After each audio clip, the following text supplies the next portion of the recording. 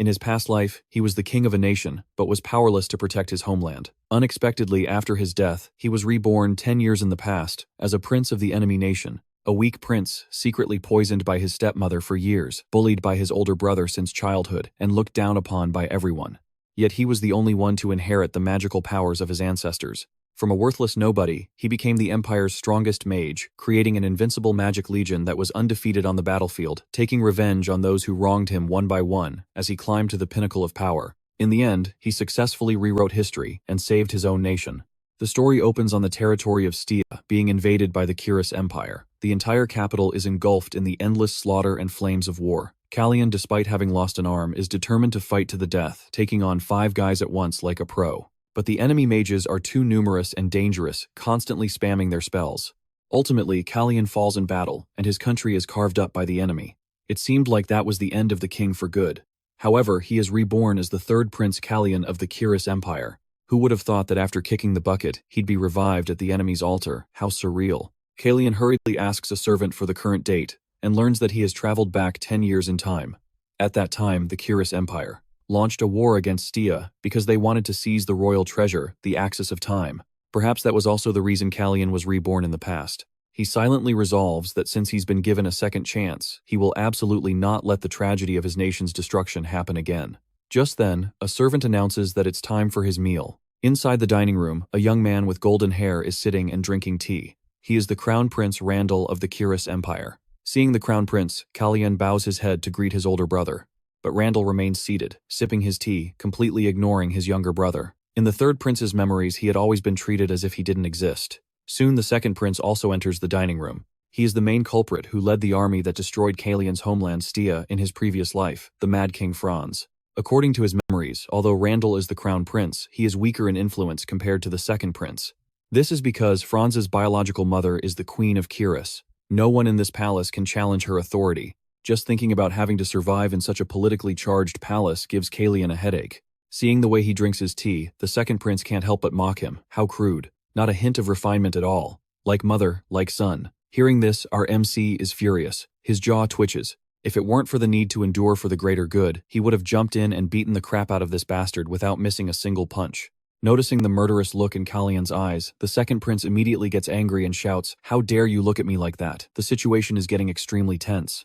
When the Crown Prince suddenly slams his teacup on the table and says, "That's enough." Although the 2nd Prince has more power, he still has to show some respect to the Crown Prince in public. Unable to do anything, the 2nd Prince can only leave in a rage. Afterwards, the Crown Prince also reminds Calian to watch his behavior. Because the Emperor's birthday is coming up, he doesn't want any trouble. And here I was, thinking the older brother cared about the younger one, a touching display of brotherly love. Turns out it's just 'cause of his old man's birthday. What a letdown. Fortunately, in this palace, there's still Jan, a loyal servant who has always cared for Calian. This brings him some comfort amidst the conspiracies and power struggles of the court. Among the 3 princes, Calian is the only one who inherited the traits of their ancestor, the first Queen Sispanian. Hair as black as night and eyes as red as fire. Since he was a child, Calian has had to hide his red eyes. The reason is that the 2nd Prince always shows hatred and disgust whenever he sees them. In contrast to the 2nd Prince, whose mother is the current queen, the 3rd Prince's mother was merely a concubine of low birth. Calian recalls hearing in his past life that the 3rd Prince of the Kiris Empire died at the age of 15. The reason given was that the 3rd Prince had plotted to poison the queen, but failed, and ultimately fearing his crime would be exposed, he took his own life. However, based on Calian's speculation, this information isn't true. Someone was trying to frame him, and he only has 2 months to find the culprit because in 2 months he will turn 15. Just then, Calian suddenly tells Jan to find him a pair of scissors. After bringing the scissors, Jan asks with some curiosity what he needs them for. And so, before the shocked and horrified eyes of Jan and all the other servants, Calian, without a moment's hesitation, uses the scissors to cut off the long hair that was covering his eyes like some edgy emo kid. Because Calian is no longer the weak 3rd Prince he once was, there's no way in hell he'd be scared of the 2nd Prince anymore. The next day in the dining room, Franz is utterly shocked by Calian's new look. While Calian remains as calm as if nothing happened, Jan standing behind him has turned pale with fear. Are these 2 princes about to throw down? Right here, they say when elephants fight, the grass gets trampled. Facing the furious 2nd Prince, he calmly sips his tea, his red eyes looking straight at him without flinching. The 2nd Prince turns purple with rage. He can't believe his weak little brother dares to defy him today. In a fit of rage, he grabs a knife from the dining table and throws it at Jan. The The knife flies quickly, but Calian's hand is even faster. He catches it before it can hurt Jan, and despite his hand bleeding, he just stares intently at the second prince. Seeing this, Franz says, "That was just a slip of the hand," but his face clearly screams, "Yeah, I threw it." "You mad? What are you gonna do about it?" Ignoring the provocation, Calian personally returns the knife to him, showing the respect of a younger brother to his older brother. This act makes the second prince realize one thing: Calian is no longer the useless little brother he used to bully. After the turbulent meal ends, Calian returns to his room to bandage the wound on his hand. Jan worriedly asks if he should call a healer, but he says there's no need, as it's just a small cut, and the bleeding has already stopped. At this point, Calian asks Jan why he didn't dodge when the second prince threw the knife. It turns out the reason Jan stood still was because he was afraid that if he dodged, the second prince would use it as an excuse to target Calian. Hearing this, he can't help but let a small smile form on his lips, realizing he has such a loyal servant. Afterwards, Calian enters the inner room saying he's going to wash his face and reminding Jan not to let anyone else in. He remembers that moment when Jan was in danger. Calian had been about to use his aura, but at that very instant, he felt a sharp pain in his heart. Now he wants to recreate that situation to check the condition of this body. Very quickly, he senses 3 magic circles appearing around the location of his heart. Seeing this, Calian couldn't hide his surprise. The original owner of this body was actually a mage. 3 days later, Calian was sitting on a chair with a somewhat bewildered expression. It turned out that after 3 days, the wound on his hand still hadn't healed, which made young Jan completely frantic. The guy was more worried about Calian's hand than if it were his own. Truly a loyal attendant. Afterwards, the royal tailor arrived to take Calian's measurements for his upcoming coming-of-age ceremony attire. But as soon as he saw the third prince, the tailor was startled because the prince's face looked so much like his mother's. Calian was used to it. He'd been getting reactions like this ever since he cut his hair. In the past, the third prince had suffered a great deal just because he resembled the mother he'd never met. That was why the original owner grew to hate the sight of his own face, to the point of destroying every mirror in his room.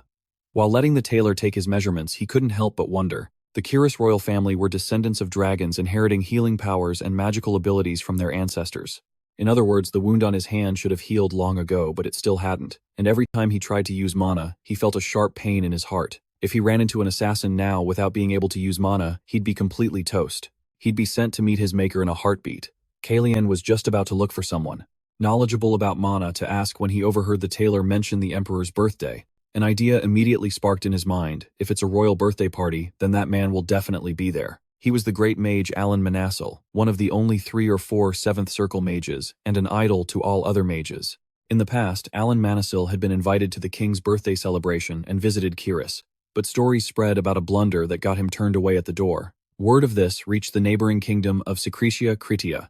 Alan Manassel, who was barred from the festival, became an 8th Circle mage 10 years later. He was also the only person on the continent to achieve such a feat. Calian sat in a corner of the room thinking about him. When it came to understanding mana, no one could surpass that man. He could help me with this body's problem. I don't know what that mistake was, but Kiris doesn't treat mages well, so I'm not sure if he'll agree to my proposal. The reason tens of thousands of knights refused to join the kingdom of Kiris was because of the influence of Franz's maternal family, the Briesen family. Even if I only manage to control the Briesen's power, I'll still need the mage's strength. If I can get Alan on my side, I might be able to prevent the war Franz is about to start. After thinking things over from every angle, he shot to his feet, sighing as he looked at the servants. A moment ago, they were incredibly excited about choosing outfits for the grand birthday banquet. Aren't these ribbons too small? I like the big ones like in the sample. Shouldn't we add some lace? But Calian's request was extremely simple. No ribbons, no lace, nothing at all. Jan hurriedly complied. On a beautiful morning, Calian sat by the window, enjoying a warm cup of tea to start his day. In just a moment, he had finished the entire cup. The young man sighed, thinking to himself, I'm getting used to this life. My hand has finally healed, and Franz has been ignoring me. All the better for me. Jan carefully informed him of the day's schedule. In the morning, your highness has a horse riding lesson, and in the afternoon you have a dinner appointment with the Queen and Viscount Briesen. He asked back with a questioning tone. With Viscount Briesen, Jan turned his head and replied, Yes, I believe it's regarding His Majesty's birthday banquet. He pouted and muttered to himself, so I finally have to meet him. Jan, standing beside him, asked worriedly, Your Highness, are you planning to train today as well? He answered nonchalantly, It's not much of a workout, just a jog around the lake next to the palace. He gave a reassuring bright smile. Don't worry so much. What could possibly happen? A vast, wide-open courtyard so large it would tire a bird to fly across it appeared before our eyes. Down below, Calian jogged several laps without stopping. After a while, he leaned his head against a nearby tree, panting as if he was about to collapse from exhaustion. I'm gonna die. Seeing her master in trouble, a girl rushed over to check on him. Your Highness, this is Marilyn Frat Calian's handmaiden, the second daughter of the general in charge of the outer city's defense. Are you all right? On the first day you ran 4.5 laps, on the third day it was 4 laps, but today you only managed 3. He could only stare at her speechless. Inwardly, he had to admit the girl was right. Yes, I'm training, but my stamina is actually decreasing. What's wrong with me? Marilyn Frat felt extremely uneasy. If it's too difficult, should we call for a physician? He quickly refused. No, it's fine. He clutched the fabric over his left chest and thought to himself, if I call a physician, they'll immediately discover my mana circuit. Yan doesn't know I'm a mage, but if I act carelessly, my life will be in danger. He leaned against the tree behind him and said forcefully, it's nothing, I'm just a bit weak. What's the point of calling a physician? Yan hesitated, trying to persuade him, but Your Highness. Before he could finish, Calian forced his weak body to straighten up and put on a strained smile. I said, I'm fine. I'll recover in a moment. Suddenly, a thunderous shout echoed from nearby. Don't look away. Read the direction of the sword's slash. Snap out of it. Both of them turned their heads in bewilderment to see what the intense commotion was about. It seemed the knights had begun their training. The entire group was engaged in a chaotic mock battle. An imposing leader stood in the middle of the training ground, correcting every mistake. Don't dodge the sword like that. If this were a real battlefield, you'd be dead already. Don't hesitate. Keep going. And just like that, the training ground descended into what looked like a real chaotic melee. Calian smiled with delight as he watched them train. This is amazing. It brings back memories. Marilyn Frat, standing behind him, introduced, Your Highness, this is the training ground of the General Pavan Knightly Order. He turned his head and said, I know. I just came to watch because it looked interesting. Marilyn Frat was completely taken aback by his words. But, you've never shown any interest in swordsmanship before. He answered wittily, Well, I can find it interesting now, can't I? The girl, still surprised, asked again, Your Highness, do you know what kind of place the General Pavan Knightly Order is? He used his existing knowledge to tell her. Of course I do. They're a royal knightly order. To be precise, they're the knightly order of the Bryson family, the ones who keep the king's power in check. Suddenly the general approached and asked a question that startled Marilyn Frat. Who are you? If you have no business here, leave. He was General Pavan of the General Pavan Knightly Order. He didn't hesitate to complain. The knights are distracted by you staring at them and can't focus on their training. Just as he said, all the soldiers had stopped training to stare at the two of them. Seeing his disrespectful attitude, Marilyn Frat raised her voice. You should show some respect. This is the third Prince Calian. He feigned a look of shocked surprise. Oh, is that so? So you are Prince Calian. Immediately after, his tone shifted to one of pure mockery. I thought you were some little rat spying on us. Hearing those contemptuous words, Calian began to feel a bit annoyed. On the outside, Calian could only grit his teeth and smile at General Pavan's insult, but inside he was memorizing this grudge. Good heavens. Marilyn Frat went into attack mode, shouting in General Pavan's face. How dare you say such treasonous words in front of His Highness, he answered calmly, as if nothing had happened. I already told you it was a misunderstanding. Why are you so sensitive? Look, the prince doesn't even care. Just as he said that with confidence, he was startled by Calian's sudden change in attitude. What is this? Right in front of him, no doubt. In the past, he constantly found excuses to bully Calian. What do you think you're doing? Third Prince, I must return to answer the Queen's summons. How dare you block my path? Back then, the weak Calian could only press himself against the wall and obediently do as he was told. My apologies. I'll get out of the way immediately. General Pavan remembered him as just a weak, spineless prince. Now he was like a completely different person. Calian stared daggers at him, his eyes filled with indignation. Even General Pavan had to tremble in fear before a prince. He approached the general and said, General Pavan, let me ask you something. What is your duty? The general was stunned by Calian's question. Two curious soldiers stepped forward to ask, General, is something wrong? As soon as they saw him, the two of them began whispering insults to each other. Isn't that the third prince? What's he doing here? What a pain. He's just the third prince after all. A prince that even the knights looked down on. General Pavan quickly made up an excuse to avoid the question. As you can see, we are in the middle of training, so I cannot answer you. I hope the prince will continue on his way. Marilyn Frat, fearing that her master would get into trouble, tried to intervene. Your Highness. But he refused to let this go so easily. General Pavan, I'm asking you a question. Report your duties. Marilyn Frat and the general froze for a few seconds at Calian's steely demeanor. He glanced at the soldiers standing behind him, then answered hesitantly. My duty is to build a strong royal army, and to protect the royal family and this kingdom. Calian reached up, grabbed a branch from the tree above his head, and retorted. That's right. To build and protect, as you just said. He snapped the branch with his bare hands, then bluntly exposed the true face of these deceitful men.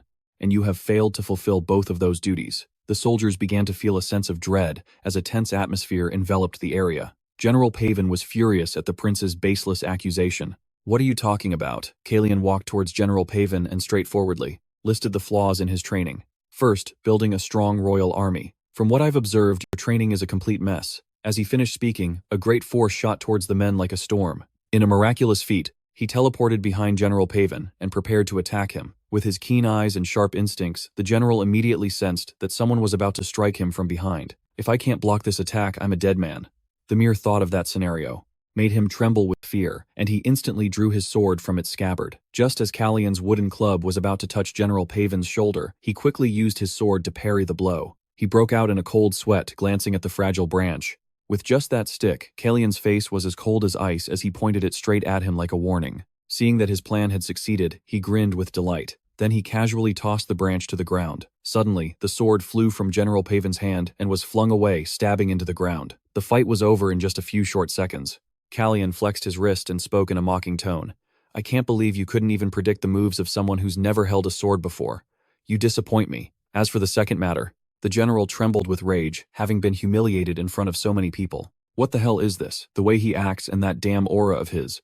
Calian glared at him and questioned him accusingly. The protector of the royal family and the kingdom dares to be so disrespectful to a member of the royal family, and you even drew your sword on a prince. Should I consider that an act of treason?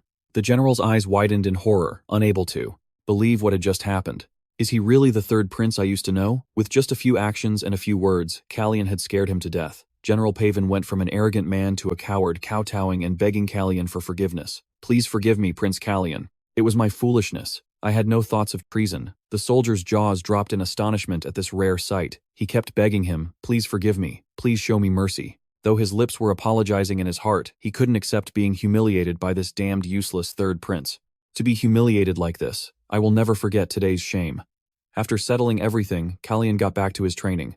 Jan suddenly appeared and questioned him. Why did you say you were coming here for physical training but bring a horse with you? Calian smiled brightly, like a child who had just received a new gift. He handed the horse to Jan and leisurely walked away. I picked it up on my way here. Its name is Raven. Jan, struggling to pull the stubborn horse along, asked in confusion, wait, where did you go? Why did you bring this horse back? After the commotion died down, he pointed towards the training ground and asked the soldiers, what's with that horse? The men answered honestly, Prince Franz couldn't tame it. As you can see, it's very aggressive. Upon hearing this, Calian grinned, delighted to have thought of a new game. This horse. Jan nearly went crazy when he learned the truth. You just brought Prince Franz's horse back. He turned back and told him. He said anyone could ride it, whether they were a guide or a stable hand. Then he whispered to Frat, keep what happened at the training grounds a secret. Behind them, Jan was still struggling to handle the horse. He worriedly turned his head back and asked, wait, but what if he finds out? The prince let out a helpless sigh. I told you it's fine. Just as he was speaking, normally a sharp pain suddenly shot through his chest. Marilyn, Frat, and Jan panicked, shouting, Your Highness. He clutched the left side of his chest and said to himself, just as I thought. I've pushed this body too hard. Jan asked with concern. Was today's physical training a bit too much for you? He lied to keep everyone from noticing and worrying about him. Not at all. It's been a long time since I've had so much fun with others. He asked curiously, with whom, Your Highness? Suddenly, a mysterious person hiding behind a nearby wall overheard their entire conversation. After hearing Calian's conversation, the stranger immediately went to report the situation. His master's voice inquired, I see. So what did it say? How interesting. I've heard that even a worm will turn. How fitting. But even if a creature like him squirms, he can't change where he came from. As he spoke, he snapped the stem of the flower in his hand. Just crushing it isn't any fun. So let's do it this way. Now then, let's see. The petals scattered across the floor as if hinting at something to come. During dinner with the other princes, Calian could only manage a forced smile at Franz's behavior. I really can't get used to this atmosphere. Is it like this every day? One person spent the entire meal looking away, refusing to even glance in my direction, while the other just sat and ate without saying a word. He was a little curious about Franz, though. Why is that bastard so quiet today? I guess it's my fault the Queen and Viscount Breezen are late. He really can't control his expressions, can he? He's still such a child. A woman in a luxurious dress suddenly appeared, walking slowly into the prince's dining hall. Everyone's attention turned to the door. This scent, the smell of white flowers seemed to hang in the air. A look of eager anticipation spread across Calian's face. He seemed to be looking forward to this person's arrival. She's finally here, the one who holds the true power in this kingdom. Celis Breezen, the current second queen of Kiss. After the previous queen passed away from a sudden illness, Celis took her place, borrowing power from her family, the Breezens, and seizing control of the royal knights. The majority of the nobility supported the Breezen family, so Celis Breezen's power grew day by day, and the prince with no power at all, Calian, had become a laughingstock, even to the commoners. Lenin Breezen, standing behind her, asked with a fawning smile. So, shall we proceed with the agreement with General Paven? Without a second thought, she answered immediately. Compensate him sufficiently. He immediately accepted the order. Yes, I understand. Celis Breezen reminded him. And from now on, don't report such trivial matters to me. Honestly, do I really have to concern myself with such petty things? Calian sat silently listening to the conversation between them. The atmosphere in the dining hall grew more tense than ever. Suddenly, Celis Breezen took the initiative and called out, Calian, you've matured quite a bit lately, haven't you? He met her compliment with a sly smile. In response, he placed his hand on the glass of red wine on the table and replied humbly, I haven't matured that much yet. I saw this coming. He looked her straight in the eye and answered with confidence, I'm sure I'll mature even more in the future. Celis was startled, shocked by Calian's blunt response. Avon Randall had to glance over at him. In an instant, the look in her eyes as she watched him slowly changed. Lenin Breezen, sitting beside her, added, Of course, but whether you've matured or not, I almost didn't recognize you. You're finally showing your face now, aren't you? I'm so happy to see it. You really should have cut your hair sooner. And since you're still in your growth phase, you'll probably. Celis cut him off mid-sentence. Brother. Just that single word sent him into a panicked frenzy. Yes, I'm hungry. Hurry and bring out the food. From his seat, Calian was dumbfounded, silently judging Lenin Breezen. The head of the Breezen Merchant Guild is this much of an idiot. Everything is just like the rumors. How interesting. Celis Breezen silently looked at her son sitting beside her. Seeing him sitting there so nonchalantly, she called out, Franz, why didn't you tell me? He asked back. About what? Celis whispered. About your disobedient horse. He thought for a moment, then smirked. Seeing that her son said nothing, she finally continued. It would have been better if you had told me sooner. He closed his eyes and replied nonchalantly, You already knew. However, her next words made Franz freeze. You didn't tell me that it had gotten out of your control. He intentionally dropped his fork on the table and replied, It was a useless horse from the start. After speaking, Franz stood up and left the dining table. I'll be leaving first. Celeste's eyes widened as she watched the back of her beloved son, Franz. 3 weeks later, His Majesty's annual birthday banquet had finally arrived. In the castle grounds, many esteemed guests had gathered. The servants rushed about to complete the preparations for the banquet. Welcome the guests this way. This way. This is His Majesty's birthday banquet, so we can't afford any mistakes. A train of horses, their backs laden with goods, slowly made its way onto the grounds. Everyone standing on either side of the road turned their attention to it. Look, it's the congratulatory delegation from the elves. Is that all presents? The birthday banquet must be so lavish. The princes must be busy preparing. Right, I want to see them soon. I'm so excited. In Calian's room, Slake was still retaking his body measurements. After getting the numbers, he realized something was wrong. Wait. What? He looked up at the prince with teary eyes. Your Highness, have you been eating? Suddenly, a small drop of blood appeared on the floor below. Slake's face turned pale as a sheet, and he was speechless. He used all his strength to shout, Your Highness. When he saw Calian's nose bleeding uncontrollably, the young man also froze, unsure of what was happening to his body. Calian stared in shock as the blood from his nose dripped into his palm. The servants saw this and rushed over in a panic. Your Highness, Jan quickly ordered, Quick, bring cotton and bandages. He covered his nose and said, It's fine, it's nothing. He smiled. It's just because I haven't been sleeping well lately. See, the bleeding has already stopped. He remained serious. That wasn't the issue. Just then, the attendant spoke up tearfully. Forgive my impertinence, Your Highness, but it's more than just that. He looked at Calian and continued, his voice choked with emotion. You've gotten so thin. Just 3 weeks ago, you still had some meat on your bones. Calian rotated his wrist. A puzzled look on his face. Then he chuckled and said, Have I really lost that much weight? Or maybe I've been overtraining lately, he wondered to himself. I've been training so diligently, but my stamina just keeps getting worse, and the pain from using mana is still there. He recalled the times a sharp pain in his chest had left him no choice but to curl up helplessly in bed. There's definitely something wrong with my heart, the attendant said. You can't take this lightly. Your Highness, have you seen a healer yet? Calian forced a smile. It's not that bad. Do I really need to see someone over a simple nosebleed? He thought. This guy won't stop bringing up the healer. Why did I have to get a nosebleed in front of so many people? The man's eyes welled with tears. It wasn't just a nosebleed, was it? Calian replied. I'm really fine. I'm not getting out of this one, Calian worried silently. Suddenly, Jan crossed his arms and chimed in. I know why. It's because you were picking your nose again yesterday.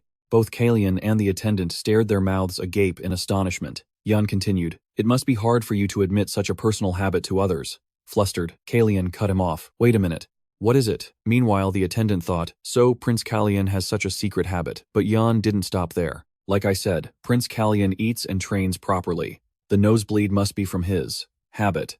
You don't need to worry so much. The attendant replied, Well, if you say so, Jan, then I suppose it's fine. After all, you know the prince best. He then turned to Calian, his eyes sparkling, while the prince just stood there, completely stunned.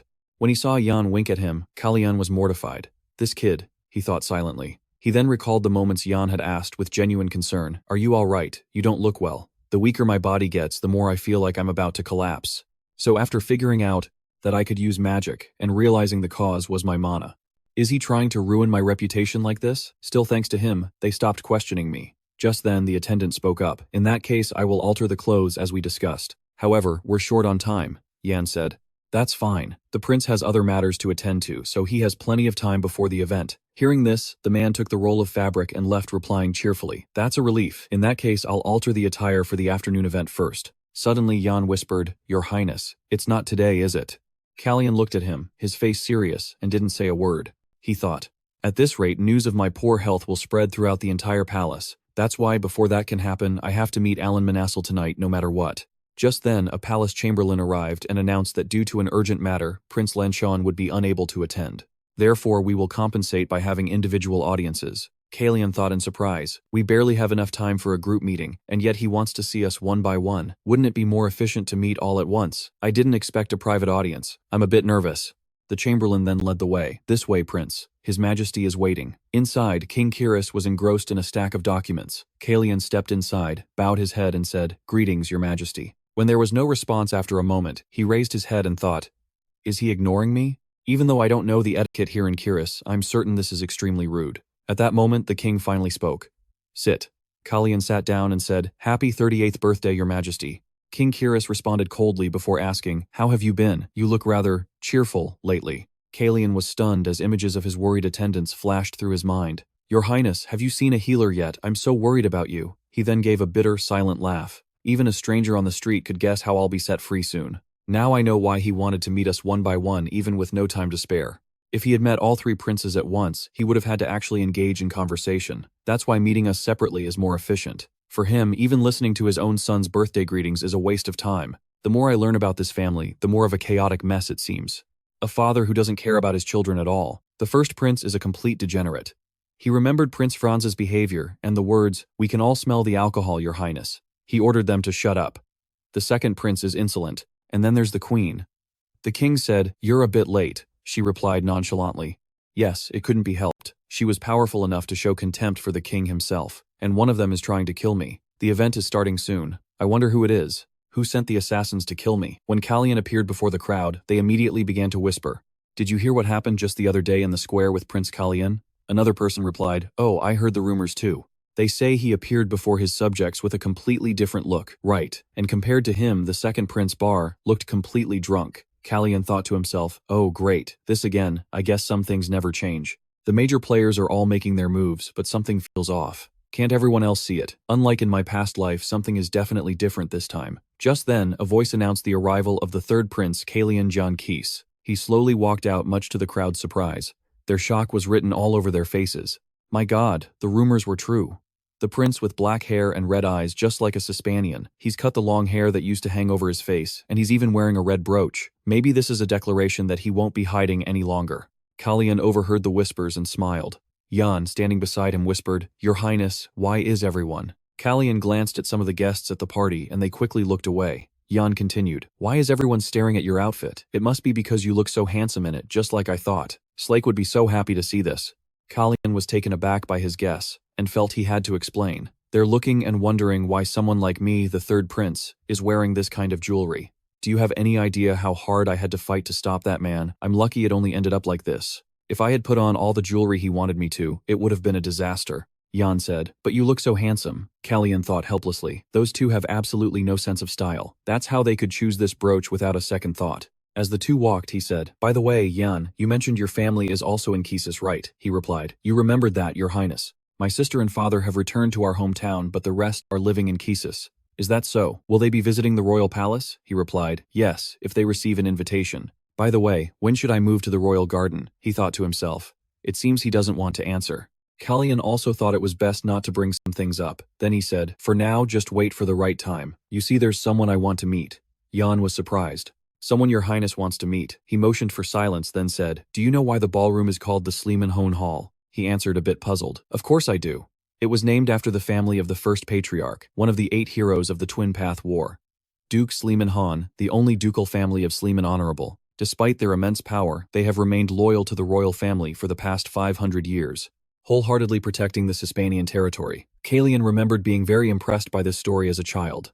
Jan whispered, "Your Highness is the person you want to meet." He replied, "That's right. The one I want to meet is..." Suddenly, a loud laugh echoed from the hall below. Then the man said, "A summer night in Sif is truly a timeless song." Jan whispered, "What a coincidence he's here." The other man introduced himself, "I am Sleeman, Honorable." Am I not right? Calian thought happily. A family with such long-standing loyalty is exactly the kind of person I like. Then should I test how sharp you are? He secretly released a burst of energy. The Duke immediately sensed it and turned his head. The Duke stared intently at him. Calian let go, thinking to himself, just as I expected. He found me instantly, and I only let out a tiny bit. Jan suddenly said, "It seems the Duke has taken an interest in you, Your Highness." He continued to think. In any case, he is one of the 5 saints of the continent. He wouldn't be so petty. Then he said, "I'm truly grateful, but it's still too early. Just act as if we didn't notice." After that, the two of them headed inside. Down in the hall, the King of Kiris raised his wine glass and said, "Thank you all for coming. Cheers and enjoy this evening." Everyone raised their glasses and said in unison, "For Kiris." Just then, Jan and Calian climbed out of a window using a rope. Calian mounted his horse, stroking its mane and saying cheerfully, "That's my raven. So gentle and well-behaved." Jan replied, "Don't let him fool you when you're not around." Calian continued, "You can tell how clever he is just by his agility." "We only need to go to the front gate, right?" he replied. "Yes, Your Highness." While they were waiting, suddenly at the main gate, a soldier said to someone, "You can't enter without an invitation." The other person replied, "But I've traveled from afar to join the festival." The soldier insisted, "You're not allowed in. Get going." Calian was thrilled. "There he is." At that moment, the man asked, "Are you sure you want to turn me away over a single invitation?" "I am Alan Manasil." The guards gasped in astonishment. Alan Manasil. They looked at him for a moment, then exchanged silent glances. One stepped forward and said, "Even if you are Alan Manasil, you must have an invitation to enter." Hearing this, the man gave a cold laugh, his gaze turning incredibly sharp as he snapped. "So Kiris judges its guests by their appearance, does it?" Calian, watching from the side, found the situation a bit strange. He thought to himself, "What's going on? Judging someone by how they're dressed is definitely a problem. But it seems Alan Manasil is deliberately causing trouble. It's like he's looking for an excuse not to come to Kiris." Over by the gate, after hearing the guard's reply, Alan Manasil turned his horse and began to leave.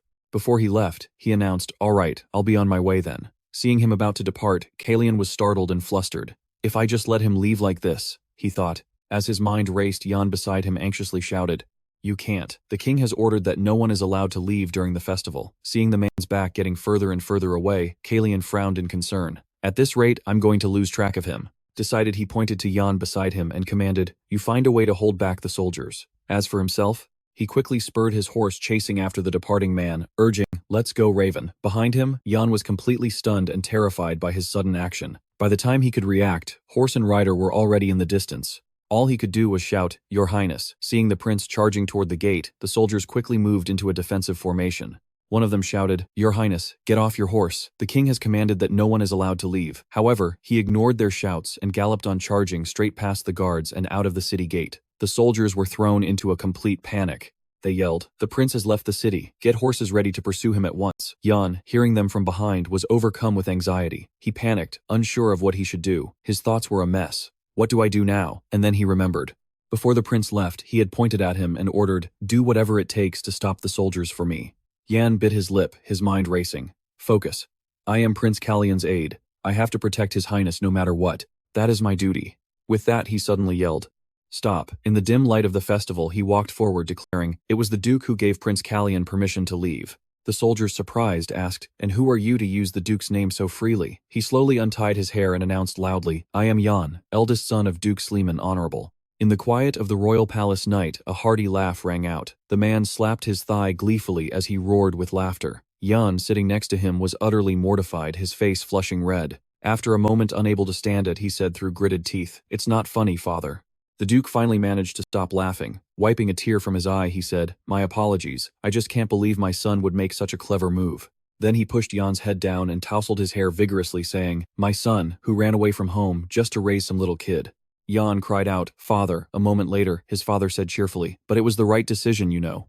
Jan retorted as he tried to fix his now messy hair. "No, it wasn't. His Highness is about to ruin the relationship between you and the king." But his father simply smiled confidently and replied, "He won't ask." He asked in surprise, Yes, the man repeated. He won't suspect a thing. Rumin is very suspicious, so if the prince happens to receive help from the XFCK clan, he'll be forced to be wary of our good intentions.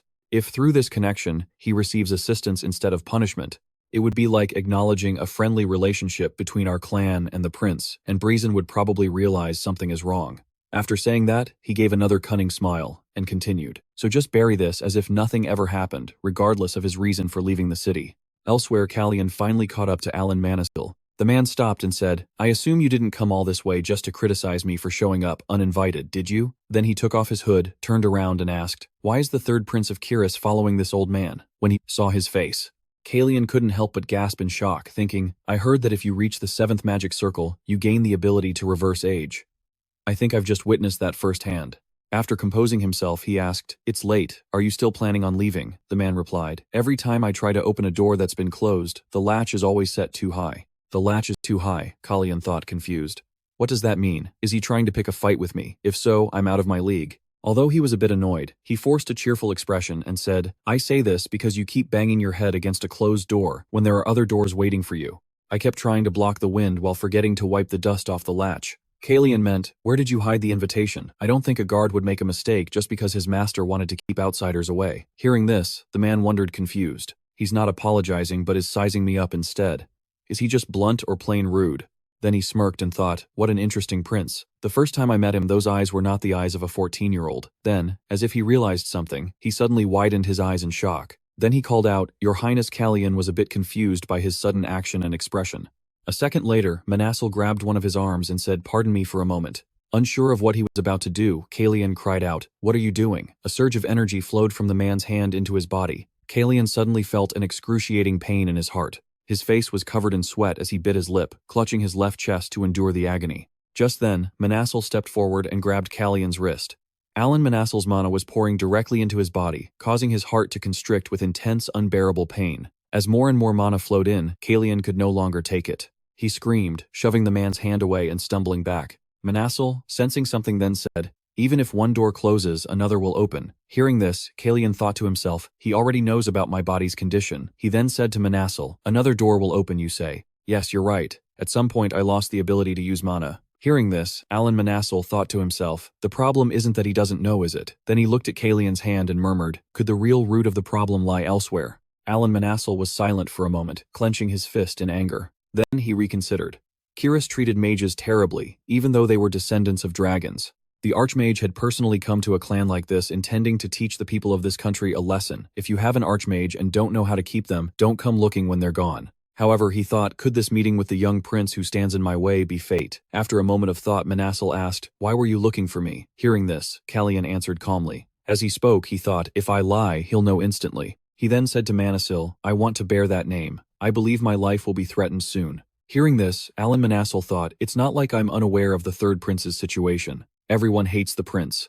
Everyone is his enemy. Suddenly, Alan Manassel used magic to create a circle that enveloped both himself and Calian. Seeing this, Calian panicked, thinking, a silent spell. He can cast magic without an incantation. I guess he really is a 7th circle mage. Just then, Manassel asked, is your goal simply to prevent that from happening? Or are you trying to pull out the weed by its roots? At that, Calian dismounted his horse. He smiled and replied, for now I'm just trying to prevent it from happening. For now, Manassel repeated. Calian continued, but I also want to resolve the source of the problem completely. To achieve what I want, I'm willing to sit on the throne if I have to. That's all there is to it. Alan Manassel just chuckled, thinking, so the throne is just another option for him to achieve his goal, even when he's just a prince with a body that's slowly dying. He then looked at the smiling Calian and thought on, a prince with a personality like Sispanian's. A prince who needs me to achieve his goals. How interesting. He then said to Calian, then send me that invitation one more time. Show me what you can do. Hearing this, Calian smiled, then knelt on one knee, and said Calian greets his master. Manassel replied to the prince, I, Alan, Manassel, accept your invitation to save you. Meanwhile, over with Jan and his father, Jan asked him, Father, are you sure no one in the palace knows who I am? His father, Sleeman Hone, laughed loudly and replied, I told you I've taken care of everything. You don't need to worry. Jan then rested his chin on his hand, pondering, and replied, I guess you're telling the truth, because if not, I wouldn't have been able to stay by the prince's side. Sleeman Han replied gently to his son, that's right. He's a member of the royal family, so why doesn't he look or act like any of the others? Jan was silent for a moment before asking his father, how is Leah Sleeman Hone? replied. She's doing a great job as head of the branch you left behind. He then stood up, stretched, and continued. Anyway, if you get tired of being a babysitter, you can always come back to your old position. It'll probably be a while before we see each other again. Jan just lowered his head and replied to his father.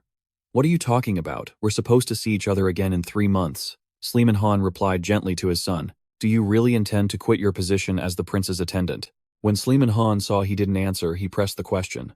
Are you really going to quit serving that brat? Jan sat silently, clasping his hands together. Then he answered hesitantly, he will soon be 15, this foolish son of his. There was nothing a father like him could do. Seeing Jan's crestfallen face, he decided to strike up a conversation. Hey son, do you know what the nickname for our SF family is? Hearing his father's question, Jan was surprised, but before he could answer, his father continued. That's right, just as you said, the Kiris elephants. It's been a long time since we've contended for the throne, but we are strong and are called the King of Beasts, the ones that even monsters dare not touch. Jan sat in stunned silence, listening to his father. Why is Dad suddenly? Just then, his father pulled him into a headlock and laughed heartily. Why I'm saying that the name you sold so cheaply is a powerful one, so just go do whatever you want. Understanding his father's heart, Jan was touched, and an involuntary happy smile spread across his face. Sleeman Han continued to joke around, hugging Jan tightly. Whatever the case, this kid really had me worried. The boy yelled and struggled. Stop it, Dad, it hurts, I'm going to die. After a bit of roughhousing, Jan straightened his clothes and said solemnly, Anyway, Duke. Hearing his son call him by his title, he teased him again. Duke. Why so sudden? Jan bowed his head politely. Then I'll see you next time, father. Watching his son's back gradually disappear into the distance, the father mused to himself, that pointless stubbornness of his. He's a true member of the XF family, no doubt. Then he remembered the main character and chuckled softly. Anyway, when did that little brat get so big? He looked up at the moon and sighed. I wonder what that kid is planning to do. At the vast royal palace, a luxurious carriage was parked. Its appearance caused the residents there to start whispering. Oh my god, am I seeing things? Is that really that symbol? 7 crimson flowers and a silver wand. I heard his contract with Reborn is over, but why would he come to Kiris? Isn't it obvious? It's because he went through something similar. If it weren't for his relationship with King Riron, he would have been left behind too. It must be because of that rumor, right? Is that true? The son of Alan Manassel is. Just then, the person in the carriage stepped out. Alan Manassel gracefully descended from the carriage. Looking at the scene around him, he gave a faint smile. My new disciple has cooked up something rather cute. Recalling the young man's words from the previous night, Calian was excited. Do you understand, Master? You need to arrive at exactly 9:30 and open the door at that precise time. Alan Manassel guessed. Is this a plan to compete with the Prince's Breezen family? It won't be easy. He's waiting for the right moment to introduce himself to the nobles and flip the board. After standing there for a moment, someone came out to greet him. I must say I'm quite surprised by your unexpected visit. Mage Alan Manassel, the prince is waiting. The butler led a group of servants to welcome him. Inside, someone was already waiting. King Rumain was having tea and a conversation with Alan Manassel. He was surprised. What did you say? A place to stay, Lord Alan Manassel in Kiris. Alan Manassel replied calmly. That's right, I need a place to stay in Kiris. Hearing this, the king fell silent, his mind racing with thoughts of how to deal with Celes Breezen. I think I need someone as powerful as Alan Manassel, but to think he would make such a proposal. What is he planning? As if sensing his unease, Alan Manassel spoke up. To be honest, last night in the square I saw a black cat with red eyes. He's quite intelligent, so I thought I should teach him a few new things, but I don't have a place to stay. Rumain asked seriously, What do you intend to teach the prince, Alan? Manassel replied slowly. Magic, of course. Not only that, but I also intend to create an environment that the cat will enjoy. To do that, I'll need help from the owner of the house. And to clean up the house a little. The king couldn't refuse this offer. He asked cautiously, Will you be able to handle it? Alan Manassel immediately replied, I have already decided to take Calian as my disciple, so the Breezens cannot stop me, and I won't be able to teach the prince only magic. So if this jaded master decides to help your prince, they won't be able to stand in my way. All of this was, in fact, an invitation from Prince Calian. Suddenly King Rumain clenched his fists, stood up and said, All right. I will provide you with a place to stay.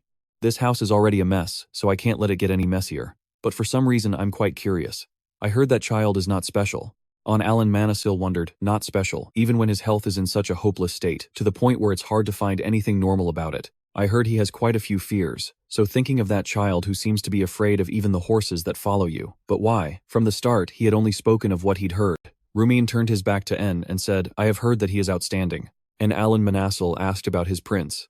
Perhaps you know about the prince's height. The two of them looked at each other with serious expressions. Now sitting in Rumain's room, and Alan Manassel was the first to speak. He said, By any chance do you happen to know what the prince's heights are, your majesty? Hearing this, His Majesty stood frozen, not responding. Seeing this, Alan Manassel thought, as I suspected, he doesn't know a thing. Then he shot up, slammed his hand on the table and continued. Depending on the time, attention can be a poison and indifference, a remedy. However, being busy is not a good excuse, Your Majesty. The two men then stared at each other in silence. Finally, His Majesty spoke. Master Alan Manassel, I will overlook your attitude of not knowing your place, assuming it is out of concern in your role as Calian's master. It's ridiculous that I have to explain this myself. But I truly care for the princes, especially that child. Calian. He is my most beloved son. I think we should end this conversation. At that moment, N snapped his fingers, creating a red magic circle. It was a silent spell, which caught even Rumin by surprise. Then he said, enough with the small talk. You need to take another look. Seeing this, Rumin became slightly angry. He turned his head and said, what in the world do you think you're doing? How dare you use magic in the royal hall? And ignored him and continued. He said, his lips are dry, his breathing is shallow, his skin is pale and sallow, and the tips of his fingers are turning purple. His clothes were tailored in a great hurry. How long does it take to tailor a suit of clothes? About 1 full moon. It was made smaller to fit a body that has lost a great deal of muscle mass. He struggles to get up, unable to pull his body from the bed, his eyes squeezed shut. He feels dizzy. Hearing this, Rumain could only gasp impossible. But N continued, if you continue to act like an outsider like this, you will lose everything. Just then, another servant brought tea to Calian's room. She called out Jan's name loudly. It's almost noon and the prince still hasn't had his morning tea. Seeing this, Jan smiled and replied, please give it to me. I'll take care of the prince if he has a cough. Then Jan brought the tea tray in for Calian. Calian was still writhing in pain on the bed. Seeing this, Jan whispered, he's still sleeping. Was yesterday a bit too much for him? Suddenly from behind, Jan Alan Manassel appeared out of nowhere. He asked if His Highness was still not awake. Jan turned around, startled and screamed in panic, almost dropping the tea tray. Then he said, Sir Manassel, where did you come from? Wait a minute, Sir Manassel, how can you act so recklessly? He then told Jan they said outsiders couldn't enter the Turmoil Palace without permission. Hearing this, Jan replied, so what, did you teleport here because you weren't allowed in? And casually replied to Jan, it's a fold in space a little harder. See, I'm pretty good with magic. Jan immediately scolded him loudly, that's not important right now. Anyway, please leave. The prince's health is still. But he was cut off. You know me, don't you? You came to Reborn a few years back. You think I wouldn't recognize you just because you've grown up. Little elephant. Hearing this, Jan immediately thought of his father. He was afraid his father had told someone else about the secret he and his father had kept. He was left completely speechless. Just then, Calian woke up. He spoke Jan. How long was I asleep? Hearing this, Jan replied to the prince, you have a visitor, Your Highness. Calian then sat up and asked, who is it? When his vision cleared, he realized it was his master. Anne handed Calian a red pouch and told him to take it. Calian picked up the small pouch and asked, what is this? He then poured out its contents, revealing some pills. Alan Manassel then said, remember to eat one every day and don't forget. Calian asked with confusion, medicine. Hearing this, Anne smiled and replied, you are currently facing 2 problems. First, you can't control your own mana, and second, your body is severely weakened and deteriorating. Hearing this, Calian sighed. Then he replied, I haven't said a thing yet. You can always see right through what's happening to me. Anne then asked, you have the power of a blessing, don't you? Hearing this, Calian quickly replied, yes, that's right. This power gives me the ability to recover and increases my sensitivity to magic. Although it feels like that recovery power has somehow disappeared. Could there be a problem with my heart? Alan Manassel then said thoughtfully, have you ever thought that it's an incredibly strange combination, a mix of recovery, power, and magic? Calian was also surprised, and replied, I thought that perhaps the effect of the blessing had strengthened my heart. After all, the source of both mana and life comes from the heart. Right-In smiled and answered slowly, yes, the power of the blessing did indeed strengthen your heart. But Your Highness, your blessing's power hasn't disappeared, and your heart hasn't been harmed in any way.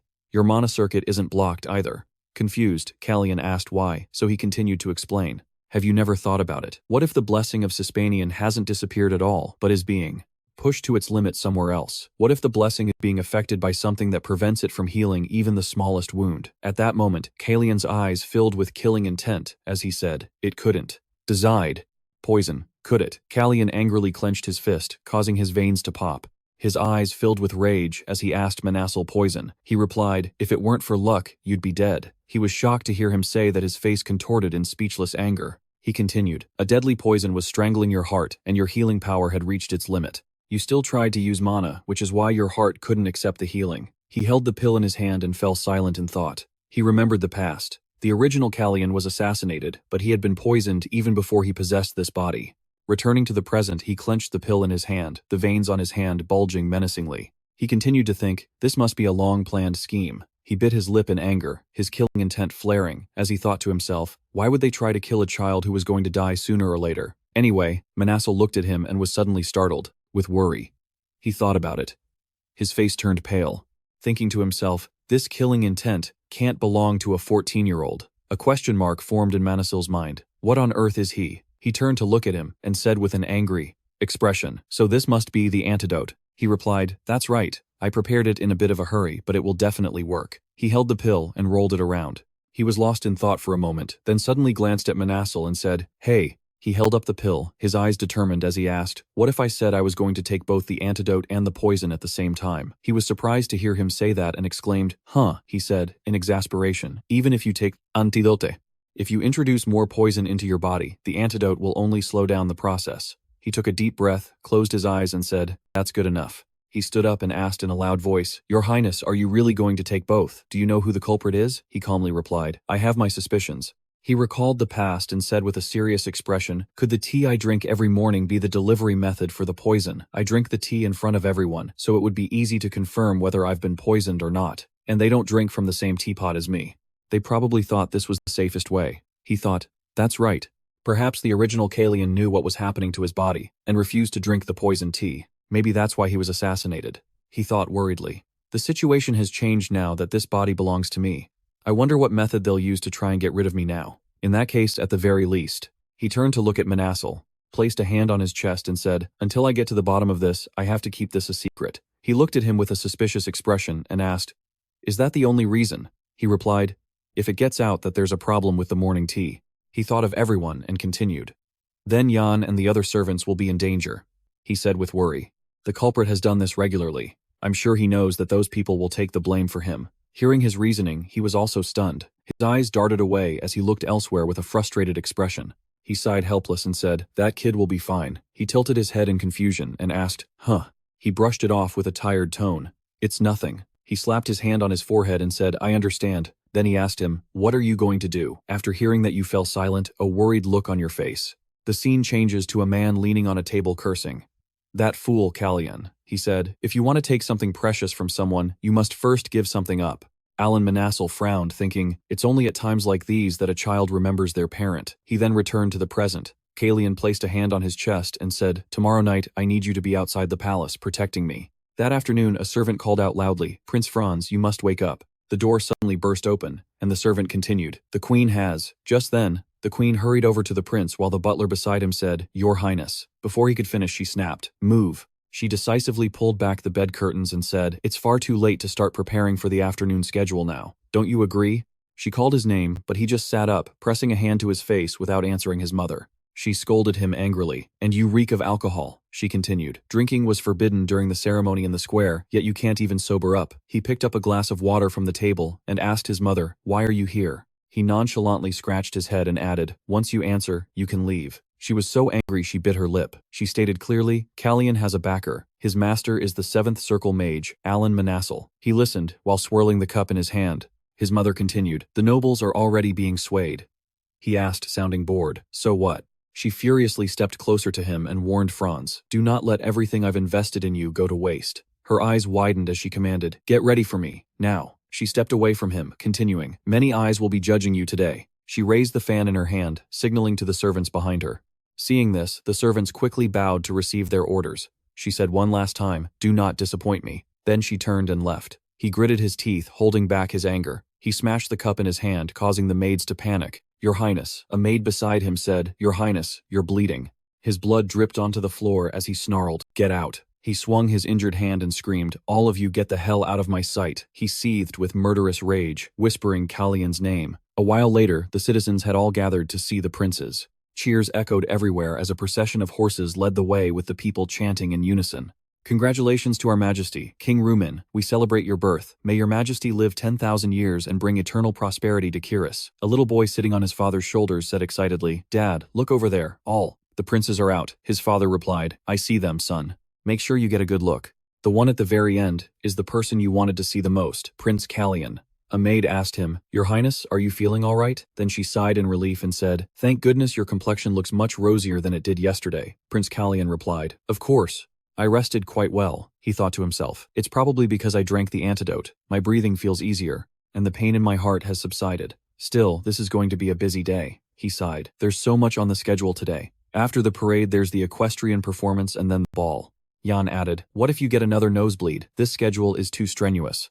Jan, don't worry, he replied with a laugh. I still have enough strength to greet my subjects. I'll be fine. Perhaps his greatest joy now was simply seeing his people without asking for anything more profound. Then, suddenly, he noticed someone watching him from the crowd. He felt like he had seen them somewhere before. It was a strangely familiar feeling. Could it be Kiri? He wondered. To explain, we flash back to the past. That was Kiri, the one who had shielded him with her own body in his past life. He thought to himself, it has to be Kiri. But what would she be doing in Kiris? Suddenly his horse stopped as if it also wanted to run toward her. Jan yelled, whoa, why is he suddenly acting up like this? Move on, Raven, Prince Calian commanded. Let's go, Raven. A moment later he wondered, is it because of that thing over there? Isn't that right, Raven? He asked his horse. You can feel it too, can't you? But we can't go there right now. He glanced back, as if he would search for her as soon as he got the chance. Just you wait, Kiri. I will find you. They arrived at the coliseum up ahead where Melfia Polun, master of the Melfia Polun arena, came to greet them. He said, Your Highness, it is this humble servant's greatest honor to serve you. We have prepared the performance meticulously. I guarantee you will be satisfied. Calian looked forward, and it seemed something clicked in his mind. He thought, so this is Baron Melfia Polun. You're the one who prepared the equestrian show in place of House Breezen, aren't you? So that's why I was dragged into that useless political game. This was the performance that had infuriated the queen, but it had nothing to do with the prince. He told himself that he couldn't care less anyway. If I remember correctly, Randall was injured during this performance, and Baron Melfia Polun was executed for it. Meanwhile, Melfia Polun continued to usher them, saying, This way, your highnesses. I have prepared special seating for you. Calian looked up at the light fixture and realized it was that chandelier, the one that was going to fall. It was the chandelier that would fall right in the middle of the performance. The more he thought about it, the more ridiculous it seemed. This was a royal event. How could they not have checked for every potential hazard? There were even teams of knights standing on high alert. He thought to himself, this is bizarre. At an event personally attended by the king himself, how could the knights have possibly overlooked something this big?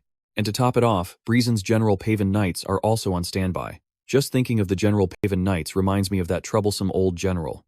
I thought you were just some brat, Calian thought with a smirk. Maybe I should give that old man a chance. Just then, Poland continued to lead the way. This way, your highness. If you have any concerns, I will do everything in my power to. Before the man could finish, Calian interrupted. That chandelier up there doesn't look quite right. Go have it checked. Having said his piece, Calian simply moved away from the area. The Baron looked up at the chandelier in confusion, unsure of what was going on or what he was supposed to do. A moment later, 4 horses entered the arena. The day has finally come. I have the honor of sitting beside His Majesty, Melfia Poland thought confidently. I've prepared for this meticulously. I cannot let this opportunity slip by. He then glanced over at the prince, recalled his warning from earlier and asked himself, wait, did I check the ceiling? Baron Poland found the rope for the enormous chandelier. It had been nearly cut through by someone. He looked down below, where the king of Kiris, the first prince, the second prince, and the other members of the royal family were all seated, watching the performance. The Baron thought to himself, if it hadn't been for his warning. The very thought of what might have happened is horrifying. He imagined the colossal chandelier falling and striking the first Prince Randell. It would have been an absolute catastrophe. The Baron wondered how on earth could Prince Calian have known about this. Meanwhile, Prince Calian was thinking, it seems Baron Melfia Poland has given up on sucking up to the king and has decided to rely on his own competence instead. I think no matter what choice he makes, he's incredibly shrewd, not just pursuing short-term gains, but also looking at the bigger picture. Prince Calian. But why cause such a commotion? Calian wondered what reason the Breezen family had to be wary of Baron Melfia Poland. Both Prince Calian and the second Prince Franz were lost in thought. Franz thought, doesn't he know his place? Baron Melfia Poland shouted. Everyone quiet down, we're not finished yet. Next up was the second prince's proud cavalry team. Prince Franz sneered at Prince Calian. How disgustingly frightening. Filthy and lowly blood runs through your veins. Everyone turned to look at Franz. Prince Calian, hearing this, was furious. Calian repeated Franz's words as if questioning him. Filthy and lowly blood, you say? Calian continued. Franz, whatever you were thinking to say such things, it doesn't matter. The day will come when you will have to bow before me. King Kiris spoke loudly to the person beside him. Celeste Breezen. When will you stop? Celeste Breezen, hiding her face with a fan, angrily said to Randall. That fool, I warned him so many times. Randall looked at Celeste Breezen confused. She whispered to Baron Melfia Poland. Was it on purpose? Why today? Have you heard anything about the second prince? How could he say such a thing in front of His Highness Rumain? It seems he no longer approves of Prince Franz. she continued. With Alan Manassel protecting Prince Calian, doesn't that make him a perfect candidate for Crown Prince Celes? Went on. It seems we can no longer turn a blind eye. We must make a decision slowly. The horse racing exhibition ended, and the first Prince Randall had avoided any unexpected incidents. Rumain also showed no particular reaction to what happened with the second Prince Franz. Prince Calian thought that things were going just as he'd planned. If the incident with Baron Melfia Polan was orchestrated by Celes, wasn't the conclusion a bit too quiet? Calian whispered to Celes. Did you not know about this either? The scene changes to two brothers playing chess. The older brother said to the younger Alan Manassel, do you think the incident at the Kiss Royal Palace was simply an act of terrorism against the royal family? Alan Manassel replied, is there any other reason besides harming the prince? The older brother said, perhaps. But just saying that is too boring. The older brother continued, then let's make a bet. Alan Manassel said, you're about to lose, you know. Don't you know how much money I've already won from you? The older brother replied, I haven't forgotten. I'm just rearranging things. The older brother continued, all right, then I'll give you a hint. Don't you think this incident was a bit too obvious? As if they wanted everyone to know that the terrorist act was targeting the royal family by eliminating a major merchant guild leader. Secondly, in Cairo, the one who benefits the most is of course Lenin Brison, the owner of the largest merchant guild in Cairo. Jan, do you know which business expert plays an important role in Baron Melfia Polan's merchant guild? She replied. If it's Polan, aren't they in the diamond business? Prince Calian said. If Baron Melfia Polan disappears, trading rights for diamonds will fall into the hands of the Brison merchant guild.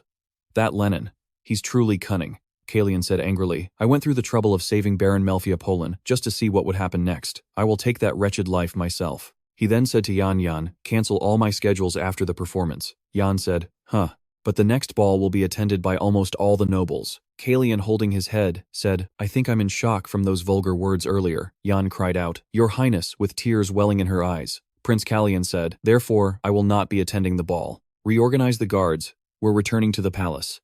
At the royal palace, during that time, Rumain was sitting alone on a chair, lost in thought, seemingly dreaming about something. He remembered a girl's words. She had said, what if by simply standing by and watching you lose everything? Rumain also thought of the second Prince Franz's words to Calian. How disgustingly frightening. Filthy and lowly blood runs through your veins. She called out to Rumain, then to Calian, her voice sounding weak. Then suddenly the voice of the butler from outside the door startled Rumain awake. Your Highness the Prince wishes to speak with you. Following the butler were Celes Brison and a maid. The maid said, allow me to bring fresh tea. Celes, Brison asked, does he have a guest?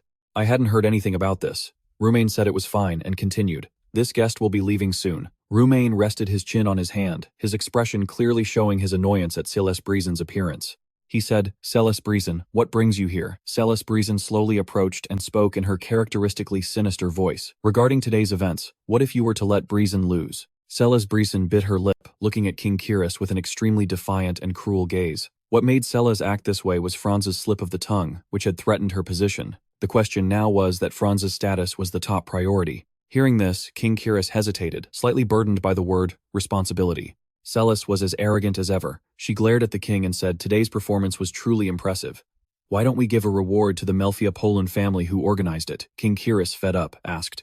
For you to say that, it seems you've already thought this through, haven't you? Hearing this, Celes didn't answer the question directly, but decisively said give it to Brison. Then she cackled a laugh like a witch in a story. How about all the royal horses and the rights to supply weapons? The king heard this and thought to himself, would the queen really give up assets of that value? It's just as Alan, Manassel said. Flashing back to an afternoon tea between King Kiris and Alan Manassel, he had said, there's no way the queen would shortchange the royal knights over this. Because this matter isn't urgent enough for her to give up on it. That deal is too big for a single slip of the tongue. However, you will have to pay a corresponding price. So your highness, please act as if you know nothing of this. Cutting back to the present, King Kiris recalled Alan Manassil's earlier words, feeling extremely conflicted. Is this advice from Alan Manassil, or from Calian? Then he propped up his hand, feigning a cold, indifferent attitude and said, at the ball tonight, let Franz accompany me. Hearing this, Celes Brison's eyes lit up. She cackled again and said, oh, I'm sure Franz will love that. The scene changes to the ball, where Rumain and Franz are entering together. Everyone's attention turned to the two of them, and they whispered, His Highness Rumain and the second Prince Franz are entering. Baron Melfia Polan, who was injured during the performance, was granted the rights to supply weapons and the royal horses. Everyone knew this was a deal between Rumain and the mother-son duo Celes and Franz. The people there kept whispering amongst themselves, did Brison really take such a loss? After all, Prince Franz's mistake the other day wasn't just a simple slip of the tongue. The queen will have to be careful of Prince Calian now. Perhaps it's time to re-establish the pecking order. The scene shifts to Calian's location. He felt a little tired seeing the pile of gifts stacked up in his house. He told Jan and the maid that this was all getting a bit too obvious anyway. Jan went over to the mountain of massive gifts and wondered, what should we do with all these? Hearing this, Prince, Calian replied casually, it's fine if the power dynamic between Franz and the Breezen family shifts, but I can't stand fence-sitters. Send everything back except for the gifts from the Mages Guild and Baron Melfia Polun. Then he turned on his heel and said nonchalantly, I'm going to check who sent me letters first. The maid who stayed behind had to work her tail off sorting and clearing out all the gifts. As Jan was curiously exploring the gift boxes, he suddenly picked up a piece of paper and said in surprise, this one seems to be from Baron Polun. Hearing that, Calian was startled and asked, oh, what did the Baron send? It turned out that Baron Melfia Polun had sent Calian a sparkling harness strap for a horse adorned with many precious red gemstones. Everyone's eyes widened at the sight, but Calian just looked exasperated, frozen, and speechless. He angrily pointed at Jan and stammered, I never told you to do that. What on earth did you say to Baron Melfia? Polun Jan just gave a sheepish, hesitant smile and replied, well, he asked me about the prince's interests, so I told him, Raven the horse. Hearing this, Calian burst out laughing and said, that's just unbelievable. Our Raven received a necklace that even I don't have. He happily picked up the strap and examined it closely, but in reality, Calian's mind was racing with thoughts. Is he trying to understand what I'm thinking? If I accept this gift, Polun will surely send another one worth his entire life. Look at this. Is Baron Melfia Polun's life worth less than a single gemstone? Then Calian told Jan to calculate the price of this strap and inform the Polun family. I'm buying it because I like it. Jan was quite surprised and asked, you're accepting it and buying it at the same time, Your Highness. I find it magical, but it's also a bit strange. The prince replied, I'm not buying it because it's magical, but because it's a strap for a horse. Then suddenly, Calian noticed a pot with a mysterious and fantastical black flower, which was emitting some sort of horrible scent. Calian turned to Jan and asked, that flower is even more magical, isn't it? Jan went closer, touched the flower and grimaced. Let me see. This is a gift from the Mages Guild. Calian's face turned pale as he said, these people are certainly interesting. Why would they send me such a strange flower? Then Jan found a small note and said, wait, there's an explanation here. I guess it's quite rare. According to what's written, this plant is very famous among fanatics for its ability to release glowing pollen after it dies. Hearing that, Calian's eyes flew wide open, shining brightly as if a brilliant idea had just struck him. Jan asked him, should I send it back? Calian said, no, keep it. I have a very good idea. Quietly cleaning the window was the beautiful maid. Suddenly she jumped, turned around and exclaimed, oh, Your Highness. It turned out Prince Calian had just dropped and broken something. Jan asked with great concern, did you get burned? Your Highness? Calian immediately replied, it's fine. My hands were a little slippery, that's all. I accidentally spilled all of this morning's tea. Jan turned to the maid and said, hurry and clean this up. The tea was spilled everywhere, even into the flower pot. Then Jan anxiously asked Calian, this was a gift. I wonder if the flower will be all right, Calian said. It's fine. Morning tea isn't poison. Just leave it there. I'm very pleased with it. As the maid cleaned up the broken shards, she felt a pang of guilt, not understanding why she was so worried that her face turned pale. The scene changes to one evening. Prince Calian and Alan Manassas were riding their horses, chatting cheerfully. Calian said, thank you for not forgetting to help me, even when you're so busy.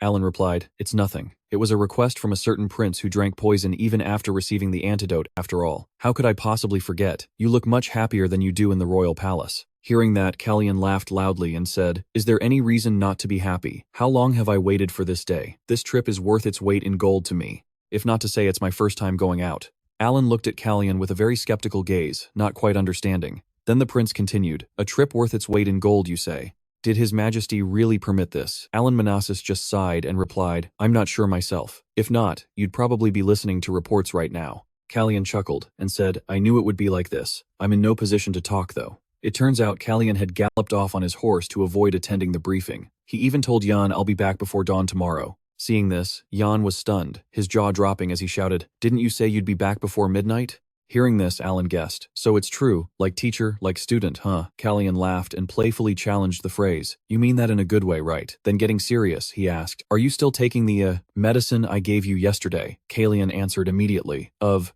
course. I took it today as well. Thanks to it, my body feels much lighter. So much so that the owner of that poisoned teacup is getting so antsy they're about to reveal themselves. I just planted a very interesting seed, so the outline will gradually become clear. After listening to Calian's story, Alan's mind was completely blown. He said, goodness, my disciple's abilities are so outstanding that I'm about to run out of ways to show my face. It won't get to the point where you don't need me anymore, right?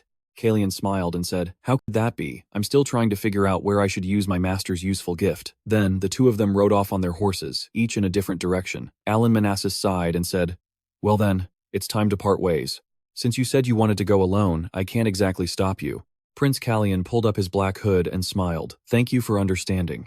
Before leaving, Alan didn't forget to remind Calian, "The Mages Guild is on West Nasa Street. I'll be there so you can come find me when you're done with your business." Calian replied, "Yes, I'll see you later then, Master. Let's meet up after we've both finished what we need to do." With that, the two of them galloped away.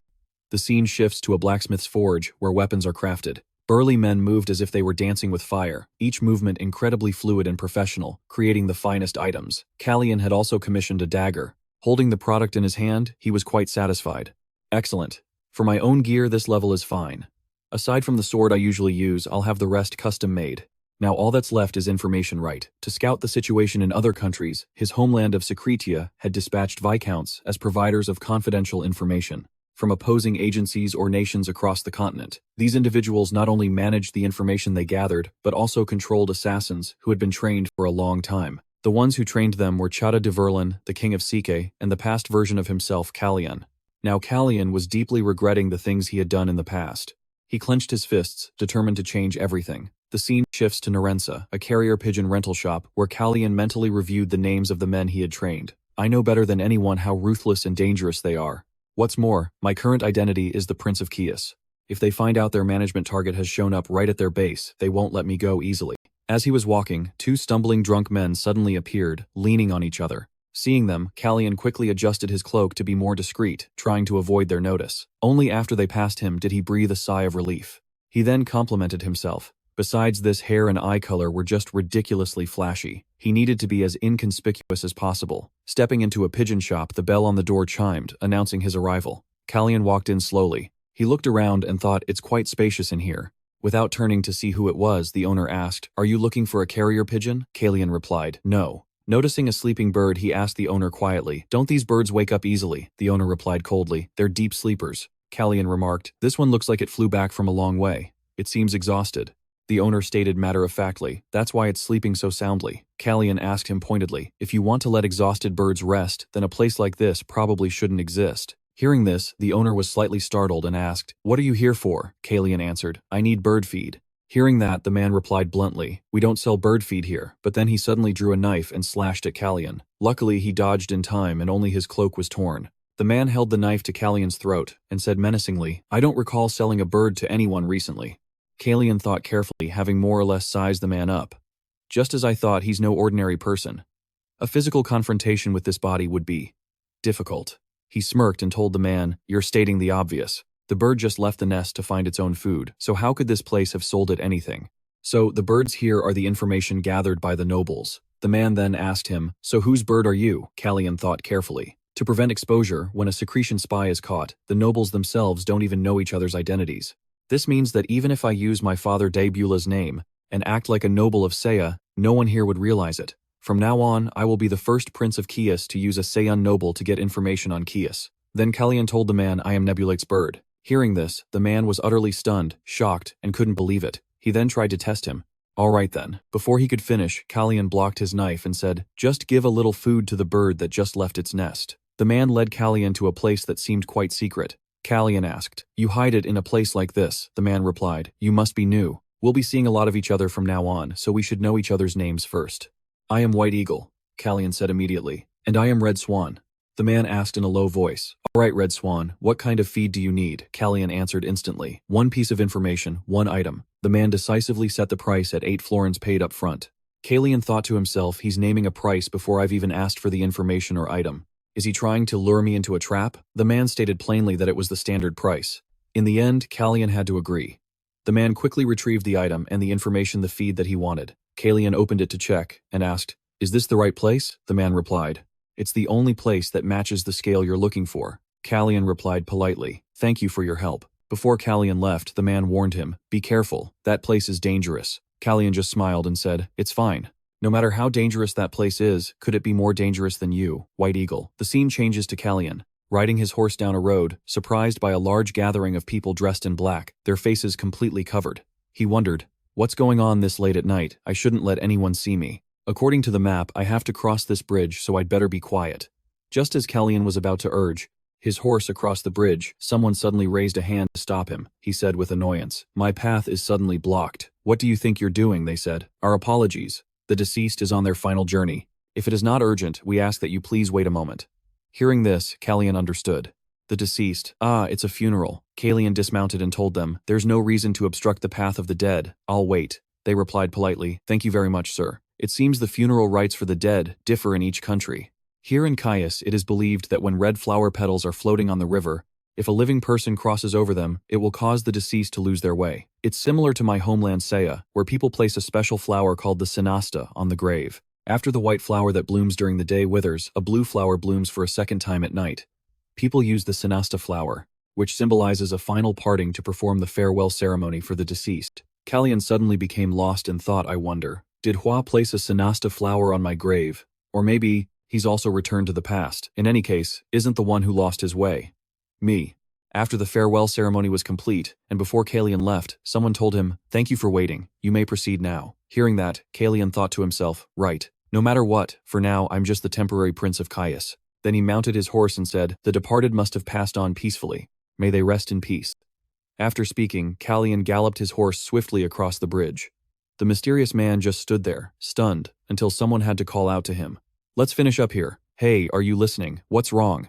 Sen was the mysterious man. Snapping back to reality, he replied, "It's nothing. I'll just be sure to remember you. He seems like a good person. Ever since I got here, I've seen a lot of signs with the name Sispanian." Calian looked around the small alley. The signs seemed to all be themed after Sispanian. Sispanian, slumber leisurely. Sispanian, a meal for Sispanian. He stood in front of a tavern also named after Sispanian. Isn't this a bit much? A large sign clearly read, "The strong scent of Sispanian's wine." He crossed his arms and thought to himself, this is exactly what the nobles in Calian's time used to say. The capital of Caius is like a gathering place for Sispanian wannabes. You see Sispanian everywhere. A bouncer from the tavern approached to greet him. "Let me show you to an empty table." Calian's eyes looked up at him from under his cloak. "No," he said with a smile. "The signal for the 4th floor of this building. I'm going to the 4th floor." The employee understood immediately. He led him inside. "Yes, this way, sir. I'll show you the way." He led Calian through the crowd in the tavern, then opened a small door at the back. "I hope you have a pleasant time." Calian stepped through the door into a smaller space, probably a storage room. He easily spotted a marked lever on a coat rack at the far end of the room. Calian walked over to the lever. "There's only one piece of information I want the White Eagle to find." He reached out and grabbed the lever on the wall. The location of the illegal activities in Kiss. He easily pulled the lever down. Immediately, the steps next to it slid to the side, revealing a secret passage. A 2-story building, but the signal is for the 4th floor. So it's obviously downstairs, not up. That means there's an underground space beneath the basement. He stepped into the dim passageway. "There's another piece of information I need in here." Inside, a staircase led down. Calian descended the stairs step by step, and the first thing he saw was a gambling room. But what he needed wasn't a place where small amounts of money circulated like the casino on the 3rd floor. Calian continued downward towards something hidden much deeper below. He opened the door, marked with the number 4. The atmosphere inside the enclosed room was incredibly lively and noisy. This was an illegal fighting arena. While 2 fighters on the stage were beating each other bloody, the audience below, far from showing any pity, was cheering. "Hit him. You have to duck low, then strike, you bastard. I bet so much money on you. Go on, hit him harder." As the 2 fought, one finally fell and couldn't get back up. The referee declared the match over. Today's victor is once again the Bloody Jera. Those who bet on white will soon receive their winnings. The 4th floor staff began a round of cleanup. The male employees carried the fallen fighter off the stage, while the waitresses went to distribute the betting money. The curses of those who lost their bets echoed through the room. "You bastard, do you have any idea how much I bet on you? Just kill him already. This can't be happening. Let them fight again. Should have beaten him more thoroughly." Witnessing this scene, Calian frowned, thinking to himself, the smell of blood never fades. And this inhumane spectacle is truly disgusting. A fat man walked up beside him and called out, "Hey, you in the cloak." He held out his hand, asking for the entrance fee. After Calian paid, the man shouted to a waitress, "Hey you, guide this gentleman to number 27. A long-haired waitress approached, constantly gesturing and pointing. "Is she telling me to follow? Can't she speak?" As he followed her, he noticed that her ears had been cut off. At the same time, a few small adjustments she made to her dress told him that the outfit was likely forced upon her. He looked around at the other waitresses. Besides, the uniform dresses, they all wore the same type of collar. Is it to prevent them from escaping? He thought. Such tight security. A finger tapping on his shoulder cut through Calian's thoughts. Looking up, he saw the waitress had brought a tray and was gesturing with it. The tray was painted in two distinct colors, white and black, and was also marked with the number 27. He knew instantly. They want me to place a bet. Calian sighed, took a few coins from his coat, and dropped them on the black side. I'll have to play along for now until I get what I want. The rules here were simple. There were no rules. Bet money and fight. Bet on the winner, and you get double your money back. 3 florins become 6 florins. 6 florins become 12. The fights just kept coming. Calian used his knowledge of evaluating fighters to boldly place his bets alone in each match. This continued until the referee shouted, "The 10th match is over. The winner is Panterin, nicknamed Panterin. All bets and documents will be brought to the winner in the black corner." After 10 matches, Calian had turned his 3 florins into 1,536 florins to the astonishment of everyone around him. They whispered and gossiped about the amount of money he'd won. But money isn't what I want. He rested his chin on his hand and gazed toward the fighting stage. Suddenly, the referee announced that the final match of the day was about to begin. A special match with the stakes quadrupled, Duan, the white bell pepper, and his opponent, a young man. As soon as the young man stepped onto the stage, Calian shot to his feet. He's here. In his past life, he had met a young man with a solemn face. He had told Calian, back in the place where I was held captive, I used to make money by fighting in betting matches. Until my sister died. The referee's introduction boomed. Today's opponent is. In his past life, Calian had asked the young man, "Do you want to become a knight?" The young man had replied, "A swordsman. I will become the Emperor's swordsman." Today, Calian had finally found him again, before it was too late. He was the young man whose name the referee was now calling out on the stage. Kiri. Now, let me introduce today's challenger, the Monster Eyes Kiri. As the name was shouted, Calian unhesitatingly pushed all the money he had won today onto Kiri. He said, "I'm betting everything on black." Everyone in the establishment was shocked by this move. The waitress stared at him wide-eyed. People nearby began to criticize him. What, he's betting everything now? He's putting all his chips on that guy. What an amateur. But Calian remained unmoved, sitting there with a calm smile. Someone who saw him said, "Is he crazy?" The referee continued his introduction to hype up the atmosphere. His current win rate is 0%. Although he hasn't won a single match to date, can he finally get his revenge in today's rematch? A man sitting at a betting table behind him spoke up, offering advice. "That's a lot of money. You shouldn't just recklessly bet it all like that." Calian turned to see who was talking. The man said, "I'm only telling you this because I feel sorry for you.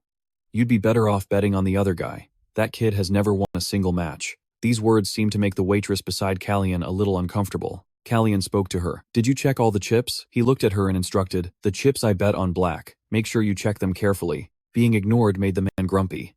"Damn it, I was just trying to help him. If you go and lose all those chips, don't blame me." On the stage, the two fighters were getting ready. In this corner is Sun, the Sun, an incredibly ruthless fighter. The crowd's cheers for the Sun roared continuously.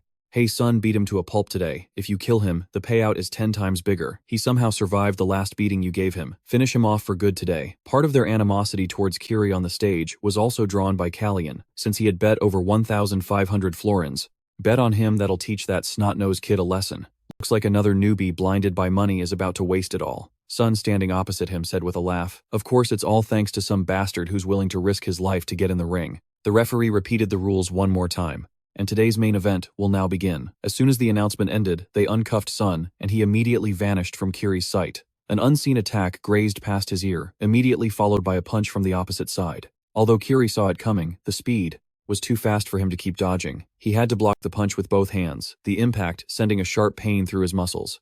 Sun, having the complete upper hand, taunted, "You're too slow." He launched a powerful kick into Kiri's stomach, slamming him onto the floor. The blow directly damaged his internal organs, causing Kiri to spit up blood. The crowd below cheered excitedly. "Hit him again. Finish it. Yeah, stop kicking. Use your fists." The situation in the ring made Calian extremely anxious. Jan thought, is it because he doesn't have a sword that he's being so overwhelmed? "What are you doing, Kiri? You can fight back." After catching his breath, Kiri began his counterattack with a punch, but Sun easily dodged it.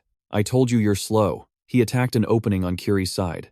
"This guy's like a cockroach." Kiri was once again sent reeling, spitting blood. Seizing the momentum, Sun unleashed a flurry of punches. With each powerful blow, he snarled Kiri, "This time I'm going to kill you." With the final punch, he swung with all his might. Unable to just watch anymore, Calian shouted, "Kiri, face the attack head on. Don't let him hit your shoulder." His reminder snapped Kiri back to his senses. Opening his eyes again, he saw Sun's massive fist hurtling towards him and instinctively repeated Calian's words in his mind. "Face the attack. Watch the shoulder." Luckily, Kiri managed to dodge the punch just in time. Then he lowered his stance, his arm muscles bulging with veins. "That's it," Calian smiled with satisfaction. Just like that. In the ring, Kiri landed a powerful uppercut to Sun's stomach. The perfect timing and force allowed him to turn the tables with ease. With just one punch, Kiri made Son's vision go white from the pain. He didn't stop there, following up with a left hook to Son's face. The blow was so powerful it knocked out Son's front tooth. An opponent twice Kiri's size was taken down in just 2 moves. Everyone watching the match stared with wide eyes and open mouths, completely shocked. What was that? What just happened? The referee announced. The winner is Monster's Eye, Kiri over Son. He had won his first match. Kiri didn't forget to look back at the mysterious black-cloaked Calian who had warned him. Amidst the curses of those who had lost their bets, Kiri saw a strange smile on Calian's lips. Suddenly, a guard approached Calian and said, "Someone is looking for you, sir." His expression was grave as he said, "Please follow me." In a small room, the manager sat behind a desk, tapping his fingers. He said, "You're incredibly sharp, I'll give you that. You turned 3 florins into more than 6,000, but a sum this large." Calian noticed the guard behind him was ready to draw his sword. The manager gave a threatening smile. "Letting a greenhorn kid like you hold on to it makes me a little nervous." Hearing this, Calian burst out laughing. He calmly asked back, "But did you really think I'd come all this way just to negotiate with you?" He looked at the manager and gave a sarcastic smirk. "You're even dumber than I thought." The manager was completely enraged by him. "What gives you the right to be so arrogant?" "Hey kid, you should take off that hood so I can see your face." Calian stroked the brim of his hood. "But can you handle the consequences?" he warned in a cold voice. "If I take this off, you'll all be in big trouble." But the manager, clearly needing to learn things the hard way, simply signaled the guards. "Trouble, you say? I'm quite curious to see what that might be." The large guard took the order and stepped toward Calian. "Listen here, little punk." He reached out with his filthy hand. "Let me see that precious face of yours. Let's see how handsome you are that you have to hide it." Before he could finish his sentence, a sharp pain shot through his hand. When he looked down, his pig trotter of a hand had been stabbed with a knife. The guard let out a long scream of pain. Calian, however, ruthlessly pulled the knife out as the manager watched in terror. "What's wrong? Of all the things you people possess, the one you use most," he said, with emphasis, "is your sight, isn't it?" Only then did the manager feel true fear. "Damn it, I've brought a knife wielder in here." He stammered to pay out such a large sum all at once. "Could you please wait for us?" Calian spun the knife in his hand, cutting him off. "I'm not taking the money." The manager's expression had barely brightened before Calian continued. "Instead, give me Monster's Eye." The manager's face darkened. "He's just started making us money. Our boss would never allow it." Caught between Calian's threats and the pressure from his boss, the manager's mind raced. "Damn it, what the hell is this? If I do this, I'll definitely get kicked out of here. I'm not crazy." He tried to reassure himself. "No matter how skilled this kid is, he's still alone. You're the one who's outnumbered." But it was as if Calian could read his mind. Streams of blue energy suddenly began to radiate from him, just as the manager opened his mouth to refuse, saying, "I'm sorry, but we can't possibly hand him over." A bright flash of light sliced right through his desk. The manager screamed in terror. He fell to the ground as his desk split in 2. Even his clothes were torn. Calian said, "That's 6,000 plus your life." He tightened his grip on the small dagger, smiling as he asked, "Do you think that's enough?" The manager's face went pale. "This," he stammered. "Hey," he hurriedly ordered the guard. "What are you standing there for? Go get Kiri now." Calian smiled, satisfied. He raised a hand to his face. "So we're done here, right? Because I can't do that again." His hand gently covered a trickle of blood running from the corner of his mouth before wiping it away. "As I thought, this body can't handle it. I have to end this here." The guard returned with an awkward look to report, Boss, there's a bit of a problem." The manager, who hadn't even had time to change his pants, snapped. "What problem now?" The guard had no choice but to explain. "That guy Kiri, he says he can't leave Hina behind." Calian murmured Hina. He recalled a memory where Kiri had told him about a lost relative. "My sister. She chose to end her own life. After that, I went straight to the fighting ring, because I was in so much pain that I couldn't protect her." Realizing who Hina was, Calian gestured to the manager. Terrified, the manager shouted, "I don't care, just bring both of them here." Calian stopped him. "I'll go down and get them myself." The manager forced a smile. "Yes, of course. I'll arrange for your smooth exit. Model." But he held a hand out in front of the man and said, "But first." The manager looked at him confused. Who would have thought that stingy Calian would demand the tavern pay me back for the cover charge and the principal? And just like that, he easily took over the debt of the 2 half-beast siblings, Kiri and Hina. They stood together in a small alley behind the tavern. Hina nervously clutched her brother's hand. Kiri put an arm around his sister's shoulders. Before leaving, he said, "Thank you, sire, for helping us." Calian stopped in his tracks and glanced back. Kiri asked, "But, I don't understand why you would help us." Calian noticed Hina looked uncomfortable in her dress, so he offered her his cloak. He gallantly draped the cloak over her and told them, "There's no need to be so wary. I mean you no harm." When Kiri looked over, he was completely astonished. "You are." He recognized the person, smiling right in front of him. He immediately dropped to his knees, bowed his head, and pleaded, "Your Highness, please forgive me. Forgive me for not recognizing you and for doubting you." Calian placed a hand on Kiri's shoulder and said, "Don't bow your head." He helped him to his feet. "You don't have to do that." The two half-beast siblings had nothing to their name. You didn't even need to look to know what kind of past they'd had. In his previous life, Kiri had failed to protect his sister in the end. With that thought, Calian pointed at Kiri and said, "Your habit of attacking the shoulder when you fight. That's a habit of someone who's just started learning the sword. I'm guessing you want to become a knight." Kiri shyly explained that wasn't it, but as he spoke, his eyes suddenly became resolute. "I don't want to be a knight. I want to become a sword that can protect everything." Calian nodded in satisfaction. He tossed Kiri a brand new sword. "You can't become a knight just yet, so for now you can be my shield. And if you want to learn swordsmanship in the meantime, just come find me, Kiri." He held the sword in his hand, looking at Calian in disbelief. "Why would you give me something so valuable?" Calian replied simply, "Because I need a good sword." He added silently to himself, "And because I want to repay the kindness you showed me, Kiri." On NASA West Street in the Magician's Guild building, the light in Alan's office was still on. He was destroying some papers on his desk. According to the mage who participated in the equestrian performance, Prince Calian had expressed unease about the Baron and wanted me to keep an eye on him. And the person the prince was uneasy about turned out to be the one who discovered the cut rope. How could our prince have known about these things? Speak of the devil. Calian peeked his head into the room and called out, "Master." He smiled and greeted him. "I'm here." Alan Manassas's brow furrowed slightly as he glanced over. Then he pretended nothing was amiss and stood up. "Did you just get into a fight?" Alan sighed and asked, "Where did you sell off all your clothes?" Calian sat down on the sofa and replied, "I had a little business to take care of, that's all. I didn't fight."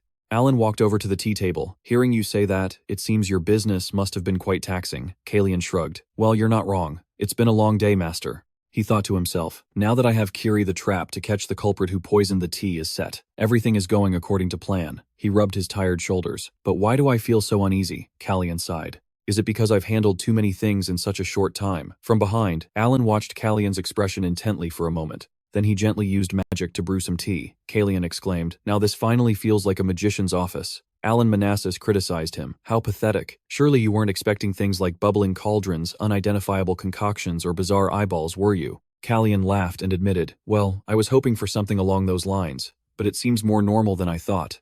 Although there is a dagger on the table, the kind you wouldn't find even in a weapon shop. It doesn't match the decor at all." As he said that, he took a closer look at the blade. He recognized something about this dagger.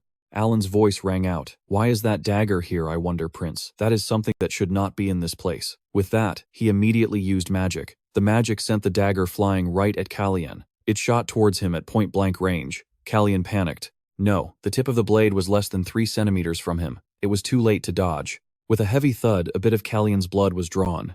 Alan stood there calmly with his arms crossed. He said with a serious expression, "Even with such a weak body, you're still very fast." Calian had quickly drawn his own sword to deflect the incoming blade.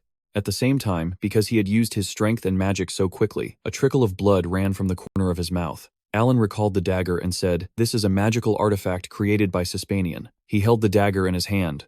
"It can copy an opponent's hidden weapon." Alan Manassas stood tall, looking down at Calian struggling on the sofa. Was this a warning? After calming down, Calian realized that Alan never intended to attack him from the start, because as soon as he drew his special sword, the dagger's trajectory hadn't been aimed at him as he thought, but slightly to the side. It was because he had been too hasty and had even activated his aura. Alan asked Aura, how could someone who doesn't even know how to hold a sword use that? Alan Manassas's large shadow fell over him. He placed a hand on Calian's shoulder and said, "From the first day we met, I always found it strange to have run into you, Prince. But gradually more and more strange things started happening. His Majesty mentioned that he was frightened by the things you said. The nobles also often say that the prince is like a completely different person. And when you found out you had been poisoned, I saw more killing intent in you than fear of death. That kind of energy is more like someone whose hands are already stained with blood. Furthermore, you knew about the accident at the performance beforehand and stopped it from happening." Alan Manassas looked him in the eye and said, "Prince, can you explain all of this to your master?" Calian could feel Alan healing him, healing magic, for someone whose identity he suspects. "No, that's not it," he wondered. "Does this mean Alan Manassas wants to trust me?" Finally, he clenched his fists, having made a decision. "I am not Calian. But my original name was Calian, and I am Calian." It took quite some time to explain the whole story to Alan Manassas. By then, the sky outside the window had turned pitch black. The two sat facing each other on the sofa. Alan Manassas ran a hand through his hair and exclaimed, "So a timeline shift?" "No, but before that." He looked at Calian and asked, "Then, is the previous Prince Calian?" Dead Calian was silent for a moment, then shook his head. It's not like that. He explained slowly. I didn't know at first, but he's still here. He placed a hand on his chest. I can still vaguely feel his presence. Alan Menasis's expression was grim. He didn't say anything, then covered his face and said, the first day we met, you said you didn't want the throne. So may I ask again what it is that you want? Calian's face grew serious as he answered, war. I want to prevent the war. I still don't know why Franz is so obsessed with the timeline. If the cause remains, the problem will just happen again, so I want to investigate and confirm it. And folded his hands together and said, is what the prince wants for your own sake, or for your brother Chase's? The question made Calian freeze. What do you mean by that? Anne replied. First, there is something the prince needs to know. The current Kiris has only one crown prince, Chase. Chase was originally an illegitimate child, and the queen consort was barren. Alan Manassel emphasized that the Calian he knew, the one he was talking about, does not exist in this place. What the news was an utter shock to him. Alan Manassel's face became incredibly serious. He said the person named Calian, he carefully stated the fact, does not exist in this world. En's words were like a sharp knife piercing Calian's mind. He struggled with the unbelievable thought. I don't exist. So many questions swirled in Calian's mind. Not in Siegfried, not in this land, not anywhere else. His eyes went vacant for a long moment, unable to regain his composure. Why? Is it because I reversed time? A great suspicion began to form. What exactly is the problem? Because the timeline was used, both time and space have been distorted. That must be why I entered this body of Calian's. Calian seemed to be grasping something. He raised his hands, examining Calian's body once more. He recalled images from the past and continued to think. This young body was originally living a normal life, its hands full of vitality. Even now, Calian couldn't believe he was in someone else's body. He clenched his fists and said to Alan Manassel, I had a vague feeling about it. As he spoke, his gaze drifted away, but his voice was firm. Though I thought that since I entered Calian's body, perhaps someone else entered mine. But since I'm already here, there can't be another Calian. Calian squeezed his eyes shut, trying to compose himself. That's right. It really is me. As he was lost in thought, Alan Manassel, who had been watching him with a tense expression, spoke up. The current Chase, you have taken another person's life. The image of Chase flickered in his mind. Alan Manassel continued. He has been announced as the crown prince of Kiris. Just as the past, you know, is different from the present, perhaps the future can also be changed. En's steady voice seemed meant to awaken Calian. The third prince of Kiris, whose life is under threat, has no need to worry about the elite prince of Siegfried. Alan Manassel's brow furrowed, his expression firm. Calian stared, his mouth agape in surprise. After processing the information for a moment, he gave a slight smile and asked, Are you telling me to stop living in the past? He promised earnestly, I know what you're worried about, Master. I assure you what you fear will not happen. Calian recalled the memory of the first day he woke up hastily, pulling open the door to see the unfamiliar scenery before him. From the very first day I opened my eyes here in Kiris. A harsh truth was spoken. I had already given up on being Calian. En was completely astonished by his words. Calian, knowing exactly how he felt, asked Master, Are you truly okay with this? He looked up, meeting En's eyes directly as he asked. About the fact that I am not the real Calian. Suddenly confronted so bluntly, Alan Manassel was at a loss for how to react. He gave a sheepish, awkward smile and explained, I wasn't sure what you were worried about, so let me remind you. His voice grew serious. The one who has a connection with me. He pointed a finger directly at Calian and said, From the very beginning, there has only ever been one person. Hearing this confirmation, Calian was so happy, his face flushed red. Changing the subject as they were outside, Calian continued to question Alan Manassel. Master, did you know about the timeline before? Even though we're on horseback, his voice carried clearly. You reacted as if you already knew it existed. Do you know anything more about it? En remained silent, his face pensive. After a while, he finally answered cautiously. Around this time last year, Prince Chase came to me for advice about the axis of time. In his memory, he recalled seeing a mysterious artifact being crafted. Alan Manassel recounted. I secretly took a trip to Secretia, but all I could find out was that it wasn't something created by humans. He held up a finger to describe its shape. And a month ago, I received a report that the timeline in Secretia had vanished. Prince, he said, wasn't that when you returned from 10 years in the future? Alan Manassel's final words successfully stunned Calian. He now knew the truth. The timeline disappeared the moment he regressed. After thinking all day, he still couldn't figure out the reason. He had to turn to him for an opinion. Why do you think I was sent back? Calian asked, beads of sweat forming on his tense face. The timeline, why did it? Alan Manassel quickly raised a hand to cut him off. Even if we rack our brains right now, we won't be able to solve that problem. He playfully offered a solution. But there is someone you can ask. Someone who knows more than I do. Someone you will be meeting soon. The sky was full of stars. As Calian looked up at the statue of the deity En, revealed the mysterious person's identity, Sispanian. Suddenly, remembering something important, Calian exclaimed, "That's right, my coming-of-age ceremony is soon." A memory from his past life flooded his mind. He recalled that the coming-of-age ceremony for a prince of Kiris Roslita was a ritual to visit Sispanian's former residence and announce that one had officially become a member of the royal family. There one could meet the will of Sispanian. Speaking of important matters, Anne was also keen to discuss it. For the coming-of-age ceremony to go smoothly, the most important thing is to stay alive. So you need to resolve the poisoned tea incident quickly. Heeding the careful reminder, Calian agreed.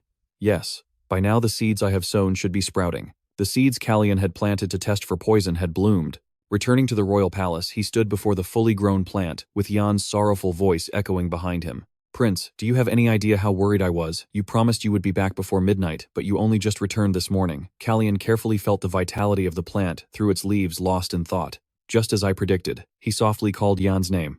Jan, who had been crying, quickly replied, "Yes, if you're going to bed, you should wash your face first." Calian suddenly made a suggestion. "Let's go see something amazing." Jan was baffled by the unexpected invitation. "What?" On the rooftop, he comfortably welcomed the strong winds. Jan asked frantically, "Prince, why did you suddenly want to come up to the roof?" A concerned voice added, "It's early morning, so it's still quite chilly." Ignoring the words of concern, Calian had his confirmation about the flowers he'd received from the Mages Association. In the past, a mage introduced this plant as a famous species whose pollen would glow after it died, and for that reason, he completely trusted its effects. Because it was so rare, not many people knew about this characteristic. Everything, including the seemingly careless accident, was part of Calian's plan. He intentionally spilled the poisoned tea into the flower pot. A servant with ill intentions quickly grew anxious after seeing his action and began observing the other servants in the room. Of course, the sharp-eyed Calian noticed these unusual reactions. He flashed a triumphant smile. After the plant absorbed the poisonous liquid, it quickly began to wilt. This poison was so dangerous that a normal person couldn't even withstand it for a week. The fact that the plant now looked perfectly healthy only strengthened his certainty that the original flower that absorbed the poison could not have survived. But the plant, for some reason, remained healthy and normal. It was as if someone had deliberately switched the flower pots. A flickering light suddenly appeared before Jan, and he stared at it mesmerized. Jan's eyes lit up, his cheeks flushing from the thrill. White specks of light descended, seemingly centered on Calian. Jan exclaimed, "It's so beautiful." Both Jan and Calian were happy with the magnificent scene. After the switch, it wouldn't be so easy to just get rid of it. Therefore, the key had to be kept in the safest place. His eyes narrowed in satisfaction. Calian spoke softly, "It will lead us to the culprit's whereabouts." The sky lit up as if with brilliant fireworks. The horrifying image of the female antagonist suddenly appeared in his mind. Calian thought to himself, "That's right, the master of the SSS-Rank is her." Raindrops pattered on the leaves, and in the silence, every single drop could be heard falling. In a gloomy house, a figure used the rainy scenery to express their thoughts. Calian was placing his hand on the window frame when he suddenly turned his head. At the door stood Jan carrying a tray. Calian said, "Hello, Jan." He looked at the other man and asked with a friendly smile, "Jan, did you have a good dream?" The image of Calian appeared so handsome he could easily steal the hearts of countless girls. Jan was stunned for a moment by his attitude, but still replied with proper etiquette, "Yes, Your Highness." "And did you sleep well?" Approaching the table, he set down the tea tray, smiled, and made a comment. "Hearing that greeting from you, Your Highness feels a little strange." Calian stepped forward and explained, "I woke up early." Hearing this, Jan found it quite odd. How strange the sun must have risen from the west. Just then, Calian's expression darkened as he glanced behind him. Following his gaze out the window, Jan asked, "Was it the sound of the rain that woke you?" Calian leisurely brought the teacup to his lips, looking at his own reflection in the tea. He smiled and thought to himself, "It's a bit odd, but today is different. SSS-Rank has increased the poison." After finishing his drink, Calian asked Jan, "Do you have a schedule for an event in the next week that all the nobles will attend?" Jan, who was opening the window curtain, paused and turned his head to answer. "Next week there is a meeting for all the nobles, including His Majesty the King." About to take another sip, Calian mumbled, "1 week from now." His eyes grew much sharper as he calculated. "After the nobles' meeting ends, there will be a dinner party. That day is perfect for paying her back for this poison." He looked up and out the window with a calculating gaze and a smirk. "Therefore, Celeste, you should enjoy yourself until then." At that moment, a round gray pill sat in the middle of his palm. Calian didn't hesitate to pop it into his mouth under Jan's watchful eyes. As he handed the teacup back to his servant, Jan spoke up. "But Your Highness." He blushed and began to stammer, "The thing you've been drinking for the past few days." But before he could finish, Calian cut him off. It seemed he already knew what he was going to ask and answered. "It's a tonic." He smiled as if nothing was wrong and added, "My body is already frail. Should we go have an early breakfast today?" Seeing that he had changed the subject, Jan didn't try to pry any further and replied, "Ah, yes. I'll come and assist you right away, Your Highness." He then carried the tea table out his shadow, reflecting on the tray. He stared at the items intently. Standing in the dark, deserted hallway, Yan couldn't help but wonder, why do I feel so uneasy? As Calian spread butter on his bread, he thought ever since the accident at the equestrian performance, raising the bread to his mouth for a bite. His eyes glanced sharply to the side. Franz has not appeared. At the breakfast table, chewing his food with relish, he told himself, it's for the best because what I'm about to do can't be ruined by Franz. After thinking for a moment, Calian suddenly spoke up. The roses seemed to be about to bloom. These words made Randall, who was holding a glass of wine, suddenly freeze. Calian looked at him and smiled amicably. Randall looked back at him, but said nothing. Soon after, Randall stood up from the table in annoyance. This reaction seemed to be exactly what Calian wanted, as he smiled brightly. Randall left to the respectful bows of the servants. Jan, pale with worry, leaned down and whispered to his master, Your Highness, why did you suddenly mention roses? Calian answered casually, I saw the roses when I was on a walk. Thinking about the sight of Randall with shears in his hand picking flowers, he added, It just reminded me of seeing Crown Prince Randall trimming them. After that, his ruby-red eyes kept staring outside. Calian's gaze was fixed on where Randall was standing, and he said loudly, as if to inform him I didn't mean anything else by it. Then, an image of Calian running outside in the rain appeared. With a flushed face and disheveled clothes, he ran as if he would never tire. Finally, unable to continue, Calian stopped by a tree and clutched his face, panting heavily. Just then, a person approached and said, What have you been doing? It's only been a day since I left you, and you're already in such a terrible state. Or do you have a habit of torturing yourself? Clutching his chest, Calian replied in apparent pain, If I don't train my stamina, I feel like I'm going to lose control. At that moment, Alan Manassel appeared, causing the other person to immediately greet him. Master, where have you been? He glanced over and replied, I went to have a little chat with Rumain. Hearing this, Calian was startled and asked back, Are you two close enough to be on a first-name basis? Alan Manassel spread his hands out and retorted, There's no relationship at all. It's just a one-sided thing from my end. Besides, he's only about my nephew's age. Anyway, what did you need to summon this old man here for? Calian didn't hide anything, holding up 2 fingers and saying directly, I have 2 things I want to ask of you, master. First, I need to know the identities of 2 people. After listening, Alan Manassel calmly replied, That's not too difficult. Alright, what's the other thing? The second task Calian proposed seemed much harder and more important than the first. I want to investigate the mysterious deaths of nobles especially. They both pointed at each other and said in unison, the ones involving the Brisons. Truly a master and student in perfect sync. Stretching with a long sigh, Alan Manassel said with a smile, Those 2 things aren't too hard, but why do you keep ordering this old body around? Calian smiled, hearing his master's question. 2 requests at once. Is there something urgent, Your Highness? He replied, The amount of poison has increased. This stunned Alan Manassel. Clenching his fist, he stood up straight and crossed his arms. Alan Manassel added, It seems you've found the culprit. I have a good idea of who it is. Calian gave a friendly warning. I'm sure you'll be targeted soon as well, master. Pointing a finger forward, Calian declared heroically, Although it won't be easy to touch a grand mage, now is the time you need a powerful backer. Alan Manassel immediately understood and asked, Are you planning to use me as a shield? Calian's gaze sharpened as he corrected him. Not a shield, but a weapon. He thought to himself, That's right, a weapon. I understand the power of capable mages better than anyone. Thinking about the clash between powers, Calian couldn't help but recall how his own life and country were lost at the hands of the white-robed demonic army of mages. Clenching his fist, he said, With absolute resolve, I will create an army of mages. With a determined expression, Calian stated his desire, I want to establish an army of mages. Alan Manassel was frozen by his wish, wondering, An army of mages? What do you mean? After a moment his expression fell as he reminded him, Your Highness, mages are different from knights. Progress through organized training is very difficult. You understand that, don't you? Calian was strangely calm, as if he had prepared the answer long ago. I can answer that question like this. Calian's answer struck a chord. Someone has done it before. He let out a scoff of disbelief. Calian, not giving up, continued the story. When Rumian spoke of forming an army of mages, there was once a meeting to discuss it. However, everyone, including the Brisons, looked down on the idea. They thought it was something not worth their attention. But that's exactly why the plan was able to proceed. King Rumain walked away, determined to form an army, and in the end he created one. But the peace didn't last long and something tragic happened. But right after the army of mages was established, Rumain passed away. Sadly, the truth is always harsh. Moreover, it was a sudden, unnatural death. Franz took the throne, Calian continued his story, and the army of mages fell into the hands of his successor. The result is just as you know, master. Alan Manassel crossed his arms, listening seriously to his explanation. But it won't be so easy this time. Calian thought of the immediate difficulty.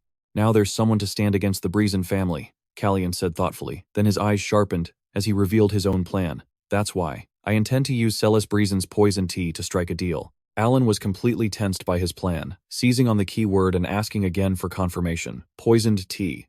After thinking it over, he still couldn't understand Celeste-Breezen's motives. He asked, "May I ask what method you plan to use?" Calian gave a relaxed smile and replied, "It's a secret. You'll find out soon enough, Master." Alan held his head in his hands, exasperated but had to admit it. Right. What a reliable answer. Calian then playfully suggested an idea. "Master, try sharing your thoughts with Rumain. I'm sure he's thinking about this as well." Calian carefully rolled up his cuffs. His voice rang out with certainty. Returning to his serious demeanor, he looked straight at Alan and declared, "This deal has to succeed." A teacup was served as a servant reported. "I have increased the amount of poison just as you said." Celeste suddenly slammed her teacup down on the table and said loudly, "It needs to be dealt with thoroughly." She leaned on the table, turning to give a warning. "The recent rumors have been very annoying." Her face was emotionless, but her words carried a heavy threat.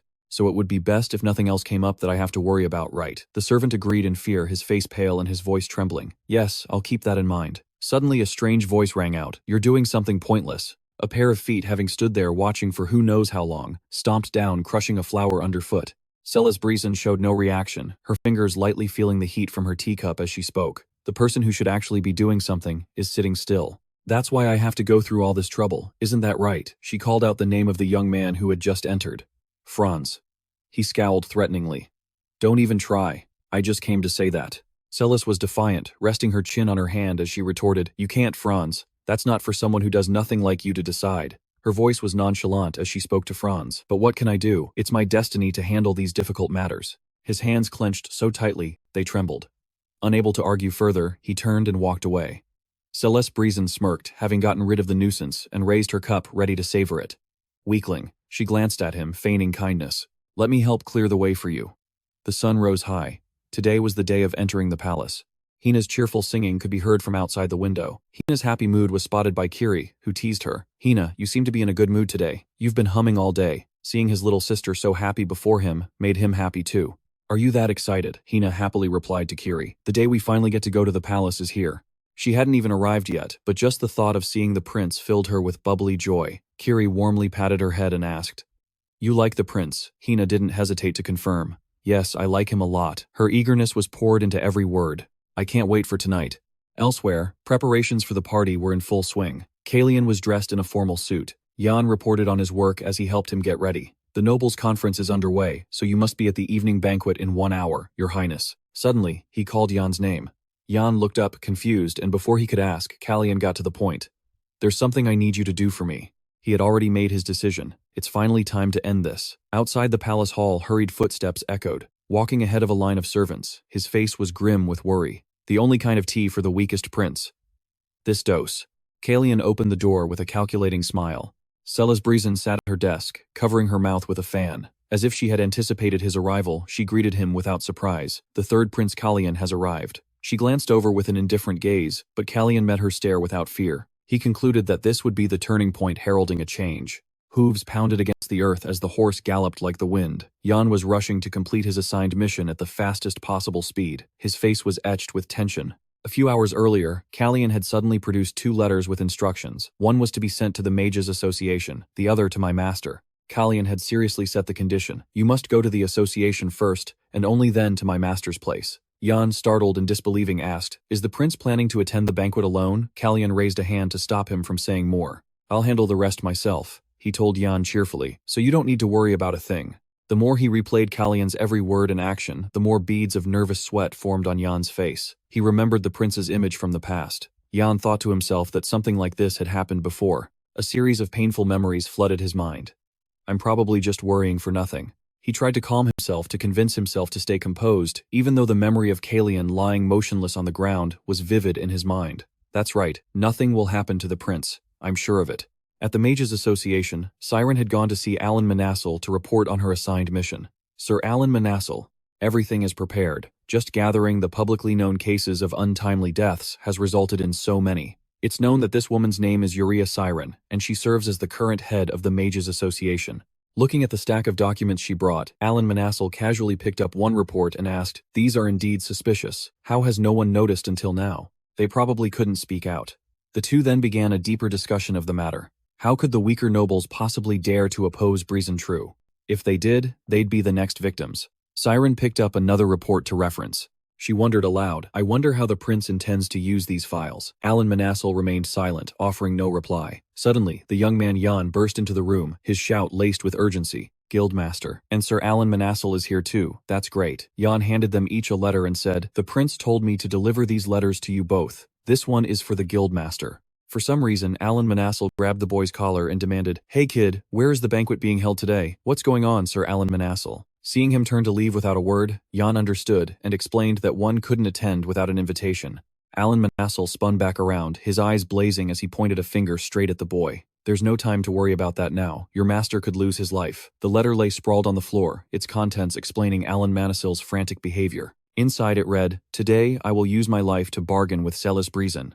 If anything should happen to me, master, I beg you to save me. Backtracking 1 hour, the letter's author had a meeting with a mysterious lady. After the tea was served, he lightly lifted his cup and spoke. Well, now I think it's time we both drop the masks. The woman snapped her hand fan shut in response. Fine, let's do that, though I don't see what difference taking off a mask will make. I said we should drop the masks, not that you should discard all etiquette. SSS-Rank began to use enticing words. I have no idea what you're trying to say. Do you just want to argue? Then the woman shot to her feet, her tone shifting to one of superiority. I regret ever finding you interesting for even a moment. As expected, your rudeness is just like the inferior blood flowing through your veins. Calian's next words were what was truly terrifying. He told her there was poison in her tea, which seemed to shatter SSS-Rank's composure. Calian added, This is about where it should stop, isn't it? I had to force myself to drink it even though it felt scratchy in my throat. SSS-Rank glared. What are you talking about? I don't understand at all. I know nothing of this. Then she burst into bitter laughter. You don't know, I guessed you'd say that, so I've come up with many plans. If I want to stop you from doing these things in the future, I suppose I'll have to do something myself. Right now, all I have is a healthy heart, so I'll try using it to make a bet. Calian took out a vial of medicine he had prepared beforehand to reveal a secret. This potion will cause the heart to stop for a short while. I received this from the White Eagle. It doesn't react to silver, nor can it be detected by magic detection potions. Of course, my heart won't actually stop because I have the power of a blessing. The power of the blessing can only neutralize one type of poison per day. So when it counteracts this potion, the poison from the tea I've been drinking all this time will ravage my body. If that happens, who do you think everyone will suspect first? Celis, far from being scared, had a reaction that slightly worried Calian. She laughed loudly. Do you really think things will go your way? You must know this isn't the first time. SSS-Rank moved closer to him and brought up a forgotten event from the past. Your mother was dealt with in the same way. Is there anyone who doesn't know that? The fury was evident in the way Calian's hand gripped the teacup. Unable to act rashly and alert the enemy, he could only suppress his emotions. Well, what should I do with it? Let's see what you can do. Under SSS-Rank's gaze, Calian began to drink the tainted tea. I'll take that as your refusal. Seeing that he had drunk it, a sly smile crept onto her lips. Who do you think would dare suspect me? A person even Rumain is wary of. Celis continued her arrogant speech. In Kiris, there is nothing I cannot have. The position of queen is no different. I am simply removing a thorn in my side to get what I want. And just like that, I've obtained everything I desired. Except for one thing. There's still one thing I haven't obtained. The evening banquet may now begin. At the end of the announcement, Calian immediately reacted. He choked in agony, the poison catching in his throat. This in turn delighted SSS-Rank. She let out several hisses of pleasure. So, all you need to do. As for Calian, after a series of violent coughs, he spat up blood, splattering it all over the floor. The two princes and several guests nearby all saw what happened. Most of them were utterly shocked. SSS-Rank continued. It has become a stepping stone for me, just as you've always done. A multitude of screams erupted. Guards, someone get the divine healer. Is it iron poison? Was the drink poisoned? His Majesty the King hasn't even arrived yet? Why would the prince drink beforehand? Does that mean the poison was administered before? Who was with Prince Calian before the banquet began? A wealthy man quickly gestured, Be quiet, do you want to lose your head? Hearing this, the person who had raised the question immediately changed their tune. So the prince, he must have been ill for some time. Everyone, let's not speak of this further. That cunning woman was still gloating. See, even though they know I'm the culprit, not a single one of them dares to say a thing. In the end, victory is mine once again. The king quickly arrived, rushing to his son's side and shouting, Calian, wake up, my son. Hasn't the priest arrived yet? Calian, don't lose consciousness. Fortunately, a weak voice emerged from the despair. Ugh. He reached out a trembling hand and gently touched Rumain, just as the king's late wife had done when she passed away years ago. In her final moments, Rumain's wife had also taken his hand. Our Calian, our son, please protect him. Seeing his son in this state now, Rumain could never forget that horrifying moment. He clenched his teeth. As for Celeste, she quickly shattered the somber atmosphere with a few harsh words. How could something so shady happen in the royal palace? I can't stay here and suffer any more shocks. I'm returning to Hia Palace. But Rumain could no longer contain himself. He roared in the middle of the great hall. In the end, you still wanted to harm my son, didn't you, Celeste? The guests, especially the two princes, were stunned by the outburst. Named directly, she could only turn and give him a look of utter shock. The entire hall began to whisper. The queen, come to think of it, wasn't she at the previous party? Could she have planned to assassinate the prince back then? If it's the queen, it's certainly possible. The truth is, everyone was just deliberately avoiding the topic. Seeing this, she hastily used her fan to hide the fear on her face, and her voice began to stammer. What are you talking about? I don't understand. Calian, that child. I heard he's always been sickly. Rumain recounted bitterly. When she fell, you also brought all the Breezen Knights with you and said the exact same thing. He remembered her every single word back then. It was just because of her illness. Rumain, even if you say that, it doesn't make me the culprit.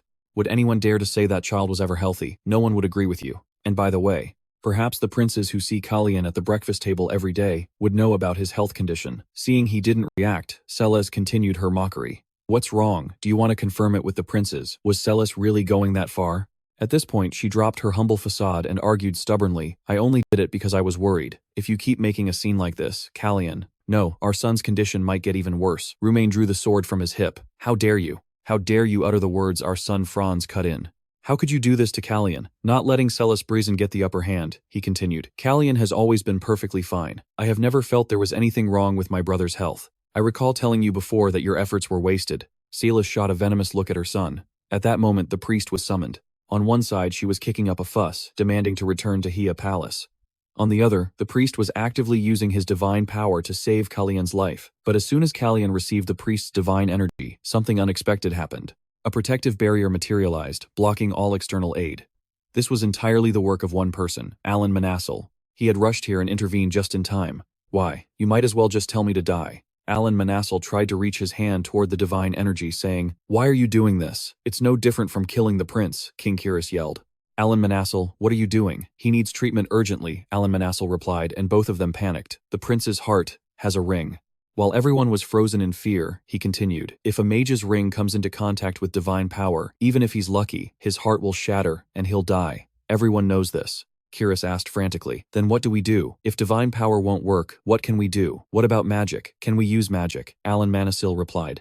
Don't you know the prince is a man who bears the power of nature? Magic can't be used on him. Then find another way. Can't you see how much pain he's in? He looked at the bottle of red wine on the floor and exclaimed, so it was this. Calian collapsed, lying on Alan Manassel's lap and asking, Why? Master, why do you have that expression? I never thought I'd have to use this spell again in my lifetime. He said, This is a magic that will stop you from feeling any more pain. Everything exploded. Letters covered in writing rained down, filling the sky. Everyone around pointed at the letters, which contained the cries from the grave. We want to know the truth about the Brizen family, the ones who murdered 37 people. Everyone began to talk. The Brizens are in for a storm now. The queen is suspected of poisoning Prince Calian. The crimes of the Brizen family ignited a wave of public outrage. They all angrily questioned Marquis Brizen. Is that rumor true? Give me back my father. Don't get involved with the Brizens or we'll get dragged into it too. The whispers began to rise. Didn't the king himself name Queen Celeste as the culprit in the prince's poisoning? The queen is a murderer. What kind of queen is Celeste Brizen banish? Queen Celeste Brizen, they raged. Alan Manassel was sitting in a room speaking. In order to establish the Mage Corps, Prince Calian said, we must take advantage of the situation while Celeste Brizen is cornered. King Kiris replied, the Mage Corps, that's something I've wanted to do. Does he think the same way I do, that child? The Mages Association. He hesitated. Queen Celeste sat in her room with a smug look. Things are about to get very busy. I wonder how long you all have been preparing this. Calian replied, what are you talking about? I have no idea. Thanks to your concern, I was able to get a bit more rest. Celeste answered with a sinister smile. For someone who's been on their deathbed for a week, your voice sounds remarkably clear. He managed a weak reply. Well, I was pretty close to crossing over to the other side, so I suppose it might be difficult to converse with the queen. If you have nothing else to say, I'd like to rest. Celeste began to negotiate. Let's each make a small trade. What do you think? Calian didn't seem very interested in a deal, saying, perhaps you should have said that a week ago. Our situations have changed now, but first let's hear what you prepared before coming here. She continued casually, if you help me deny the rumors, I won't oppose what His Majesty is preparing. He then burst out laughing. You seem to be mistaken about something. Your permission, Your Majesty. I never needed it in the first place. Calian asked the queen, do you have any suggestions? Celeste replied, just tell me what you want. He began to state his condition. What I want. In this land, ruled by the descendants of Sispanian, is it really all right for the clash of swords to be so loud? In this kingdom, I want the General Pavan Knights returned. There will no longer be any place for the Breezens. Celes shot back angrily. What hand them all over? It seemed Marquis Breezen had given Celes Breezen the Royal Guard's Pavan to keep the king's own guard in check. For Celes Breezen to lose this unit was like losing half her strength. But Calian changed his mind again, saying he would disband Pavan and form a mage corps instead. No more compromises. With that, he walked away. Jan entered holding a stack of papers and announced that this was a contract bound by an oath seal. Celes panicked. Wait a minute, if it's an oath seal. Calian replied smugly. That's right. It's a magic that carves the terms of the agreement onto the heart. If you violate it, your heart will shatter and you'll die. It seemed Celes was finally a little scared. As soon as the third prince woke up, Queen Celes went to visit him. A rose petal was cut, and Randall stared down at it intently. He recalled running into the room and seeing that horrifying scene. Right before I passed out, our eyes clearly met. Calian's voice echoed in his mind. The rose is about to bloom, isn't it, big brother? He realized that from the very beginning, that kid had intended to drag him into this. I was curious to see how that rose would bloom, so I decided to play along. Calian was acting normally, but I never expected Franz to step forward. Something is definitely up. As his thoughts continued picking up on the story between the queen and Calian, Celes screamed, Wait, if it's an oath seal. Calian replied, That's right. It's a magic that carves the terms of the agreement. He placed a hand on his chest, showing her an image of his heart. He continued, When someone violates it, their heart shatters and they die. The trust between you and I is nowhere near that level. His face became more sinister than ever. Celes Breezen looked down helplessly and asked, What is it you want? Calian was silent for a moment. Then the queen took the quill pen, wrote on the paper and signed her name. Calian said, Excellent. Now our two hearts are bound together and the agreement is complete. Queen Celes threw the pen down, snapping it in two. He continued, Oh, and by the way, I'm only telling you this because I'm afraid you've misunderstood. My relationship with my brothers has never been close. Calian began to recount that day. Franz didn't step forward for my sake. He said, placing a hand on his chest, If you had said just one more word that day, His Majesty's sword would have slit your throat right then and there. Celes fell silent. Just then, Alan Manassel arrived, saying, I heard you suddenly came looking for me, so I was worried and came to check on you. He then tossed down some banana peels and handed a banana to Calian. The boy replied, This banana is delicious, master. Alan Manassel said jokingly, Well, of course. After coming back from the dead, how could it not taste good? Calian replied, Even so, I did my part. Alan Manassel sighed. You can still smile. I thought I was about to visit you at your tombstone. It was pure luck that the two L brothers showed up, and that Hina happened to be a heller who could summon the power of nature. It was sheer luck. Otherwise, you'd really be dead by now, Alan Manassel said with a helpless expression. I never expected Hina to be a heller. Didn't you know in your past life? Back then I only had a connection with Kiri, Calian said. By the time I met Kiri, Hina was already gone. Alan Manassel asked, So then, Prince, did you really blindly use a fatal poison just because you believed in the power of the blessing? What were you thinking? Drinking a potent poison of unknown origin just to take advantage of the poison tea? Did you really not think it through? You were bedridden for a whole week without any countermeasures. What in the world do you expect me to do in the future? Calian immediately put on a cute face to appease him. Master, I was wrong. Would you like a banana? He offered again. Never mind. Just take this. These are the identification papers you requested for those two, Alan Manassel replied. Calian seemed to remember something. Oh, I almost forgot. Isn't it difficult to forge identification papers? He looked at the documents and hesitated. Alan Manassel explained, I needed a surname to put on the papers, so I borrowed the prince's old one. It just so happens that those two were people the prince brought back by chance. Calian stared intently at the documents and then said his thanks. Thank you, master. He smiled and said, These aren't even forgeries, they're real identification papers. And they're even listed as citizens of my Glyn territory. His master replied, Rumain made them for you. He was startled. What? How do you feel about the rumors that you're the king's beloved son? Alan Manassel asked. Calian replied, Why would there be a rumor like that? Well, he was anxiously trying to save you in front of all the nobles. Of course there would be rumors. Calian stammered. Well, how am I supposed to feel? That's what someone should have done from the very beginning. He called Jan over. Jan, help me clean up these banana peels. Jan looked like he wanted to say something. Your Highness, Jan said hesitantly, I have something to tell you. I wish to stop serving you. The scene changes to a person running hastily somewhere. It turns out to be Jan running down a hallway to the last room on the right, on the second floor of the mansion. He peeked his head in and said with a bright smile, I'm here. He flashed a brilliant smile at the person in front of him. Big brother, hello. The unfamiliar man replied, Hello, Jan. He thought, back then I left my guilt behind to step outside. Jan said to him, Hey brother, Did you hear the cicadas chirping this morning? The man asked, confused. Cicadas. Yan happily lay down beside him and said, yeah, every time summer comes, those little black things start making a loud noise. It's so cool. Yan looked at him and continued, their wings look so funny, and their bellies buzz really loud. The man said, what is that thing? It sounds so strange. Right, Yan asked him. It's super weird, isn't it, brother? Yan looked at him cheerfully and asked, if you want to see one, I can catch one for you tomorrow. The man refused. No, I don't want to see it. It sounds like a monster. Just play the violin for me, that's enough. Elsewhere, a voice rang out. His condition is getting worse. A younger Yan hid around a corner watching two men talking. The man in the brown suit said, isn't Lord Alan Manassel's son still making medicine as usual? From what I see, maybe we should. The man in the white suit said, they're making it for another purpose. How could we possibly take it? The boy listened to their conversation bewildered. He looked weary as he continued, but the head of our house is also suffering greatly. There must be another way. Back in the present, Yan thought, back then I didn't know. How terrible it is to tell someone about something they can never have. The man grabbed Yan's shoulder and called his name, causing Yan to freeze up in fear, sweat pouring down his face. The man said, don't avoid me. Look me straight in the eye. He stared at Yan and continued, don't ignore the fact that I'm slowly dying. Yan thought, I know just how horrible it is.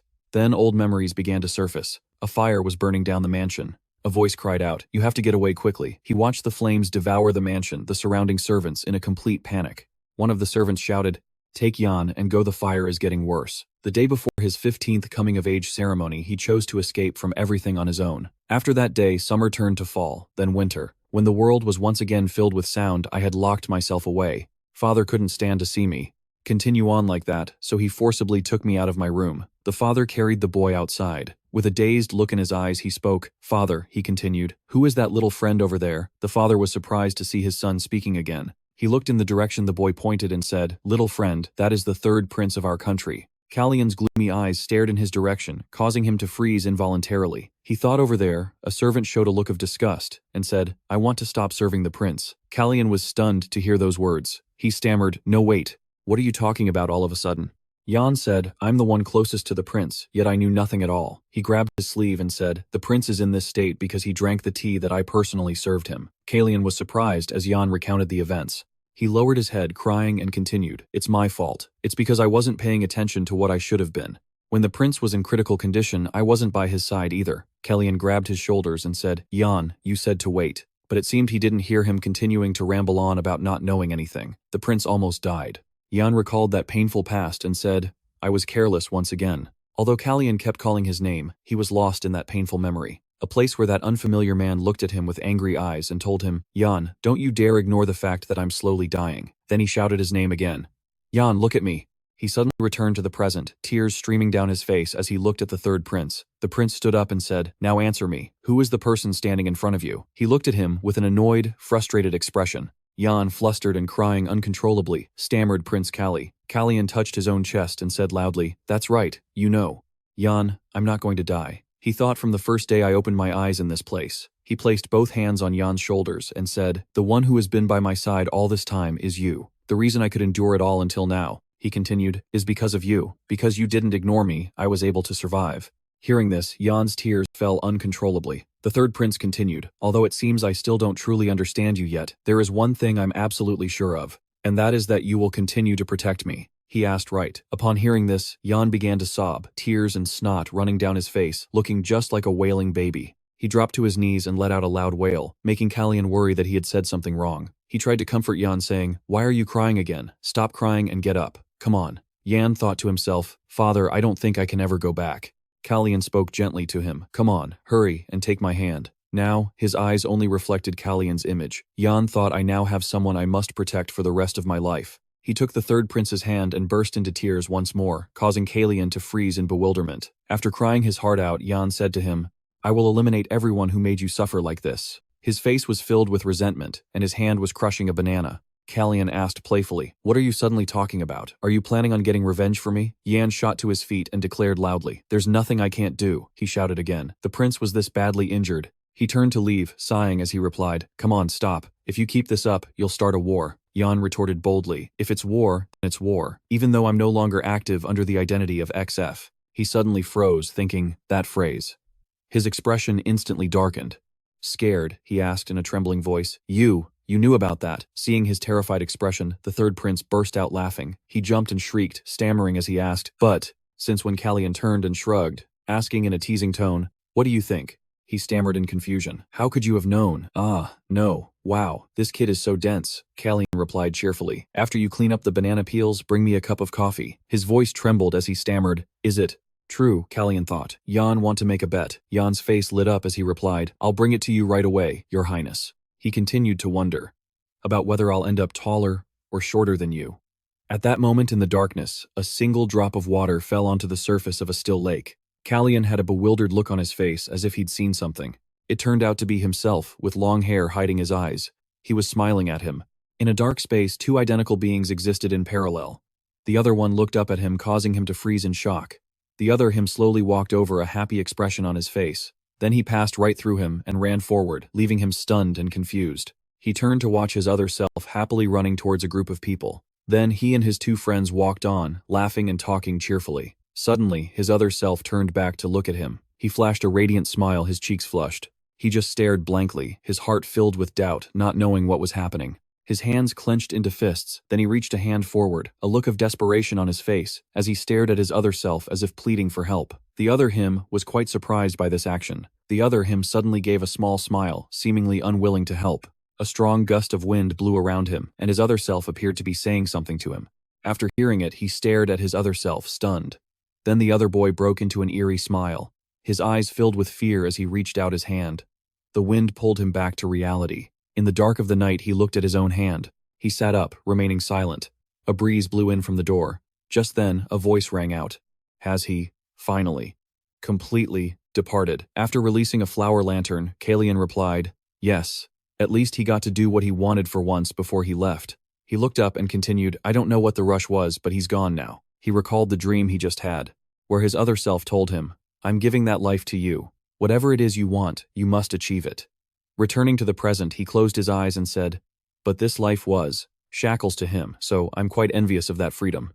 Manas started to speak. "In that case." But Calian stood up and continued, "Now I will no longer pretend not to know."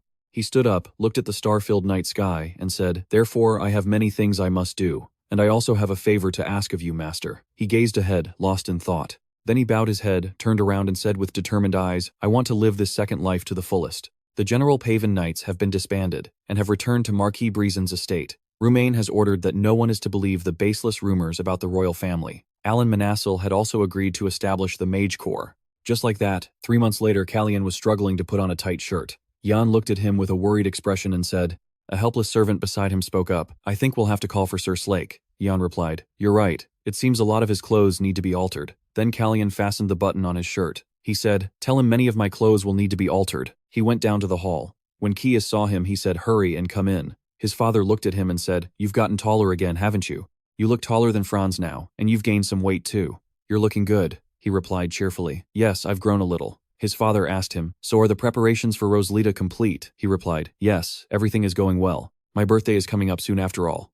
Alan Manassil said to him, "Actually, while we're on the subject, there's someone I'd like to introduce to you, Your Highness," he continued. "He will be the mage protecting you during this Rosalita." Suddenly, a voice rang out. "It's an honor to meet you, Your Highness." I am Calian looked at him, his expression, a mixture of worry and surprise. His father said, "This is a talented individual from the Mage Corps. I hope you two will learn a lot from each other and grow closer." Calian was silent for a moment, then said, "A talent is a talent indeed." He clutched his chest and continued, "Truly beyond my imagination." His face filled with anger, and he forced a smile, saying, "What a truly special birthday gift." Then King Kiris continued to speak with Alan Manassil. "So when will the Mage Corps make its debut?" He immediately replied, "It's still a long way off. We haven't even decided on a name yet. From specific personnel to uniforms, nothing has been officially decided. We still have a long way to go." Meanwhile, Hex met Calian's calm gaze as he sipped his tea. A strange smile played on Hex's lips, confusing Calian, who glared back. Alan Manassil continued excitedly, "This is only the beginning. Speaking of the Mage Corps, Your Majesty, what are your thoughts on a name for the division?" This question caught King Kiris quite by surprise. "Me? Yes, you have been considering this division for a long time after all," the king replied. "It's true, there is one name I've been thinking of." King Kiris nodded, his hands unconsciously, tightening his grip on his pants, betraying his nervousness. Finally, he uttered a name, Calian. Alan Manassil immediately teased, "It's as if you were just waiting for me to ask." "If I hadn't asked, it would have been a real problem." Kiris, blushing angrily, shouted, "Alan Manassil, weren't you the one who asked me in the first place?" Suddenly, Calian spoke up. "What do you think, Hex?" This startled him a little. Hex looked over, saw Calian smiling, and replied in confusion. Pardon, what are you talking about, Your Highness? He asked again, about the name Calian. Are you satisfied with it, or does it perhaps sound familiar? At the same time, Alan Manassel was taking a sip of tea, and he paused abruptly upon hearing the conversation. Feeling a bit surprised, he quietly waited for Hex's answer, but Hex was clearly flustered at that moment. He stammered, "Oh, but..." Then, as if trying to hide his confusion, Hex suddenly broke into a cheerful smile and replied, "I just think it's a nice name." Though slightly suspicious, Calian still gave a small smile in return. Alright, is that so? The scene changes to the next morning, where the atmosphere has become more tense than ever. Alan Manassel suddenly shouted in alarm. What? I can't believe the two of you have such a history. Do you want me to bring it up? Calian shook his head and said, No, there's no need for that. He hesitated before continuing, but if what you're saying is true, yes, that's right. Calian's voice suddenly became sharp. Hex was the one who killed me, which made N. He couldn't believe his own ears. Of course, Calian continued, the Hex of today is different from the one in the past, and I know the situation has changed a lot, so the future I once knew won't necessarily happen. An was truly baffled and quickly said, but... Just then, Calian looked directly into Alan Manassel's eyes. His eyes flashed with the danger of a predator, but instead of continuing, he suddenly burst out laughing, a laugh devoid of joy filled with sarcasm. If we have to be together like this, I feel so wronged. Calian's strange smile sent a chill down Alan's spine. Shivers ran through his entire body, giving him goosebumps.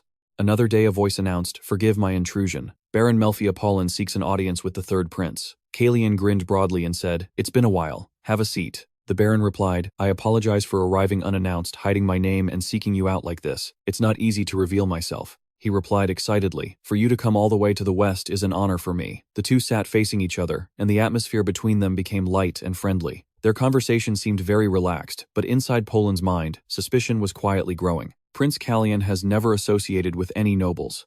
For him to come here in secret, he must have his eye on me, right? And clearly the reason he sought him out was not to let Melfia keep guessing. Calian quickly got straight to the point. His voice became lower and more serious. I won't beat around the bush. I've come to collect on a life debt. What is the Poland Merchant Guild currently trading? In Calian's tone suddenly changed as he seriously questioned Baron Melfia.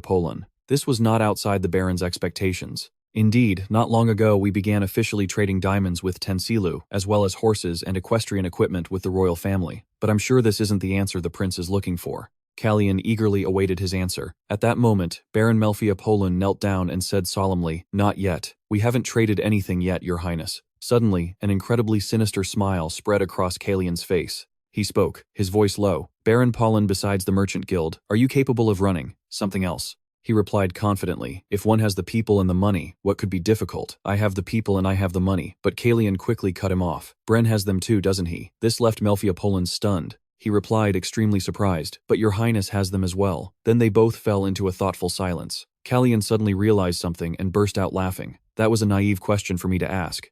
That's right, I do too. Poland immediately continued, I have people and I have money. If I also have the prince backing me against Bren, then of course nothing will be difficult. Then Calian continued to his main point. I want to establish a mage corps.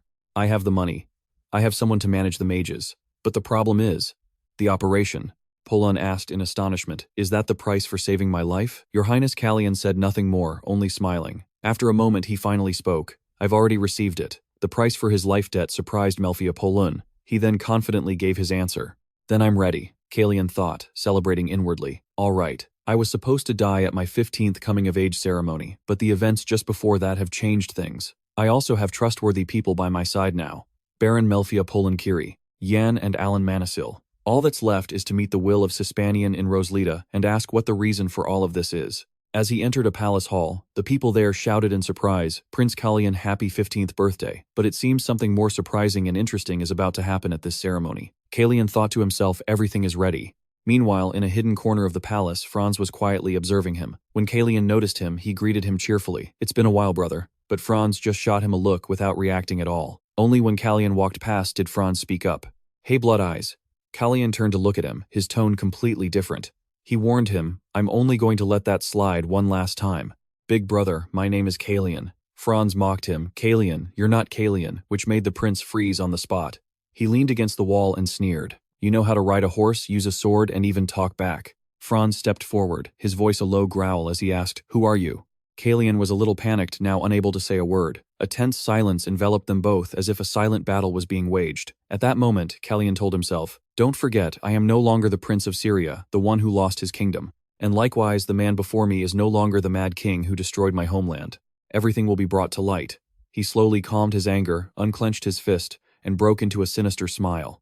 Once I find out the truth from Sispanian's will. This is really strange, isn't it? Calian spoke up, his mocking tone clearly infuriating Franz. Afterward, Calian met Alan Monasil on a balcony. He said Franz is very perceptive. He may have already noticed something. He tried to persuade Rue, but he's tougher than he looks. Calian listened intently, then suddenly asked, "So that attitude was just an act?" Alan Monasil replied, "Precisely.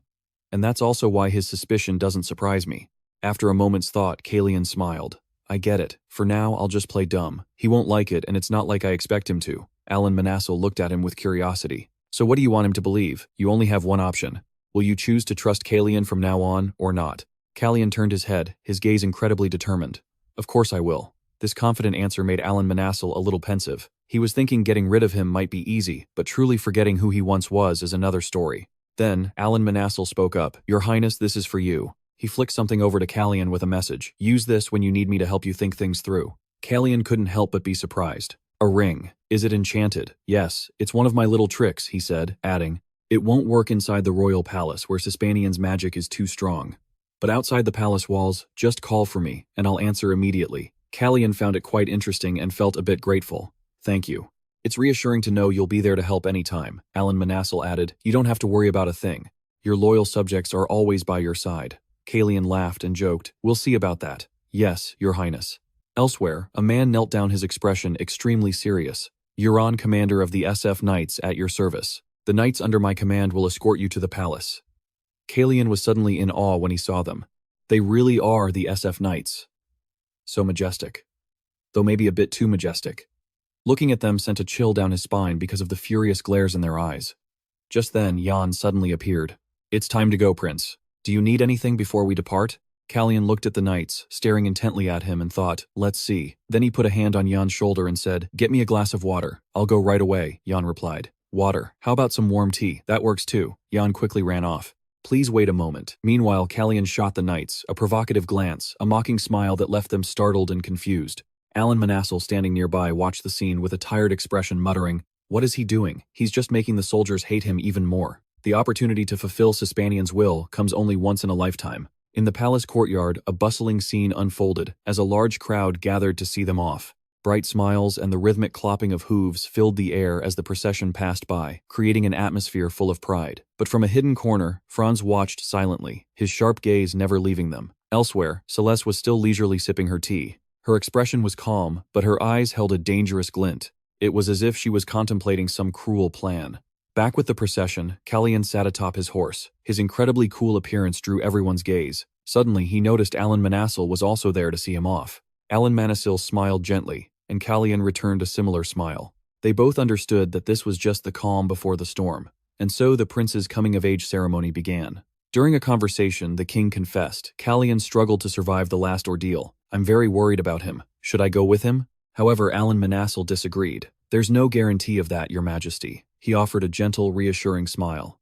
"Your Majesty, you're worrying about the wrong person. Within these walls, there are people in far more danger than the prince is." A moment later, the king set down his teacup. "You never change. In a good way, I suppose. Aren't you worried about him?" In response to the question, Alan Monasil just chuckled. In that moment, he thought to himself, he really is a father who cares about his child. It's hard to believe how indifferent he used to be. In that state, Alan Monasil grew a bit dazed. "Who cares?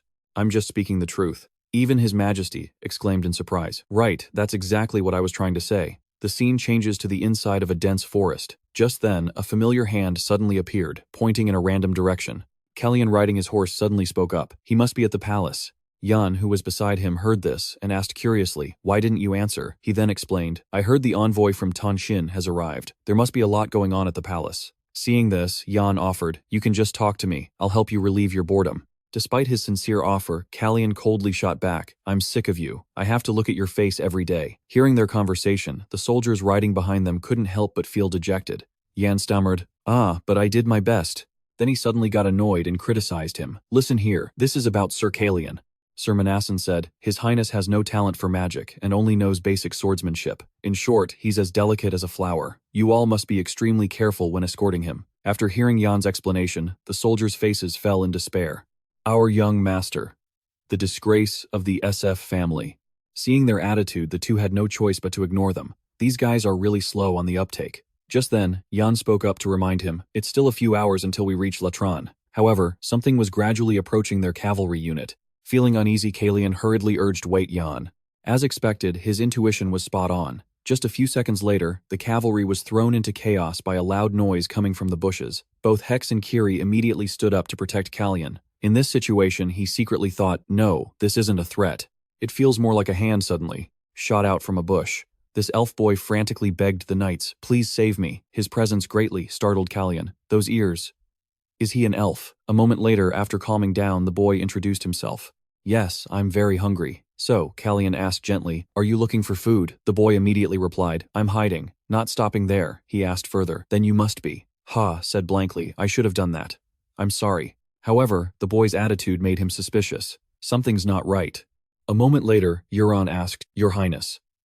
But Calian suddenly cut him off. Find the boy something to eat. Perhaps that's. At that moment, he suddenly felt a sense of unease, so he immediately turned back and ordered, wait. You should have said someone was chasing you. From a nearby bush, a figure on horseback emerged. Faced with the situation, Calian immediately threw a cloak over the boy and pulled him behind his back. Be careful. The man's presence made Euron suspicious, so he questioned him. Who are you? Despite facing Calian's large military force, the man showed no fear and arrogantly asserted, I'm just hunting. Have you seen a strange child wandering around here? Euron quickly denied it. There's no child here. Move along. But it seemed the man had noticed something strange under Kiri's cloak. At that moment he spoke, I didn't come here to fight. Knights, I'm just here to find what I'm looking for. Just 1 minute. Seeing that he wouldn't give up easily, Euron worriedly shooed him away. I told you there's no one here. However, Calian then spoke up, asking, who exactly are you looking for? The man revealed a fearsome face and replied, a little elf, to which Calian bluntly admitted, I see. You mean this one? His action made the boy tremble in fear. The situation grew more tense as the man slowly approached. However, Calian still appeared incredibly smug. Just as the man was walking past him, he whispered, listen here, don't turn around. Are the people in the forest your friends? You need more reliable allies. They're here to kill you and the child. Calian's words seemed to strike extreme fear into the man. The moment they see the child, they will strike. As soon as he finished speaking, the man stubbornly turned to look back. In that instant, countless arrows flew towards them. Faced with those sharp arrows, the man seemed to have given up and accepted his fate. Fortunately, all the arrows were cut down by a single sword strike. The one who did it was none other than Calian. I told you not to turn around. At that point, they were continuously firing a barrage of arrows towards the cavalry unit. However, the soldiers didn't flinch, protecting the prince. On the other hand, H quickly cast a spell, creating a protective shield for Calian. Thanks to that shield, the soldiers' casualties were reduced. He suddenly glanced over at H. Reading his gaze, the man seemed to understand its hidden meaning. Just then, Euron shouted an order, after them, but don't go too deep into the forest. After a few minutes of enduring the rain of arrows, it finally stopped. The rain of arrows has stopped. They must have retreated. Suddenly, the hunter glanced in a certain direction. H simultaneously said, leave this kid to me and go to the prince. A short while later, Jay went over to Calian to check on him. Are you all right? However, at that moment he noticed something terrifying. An enemy had suddenly appeared from behind him, aiming to launch a sneak attack. In that moment, Ki yelled a panicked warning. Behind you. Witnessing this, everyone gasped in fear. But when they looked again, even the hunter was stunned. It turned out Calian had blocked the enemy's slash with just one hand. He simultaneously cast a spell from his hand to counterattack. And so the man was hit with a devastating blow to his body. Instantly, he collapsed straight to the ground, moaning endlessly in pain. The soldiers who witnessed Calian's power were all completely and utterly shocked. What was that? Magic. The prince is a mage. His eyes now held a strangely terrifying aura. Worried, Jan rushed over to Calian. He questioned him. Please, don't you ever do that again. You're lucky you weren't hurt. Why did you have to go to the front when there are so many knights here? You only know basic swordsmanship, and you're not even a talented mage or anything. And yet you jumped right into danger again. This incident made Jan so worried he burst into tears. You're so unreasonable. Young master delicate as a flower. What kind of flower leaves an enemy on the brink of death? In a corner of the cavalry group, Ha, despite witnessing everything, was speechless. Then suddenly, Calian rushed over, grabbed him by the collar and demanded, we need to talk. Faced with his determined gaze, the boy looked terrified. And finally, he managed to speak. It was Luca's fault. I don't know anything. Hearing this, Calian guessed. So you're the thief, right? After a few seconds, the boy admitted, yes. I didn't know. His attitude made Calian a bit conflicted. You really don't know anything, but they said you. At this point, Calian was so helpless, he was at a loss for words. Suddenly, he called out to H and asked him to talk to this kid, then report back to me. And don't scare him. H approached. I'll do my best. A while later, H came to report, but his face was now grim. I have a report, Your Highness. That's the name the Mother Tree gave me. It means Spirit of the Bowing Horse. This kid lives in the Sariska Forest. His name is Ciaris. Yes, that's it. Hex then revealed one more thing. The boy has another elf friend named Luca. You stole him from the ambushers we just saw. Luca got separated while they were escaping, and the kid ran straight to you. The kid himself didn't know why he was able to answer the question. However, he quickly denied it. Isn't that how Calian cleverly guessed it was? A precognition skill. But in the end, he was interrupted by H, Your Highness. A moment later, H ran up excitedly to him and asked, Can I go with you, me? Given the situation, Jan asked for Calian's opinion. What do you plan to do with him, sir? So he suggested they drop the kid off somewhere near his forest.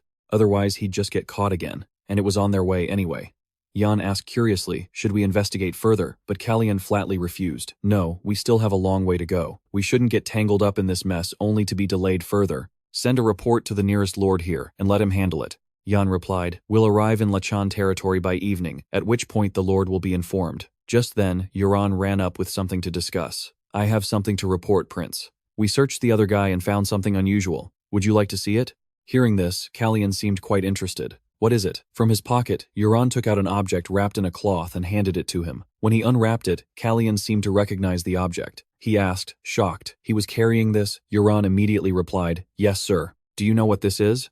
Calian had no choice but to tell everyone. Of course. How could I not? Because I've tasted it before. At that moment, he demanded to know where the man was. Sleeman Hone was injured and bound. He was sitting at the base of a tree deep in the forest. He scoffed. Do you think you're some kind of lord? A determined look appeared in his eyes as he said, There's a lot you don't know. Footsteps approached him, and a voice replied, Of course. Calian, with a radiant expression, declared, I am a noble of a much higher rank than other lords. Now, back to the main topic. He took out a white cube-shaped object.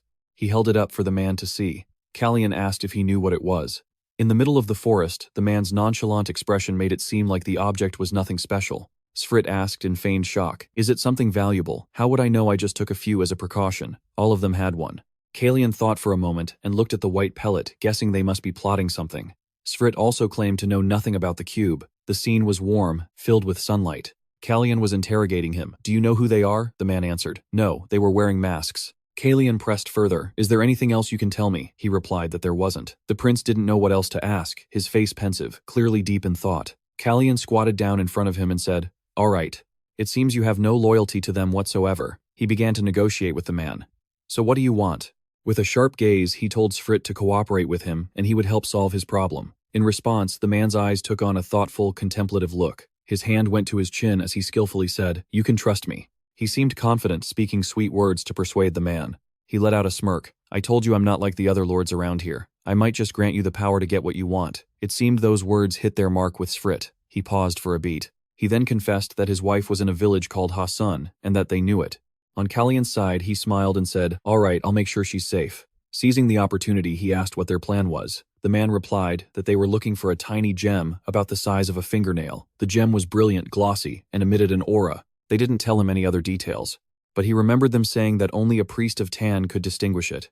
Calian immediately thought of the priests of the Holy Land of Tan. Only someone from Tan could identify it. He realized it must be a holy relic from the Imperial Holy Land of Tan that they were after. A priest could draw magic from the relic and use it as a substitute to wield divine power. He now understood why the Holy Land of Tan was turning nations upside down to find that thing. Calian placed a hand on his chin and thought if an item like that had really been stolen, they would have certainly sent hunters to track it down. But there was still one unanswered question. He held up his hand, the white cube resting in his palm. He stared at it, contemplating. This was a poison pill that spies used in case they failed their mission.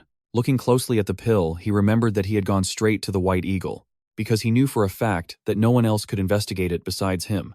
Suddenly, Sfrit spoke up. I don't know who they are, but they mentioned their leader with a strange codename. Calian asked in surprise, And what is it? The man replied, The Blue Warbler, a bird with a white feathered chest, and blue wings interspersed with snow white. That was the symbol of their leader, the secret figure behind it all. Hearing this, Calian was completely stunned. He realized something. Did you say, a blue warbler? That blue warbler was a bird that belonged to him. He always kept it in a golden cage. He covered his mouth with both hands and whispered, Why would that person show up here? In the past, it was pouring rain at the Lachan residence. Prince Calian was sitting by the window frame. The heavy evening rain had forced us to end our conversation.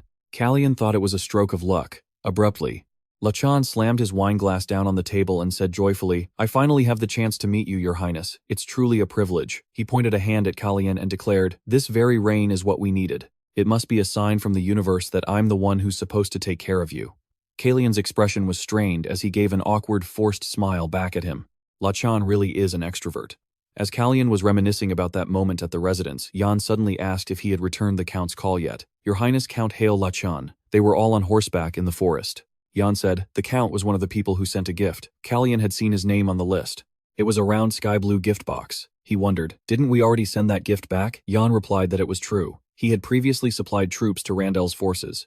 But then he switched over to Prince Biar's side, supporting the war between Daigat and the Holy Land of Tansin 6 years ago. Calian understood the situation. It was pure flattery. The man wanted to win his favor and support. It seemed there was a two-faced person here. Recalling their meeting, Latran had been cheerful and eagerly awaiting Prince Calian's magnificent arrival with bated breath. Hearing that he was coming to this territory had apparently kept the man up all night. Deep down, Calian figured he must have flattered Biar the same way last year. That was enough to tell him how the man treated his subordinates.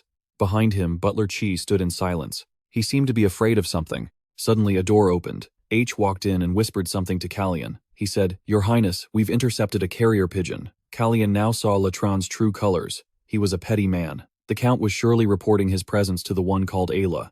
While most people wouldn't send a carrier pigeon in the rain or at night, the Count picked up a wine bottle and offered a drink. He said playfully, Oh, a mage, it's a true honor to meet you. Let me pour you a glass to break the ice. Calian thanked him but said he wouldn't be drinking right now. He wanted to ask him something. Do you know of any priests of Tansin around here? As soon as the words were out, the man dropped the wine bottle. He quickly apologized, saying he'd had a bit too much to drink, but beside him the butler looked nervous. Latran asked again, Did you say Tansin? You mean those wolf worshippers? What would those bastards be doing in my territory? Calian spoke up. You should calm down. But Latran continued to rage. Those people are bloodthirsty savages. Every last one of them is evil and rotten to the core. He even demanded that the Tansin followers be captured. Calian snapped his fingers, using a spell to put the Count to sleep. Latran immediately slumped onto the table. Calian sat in silence, remarking that the Count was being rude. Prince Calian held his wineglass with a mysterious expression, believing Latran was insulting him. The prince rode off with H. Calian's hand tightened on the reins, slowing his horse. H told him that he had gotten himself into a troublesome situation and put himself in danger. But he just smiled cheerfully and said everything was fine. I'm not dead yet. H ignored him and said he would stop worrying. Calian turned to H and said, You're worrying too much, master. If Isla is who I think she is, then I won't get into any major trouble. He asked if she was an old friend of Calian's. You certainly have a lot of acquaintances. Calian said that in his past life, Ayla had never once failed a mission. She must have recognized that I was Prince Ceres the moment we met. But that didn't stop her from breaking her cover and firing dozens of arrows at me. A glass clinked in the dark night. Footsteps could be heard approaching from a distance, then the door opened. A tall figure appeared. It was Calian. He spoke first. Hello, don't mind the people outside. They're with me. The woman at the counter set her glass down. Don't worry. I'm not so cruel as to send assassins after uninvolved parties. Calian replied, I thought you ambushed my men precisely because you knew who I was. The mysterious woman ran a finger along the rim of her glass. Of course I know who you are. That's also why I warned my people not to be reckless. The patron sitting next to him suddenly slumped onto the table. It turned out to be a corpse that had been poisoned some time ago. He looked around and saw that all the customers in the tavern had blood trickling from their mouths. It seemed they had all been poisoned. In the moonlight, the woman's cold, beautiful face was revealed. Unfortunately, they did the opposite. He moved closer to her. So, have I gotten myself involved now? He stood with his arms crossed, leaning against the counter as he asked her. She lowered her head and said, I suppose you have. Then she glanced over at him. He was radiating a dark power, his eyes glowing a vibrant red. She reached down as if to grab a dagger from under the table, then raised her hands. But I don't think you'd raise a hand against me. He smiled at her. The person you were chasing. Is he dead? She answered, no. He disappeared into the forest. She picked up the glass and continued to wipe it. If I'd known things would get this complicated, I never would have chased him. She slammed the glass down on the counter. I must admit this encounter hasn't been pleasant, but since neither side has caused any serious harm to the other yet, perhaps we should go our separate ways in peace. That child won't be threatened again. I swear it. Calian placed his hand on the cup on the table. I'm not leaving until I get some answers. Now then, why are you searching for the divine relics? As he spoke, Calian picked up the cup and twirled it, its surface, reflecting her image behind him. He continued to watch her, annoyed expression in the cup's reflection. You're not a priestess, he continued. They're of no use to you. She was silent for a moment, then snatched the cup from Calian's hand. They fetch a hefty price, Calian replied. So a merchant. She went back to her work as she answered Calian. You could call it a side job. People in my line of work don't usually have a steady income. He was silent for a moment, then asked, Your client is in Latran. Ah, he continued, I see no other reason for you to be doing business in a tiny village like this. Not when you could always find generous clients among the priests of Ceres. She kept her head down. My dear clients always pay a fair price. It's hard to pass up that kind of generosity these days. We've known each other for a long time. As she finished speaking, she picked up a nearby wine bottle and poured it into a glass. So they had known each other for a long time, he thought. There's only one thing that can buy a spy's attention: information. Isla must be trading the divine relics for top-secret information on Ceres. There's something else I want to know. He watched her pour the wine and spoke up. There's something else I want to know. Meanwhile, inside the palace, King Kiris asked the person across from him, You've come all this way at this late hour just to ask me one question.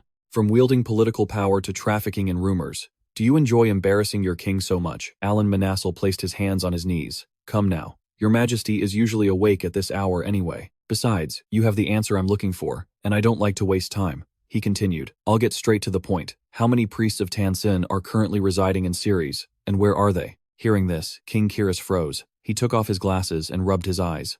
What have you found out, or are you just curious? In any case, it doesn't matter. King Kiris continued, You must have already heard about the envoys from Tansin.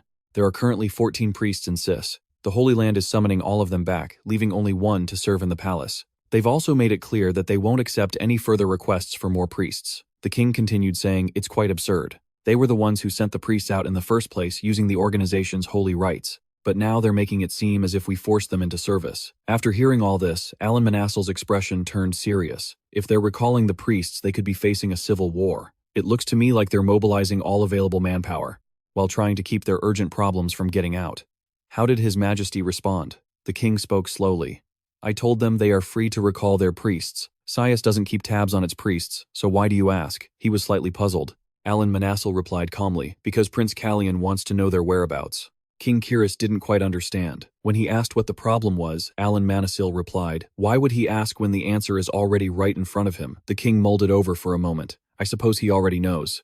Isn't that why he left for Lachan? Back at the tavern, Calian continued his questioning.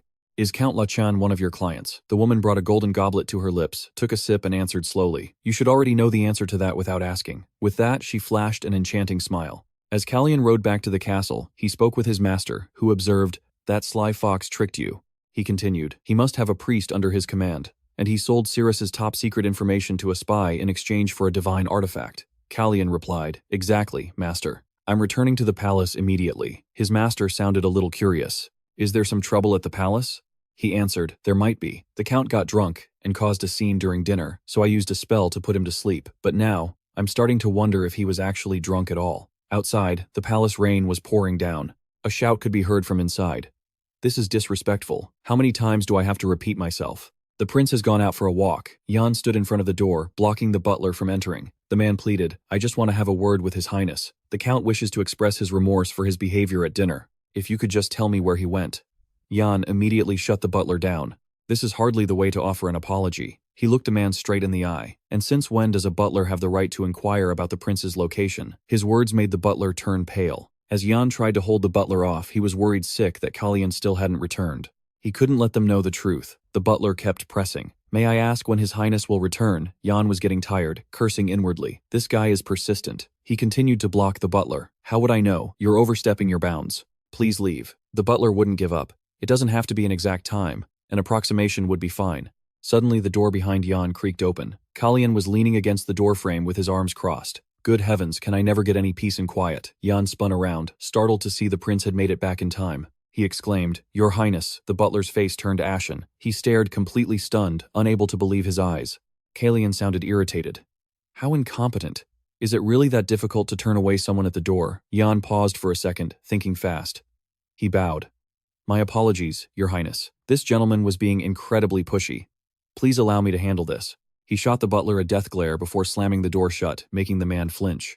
Please forgive me. I didn't realize His Highness was resting. I'll leave at once. Behind the closed door, the prince was drenched in sweat. He let out a sigh of relief, having just escaped a very dangerous situation. He scratched his head. Did I just imitate someone? That felt awful. Jan slowly opened the door. You're back sooner than I expected, and through the window no less. In the distance, the doors to the balcony were wide open. A pile of his soaking wet clothes lay on the floor. Looking at the miserable sight, all Calian could say was, "It's a long story." Jan walked over and started picking them up. Calian followed, his hands clasped behind his back. "Any intruders while I was out?" he asked. Jan replied, "Just that butler. But speaking of intruders, they usually sneak in through the window, just like you did." As he spoke, he turned to look at Calian with a perplexed expression. Jan emphasized, "This is the 3rd floor, you know." Hearing that, Calian realized his point and said a bit awkwardly, "I'll keep that in mind." He asked his attendant, "Why are you so upset? You weren't this short-tempered back at the castle." Jan replied angrily, "It's because you never listened to me. I told the butler you went for a walk just as you instructed, but he kept asking when you'd be back." Calian was a little surprised. "Really?" "Yes, he wouldn't stop asking," Jan said. "And it seemed like he was more interested in when you'd be back than where you were," Jan added. A while later, when he was alone, Calian leaned down and spoke to his ring as usual. "Master, the Count seems to be on guard. He suspects I'm investigating his activities." And we were right, he wasn't drunk when he caused that scene.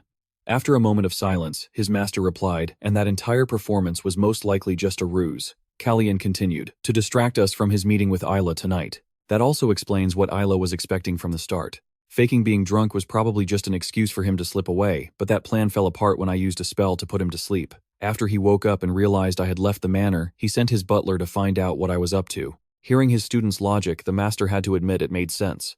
But the question is, why is he so desperate to obtain the divine artifact? Calian looked out at the pouring rain. Perhaps because it's the perfect gift to win him the favor of the holy maiden of Tan Randell's mother. His master continued. "So to summarize, he's maintaining close ties with Randell, while also communicating with Franz's faction. He's also been sending me numerous gifts behind their backs, all while handing over state secrets to a spy." The tip he'd received had led to some solid clues. The man who was hunting him led him straight to Isla. Thanks to her, he now knew that Count Lachan had sent the divine artifacts to the Holy Land to please Randell. Could all this be a coincidence? The conversation between Calian and his master continued as he did some quick calculations. "It looks like the rain won't stop until morning. Since I'm stuck here anyway, I might as well use this time to hunt down the traitor." Meanwhile, back with the Count, he gripped his glass so tightly that it shattered into pieces. "That damned brat. I should have known something was up the moment he sent back my gifts. I bet he cast a spell on me during dinner." He threw his head back and screamed, his face flushing red with rage. He continued, "Only a magic spell could make someone sleep that soundly. Thanks to that little brat, my entire plan is ruined." His anger continued to escalate. "So he's acting all high and mighty just because he has the Archmage's support. He's still just a low-born who's unworthy of being a prince." He kept cursing his words, growing more vicious. "That stupid girl, Celes Breezen, why didn't she just kill him before making this mess? I've spent a fortune just to get on Count Breezen's good side, so who am I supposed to suck up to now?" A servant knelt at his feet, cleaning up the broken shards while he just kept screaming. "I was promised a fertile estate just outside the capital, but her scandal ruined everything." There was a knock at the door. The butler had returned. Only then did he calm down a bit, plopping into a chair. "Have you finally gotten in touch with our friend?" the butler answered timidly. "I'm afraid not, sir. They should respond sometime today." Hearing an answer he didn't like, the Count grabbed a nearby cup and threw it straight at the butler's head. He cursed him for being a fool. His rage was even worse than before, as he pointed a finger straight in the butler's face and shouted, "Can't you do anything right? It's still pouring out there, which means that lowlife is going to be staying here for another night." The butler held a hand to his ear and asked cautiously, "Then should I cancel the deal?" Veins were bulging on the Count's face. "Do you see any other choice? We can't risk it, while the prince and his men are still here. Send the cancellation message immediately." After dealing with the butler, he turned to the maid beside him and yelled in her face, "And what are you waiting for? Bring me my clothes." After yelling at everyone around him, he clenched his fists and stared into the distance, gritting his teeth. "As for that wretch, I'll teach him a lesson in humility he'll never forget." Calian calmly enjoyed his dinner while the rain poured outside the window.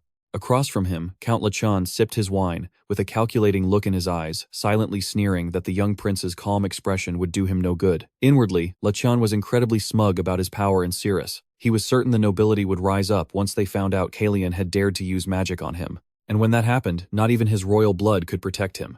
Seeing Calian still eating calmly, Lachan gave a sinister smile. "You foolish little king," he thought. "Soon you'll be begging me for mercy." Lachan then began to probe his face, a mask of false concern. "Your Highness, I must apologize for my actions last night." Calian's reply was brief. "It's fine." When the old Count hesitated, asking if he had used a spell on him, Calian thought to himself that it was precisely because of the Count's increasingly unacceptable behavior that he was forced to cast a sleeping charm. Seeing his opponent's confusion, Calian offered a reassuring smile. "It's all water under the bridge, my dear Count. You needn't worry about it." He then cleverly insinuated that because the Count only managed the outskirts, this was probably his first time hosting a royal, which was why he was so flustered. The words were gentle, but it was a civilized jab meant for those sharp enough to catch it. Calian gave a radiant smile, feigning sympathy for the old count's anxiety. Lachan could only manage a forced laugh in acknowledgement, but inside he was screaming in frustration at the prince's cunning deceit. He never expected the tables to be turned on him, going from the one holding all the cards to suddenly being the villain due to his inexperience in hosting. Calian sighed, complaining that investigating the ambusher had drained his energy, which made Lachan ask with a start, "The ambusher? You don't mean the condemned prisoner Your Highness brought with you?" Calian confirmed that was the one, and also revealed that he had found some rather strange information. As Lachan leaned in, curious to learn more and get a handle on the situation, Calian casually continued that it was the name of a bird. Immediately, the old count was so horrified, he spat out his wine, even as his butler rushed over anxiously to clean his clothes. Lachan snapped, waving him away. "Don't interfere, the prince and I are talking." Calian maintained his cool expression. He stated that a deeper investigation was needed to find clues, but he wanted to inform the count of what was happening on the land he governed. Lachan shot to his feet, acting eager, and promised his full support, saying he couldn't allow the prince to be in danger within his territory. But inwardly, he was gritting his teeth and cursing, determined to find this little king's weakness and get his revenge. The sudden appearance of a subordinate, announcing new information, only irritated Lachan, further seeing how Calian controlled everything as he pleased. On the outside, he was cooperative, but on the inside, he was seething and itching for payback. The count was racking his brain for a plausible excuse to kick the prince out of his castle, when Calian suddenly spoke up. "Count, this is your lucky day." To Lachan's confusion, Calian gave a radiant, meaningful smile and announced that their friend had finally decided to talk. The group immediately headed down to the damp dungeons. Lachan cried out in horror and disgust as he accidentally stepped on sticky, dark red stains on the floor. He was furious at being dragged to this filthy place, thinking that he was the one who should be calling the shots here. Calian glanced at him with a sharp, cold gaze, silently mocking the count's futile struggles. He knew full well that he had the sacrificial pawn in his hand, ready for the decisive checkmate. The memory of last night returned. Behind the bars of the dark cell, the prisoner stared in shock at the person before him and exclaimed, "It's you again." The prisoner gripped the bars, shouting anxiously, "What did you do to my wife?" Calian remained calm, assuring him that he wouldn't harm his family just as he'd promised. When the prisoner questioned the prince's true motives, Calian responded with a cruel truth. "You must have guessed, haven't you? You're going to be executed." The man froze as Calian laid out his grim future. Attempting to harm a prince was a capital crime. He would be taken back to Cyrus and hanged before a crowd. And even if he escaped the death sentence, the festering wound on his body would make his life a living hell without treatment. Seeing the man's resolve waver, Calian offered a captivating smile and made an offer he couldn't refuse. "I can help you escape." To the prisoner's astonishment, Calian continued to paint a picture of a new, peaceful life with his wife in a distant land, but only on the condition that he agreed to help him. It sounded wonderful, but also a little too good to be true. The punishment would be reduced to simply amputating his festering arm, a small price to pay for his life. Calian's crimson eyes bored into the man's mind, a powerful affirmation that left him with no way out. After a moment of silent consideration, the prisoner finally decided to take the gamble. "Fine. What do you want me to do?" Calian began to reveal a shocking piece of information. The person known as the Blue Nightingale was actually a spy from Siegfried. She was here to deliver goods to a longtime client. And it was certain the two had colluded beforehand. Witnessing this, Count Lachan and the butler Curtis were utterly stunned, sweating profusely. Calian smirked sarcastically at the fragility of a friendship with a spy. He casually added that if it weren't for another double agent, interfering things wouldn't have gone this far. He emphasized that treason is the greatest crime under serious law. The word struck like a heavy blow, causing Count Lachan's face to turn deathly pale, beads of sweat rolling down his face in fear. He suddenly turned back with a meaningful smile. "Isn't that right, my dear Count?" which made Lachan jump in shock, only able to stammer out a confirmation, while the young prince burst into a triumphant laugh. Calian's gaze suddenly turned ice cold. He thought to himself that both sides were being far too reckless, and he was patiently waiting for his opponent to reveal the very evidence he was looking for. Just then, the butler Curtis suddenly dropped to his knees, crying out tremblingly, "Your Highness, please spare my life." Curtis tearfully confessed that everything he did was under his master's orders. Though admitting his own guilt, he still begged Calian for mercy, to spare his life. Seated above, Calian calmly observed the man prostrated at his feet. He already knew the old count would show his true colors sooner or later, but the truth about to unfold was beyond his expectations. The scene was like a play about sin, where everyone already knew the ending. Staring intently at the trembling butler, Calian narrowed his eyes and asked suspiciously, You're a priest of Tonshin, aren't you?" Curtis was stunned by the question that hit the nail right on the head. By law, only priests were trusted with the task of acquiring divine artifacts. However, Count Latran had stumbled upon a way to control Curtis when he discovered an earth-shattering secret.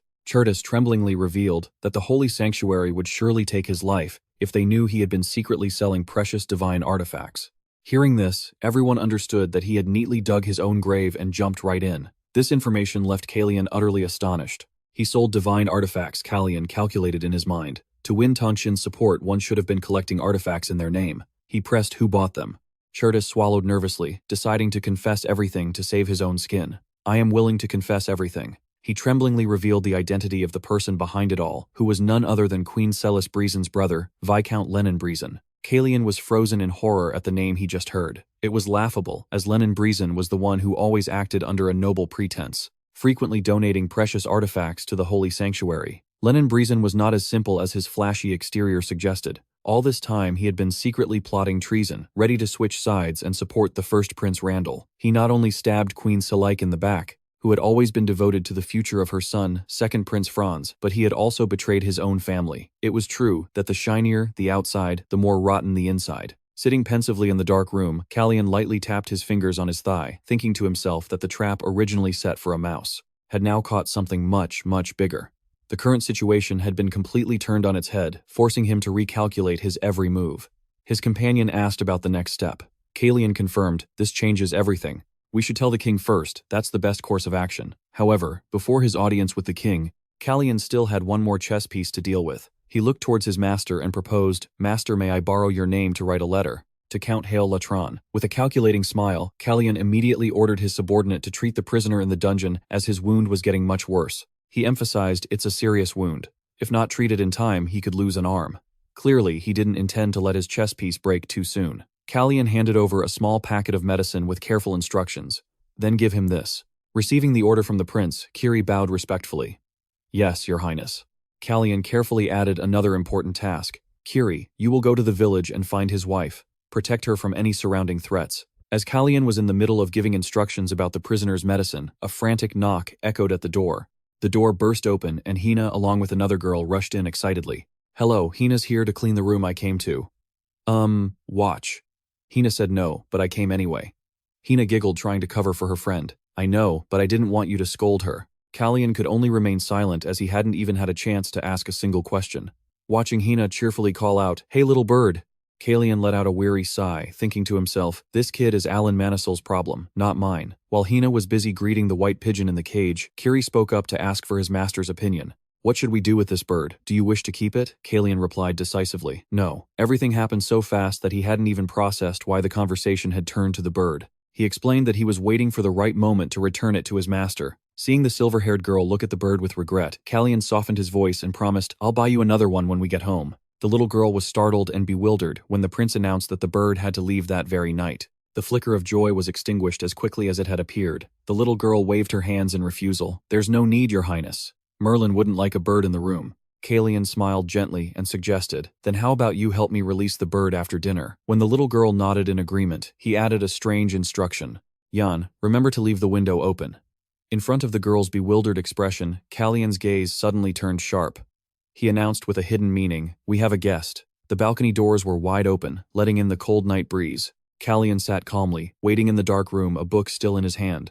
The moment he heard a strange noise from the balcony, he smirked. "Sooner than I thought." A dark, completely cloaked figure appeared from the hallway. The person admitted that Calian's letter had made it impossible for them to sit still. That was the result of a threatening letter with stark content. "Come see me if you don't want the cage on Narenza Street to find out what you've done." The person standing before Calian with a stunned expression asked if he had a reason to threaten her like that. Calian calmly held up the notebook in his hand and offered in exchange evidence of Hale Latran's trade in ancient holy relics. He affirmed that as long as he got what he wanted, her secret would be kept absolutely safe. Faced with the other's silence, Calian raised an eyebrow and asked if that was her final answer. The girl with blue hair coldly replied that she hated having to suffer consequences. Instantly, her body began to fade into a dangerous cloud of magical smoke. The answer was so clear it needed no further explanation. A series of hidden weapons suddenly shot towards Calian at lightning speed. He was shocked to realize this person, known as the Blue Nightingale, was using hidden weapons instead of the swordsmanship he'd heard about. In that do-or-die moment, Calian quickly activated a magic shield to block the attack, and rolled away to dodge the flying debris. The loud commotion made the soldiers outside panic, shouting that there was an assassin. They worriedly asked about the prince's condition, but Calian immediately used magic to seal the door shut. He gave a firm command that no one was allowed to enter. Everything was instantly brought under control just as he intended. Calian glanced at the wreckage and casually remarked, "Oh, you really want me dead, don't you?" He gave a defiant smile. "Anything else?" Immediately, the female assassin let out a yell and lunged straight at him. The two blades clashed, creating a shower of bright sparks. Calian realized he was in a tough spot, thinking to himself, "The sword I'm holding is just pure steel. It's not strong enough to handle my magic." He told himself he had to end this quickly without using magic. His sharp sword strokes forced his opponent into a corner, making her groan in terror as she was backed into a corner. Her sword was knocked away, but Calian's expression suddenly changed. What he was shocked to see, she still had a hidden weapon. She said she had nothing else. The attack came rushing at him with terrifying speed, and he realized it was too fast to dodge without using magic. The situation went off script so quickly that even he was caught by surprise. In this urgent situation, Calian was forced to channel his magic, causing the sword to glow brilliantly to block the blow. However, the ordinary weapon began to show a series of cracks under the immense power. In the blink of an eye, the sword shattered into pieces in the prince's hand. In his crimson eyes, all that could be seen now was the clear reflection of his attacker charging forward. The fragments of the sword scattered across the floor to the female assassin's astonishment. She trembled, unable to believe her eyes. Impossible. A swordmaster Calian maintained his cold expression. He silently calculated how to best deal with his prey. Suddenly, he called out her name, Isla. The name made her freeze on the spot. Her eyes widened in terror. "How? Do you know my name?" Before she could react, Calian lunged forward and grabbed her by the throat, cutting her off with a choked gasp. As she struggled, asking what he was doing, Calian coolly observed her and remarked, "You don't have a poison tooth. Don't Critian spies always have a poison tooth?" Calian let go his command, filled with authority. "Now talk. Tell me what you know." Isla clutched her throat, gasping for air, but still tried to bargain. "If I talk, will you set me free?" Calian narrowed his eyes, observing her. He knew that the people of Secretia were famously unyielding, but this girl was an exception. He thought to himself, this version of Isla is too different, compared to my memories. Or maybe something happened that completely changed her. Isla stubbornly pressed on. "If you know what's good for you, you'll let me go." She pointed at the wreckage. "I'll expose the prince's secret. That sword was made of crude material, yet you displayed the skill of a swordmaster. You certainly wouldn't want anyone to discover your true talents, would you?" A mischievous glint appeared in Ayla's eyes. She started threatening him back. "If you don't let me go, I'll run outside and tell those knights what I just saw." Calian gritted his teeth in fury at this unexpected counterattack. He realized that in the previous timeline, the Blue Robin had been extremely loyal to Secretia. This sudden turnaround was so sharp, no one could have seen it coming. Calian recalled a swordswoman who had been utterly devoted to her blade, a person completely different from the one standing before him now. He realized with bitterness that this wasn't her, and angrily grabbed her by the collar. Calian roared with indignation. "If you value your life that much, if you're so desperate to live like this, then you should have proven you were worthy of being spared." Calian decisively let go, warning Ayla to never think she could use his secret as a bargaining chip. He coldly demanded she confess everything she knew, while also declaring that he wouldn't be the one to handle her. "Instead, someone else will interrogate you." The moment the name White Eagle was spoken, Ayla went pale with shock, her eyes showing extreme fear at the image of the man with glasses who had just appeared in her mind. Meanwhile, in another location, Baron Ratran was pacing frantically in his room, endlessly cursing the string of troubles that had befallen him.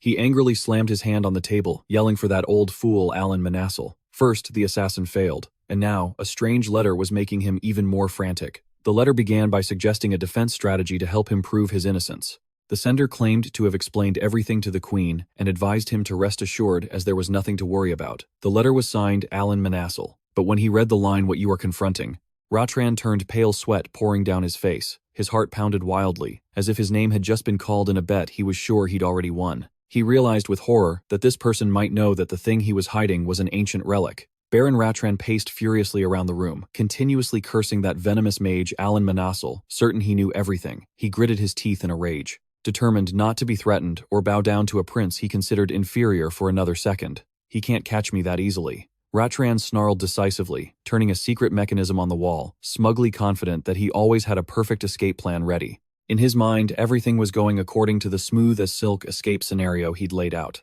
A heavy secret door swung open, revealing a room filled with chests of shimmering gold, silver, and jewels. Ratran stepped into the middle of the vast treasury, his greedy eyes showing clear satisfaction that his long-accumulated fortune was still intact. He smirked, thinking to himself that this was more than enough for him to flee far away and live like a king somewhere else. He walked over to a small cabinet and carefully took out an exquisitely carved wooden box, which he considered his most prized possession. With a click, the lid opened to reveal dozens of ancient relics glowing brilliantly like large pearls. Ratran smugly calculated that with these relics he could start a new life with an enormous fortune. He mused silently that Lenin Brisson had only brought him trouble instead of treasure. But just as he was about to close the box, a strange hand suddenly reached out, stopping the lid. A mocking whisper followed. "Thanks for making my job easier." Ratran jumped, crying out in terror. What? Seeing a strange young man with long blue hair casually take his treasure box, the Baron realized with shock that his opponent, Model, had been using an invisibility spell to hide in the room all this time, and the old man had no idea. Facing the panicked Count, the young man flashed a brilliant yet dangerous smile and introduced himself. "Hail, Prince Calian's mage is at your service." He calmly declared that the Count had been far too generous. By handing over the most compelling evidence of his crimes himself, Lachan froze for a few seconds, realizing he had just neatly incriminated himself. Alan Manassel looked directly into Hail Lachan's face, which was contorting in terror, and said sarcastically, "Don't you worry. That venomous sorcerer and that lowly prince will learn just how cooperative you've been in this investigation." Soon after, Alan brought all the spoils back to Calian. He placed the treasure box on the table and reported, "These are the ancient holy relics that Hale had hidden away. I also have his transaction history with the Blue Warbler, and this is a list of the items he secretly sold." Looking at the mountain of damning evidence, Calian nodded slightly in satisfaction. "Excellent, a full combo of evidence. One look and you knew there was no way to deny it." Calian beamed, lifting the box filled with relics, and praised him. "Well done. With this, everything is settled." But the joy was short-lived, as frantic knocking and the sound of someone violently shaking the door shattered the atmosphere. A terrified young boy burst into the room, his face drained of all color, and screamed, "Your Highness, there are people outside." Both Calian and Aaron froze, their wary eyes immediately darting to the window. Below the castle, the thunder of horse hooves and shouts created a commotion throughout the area. A formidable army in gleaming golden armor and deep blue cloaks was advancing. Calian stood by the window, his bright red eyes showing clear astonishment as he recognized the familiar crest on their shields and banners. He murmured to himself, "That's Kayla, the royal soldiers." Their sudden appearance made Calian suspicious, because this entire elite force was supposed to be stationed in the capital, Sarisu, protecting the king. At Kiss Palace, Alan Manassel couldn't hide his surprise. He roared, questioning the king, "You sent the elite troops to Lachan. I thought you were going to send the knights." Alan was extremely worried, because this action was not part of the original plan when he sent the report to His Majesty. Yet the king calmly sipped his tea. He explained that the knightly order was easily compromised. He couldn't risk sending them to his son's location, knowing full well that agents from the House of Brisson were mixed within their ranks. To him, anyone who wasn't a loyal blade forged by his own hand could not be trusted. Alan was still deeply concerned. He shot to his feet, warning that this excessive favoritism would only harm Calian in the long run. He stressed, "Every gesture of affection now will sever another of Calian's lifelines. His rivals will scream and argue endlessly. Isn't that why you've always had to be so careful not to show affection to anyone?" Hearing this, the king's hand froze mid-air. In the vast room enveloped by the lonely sunset, he sat in silence, his dilemma clear, wanting to show he cared, but circumstances wouldn't allow it. After a moment of contemplation, the king murmured that he understood and would not let it happen again. He decided he would have Calian's brothers join them for lunch tomorrow, as he truly wanted to see the princes get along. Alan replied with a subtle knowing smile. "What could be more wonderful, Your Majesty?" Back at the Latron estate, as things began to settle, the butler Chertus, with a worried face, tremblingly asked if Calian intended to stay longer. Calian, now settled on his horse, calmly announced that the elite troops would take over the rest of the work, and the criminals would be escorted to the capital to await judgment. He smirked slightly, mentioning that one of them had died before even hearing his sentence. In reality, it was a calculated move by Calian, allowing Not to reunite with his beloved wife in Whiterin. Officially, on paper, he was a dead man. Seeing the prince about to leave, Chertus gathered all his courage to ask about his own future. Calian looked down at him with ice-cold eyes and reminded him that it was his debts that forced him to sell himself into service to Count Hale. Calian casually pointed out that Chertus's participation in trafficking holy relics to foreign lands was inexcusable. The butler froze, sweat pouring down like rain, and could only bow his head to accept his grave crime. However, Calian suddenly flipped the script, stating that the old man had contributed to the capture of a traitor to the kingdom. He declared that His Majesty would show mercy in return for the loyalty he had shown him. Chertus barely had time to feel joy before he was stunned by the next command. "From now on, you will be my butler at this Latron estate." The old man stammered in disbelief, not understanding why he had to stay here, while Calian gave a brilliant, mysterious smile. Going from thinking he was done for to being kept on for work, that was one heck of a plot twist. Curtis cried out in despair, unable to believe this ironic turn of events. Meanwhile, Calian's party had already resumed their journey once again, venturing on the road to Young Sispani. News of the incident at Lachan continuously reached him along the way. Hale Lachan was officially stripped of his title, lost all his privileges, and received a life sentence. Calian's gaze darkened as he thought about the fate of Isla, the blue warbler of Secretia. She had been brought to the execution block to be beheaded. In the capital's grand square, the streets were covered in Renegita leaves today. In reality, these are the spines of the Renegita cactus, a plant with an incredible ability to absorb surrounding moisture. When the square is covered in these leaves, they help keep the white flagstones from being stained red with the blood of the condemned. Witnessing this scene, the first Prince Randall grew pensive at the banquet table, realizing Calian was subtly testing him. The second prince, Franz, was also visibly annoyed, his gaze sharp. He understood perfectly that this was Calian's way of asking if the queen had any connection to the woman who was beheaded for attempting to assassinate him. Franz stared at his older brother and coldly declared, "Your suspicion is misplaced." His brother Randall nonchalantly took a sip of wine before speaking up. "I heard you avoided Calian's departure banquet." Franz smirked sarcastically. "What's wrong? Do you miss the reek of alcohol on my breath?" Randall didn't answer. He quietly dropped his handkerchief on the floor and issued a cold warning. "Of course not. Now that your drunken days are over, the next step is to learn how to keep your mouth shut." With that, he turned and walked away, leaving behind an atmosphere thick with tension. That was a subtle jab with maximum damage. In the empty room, Franz gritted his teeth, his hand gripping a fork so tightly, it trembled. A jarring sound rang out as he slammed it down on the table, then collapsed into his chair with a helpless sigh. "Ha! Is this still not quiet enough?" Meanwhile, in a faraway place, Calian's party was facing a new problem. A subordinate reported worriedly, "Your Highness, it's too risky to keep going." Before they could even catch a break, another problem was brewing. Seeing the road ahead, buried under rocks and dirt, Calian exclaimed in shock. "Was there a landslide? How long will it take to clear the path?" He roared in frustration at the weather's interference. Damned rain. Even though his subordinate advised taking a detour, Calian couldn't help but feel impatient, thinking about all the time they had wasted in Lachan. This trip was taking much longer than he'd expected. He quietly made a resolution. "Just you wait the moment I return to Sarisu. I'm setting up a teleportation gate. After a long trip like this, all you want is to unlock fast travel to make things easier." Lost in thought, Calian was startled when a hand suddenly tugged hard on his sleeve. A little girl with pointed ears and green hair cheered excitedly. "Then come with me, come to my village, I said. "My village?" Calian asked, bewildered. Village. In response to the prince's astonishment, the elf girl gave him a radiant, energetic smile. "I live here in the elf village." She didn't forget to boast that both Luca and the elder were there too. Then she invited him with a beaming face. "Your Majesty, please stay the night. You can set off tomorrow." Faced with this sudden enthusiasm, Calian smiled faintly in response. "Oh, well, that's great." Before he even knew what was happening, his schedule had been completely upended. The entire group decided to change course and head for the elf village. Calian helplessly picked the little girl up, muttering to himself as he wondered since when he had become "Your Majesty" to this little brat. As they crossed wooden bridges, suspended high up in the great forest, the sparkling beauty of the village, with its tree houses glowing in the night, left the accompanying soldiers gaping in amazement. Even Calian couldn't help but be impressed, as he'd never thought he'd have the chance to set foot in such a mystical place. The arrival of the group quickly drew attention. An elf man with long silver hair and a noble air slowly approached. The moment he appeared, he asked an arrogant question. "Which one of you is the king of humans?" Calian frowned in annoyance, thinking to himself that there was definitely something wrong with this guy. He replied bluntly that no one in his party was that important, but if he was looking for a representative to speak with, then he was the one. The man introduced himself as Jer, the village elder, and brazenly demanded that the king of humans help him with something. Calian coldly corrected his identity. "I am not King Sis. I'll have to hear what you have to say before I can give you an answer."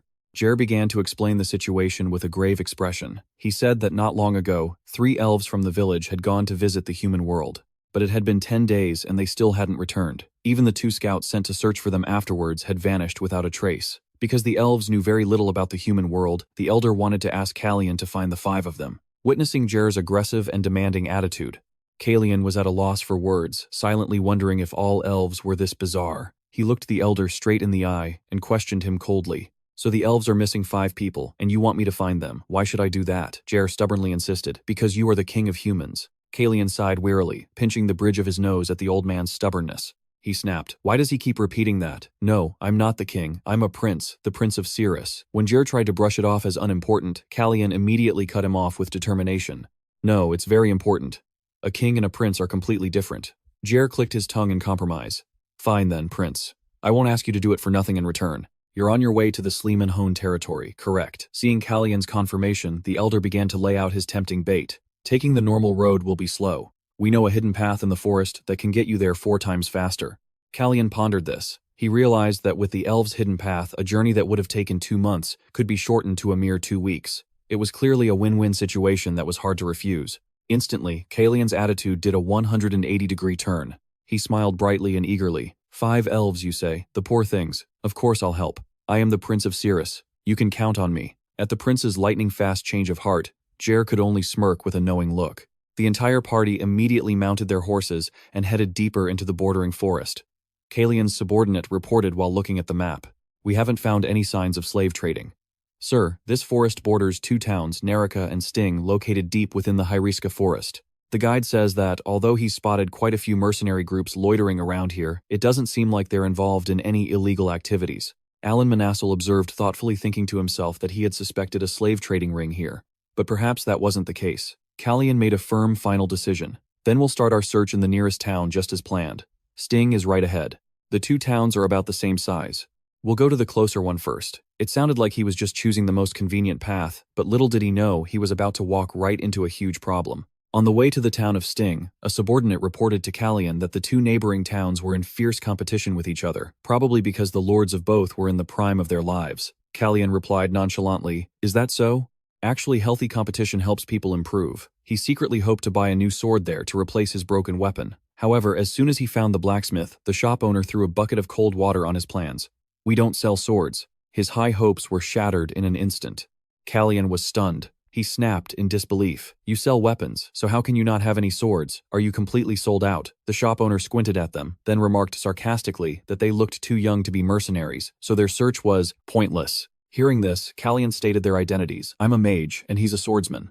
Mercenaries aren't the only ones who need swords." The shop owner sighed, advising them not to waste their time because all the weapons had been bought out to equip the mercenaries in the city. If they were looking for work, he suggested they go straight to the Lord's Manor. Calian flatly refused, saying he needed to buy a sword for himself, not go on a bounty hunt. He planned to head to the town of Nerika, on the other side of the forest, to try his luck. But the shop owner insisted it was useless, as the situation there was no different. Calian's eyes suddenly turned sharp as he realized the truth behind those words. He let out a "ha."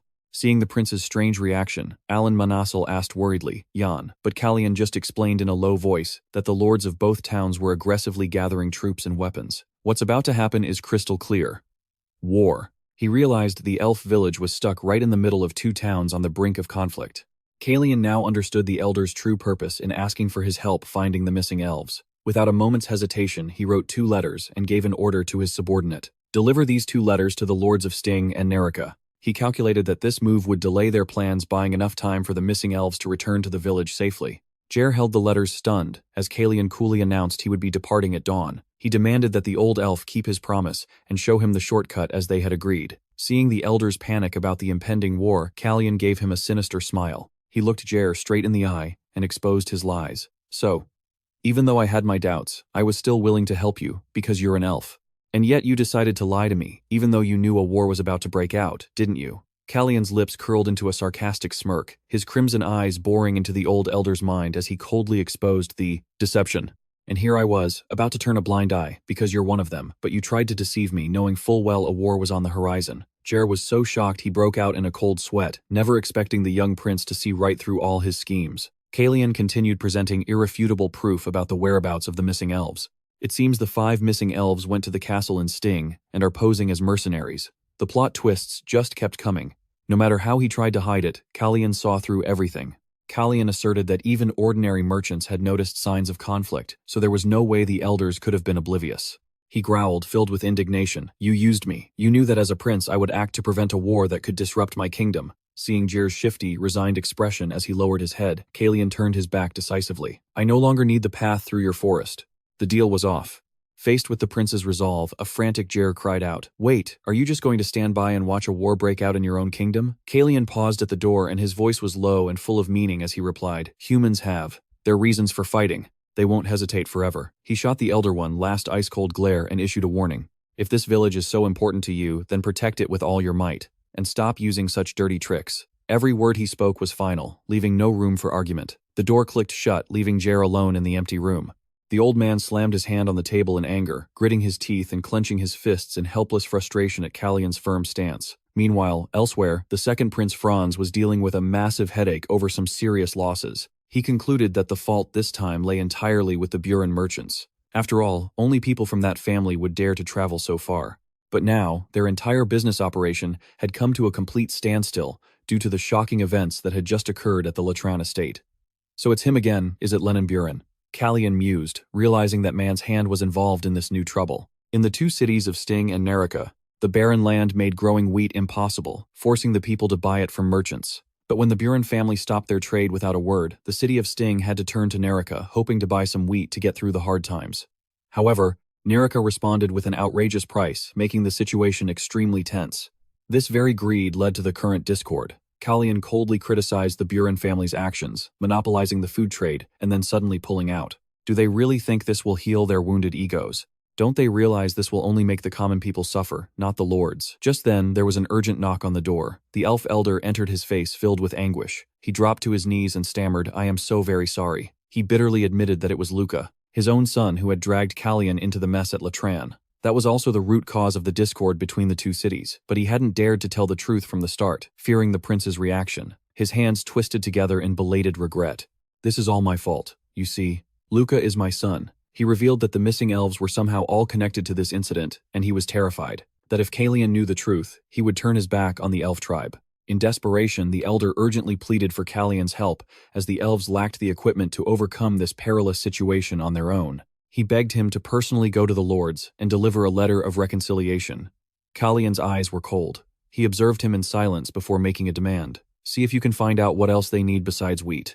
I'll meet with them after you bring that information back to me." Hearing a glimmer of hope, the elder cried out joyfully, "So, you'll help us." Calian immediately threw cold water on his hopes, stating that he wasn't doing this to help him. Despite that coldness, the elder still bowed his head in thanks, promising that the elf tribe would never forget this selflessness. Calian sat pensively in the dark room, the name Lennon Buren lingering in his mind like a persistent thorn. He lightly touched his ring, his crimson eyes showing his determination as he silently acknowledged what a difficult problem that man was. A flash of light from the ring seemed to urge him on, making Calian resolve that it was time to clean house. And we all know what cleaning house means in this context, don't we? Meanwhile, at the Buren estate in the capital city of Sarasu, the atmosphere had suddenly grown strange. Marquis Even Breezen, head of the Buren family, had just returned with a very serious expression. When a servant respectfully informed him that the carriage would be waiting until the meeting was over, Even unexpectedly ordered him to stop. He announced that he would be staying at the estate and canceling all of his appointments for the day, leaving the subordinates stunned by this sudden change of plans. Even coldly ordered the mysterious guest to be brought to his room, then walked off alone, looking deep in thought. The servants began to whisper among themselves.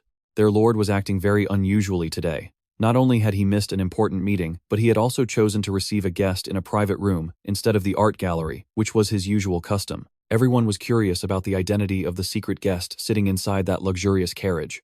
Inside the room, a man with long white hair and a mysterious aura was already waiting. He smiled and began, "We haven't had the chance to meet in person yet, have we?" Even calmly sat down across from him, not forgetting to mention that if the other party had scheduled an appointment, he could have provided a more formal reception.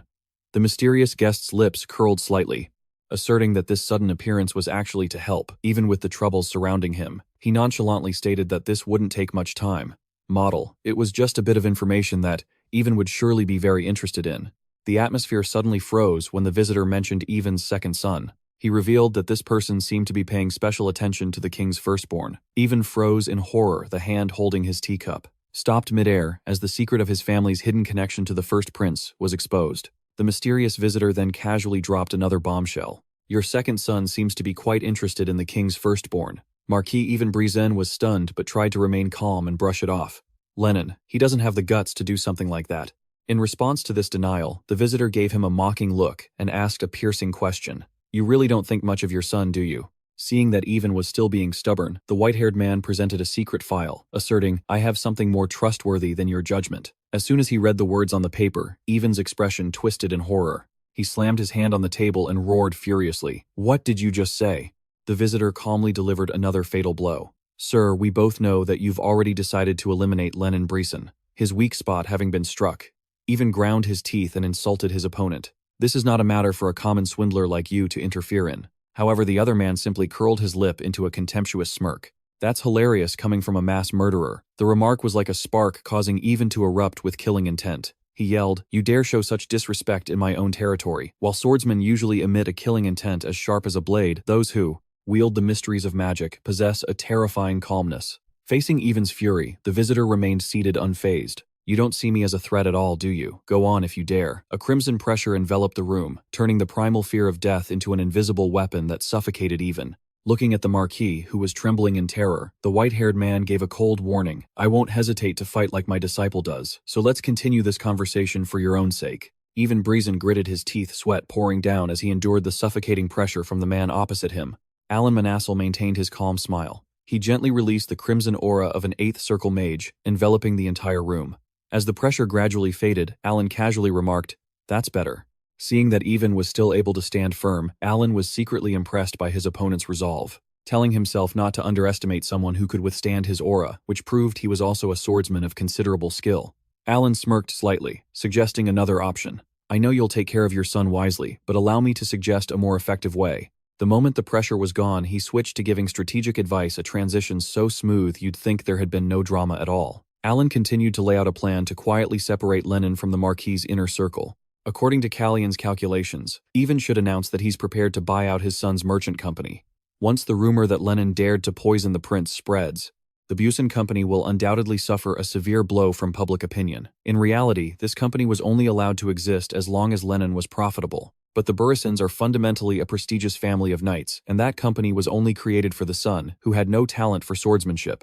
Calian was certain that once the company was no longer beneficial and, on the contrary, began to harm the family's reputation, Even would do whatever it took to get rid of it immediately. The plan reeked of ruthlessly cutting one's losses. Faced with this proposal, Even pondered. Perhaps so. But why would he agree to fall into your hands? And into the hands of your prince? Why should I give him that advantage? Alan smiled, as if he had anticipated this reaction. He affirmed that neither he nor the prince would be the ones to buy it. Calian had already prepared a more suitable piece for this transaction. Meeting Even's suspicious gaze, Alan revealed the identity of the person behind it, the head of the second largest merchant company in Sarisu. With such a big player involved, this deal was getting serious. Alan casually pushed the documents toward Even, persuading him that shifting the attention to a competitor was an extremely logical move. He emphasized, "Now your job is to find a convincing reason to sell it, and he will give you an equally convincing price." Even was stunned as he read the terms in the documents, his eyes widening in astonishment. Meanwhile, at another luxurious mansion, the mysterious guest they had mentioned was gleefully watering his houseplant. He cooed at the potted plant with an incredibly happy expression. "Oh my sweetheart, Papa's been so busy lately, but don't be sad. Daddy's here now." Talk about a sharp turn from intense mind games to wholesome plant parenting.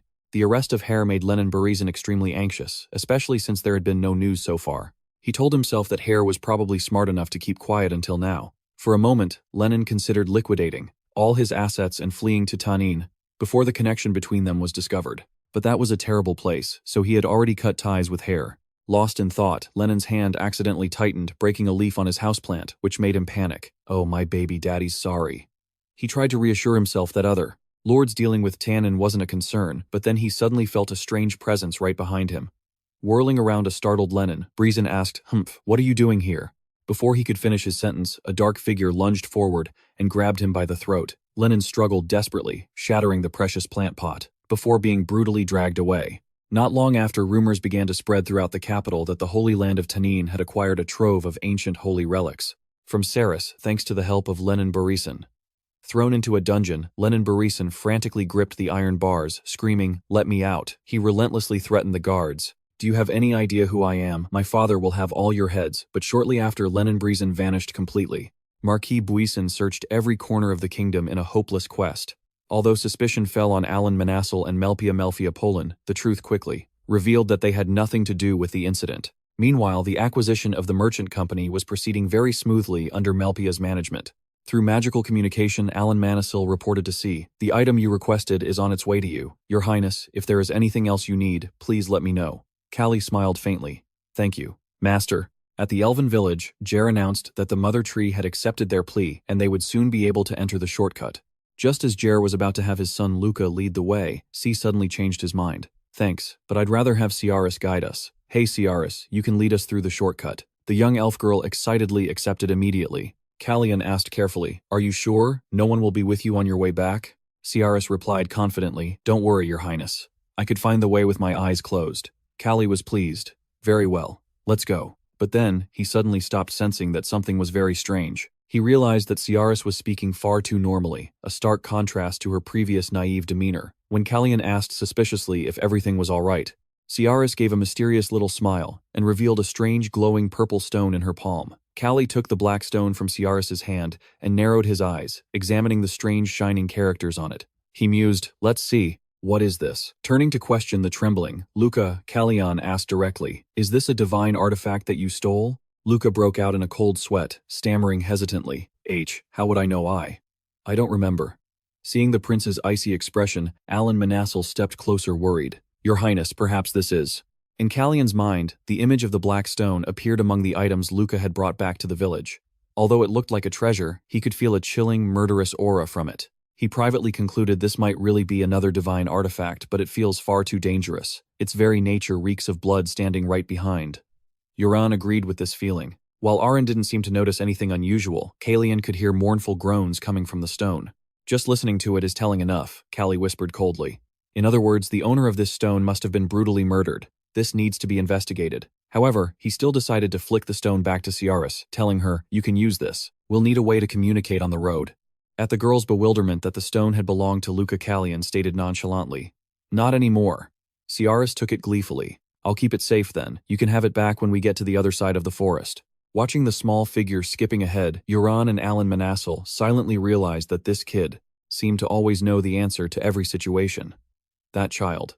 She seems to know the answer before the question is even asked. Euron observed thoughtfully. He suspected Ciaris had the ability to see the future, if only for a few brief moments.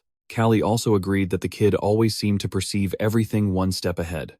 Looking at the divine hourglass-shaped artifact that was radiating a brilliant light, Calian exclaimed in astonishment, "It's possible. If that's true, then this kid is not as cluelessly cute as she looks." Callie wondered thoughtfully if this black stone had any connection to Acus Tempus. Meanwhile, back in the capital, the Crown Prince Randall stood quietly in the middle of a rose garden, his sad eyes gazing at the withered branches. He silently called Callie's name, and realized that after the recent events, it was now Lennon Buisson's turn to be eliminated from the game. Randall reached into his clothes and pulled out a necklace with a round, sparkling pendant. As he pressed the pendant against a rose branch, a powerful surge of magic erupted, causing the withered bud to shudder and then burst into a brilliant red rose. Randall gently touched the petal and whispered, "You are still so beautiful. Stay this way for a little while longer." At the same time, in the Hyriska forest, Calian was meditating under an ancient tree. The ring on his finger suddenly began to flash, signaling a change in his magic. Calian shut his eyes tightly, feeling the mana swirling violently before concentrating all of it in his chest. A voice echoed in his mind, congratulating him for cultivating a powerful aura instead of simply developing his magic. Calian clutched his head in pain, crying out, "No." His master's mockery hurt him. He would have preferred a direct punishment instead. He collapsed against the base of the tree, blaming himself for making a mistake when it was his master who had to endure the worst of it. Old habits from his past life were truly hard to break, as Callie had been a master swordsman long before he started practicing magic in this timeline. His soul was too accustomed to converting all his mana into a sword aura, rather than reserving it to cast higher-level magic. C quietly replied to the voice in his mind, "I know that." He was well aware that sword aura and magic had similar mana circulation, and it wasn't that he lacked a source of mana, but his mind would unconsciously decide to strengthen his aura before he could stop it. Alan Manassel's voice echoed again, "I never said your fundamental understanding was weak. However, that doesn't mean I will let you return to the capital without a solution in hand." Callie gazed thoughtfully into the distance, wondering to himself if he could really find a solution. His master's voice continued to echo under the starry night sky. "Well, you should know best. You are the one walking a path no one else dares to tread, but the thing about my prince's paths is that they eventually lead somewhere." Dawn began to break, chasing away the darkness. From up ahead, the elf girl's clear voice called out, "Over here, Your Highness, hurry. This is where the path through the forest ends." Calian walked with decisive steps, pushing past the last of the undergrowth to emerge from the gloomy canopy. The brilliant sunlight of the new day made C squint and raise a hand to shield his eyes. Before him, a breathtakingly majestic scene unfolded. He exclaimed, "So that is the domain of Duke Sleeman, Hone, the land of elephants." A magnificent, massive white city rested against towering, majestic cliffs under a deep blue sky. Callie stood on a high peak, his gaze sweeping over the vast lands of House Sleeman Honorable. The grandeur of the place left the young prince in awe, but the unexpected call of Captain from behind pulled him back to reality. Ciaris was gleefully waving goodbye with a radiant smile. Seeing the little elf girl about to turn and leave, Callie suddenly paused. Standing on the barren mountainside, Callie looked straight into Ciaris's eyes and asked if she really had to return to that village. He still hadn't forgotten the strange reaction from everyone when he chose her to be the guide instead of Luca. Even though he had only been in the village for a short time, C had sensed the ostracism and coldness they showed the little girl. He thought to himself, her daily life must be much worse than this. If the problem is just her habit of answering before things happen, C affirmed, I can meet with the Will of Sispanian and ask about her. A light show of concern that hit the mark. Sometimes less is more. Calian made a sincere offer. Until then, would you like to continue traveling with us?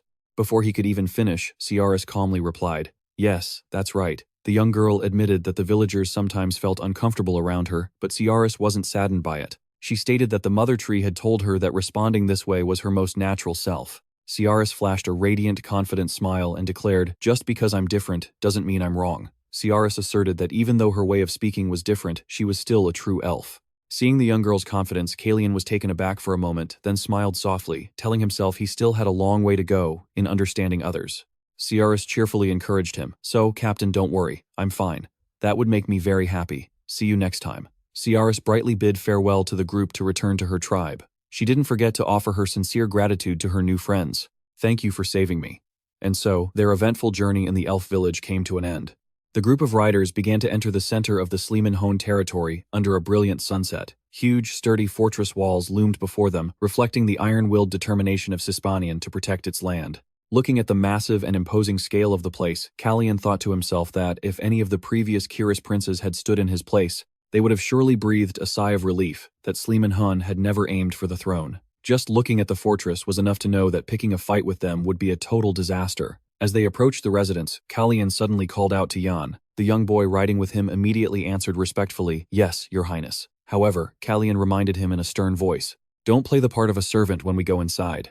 Seeing Jan's confused expression, he let out a weary sigh, complaining that he was already tired of dealing with the two troublesome guards outside, and had no idea how many more people were waiting inside to give him a hard time. Got it, stop acting like a servant. Jan nodded grimly in understanding. As Calian quietly walked deeper into the castle, Jan enthusiastically declared, I can handle myself. I promise I'll take care of everything, leaving Calian speechless. Calian could only break out in a cold sweat at this over-the-top enthusiasm. The night grew late in the Sleeman-Hone territory, and Calian wearily dried his hair with a towel after bathing. Letting out a weary sigh over his miscalculation, he thought to himself, I thought we had already arrived in the Sleeman-Hone territory, but the reality was much harsher, as he recalled looking at the map with Jan. Calian was shocked to learn they had only passed through the outer gate and still had another 2 full days of travel to reach the inner city. He couldn't help but marvel. Who would have thought this fortress would be as big as an entire city? Although he really wanted to meet the Duke tonight, faced with the enormous scale of the land, Calian had no choice but to accept reality. Complaining wouldn't change anything, so he just had to deal with it. Thinking you've arrived only to find out you've just checked in at the gate. What a shock. His gaze fell upon the black stone on the table, recalling Ciaris's declaration that even if her way of speaking was different, she was still a true elf. Calian murmured, all right. He began to focus his mind, realizing that even if mana is converted into an aura, the source of that power always remains. He asked himself, why have I always thought differently until now? Then sank into a deep state of meditation to feel the surging energy. Calian realized that if he couldn't break the habit of converting mana into an aura, then he just needed to create magic circles using that very aura. The explosive surge of power astonished the person standing outside the door as they monitored the movement of his mana. It was a massive movement, completely different from the usual warmth and gentleness. This was a chillingly cold source of magical power. The observer silently wondered just what level the prince's abilities had truly reached. Amidst the brilliant light radiating from his chest, Calian broke into a triumphant smile, having finally successfully broken through to the 4th circle. The problem of the magic circle was solved, but Calian knew he still had another major issue to face. Calian was secretly worried about hiding his true identity. On this continent, there were currently 6 swordmasters, and according to the rules, someone with a stronger aura could completely see through the aura of someone with a weaker one. The next morning, a majestic man on horseback appeared, leading a group of knights. He called out, "Oh, welcome. Welcome. It's been a long time, your highness. You must be weary from your long journey." It was none other than Duke Sleeman-Hone, the 2nd swordmaster on the continent. Calian knew that no matter how you looked at it, his current strength was no match for the Duke's. As he dismounted, Duke Sleeman-Hone spoke in a deep voice. Your Highness. Calian feared that meeting him face to face like this would expose his identity as a swordmaster.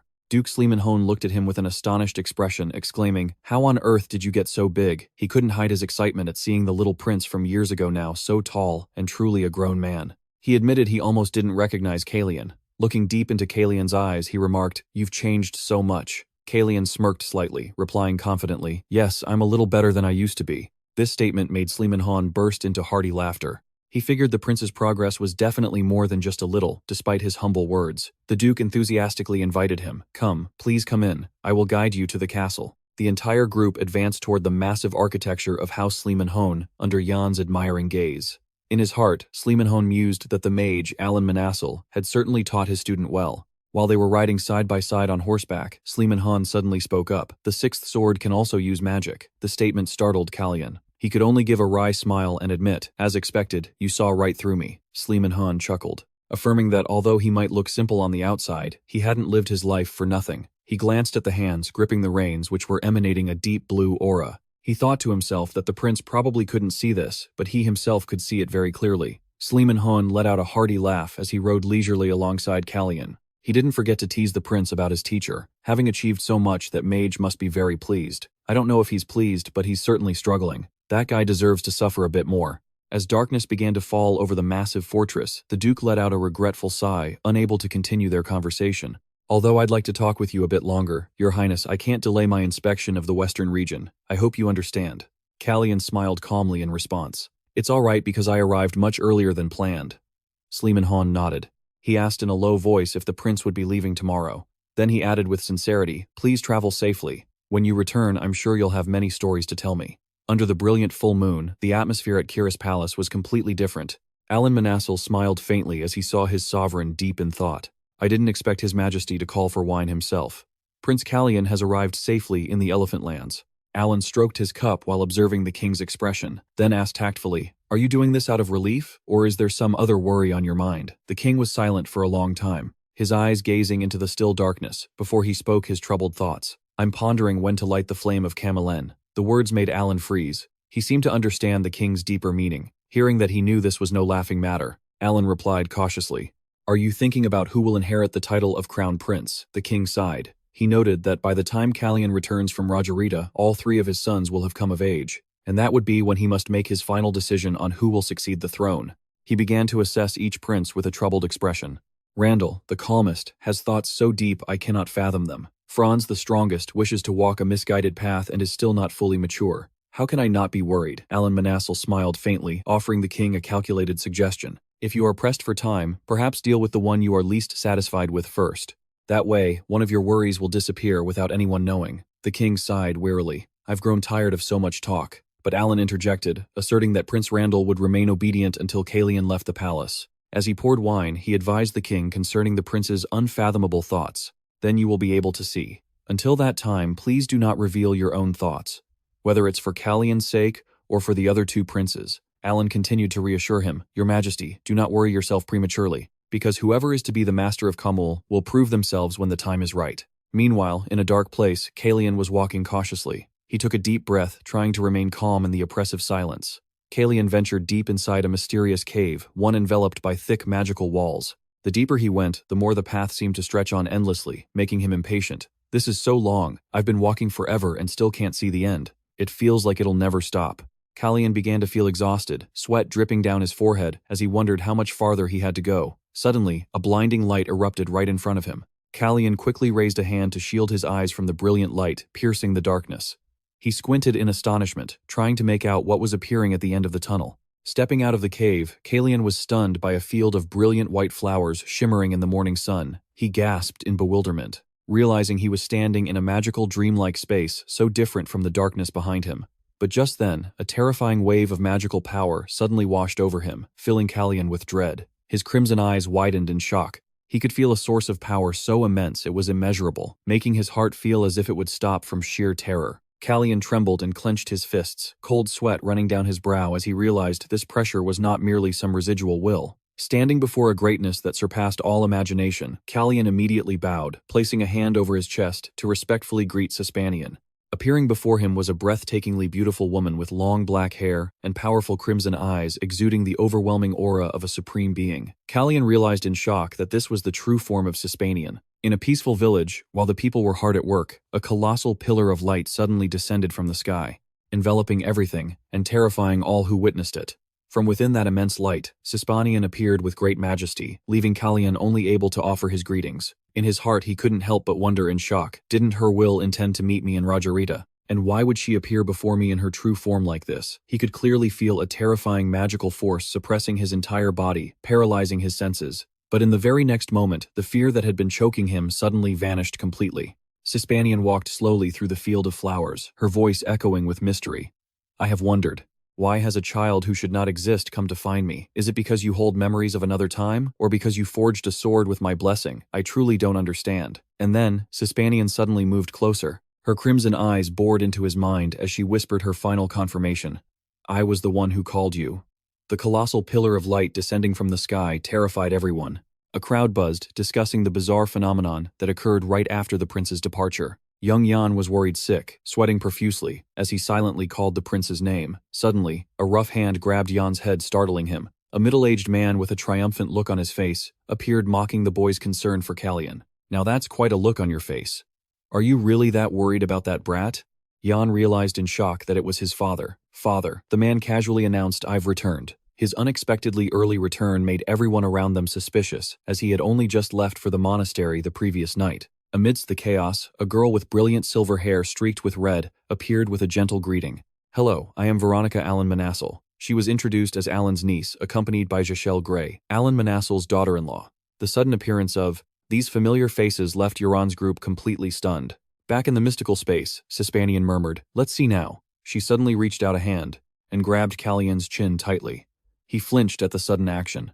Cold sweat ran down his face as he was forced to look directly into the Supreme Being's powerful crimson eyes. In those eyes, Calian's reflection was perfectly clear, as if his entire soul was being laid bare. Sispanian began to delve into the deepest layers of Calian's memories. Chaotic images from his past life returned in a brutal shade of red, the smoke and fire of war-fallen soldiers, the desperate screams and painful tears of a child. After taking it all in, Sispanian whispered cryptically, I understand now. Calian stood, frozen beads of sweat rolling down his tense face. Sispanian started to say something, but strangely, even though he saw her lips moving, Calian couldn't hear a single sound. Calian wondered, what is this? They're clearly talking, but I can't hear a thing. Seeing the young prince's confusion, Sispanian stated coldly, You cannot hear my words. The sound was blocked, as if by a high-level system lock. She revealed that the reason for this bizarre silence was because she didn't want him to hear. Calian was stunned, stammering with a look of disbelief. When you say she, are you talking about Serenity? Sispanian gently closed her eyes, her expression turning pensive. Serenity, ah. Yes, I've heard people call her that. This confirmation left Calian so stunned, he could barely breathe, his eyes wide with terror. In his mind, the legends of the goddess Serenity came flooding back. In the ancient war between two gods to seal the evil one, she fought alongside 8 heroes. According to legend, Serenity was said to have fallen into an eternal sleep immediately after successfully sealing the evil forces. Calian couldn't help but wonder, but how could Serenity not be asleep? Was her existence hidden? Sispanian calmly asserted that if even she could leave her will and be present in this place, then it was entirely possible for Serenity to still exist. Sispanian looked at him and reminded him that there were other things he should be more concerned about. Calian pondered for a moment before deciding to speak. If that's the case, there's something I'd like to ask. In Kailas, there's something called the time axis. When the Supreme Being confirmed she knew of it, Calian broke into a cold sweat. He pressed her for the reason why she needed the time axis in Kailas. However, as Sispanian began to explain, her words were once again obscured by an invisible force, feeling as though an admin had muted her in a voice chat. Calian gritted his teeth in frustration. Ugh, again, why can't I hear this now? Sispanian calmly stated that she didn't want him to act rashly. She revealed that Serenity was afraid Calian would find out what happens after his death, which would ruin important upcoming plans. Calian was shocked to realize that all this interference was meant to prevent the future from being revealed. He concluded, You're saying that this situation is so serious that Serenity has to intervene directly. Sispanian nodded in acknowledgement. Yes, you are correct. Calian fell silent. He thought to himself that this situation was far bigger than he had ever imagined. He couldn't fathom what the time axis could possibly be to make a god herself get involved. The painful memory of someone screaming Werner's name resurfaced, causing Calian to clench his fists, his veins bulging with extreme rage and anguish. Keeping his composure, Calian asked his final question. Did my brother use the time axis to save my life? Sispanian silently observed the young prince, then coldly reminded him that before being Calian's brother, that person was first and foremost a king. To go against the natural order, just to save one person's life, is unthinkable for a monarch. Sispanian stated firmly, he is not that foolish.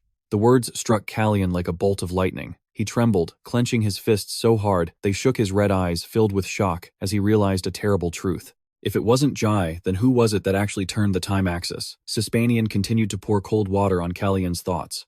Before being your brother, he is a king. To go against the natural order to save your life. Do you really think your brother is that foolish? This declaration left Calian standing, frozen in the field of flowers, his bloodshot eyes wide with utter shock, as he realized that Jai might not have been the one who saved him. Calian bowed his head, beads of sweat rolling down his face from the shock. Just then, Sispanian held out her hand toward him and demanded, "Show me what you are holding." Calian blankly wondered what he could possibly be holding that would interest this supreme being so much. He thought to himself, "Don't tell me it's..." But before he could finish the thought, the divine object revealed itself automatically. The black stone with ancient characters materialized in midair. Sispanian took it, her eyes narrowing in astonishment. "This is..." she observed the divine object meticulously. While Calian could only stand and watch in silence, the supreme being's gaze sharpened as if she had recognized the true source of the power hidden within the stone. Sispanian placed the stone back into Calian's palm and instructed, "You must continue to keep this object. Everything will become clear when the time comes." Calian clenched his fist, his eyes showing a new determination, even though countless questions remained unanswered. Before her form gradually faded into nothingness, Sispanian left him with a quiet message. "Do not be disappointed just because you could not hear the answer you wanted today. When you feel you are fully prepared, come back and see me." Then she vanished, leaving Calian standing alone in the gloomy cave. Meanwhile, the sky above Siegfried's domain suddenly became unusually busy. Flocks of messenger pigeons filled the sky, carrying urgent messages from the land of the elephants. Standing on a high balcony, Schliemann narrowed his eyes as he watched the circling birds. He remarked, "Good heavens, I never realized my territory was under so much scrutiny from so many prying eyes." He admitted that despite having lived here for a very long time, this was the first time he had witnessed such a strange sight. A stern voice from behind cut through his thoughts. "Is this really the time for you to be leisurely enjoying the view?" Schliemann stepped forward with a worried expression. Faced with his daughter's seriousness, Siegfried just smiled nonchalantly and replied, "What's the harm in looking for just a moment?" He understood that those who were jealous and coveted his family's great power were always present, and this latest event would undoubtedly attract even more attention. Demir worriedly asked if the owners of the messenger pigeons would ever leave their family alone. She stressed that they needed to know the identities of the retainers from other families who were lurking around just to be safe. At his daughter's sharp intellect, Siegfried laughed with delight. He gave a proud thumbs up. "Ha ha ha, I was so wise to marry your mother. You are every bit as intelligent as your father." However, his expression immediately turned somber and imposing. Siegfried asserted that if their family had to worry about such people, they would have entered the world of politics long ago. He reminded his daughter of their family's creed: "We are protectors, not rulers or conquerors. The reason we hone our strength is to wield a shield for protection." Demir looked at her father with a very serious gaze. She said in a low voice, "I understand that, but this time might be different, father." Inside the massive castle, Calian's reflection was cast on a window pane, his face deep in thought, as if he were trapped by unspoken calculations. Noticing his daughter's anxiety, Schliemann placed a reassuring hand on her shoulder. "Very well.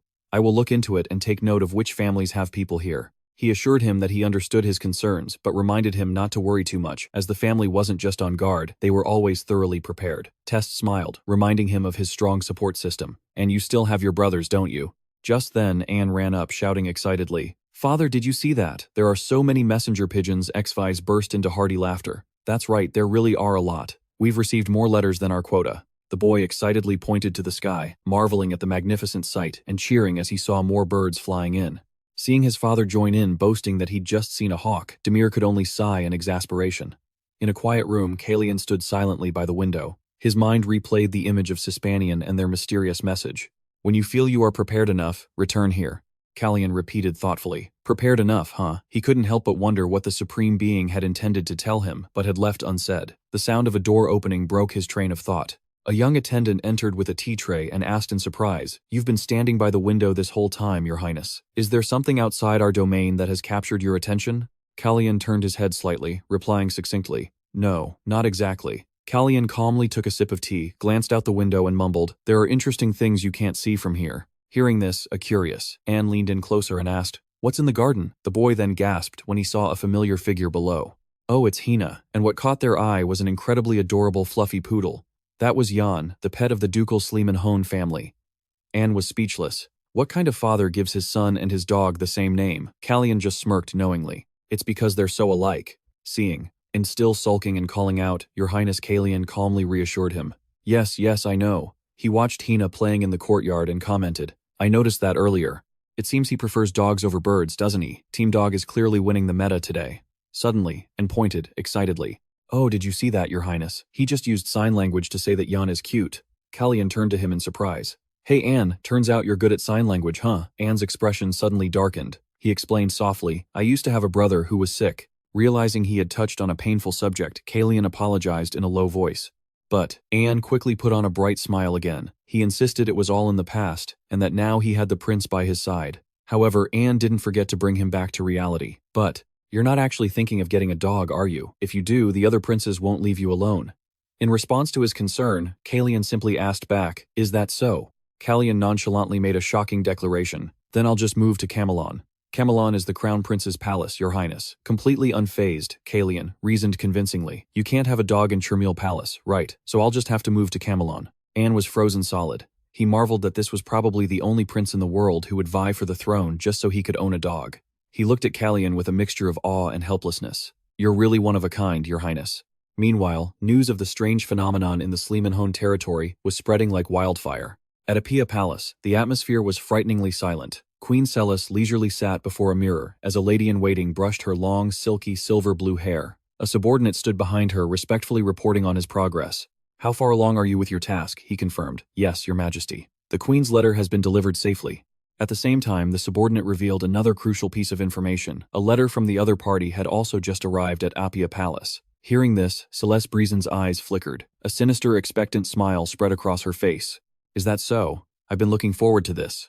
As light shimmered in the darkness, a voice came from a communication ring. "Your Highness, I've been waiting for you." Calian quietly apologized for the delay. He was trying to find a specific place inside Sleeman-Hone Castle, a place beyond the reach of Sispanian's sight and power.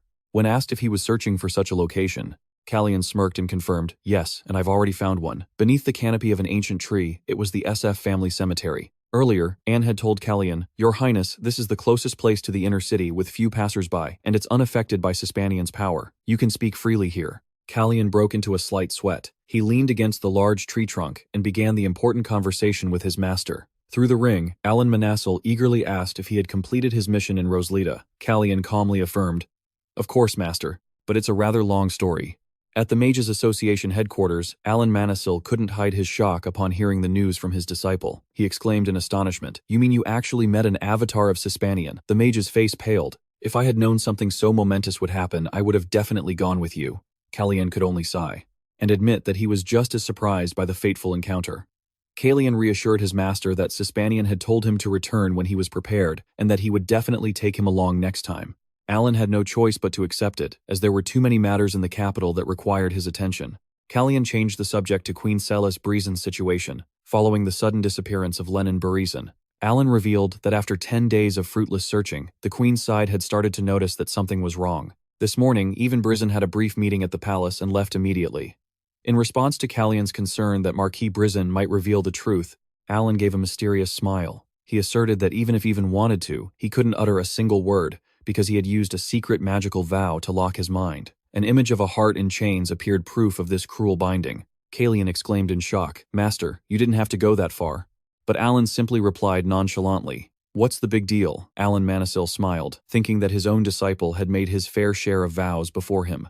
Calian broke out in a cold sweat, admitting he had no room to talk now. It seemed master and student were, even when it came to shared secrets.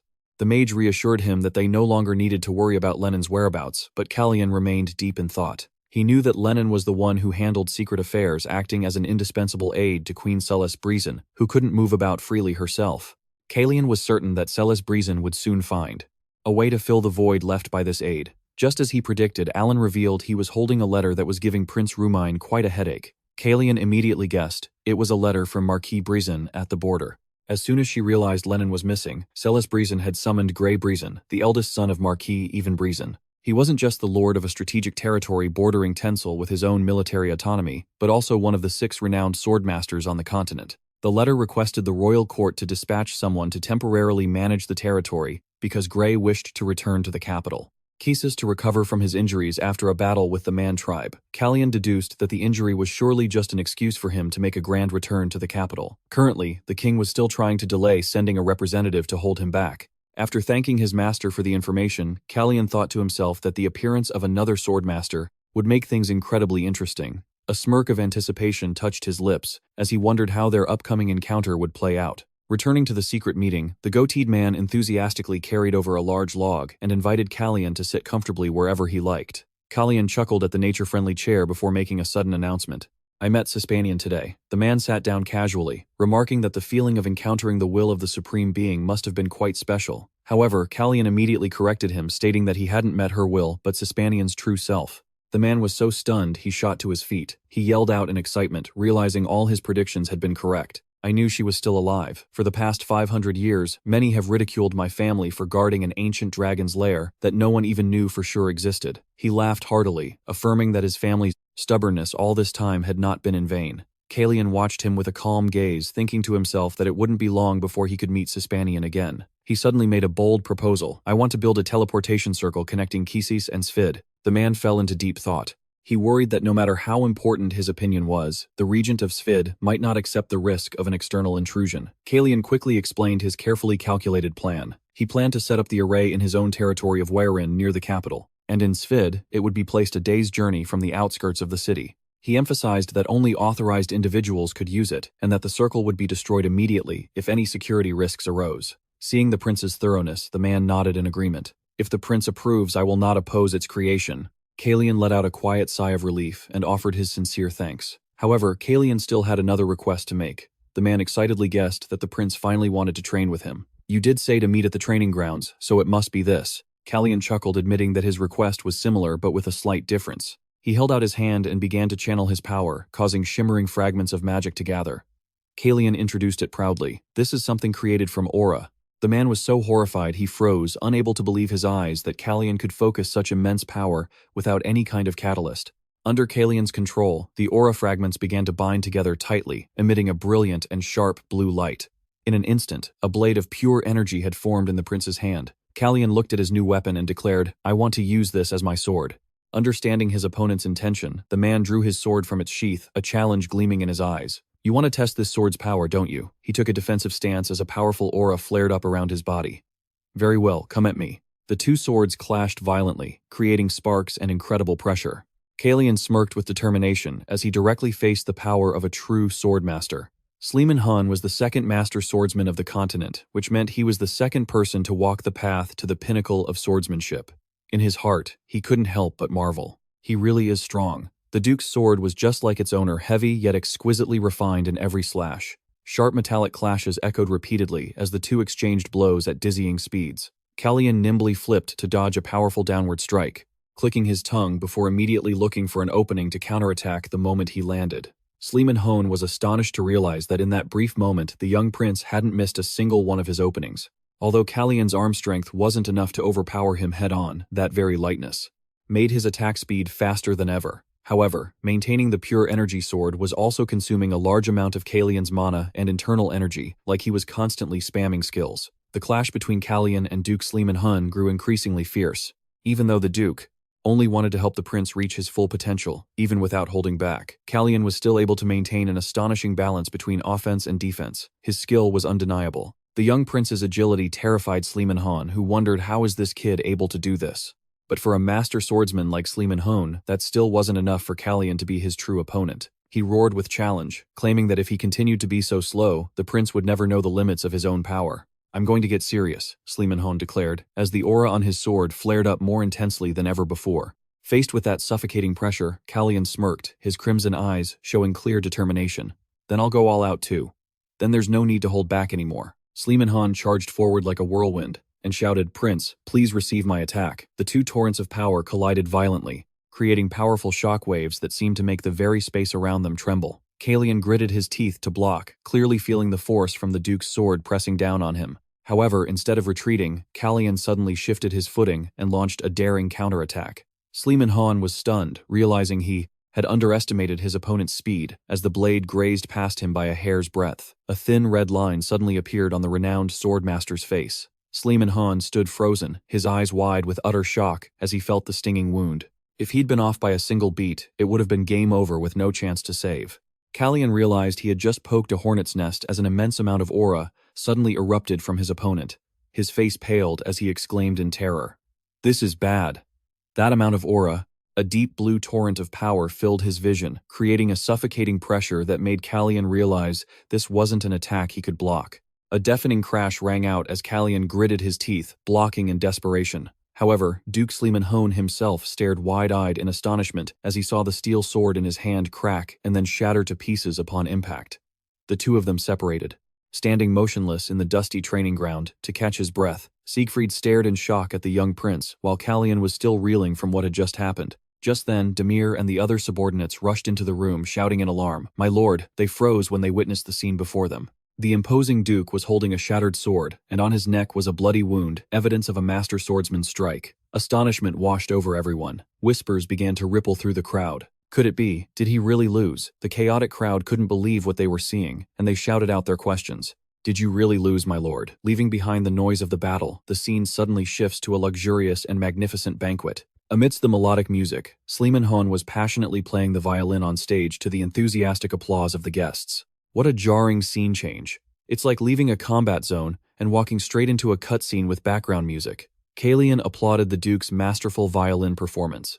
"That was amazing. Truly surprising. Not only are you skilled with the sword, but your violin playing is on another level." Siegfried smiled humbly in response.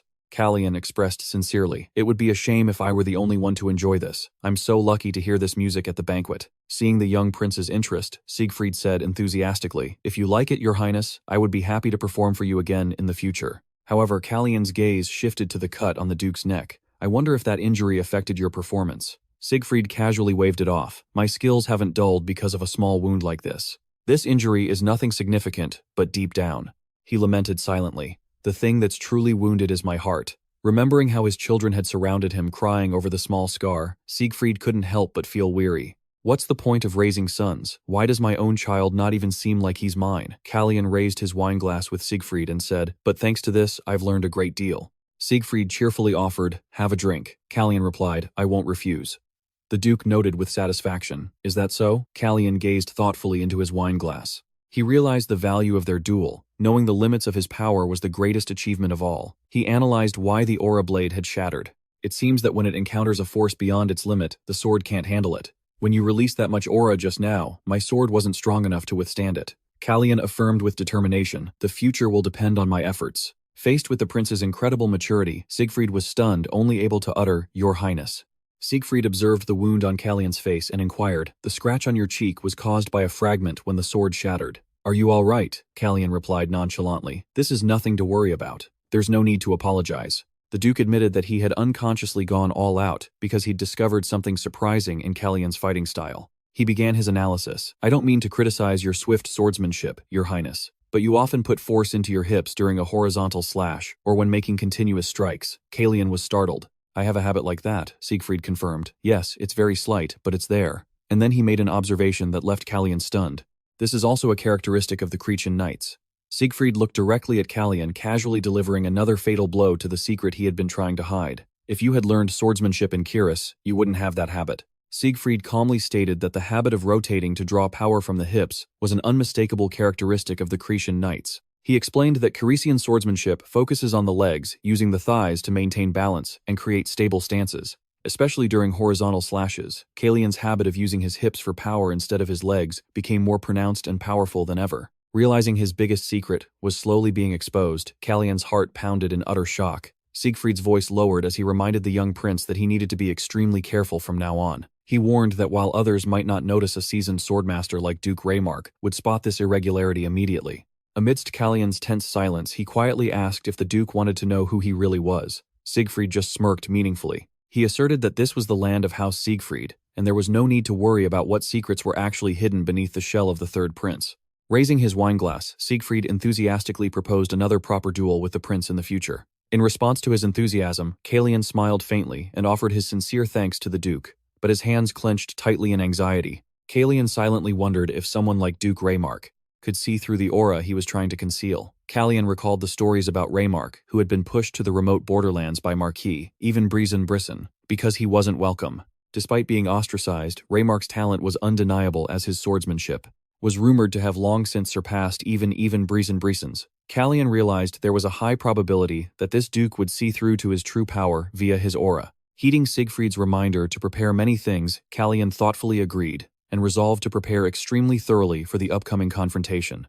10 days later, in the quiet cemetery of the Siegfried territory, Calian was still making his final preparations. Hearing his master's observation through the communication ring that the air there was so nice the prince might want to stay forever, he gave a wry smile, since things were taking much more time than expected.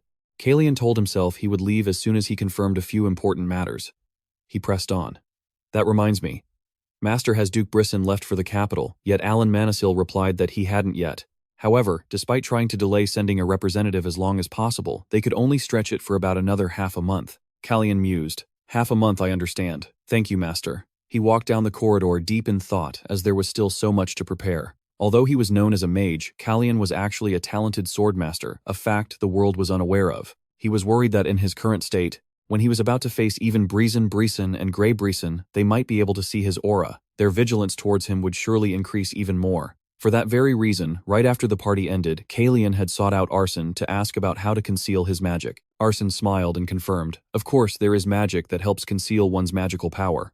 Your Highness has already reached level 4, so you can definitely learn it." He further explained that since the origin of both mana and aura since it's based on mana, concealing it should be entirely possible. Seeing their willingness to help, Calian exclaimed excitedly, "That's great, please show me how it's done." Furthermore, thanks to his master's advice, Calian also began to focus on another important plan. He started to research more deeply into establishing teleportation magic circles. At that moment, Riel, the daughter-in-law of Duke Sif and a talented mage herself, was there to assist. Calian knew she was the one who had helped shorten the construction supervision time in Sfrit, and would surely be a great help in building the teleportation circles later on. Looking at the two talented mages before him, Calian expressed his intention to prepare one more thing, as the lands of Kiris were too vast. Both Aaron and Rizel responded in unison with determination. "Yes, please leave it to us."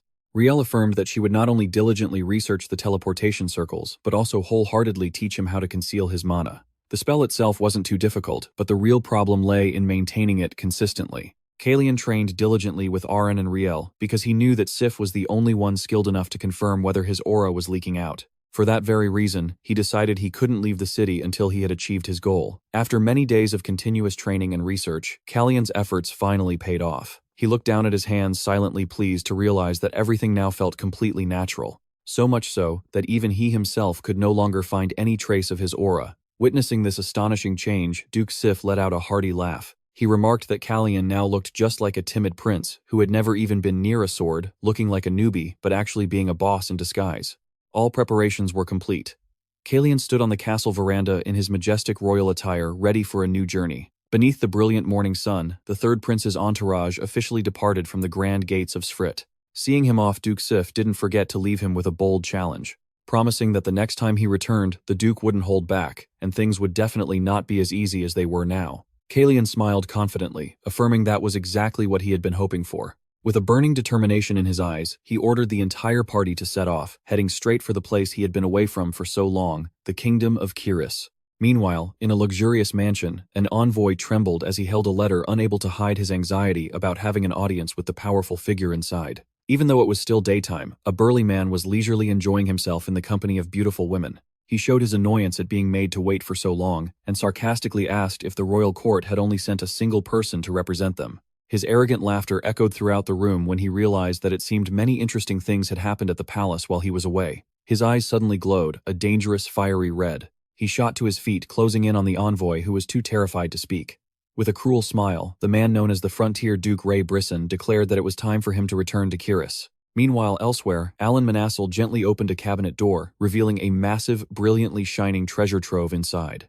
Gazing at the mountain of sparkling gold, he mused that this wealth never ceased to amaze him, even more impressive than a solid gold bathtub. This was the huge monthly income from the Vline territory, the largest wheat-producing region in Kiris, which he owned. In addition, merchant guilds like Melfia Pollin also brought in a considerable profit, since the prince was the one covering all operating costs. He casually placed a money pouch into a safe, telling himself he would never have to worry about a shortage of money. Just as he stepped outside, Alan came across a maid waiting for him. She politely inquired if his business was concluded, and then offered to lock the room.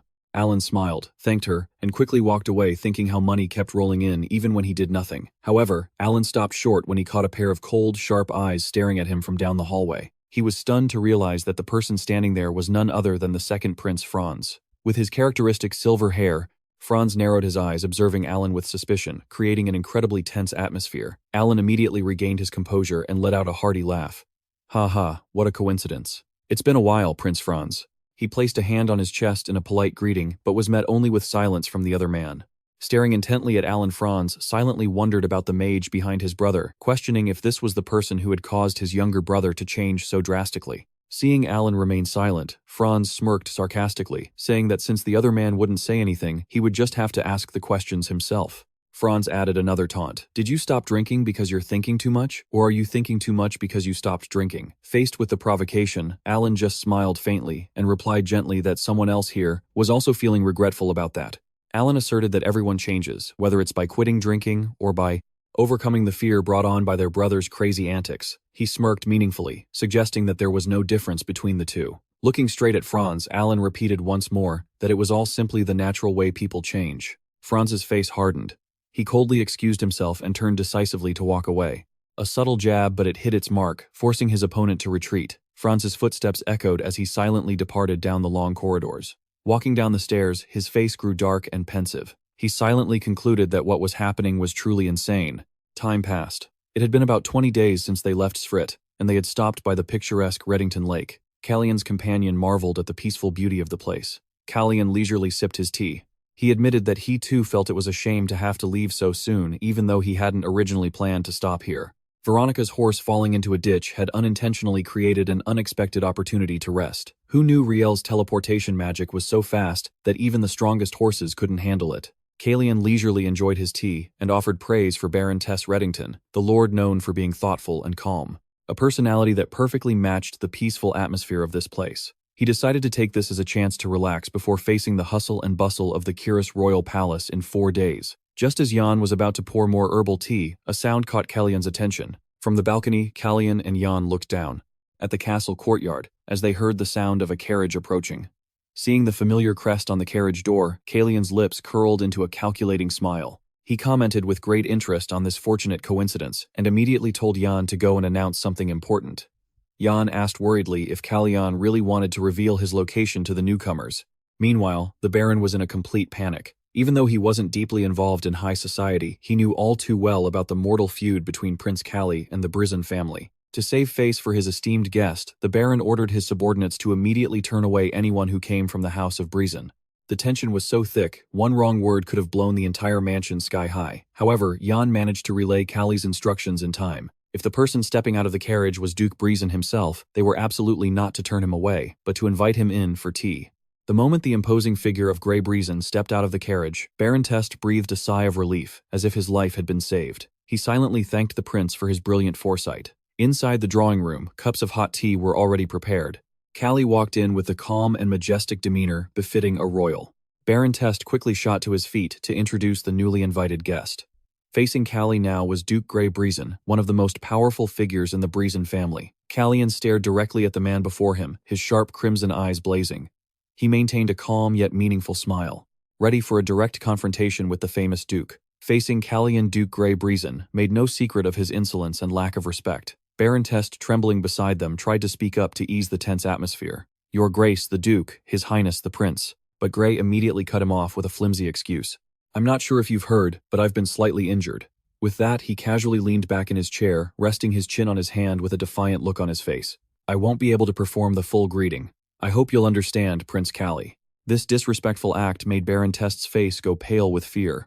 Cali bowed his head slightly, his hair hiding his eyes as he recalled the kingdom's etiquette. In the kingdom of Kiris, there was only one noble who could greet a prince while still on horseback or seated, and that was Duke Slayman Hone Zigfrey. Calian smirked and replied, "Ah, so that's how it is." Grey didn't stop there, continuing his mockery. "Yes, so I hope you understand. The wound is still throbbing, making it impossible for me to stand." Cali's gaze suddenly turned ice cold. He stared directly at his opponent and commanded with absolute authority. That means, Gray, that you will bow your head, Duke Gray. He was certain that the man couldn't possibly come up with a reason to refuse this command. Behind the door, young Jan was pressing his ear against it, listening in. His face turned pale with terror as he heard the prince's sharp declaration of war. What is he thinking, saying something like that so loudly? The tension in the room was palpable. Jan was terrified, fearing that if the Duke flew into a rage, Calian's frail body wouldn't stand a chance. He frantically thought about getting help from Alan Manisil immediately. Just then, Aren and Rizel suddenly appeared from down the hall, startling Jan. Aren spoke up. What are you doing here? Seeing his two saviors, Jan panted, pointing toward the drawing room with an urgent expression. Right now, the prince is in the drawing room. Hina came running down the hall, her face streaked with tears, sobbing uncontrollably in a panic. Seeing the little girl in such a state, Jan, Aren, and Rizel rushed over to her. Jan tried to calm her. It's okay, just calm down and tell us. What's wrong, Hina? Through her trembling hand signs, Hina revealed that her brother and the knights were in big trouble. Jan was shocked to realize that a heated conflict must have broken out between the Knights of Kyrier and the Breezen forces right in the stable area. Without hesitating, Jan decided to rush to the stables to assess the situation. Seeing that Hex intended to go with him, Jan sternly warned him, "You absolutely must not make the first move to avoid making things worse." Alan Manassel nodded, affirming he wasn't someone who lacked self-control, and then immediately took off. Watching the mage's retreating figure, Jan couldn't shake the worried, ominous feeling that was enveloping the mansion. He thought to himself, something serious must have happened that the prince absolutely cannot ignore. Back in the drawing room, the atmosphere was now thick with killing intent. Gray Breeson gritted his teeth in fury, the veins on his neck bulging as he growled. "What do you mean, bow your head?" Calian's expression remained terrifyingly cold. He retorted sharply, daring to question a prince's words. "How disrespectful. The thing I need you to bow isn't that mouth of yours." Gray shot up in anger, ready to fight back. But Calian closed the distance, his crimson eyes radiating an oppressive aura that left him breathless. He roared like a final judgment. "Duke, I told you, bow your head before me." The coldness and power in Calian's eyes made even an arrogant man like Gray tremble with fear. The pressure from a final boss, activating his aura, was enough to drain your mental health bar just by standing near him. He had previously asked Jan if the two of them had ever met, as he had no memory of the Duke whatsoever. Jan explained that it happened a long time ago, before he became the prince's attendant, so it was understandable that he didn't remember clearly. Calian thought to himself that if they had met back then, Gray couldn't possibly imagine what he looked like now, though he had probably heard many stories from Celis Breezen. "Don't think I'm the same third prince I used to be." Surely Gray wouldn't believe this change. So, Calian smirked challengingly, waiting to see if his opponent would reveal his killing intent or lose his cool and draw his sword. To him, whatever Gray chose would be the worst possible decision for him. Gray gritted his teeth in frustration, silently realizing that the rumors about this prince weren't exaggerated in the slightest. He felt incredibly infuriated being suppressed by someone who had been pushed out of the line of succession, making his title as Duke Breeson feel shaky. At that moment, Viscount Tessie, sweating bullets, mustered all his courage to step forward and demand, "Since you're able to stand, you should kneel and show your respect." Callie silently praised the Viscount's courage, who seemed not to realize that his action had just saved his own life from Gray's wrath. He glared at Tessie, silently cursing this arrogant man and wanting to eliminate them both on the spot, but his hatred for the third prince was still greater. Gray let out a sinister smirk. He suddenly bowed, performing a deeply sarcastic ceremony. "Now accept this greeting." "This is Gray Breeson bowing before the great third prince of Kiris." Callie merely closed his eyes wearily, casually telling Tessie that he was going upstairs first. This complete dismissal of Gray made him even more furious, having been scorned right after he had humbled himself. As he reached the door, Calian didn't forget to leave behind a meaningful reminder. "Oh, and Duke, remember to take good care of your neck. It looks terribly painful." Gray roared in fury. "You dare." Instantly, a loud explosion erupted, accompanied by a flash of light. A blinding light erupted from outside the window, shaking the entire room. Both Gray and Tessie were stunned and terrified by the sudden chaos. Calian recognized it as Alan Manassel's mana. Even though Alan was an ice mage, there had to be a special reason for him to deliberately cause such a loud fire explosion. Looking towards the blazing stables, Calian knew Alan was calling for him. Fire-terrified screams erupted as the fierce flames engulfed the Breeson family's carriage. The soldiers were in an uproar, shocked and confused by the news that a Mage had just casually launched a fireball in broad daylight. Standing before the fiery wreckage, Kiri remained expressionless despite the sarcastic taunts that he wouldn't be getting any praise from the prince after this mess. Immediately, a Breezen soldier roared in fury. "What have you done?" He furiously demanded if Kiri had any idea whose carriage he'd just destroyed. Unfazed, Kiri protected the young boy behind him and shot back. "And do you have any idea whose person this boy is that you dare touch him?" The soldier sneered, mocking Kiri for being just a lackey of the third prince. Kiri calmly admitted, "That's right, the third prince's lackey." Then he launched a verbal counterattack. And what are you, why? Just the son of a marquis dog. The words made the soldier choke with rage. As he was about to use his status as a threat, a cold voice cut him off. My subordinate just said it. Calian quietly approached, his crimson eyes locking onto the man as he repeated with utter contempt, just the son of a marquis dog. The young prince's arrival terrified the brazen soldier so much that he broke out in a cold sweat. He froze, facing the immense pressure radiating from Calian. Calian nonchalantly walked past the burning wreckage. Seeing this, Kiri asked if he would have to compensate for the destroyed carriage. After a moment's thought, he proactively suggested, "No need, just deduct it from my salary, Your Highness." He glanced around and remarked that while a crowd had gathered, it seemed nothing significant had happened. But Calian's gaze turned sharp as ice when he asked about his handmaiden. One of Breezen's soldiers flinched in fear at the mention of the girl. Alan Manassel coldly revealed that because these soldiers didn't know she belonged to the prince, they saw a pretty mute girl and planned to kidnap her as an offering for the border count. Hearing this, Calian let out a sarcastic chuckle, but his face immediately turned dark and terrifyingly cold. His crimson eyes blazed with absolute contempt. He silently wondered why scum like this kept appearing before him. Witnessing the horrific scene, Grey Breezen roared with fury. He frantically questioned the cruel act that had just taken place. Looking at his subordinates, lying scattered on the ground, Grey yelled, "You dare cut out my knights' tongues." Calian remained expressionless, standing calmly among the men who could no longer fight back. Arson stepped forward, declaring that these men no longer had the right to be called Knights of the Border Count. He emphasized that they were nothing but criminals, stripped of their honor for daring to attack the prince's handmaiden and assault his servant. Grey Breezen gritted his teeth in humiliation. He furiously cursed his idiotic subordinates for tarnishing his honor in front of all the servants and soldiers. While Grey was stunned, silent with indignation, Calian casually walked past him and announced that the repair costs for the destroyed carriage would be paid in full by Knight Manasil in Kalis. Not only did he dominate the fight, he even took care of the bill. Grey Breezen gritted his teeth, seething with rage. His fists trembled as he clenched them, and he roared in absolute humiliation. "How dare you? How dare you?" But Calian couldn't care less. He walked away calmly, leaving a man consumed by fury in his wake. A while later, Calian found Kiri standing silently with a somber expression. Noticing his guard's unusual demeanor, Calian stopped and asked, "Is there something you want to say to me?" Kiri was startled, his hand unconsciously clutching his chest, as beads of sweat ran down his tense face. In Kiri's mind, a dark flood of memories suddenly rushed back. For him, injustices and violence like this had happened countless times in the past. He remembered the whippings and the harsh insults and ordeal he faced every year. "You bastard." His cruel enemies used to mock him, saying that even with a handsome face, a lowlife like him shouldn't dream of changing his fate. They would taunt him as they beat him. "Look at you, all you can do is take it, huh?" Kiri had always chosen to endure it in silence, hoping it would all pass. Even when they targeted Hina, yelling, "Hey, why aren't you saying anything? Where's all that energy you had protecting the mute girl?" He could only grit his teeth and bear the humiliation. Back in the present, Kiri tried to suppress the pain churning inside him. He looked at Calian and replied softly, his voice trembling, "It's not necessary." Calian watched him in silence, his crimson eyes seeming to peer into the darkest depths of the young knight's soul. Understanding both his resolve and his anguish, Calian sighed softly and replied succinctly, "All right, I understand." He turned decisively and walked away, leaving Kiri standing alone in the twilight. As night fell, the atmosphere at the Reddington estate became utterly still. Calian sat leisurely on the balcony, sipping milk tea and remarking, "This silence is so pleasant. The milk tea is delicious too."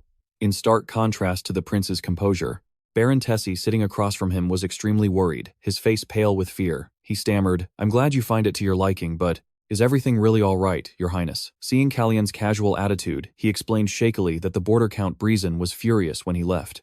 Baron Tessie couldn't help but be terrified thinking about the consequences of angering him. "Will something happen before we return to Kalis? Aren't you worried? He's a swordmaster, isn't he?" Calian maintained a mysterious smile, his crimson eyes coldly reflecting the moonlight. The first time he faced Grey, Calian had sensed a very strong aura emanating from him. Being able to sense that aura meant that Grey's true strength was at best equal to his, or perhaps even weaker. This meant Calian could crush him at any moment. Calian smiled reassuringly. "It's fine. After all, I've just met someone I was destined to face at least once in my life." The Baron found it strange that such a young prince possessed such terrifying composure. As the Baron moved closer to pour more tea, Calian asked, "Is there still something worrying you?" Tessie hesitated before admitting that there was one more thing on his mind. The old man looked down at the training grounds and asked if Calian was just going to leave his attendant like that. He was worried seeing that Kiri had been running laps for hours with no sign of stopping. Gazing down at Kiri's sweat-drenched form, Calian's eyes grew sharp, cold, and determined. He asserted that everything was fine, explaining there were things he needed to teach the man, even if it required such harsh methods. Calian looked down at the courtyard where Kiri was running tirelessly, then stated in a low voice to Baron Test, "I have to punish him this way." In response to Test's concern that the punishment was too severe, Calian coldly posed a practical question. Can I entrust my life to someone who can't even endure this much? He emphasized that what he and Kiri had to face were on completely different levels, and it was time for his guard to realize that. Test nodded slightly, now understanding that this was more than just a simple punishment. Meanwhile, the mage Alan Manassel, the one who had personally sabotaged the carriage, was leisurely relaxing with a book in his hand. Test suddenly realized a harsh truth. This was the punishment for his lack of faith in Prince Calian. At that moment, Test remembered something important and reported to Calian that the border lord Grey Brison had requested to borrow the Baron's carriage to replace the one that had been burned. Calian smirked slightly, seeing right through the Baron's intentions as he asked a question in return. "But isn't your carriage also broken, making it impossible to lend?" His blazing red eyes bored into the other man. "Is your axle really broken?" Test broke out in a cold sweat. He admitted it was just an excuse, as he didn't want to risk letting someone like Grey Brison deep into his territory. He was stunned by Calian's sharp insight. The prince seemed to have already grasped the entire situation. Test sighed, explaining that he was just a minor lord. If he gave away his only carriage, he would have nowhere else to go. Calian smiled, knowingly mentioning that Test's family was currently in Kiris, and asked if the Baron truly felt at peace living so far away from them. Stunned by the reminder, Test hesitantly asked about the prince's true intentions. Calian casually pulled out a letter with a brilliant red wax seal and handed it to him. "Take this." He stated that by simply presenting this seal, Test could request a meeting with him at any time to receive his support. This wasn't just a promise, it was a powerful offer of protection for the isolated Baron. With a determined gaze, Calian made his final offer, leaving Test utterly shaken. "Let's go together." To Kiris. Baron Test was dumbfounded, staring intently at the letter with the royal seal in his hand, a lump forming in his throat from a mix of emotion and astonishment. He swallowed nervously, silently resolving to seize this golden opportunity. Test told himself, by the time Prince Calian's horses have recovered, the repairs on my axle should be finished too. He clutched the letter, his eyes filled with hope. All the while, Calian smiled, faintly satisfied at having secured an important ally. Meanwhile, in the capital, rumors of his imminent return, coupled with his resounding victories, were spreading like wildfire. The second Prince Franz sat silently beside his teacup, his face showing deep contemplation as he listened to the reports. Across from him sat Queen Sispanian. She calmly took a sip of tea and uttered a meaningful phrase, "I'm truly looking forward to that day."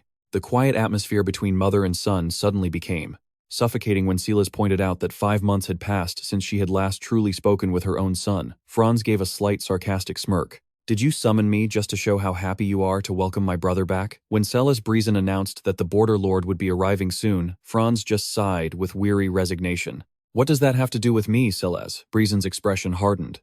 She warned her son not to waste his energy on futile resistance, because he would undoubtedly walk the path that had been set for him. Franz gritted his teeth in fury. He was disgusted by the words coming from his mother's mouth and demanded to know who exactly was deciding his life for him. Brison stared directly into her son's eyes with a terrifying expression. She snapped, "Why do you insist on acting like such a child?" She coldly asserted that no matter what Franz said, the future would not change. Brison repeated that the border lord would be arriving soon, and she demanded that Franz remain absolutely silent.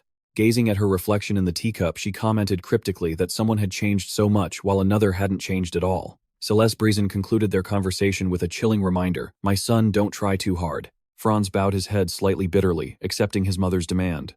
"Yes, I imagine you will continue trying just as you are, so I will remain silent just as you wish." The cold look in Queen Brison's eyes and her tightly pressed lips showed that she would stop at nothing to achieve her goals.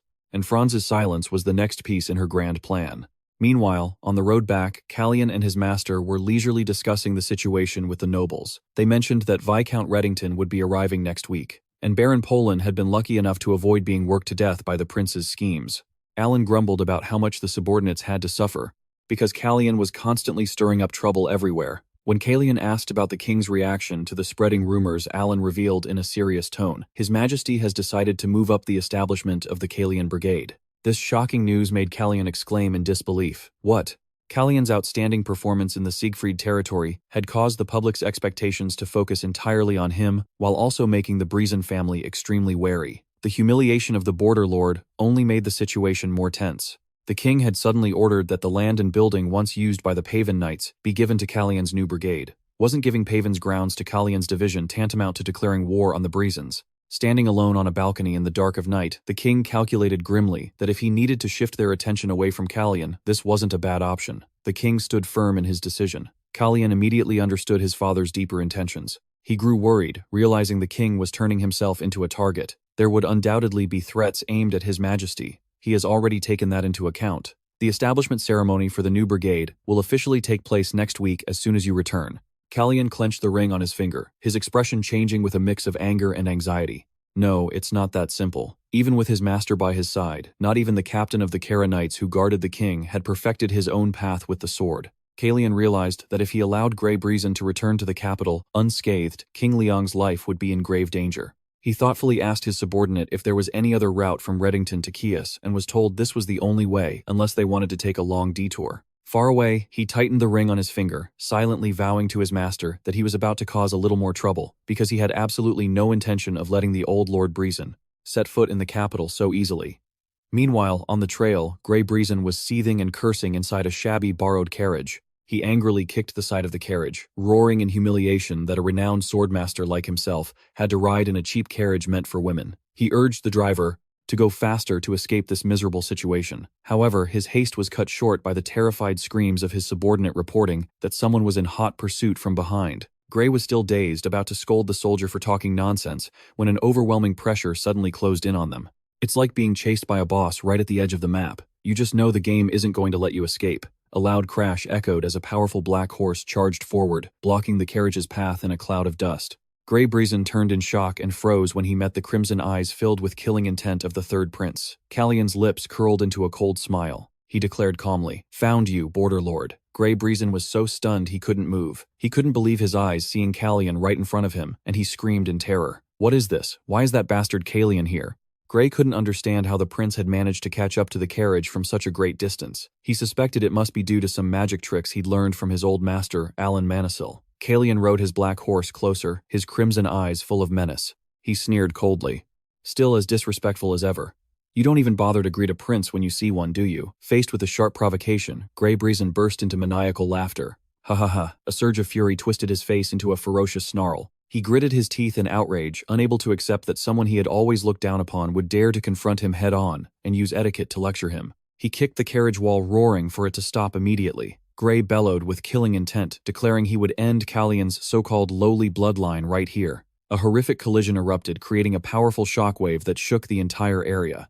Through the thick dust, Grey Breezen realized with horror that he was being completely overpowered. His throat was squeezed so tightly he couldn't breathe, and he could only let out pained, choking coughs. Grey trembled in absolute terror. He couldn't believe the terrifying strength that was strangling the life out of him. Calian stated coldly, "You were the one who provoked me. You were the one who insulted me first." The deep blue aura emanating from his sword radiated a suffocating pressure, sealing off any chance of escape for the arrogant man. Calian gripped his brilliantly glowing aura sword. His eyes were frighteningly cold, as he declared that from this moment on all of his actions were merely justified self-defense. He contemptuously asked if he still dared to open his mouth and speak of noble bloodlines. Grey was beaten until he coughed up blood, only able to make choked sounds in his throat. All his previous arrogance had completely vanished, replaced by absolute fear. He trembled, crawling on the ground, his hands digging into the mud as he begged nonstop. "Please, please spare me. I was wrong." Grey prostrated himself pathetically at Calian's feet, desperately pleading for one last chance to live. Calian casually stomped hard on Grey's bloodied hand. In a low voice, he asked if he had ever wondered why his younger brother had suddenly disappeared. The question struck like a lightning bolt, causing Grey's eyes to widen in horror. He stammered, not understanding what was happening. Calian slowly circled the defeated man. He revealed a shocking truth: someone had paid Marquis Breezen a colossal sum of money to have someone get rid of Lennon. And that's why he vanished. Calian smirked mockingly as he posed a question. Would the Marquis also accept money to get rid of his eldest son who was eyeing his position? Calian's crimson eyes bored deep into Grey's mind. He demanded that he answer properly and name the person who dared to make a move against him. In excruciating pain and panic, Grey trembled and clenched his fist, finally managing to force out the name Eneven. Marquis Ben. As soon as he got the answer, Calian coldly lifted his foot and brought it down on his opponent with a thunderous stomp. Grey Breezen's heart-wrenching scream echoed through the area before being abruptly cut short. Calian stomped on Grey Breezen, who now lay motionless on the ground. He commented nonchalantly, "To turn your own son into this. What a heartless father. It seems you all think so too, don't you?" Looking over at a nearby trembling soldier, Calian asked coldly, You know what to say, don't you? The soldier nodded frantically in fear, promising to return to the border territory immediately to report. As he ran, he thought to himself that all of today's tragic events were the result of Marquis Breezen's hatred for his own son. Calian turned to look at Kiri and asked, "You saw everything, didn't you?" He then surprisingly revealed that he had paid off all of Kiri's debts, leaving the young man stunned. Kiri bowed his head, affirming that he had let go of the past but was still puzzled by what Calian had just said. Calian said gently that the fact Kiri had followed him all this way proved his thoughts had changed. He looked at Kiri with a profound gaze. "You used to understand me better than I understood myself." The meaningful statement shocked Kiri, who asked what he meant by used to. Calian looked into the distance. He knew there were many things he wanted to tell Kiri, things that might even take a decade to explain fully, but they still had a very long journey ahead of them. Finally, the day to return to the capital had arrived. Throughout the streets, citizens cheered the name of the third prince. They chattered excitedly about the holy light of Citri that had appeared in Rogelita, a sign of blessing just for him. The crowd believed that even though he was the third prince, Calian was the one most worthy of the crown prince's throne, and surely the king would think so as well. Calian pushed open the doors and stepped into the grand hall amidst a clear announcement. Prince Calian has arrived. Inside, the first Prince Randall and the second Prince Franz were already seated and waiting. Calian walked forward with a dignified air. He smiled, apologizing for his delay and expressing his joy at finally having the chance to greet his two older brothers after such a long time. Franz and Randall silently observed their younger brother, who now radiated a completely different aura, and gave a slight nod in return. Franz's lips curled into a slight smirk as he casually welcomed his younger brother's return. "Indeed. Good, you're back." This unusually intimate greeting caught both Randall and Calian completely off guard. Calian glanced at his second brother, a deep suspicion growing within him about this strange behavior. He silently wondered if this was some new prank or scheme of Franz's. The royal banquet began in an atmosphere that was as formal as it was tense. As King Rumain ate, he kindly asked Jan, the first prince, "Randell, have you finished reading all the theses by Sion you said you were studying?" After receiving Randell's polite yes, the king expressed his satisfaction and told him to share his thoughts later. Immediately after, the king turned to encourage the second prince Franz, praising his diligent sword practice, which made his physique look better than before, and promised a hunting trip together. Witnessing the king's sudden attention, Calian felt suffocated by the forced atmosphere. He took a sip of wine, thinking that perhaps he should take a long journey soon to escape the stuffiness of the palace. Looking at his father's kindness, Calian couldn't help but marvel at his drastic change. A father who had always been cold and distant with his children had now become warm and unusually caring, as if he had transformed into a completely different person. Just then, a court official approached and whispered into the king's ear, reporting on an important matter that needed to be addressed. The king's gaze darkened slightly as he gave the order to allow the waiting guest to enter. The sudden appearance of a new figure immediately put Franz on high alert, his expression turning ugly. Calian smirked faintly. He seemed to have already guessed who was about to appear. He inwardly scoffed at his opponent's eagerness, as the announcement once again echoed throughout the banquet hall. Her Majesty the Queen arrives. The stunningly beautiful queen made her entrance resplendent in a noble green dress, holding a golden fan that covered half her face as she walked in with an air of absolute authority. Facing the scheming woman approaching him, Calian flashed a meaningful smile and offered a provocative greeting. "It's been a long time, Your Majesty the Queen." Calian smiled, his crimson eyes looking directly at the scheming woman. "It's been a while, Your Majesty," Breezen replied with a nonchalant smirk. "Yes, it has." She slowly approached, looking Calian over before commenting with false sincerity. "You look very healthy. It seems you haven't run into any trouble, have you?" Calian calmly retorted, "As you can see, I have returned safely." Breezen continued to mock his health. "I was worried you'd catch a cold again like last time. The journey seemed difficult, so I was very concerned for you." Calian didn't flinch, countering sharply. "On the contrary, I found it quite pleasant. Because my last cold was so severe, I didn't have any issues while I was away." Breezen beamed, but her eyes were cold. "How fortunate." Suddenly, she shifted her attack towards the king. "Because I heard good things were happening in Giflan's territory, I grew even more worried." "Isn't that right, Your Majesty?" Breezen revealed that praises for Calian had reached all the way to the Hia Palace. Then she delivered the fatal blow. "Are you truly considering choosing Calian as the next crown prince?" The shocking question left both Randall and Franz stunned, and the atmosphere in the hall instantly froze. King Rumain gripped his wineglass so tightly it trembled. Calian thought to himself, "You really have no idea what you should or shouldn't say anymore. In your eagerness, have you abandoned even the slightest pretense of decorum?" Breezen maintained a calm, challenging expression. In his mind, the king recalled the cryptic advice Manassel had given him not long ago. "Send the one you hate the most to Camelin first. If you do, that everything will resolve itself." The king's eyes became incredibly menacing as he stared at Franz. He spoke in a low, profound tone. I have agonized because each of my children is a precious treasure to me, but now you wish to ease my worries. Thank you so much for that. The king's loaded words left Franz so shocked he froze. The king suddenly slammed his hand on the table, the sharp crack echoing through the room like a steel judgment aimed directly at the arrogance of Celesbrisen and her son. Celesbrisen gritted her teeth in fury, having been humiliated by the king in front of the princes. She pressed her hands on the table in frustration and snarled a bitter threat aimed directly at Franz. You will regret treating me this way. You most certainly will. As Celesbrisen departed with heavy steps, King Rumain sighed softly. He tightened his grip on the table and unexpectedly offered a weary apology. I'm sorry. Noticing his son's bewilderment, the king explained gently to Franz, there was no ill intent in my words. Do not misunderstand. The second son could only bow his head in response. I understand, the king sighed. He brought up an old scar of the royal family. I'm sure you all know how your uncle lives now. I do not want any of you to live a life like that.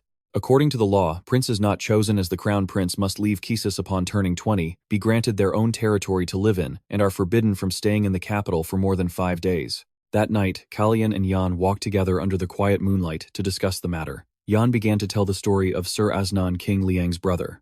Unlike the usual rules, as soon as Rumain was named crown prince, Asnan refused to accept the decision and raised an army in rebellion. The bloody war ended in a disastrous defeat, and now, their uncle is imprisoned for life in a deep tower in the Verica Gorge, south of the Siegfried territory. The king always fears that history will repeat itself. He doesn't want to see his sons fall into fratricide. He only wishes for all of you to live in harmony. Jan wondered aloud if such harmony was possible in the current situation. Calian just replied nonchalantly, who knows?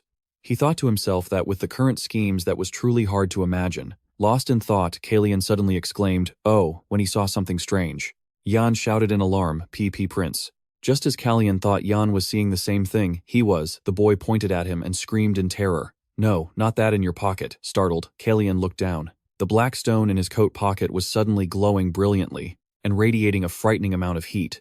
Calian stared at the black stone, shining brightly in his palm, and whispered, really now. His eyes were drawn to a vibrant red rose blooming alone in the darkness, a completely absurd sight, as all the other flowers in the garden had withered long ago. Calian narrowed his eyes in suspicion, wondering about this strange appearance and whether the flower's reaction was in communion with the mysterious stone in his hand. Even within the walls of this solemn palace do such unnatural events that defy the laws of nature continue to occur. Calian slowly reached out to touch the crimson petals, but the moment his finger made contact, the rose suddenly shattered into pieces and withered instantly. Calian gasped in shock. He stood silently, watching the fragments of the flower vanish into the air, realizing that time seemed to have stopped for this rose for a long while. But then it suddenly began to flow again in a brief moment. A series of disconnected thoughts about time flooded Calian's mind from the black pebble, the withered rose and the little girl Elsaya, to the axis of time and the presence of Sispanian and the god Serenity. He recalled Sispanian's cryptic warning that Serenity didn't want him to act rashly. Calian clenched his fists, his heart filled with frustration and impatience, as he watched precious time slip away right before his eyes. Yet he was being told to hold back and not be hasty. 2 days had passed since Calian's return, but he had shut himself in his room and hadn't attended any meetings. A worried Jan stood by the bed asking if Calian intended to cancel tomorrow's breakfast as well, because his continued absence was drawing everyone's attention. Calian tiredly replied that he still felt exhausted from the long journey. Jan could only sigh and ask to be excused, not forgetting to wish the prince a good night before closing the door.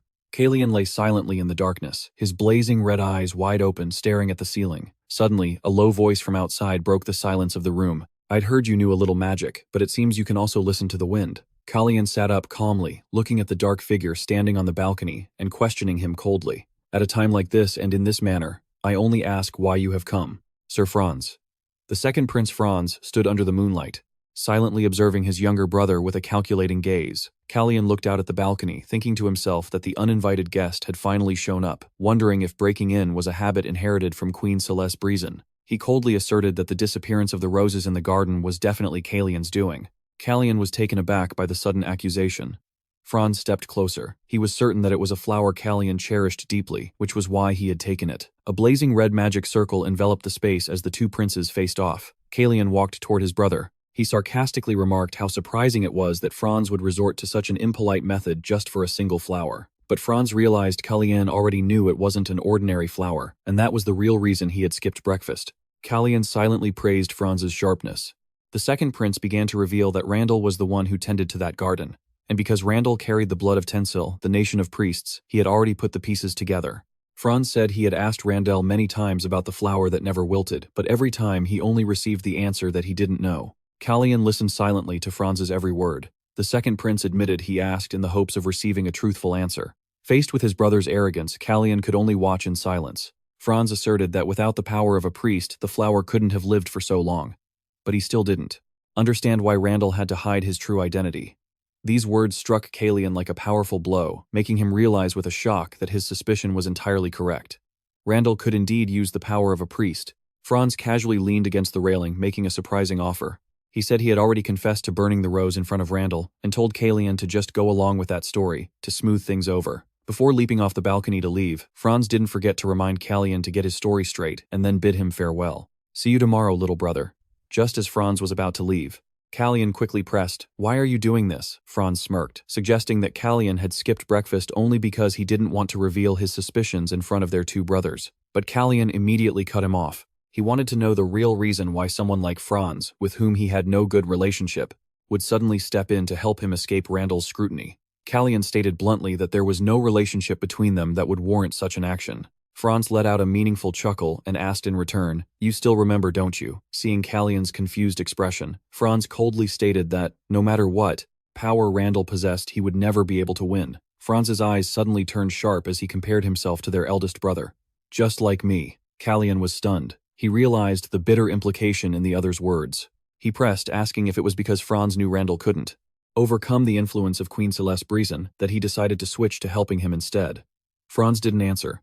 He just quietly turned his back, leaving behind a mysterious phrase, "Calian, you really never." Franz looked at Calian searchingly, then suddenly asked if he intended to move to Calian Palace, the residence reserved for the crown prince. Franz sighed softly, saying he believed everything had been arranged that way from the very beginning. After Franz left, Calian returned to his room, sitting silently on the bed, with his mind racing. He told himself that no matter how great Randall's power was, he could never win against the Queen's grip.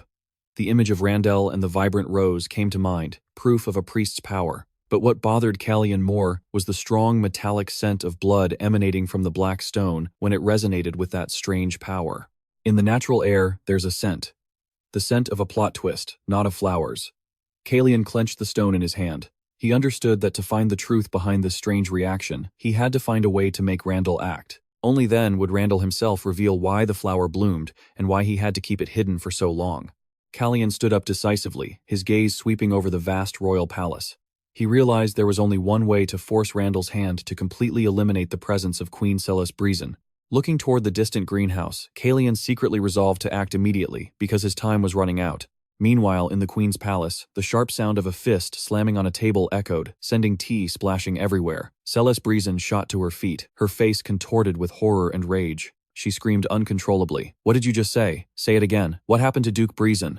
Facing her master's thunderous wrath, the terrified maid reported the terrible news that Sir Grey Breezen was severely injured and could no longer fight back. Sispanian was stunned to hear the rumor that Grey Breezen had returned to the Breezen territory, even though he had been so close to the capital. She was stunned by the news that Grey had suddenly lost contact, and demanded to know if it was true he was injured. Her lady-in-waiting reported that it was Marquis, even Breezen's own men who had attacked Grey as he approached the capital. Sispanian cried out in horror, "What, my father? Why?" According to the report, the Marquis had found out about the plot to seize the throne, and had sent a warning. Grey should never return to Kiris again. Sispanian froze a deep fear rising within her. Could her father have discovered the deal between her and her older brother? It was a secret agreement to support Franz in becoming the crown prince in exchange for the title of Marquis for her eldest brother. However, Sispanian quickly regained her composure. She was certain that no one could know about it.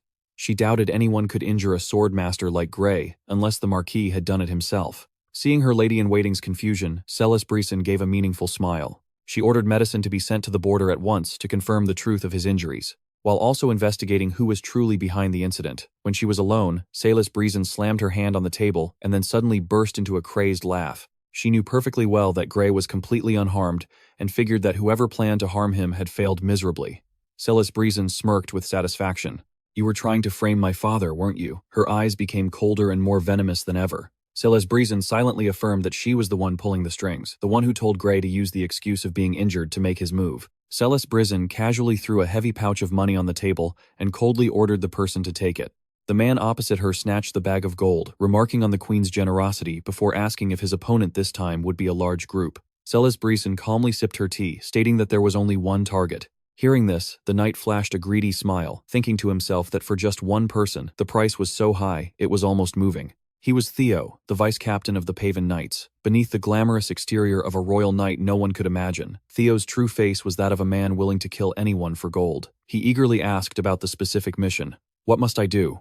SSS-Rank coldly demanded that he investigate the guard who had confronted Grey Breezen during the Third Prince's trip to Rojalita, and to find out exactly what had happened between them. She casually added an offer he couldn't refuse. If Theo could silence the man, the reward would be doubled instantly. Theo was ecstatic. His eyes lit up as he toyed with the gold coin in his hand, constantly muttering about the hefty reward to come. He eagerly pressed for the identity of the unlucky target. Meanwhile, SSS-Rank was lost in her own thoughts. She silently called out C's name, wondering why her intuition kept leading her back to this prince. This was no ordinary feeling. The name Alan Manassel appeared in her mind as a threat to be wary of. At that moment in the royal palace, whispers about the Breezen family were spreading through the halls. The nobles began to whisper to each other about the shocking rumor that Marquis Even Breezen had ruthlessly attacked his own eldest son. They questioned the truth of the information when they heard Even Breezen was frantically searching for the person who started the false rumor. Even Breezen's unusual absence from the nobles' meeting today only made the suspicions about the rift in the Breezen family seem more credible than ever. The nobles buzzed with discussion before the emperor's sudden summons. Stepping onto the high platform, King Romain declared loudly, "I have an important announcement for all of you." He frankly admitted that, for a long time, the kingdom of Kiris had been too close to the sword and too far from magic. To correct this mistake, he announced clearly the royal family of Kiris will establish a mage division. The entire hall erupted at the shocking news, the murmurs endless. What a mage division in Kiris, amid the storm of opinions. Many noticed Marquis Breezen's very unusual absence at such a critical moment. King Romain continued announcing that the new division's name would be Calian, and the official launch ceremony would take place in just 1 week. He asserted that all preparations were complete, and then dealt a heavy blow to the noble faction by declaring that Calian would use the building and training grounds that originally belonged to the Paven Knights. Immediately after, he coldly ordered everyone to leave. This twist was enough to leave the entire court stunned for a good 5 seconds. When the crowd had dispersed, the weary King Romain asked to be alone. "From now on, I wish to be alone." He walked quietly down the empty corridor, gently rubbing his tense temples, aware that the opposition from the nobles was becoming extremely fierce. The pressure was suffocating, with no room to breathe. Seeing Calian approach, he asked gently, "Are you all right?" The king sighed. "This was all within my calculations, so there's no need to worry." He continued walking and reminded him, "By the way, you said you wanted to see me privately." Calian respectfully confirmed that he had something to ask. He asked directly, "I intend to meet with some nobles from the knightly families. Would that cause any trouble for you, your majesty?" King Romain looked slightly surprised. He looked at his son and asked, "Are you asking if expanding your influence will be a threat or cause alarm?" Seeing C's determination, the king smiled in approval. "How bold. When did you become so mature?" He gave his permission decisively. "Do as you wish." C smiled respectfully. "Thank you for your permission, your majesty." However, he also expressed caution, saying that in order to meet the people he wanted to talk to, he would have to avoid the eyes of the Breezen family. Calian also subtly inquired whether the king intended to expand the scale of the hunt with Prince Franz. The atmosphere in the capital became more lively than ever with the arrival of the Calian Mage division. Mages in pure white robes with their faces hidden by masks made the common folk gasp in awe. "Finally, our prince has his own power, and it's a mage division at that." The crowd of onlookers went wild. Jan was visibly overjoyed, but Calian calmly reminded him, "Officially, Calian has nothing to do with us." Jan still couldn't hide his excitement. "Yeah, but I'm just so happy I can't help it." All around them, whispers about the terrifying prince with blazing red eyes were endless. Seeing Jan's excitement, Calian teased, "You seem pretty thrilled, Jan." The boy shot back, "My prince, you're the one who's being too calm." Just then, Alan Manassel appeared, looking exhausted but with strangely radiant eyes. He announced excitedly, "We've finally found the solution for the teleportation magic circle." Alan Manassel explained that by using the activation principle of a vow seal, they could establish a user contract between the magic circle and multiple subjects. This meant that Calian now possessed the powerful teleportation magic circle. Satisfied, Calian offered his praise. "Excellent. You've worked hard. We'll discuss the details later." He thoughtfully told Alan to go home and rest before the debut party. However, Alan mumbled worriedly about having to face Legion Commander Manahio tomorrow. "After the party tonight, I have to go see Sir Manahilo. If I go home now, just the thought of what Legion Commander Manahio will say to me tomorrow is terrifying." Seeing this, Calian gently promised to put in a good word for him with his master and advised rest when you have the chance. Alan Manassel bowed his head and staggered away. Thank you, Your Highness. Then I shall take my leave for today. Calian watched his exhausted partners retreating back, not forgetting to add, be careful on your way home. Don't fall asleep on the ride. The horse-drawn carriage clattered away into the silent night.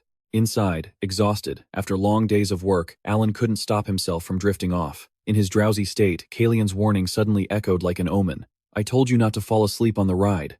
A powerful jolt shook the carriage, violently waking Alan from his stupor. He was horrified to realize he had fallen into a well-prepared ambush. It's an ambush, not just one or two, but a whole group of assassins. The alarm was raised in a panic. Seeing the masked assassins closing in on horseback, he immediately leaped from the carriage to find an escape route. He'd barely woken up and was already fighting for his life. The assassins grinned sinisterly, swinging their swords right at their target. Damn it. Hex gritted his teeth, realizing the terrible situation he had suspected was now a reality. In that life-or-death moment, he quickly channeled his mana, creating a shield of sharp ice to block the enemy's fatal blow. The blast of icy mana exploded brilliantly, sending the assassin's weapons flying. Alan flashed a confident, arrogant smile. He calmly introduced his new identity. A pleasure to meet you. I am the Deputy Legion Commander of Prince Calian's Mage Division. My name is Alan H. Amidst the splendid white decor of the party, the atmosphere suddenly grew strangely quiet. Sipping his tea, Alan Manassel glanced around and wondered about Sir Jan's absence.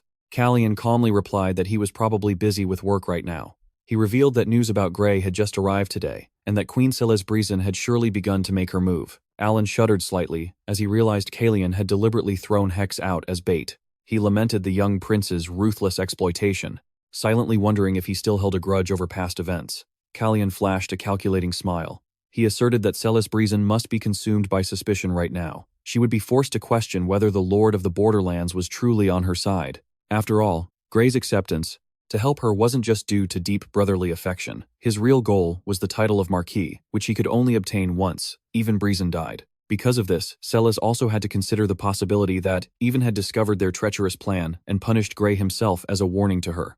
Alan remarked that it would take more time to fully grasp the situation. Calian completely agreed and at the same time pointed out one of Celeste's fatal mistakes. She had never met Hex, so she had absolutely no idea how terrifyingly powerful he was.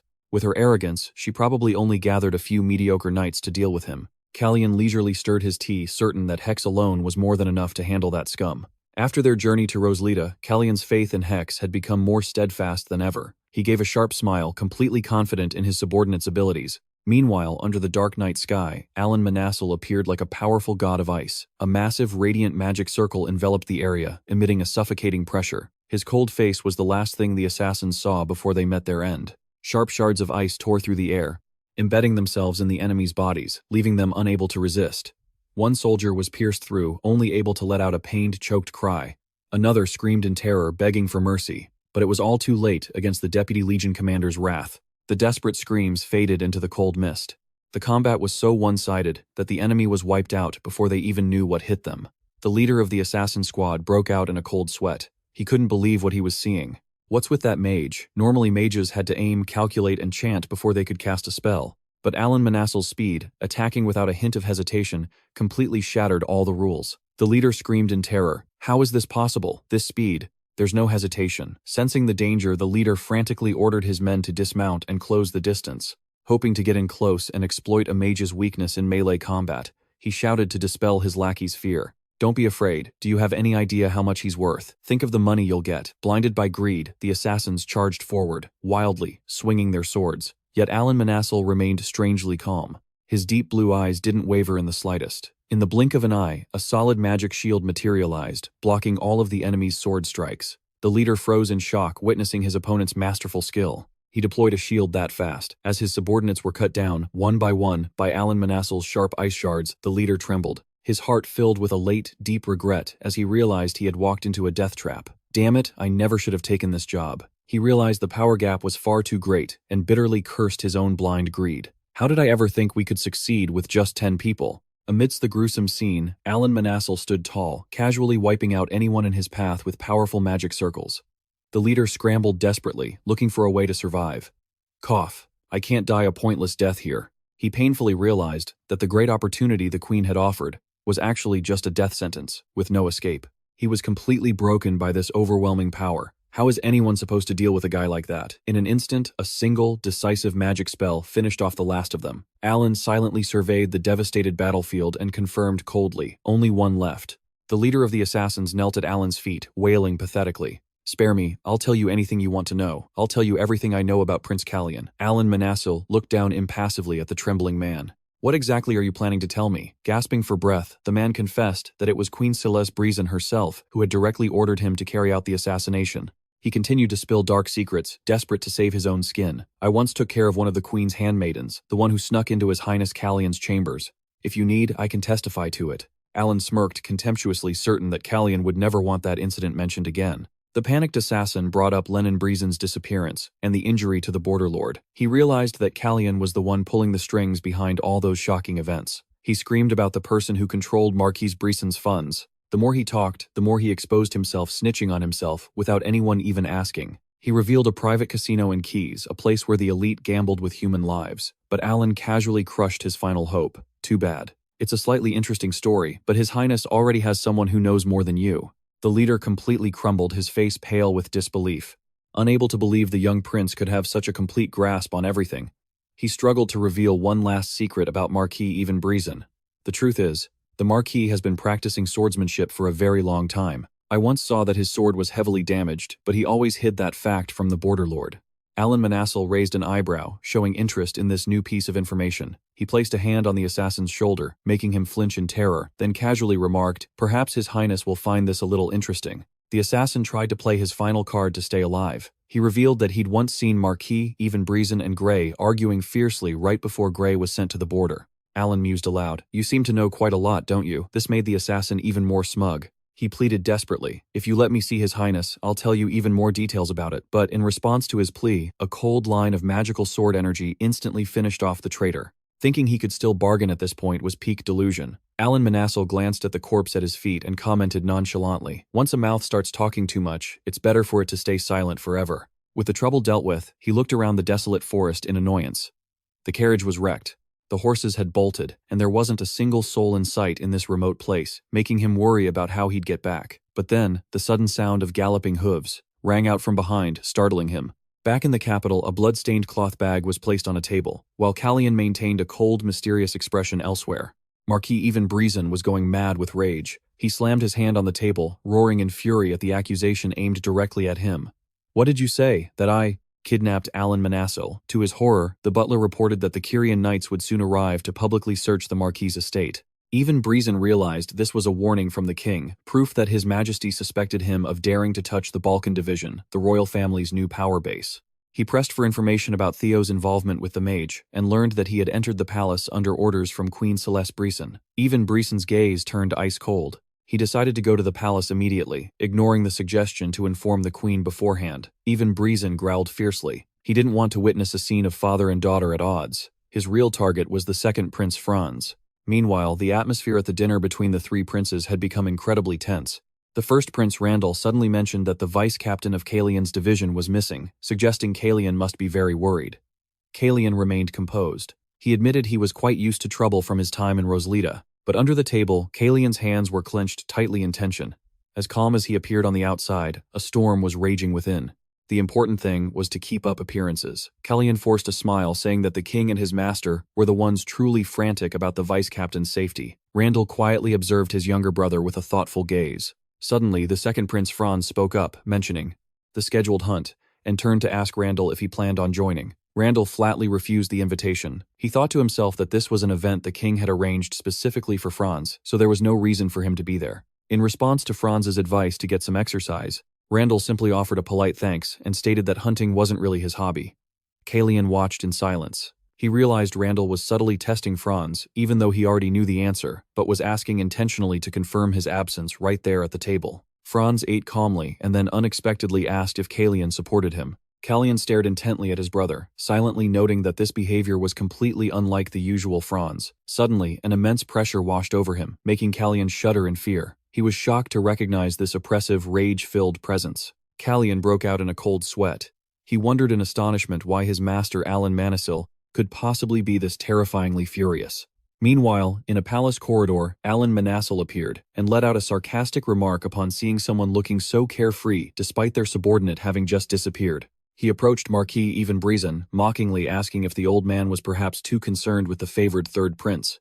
Alan stressed that even after losing 10 of his men, the Marquis seemed incredibly relaxed, showing a level of concern for the second prince that he normally never displayed. Looking at Even Breezen's face, which was contorting with rage, he stated coldly that, if one's subordinates died a terrible death, the first thing their superior should do is arrange their funerals, not rush into the palace like this. Every word was as sharp as a knife. Left speechless, Marquis Even Breezen gritted his teeth in fury at Alan's arrogance. The old man roared ferociously. Who do you think you're lecturing? Would you dare be this insolent even in front of His Majesty?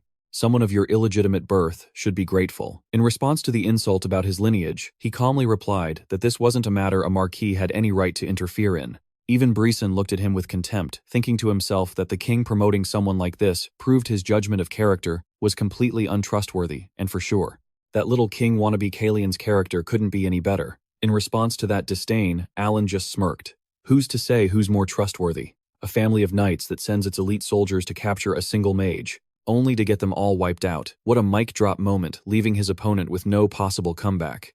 He moved in closer to Even Breezen, his voice dripping with venomous sarcasm. So how much did you receive this time? Of course it couldn't have been more than that day. Alan leaned close to the old Marquis's ear, whispering a shocking truth that seemed to freeze the very air. The day you sold out your own flesh and blood.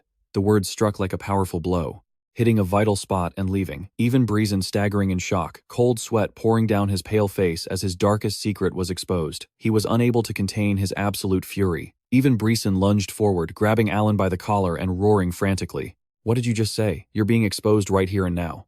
Amidst the intensely swirling dark blue magical pressure, Alan remained terrifyingly calm. He softly uttered the word mage, as if to affirm his own power, and thought to himself, I told you I wasn't that easy, but it seems you've forgotten. A blazing red torrent of fire magic suddenly erupted, engulfing the entire surrounding area. With a mysterious and arrogant smile, he looked straight at the trembling man, mocking his inability to know his place. He casually watched Even Breezen, being slowly consumed by the intense magical flames, wondering how the old man planned to fight back, as his entire body was being devoured without a trace.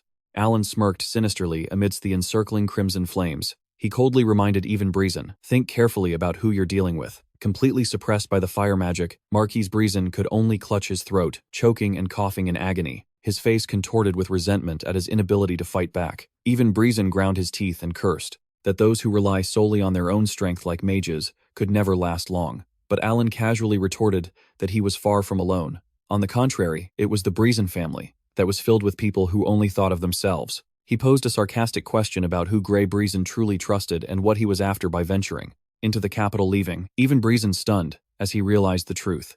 The dark schemes were gradually exposed, revealing that Grey, who was supposed to be at the border, had suddenly appeared in the capital, lured by the title of Marquis. Even Breezen must have sensed his son's ambition to seize power, which is why he decided to strike first and eliminate the threat. All the clues from his son entering the palace to the involvement of Queen Breezen pointed to a brutal betrayal, just like how Raynong had once abandoned Breezen to follow Randell. The drama just kept piling on one layer after another, making it incredibly tense for any outsider.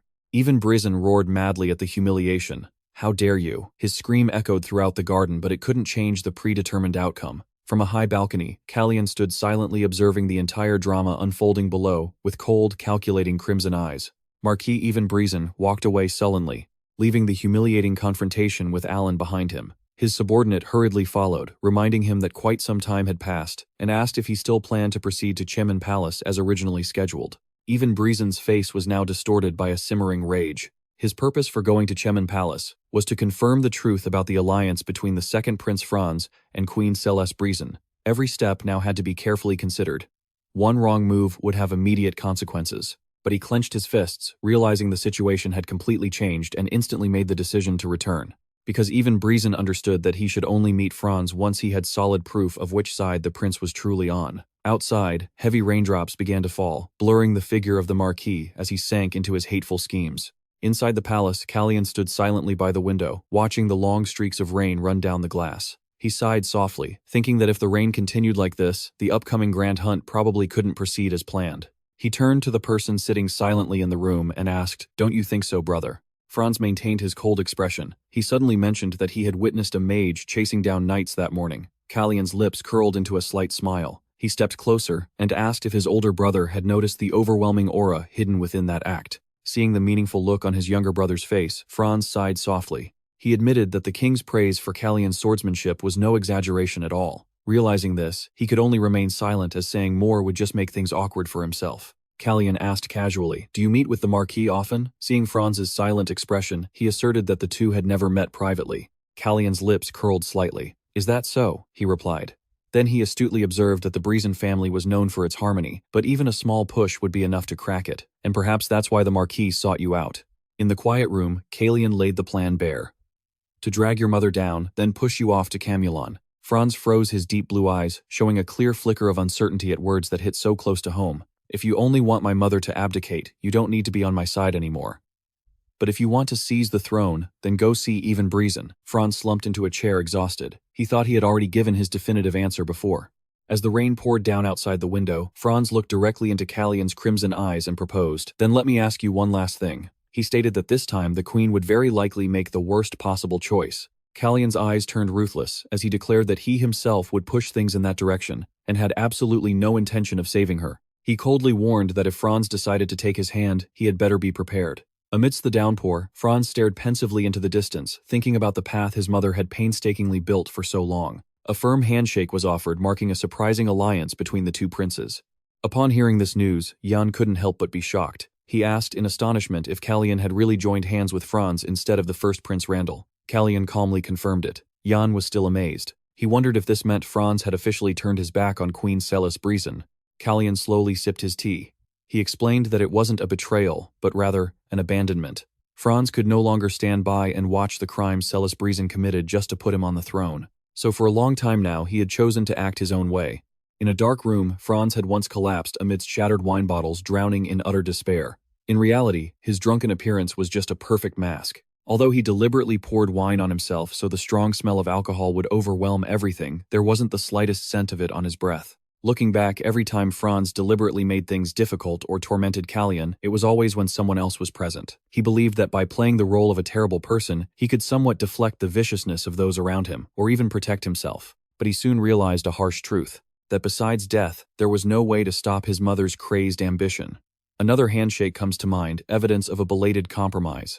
Jan still couldn't understand. He wondered why Franz had to torment Calian so cruelly before. Calian clenched his fist slightly. He coldly replied that he didn't know, and didn't care to ask why. Because no matter the reason, the only one with the right to decide whether to understand and forgive Franz's mistakes was no longer in this world. Reporting, Your Highness. After searching the Breezen estate, we could not find Sir Hex. Despite having scoured all the surrounding buildings, the Vice Commander's whereabouts remain a mystery. However, the search wasn't entirely fruitless, as they unexpectedly discovered a shocking secret in the basement. "We found someone imprisoned in the basement, and that person is believed to be Leong Breezen." "I understand. You are dismissed." After the knight had left, a powerful voice broke the silence. Such luxurious complaints. The owner of that voice was Alan Manassel. "Even if it's a temporary position, you are still the commander of the Bon Khan Legion." Alan asserted that it was time to show everyone the Calian Legion's true position within this palace, so that no one would ever dare to look down on them again. That was also the reason the Kara Knights were summoned to intensify the search at the Breezen estate. At the ransacked mansion, Marquis Even Breezen stood amidst the wreckage, roaring with indignation.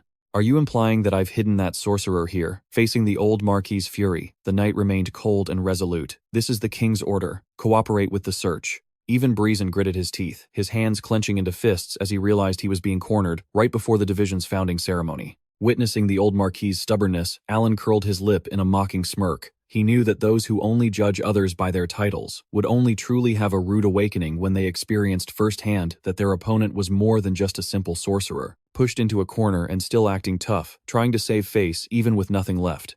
Alan Manassel thought to himself that his opponent must have also realized the contempt Even Breezen was showing them. Alan proudly affirmed that wherever he went, he was revered as a great mage, from being a viscount in Christia to a viscount in Liban. However, the title that satisfied him most had always been Master to the Third Prince Calian. The king slightly adjusted his glasses and declared that in Keys, Alan would not only be the prince's master, but also Count Alan Manassel. Hearing that you could only say with a resume this impressive, who would dare look down on him anymore, the news of his new title left Alan stunned into silence. His eyes widened in astonishment. In the library, the king wondered at his stupor. Alan curled his lips slightly into a meaningful smile. He thought those words of blessing sounded so light and casual, like a passing comment about the weather. The heavy downpour had finally stopped. Calian stood by the window, his crimson eyes glowing with satisfaction, as he determined that this weather would allow the hunt to proceed very smoothly. Just then, a frantic yawn burst into the room. The young man cried out in alarm when he saw that Calian had gone off somewhere on his own again. Seeing his attendant in a frantic state of worry, Calian casually walked in and offered a calm good morning.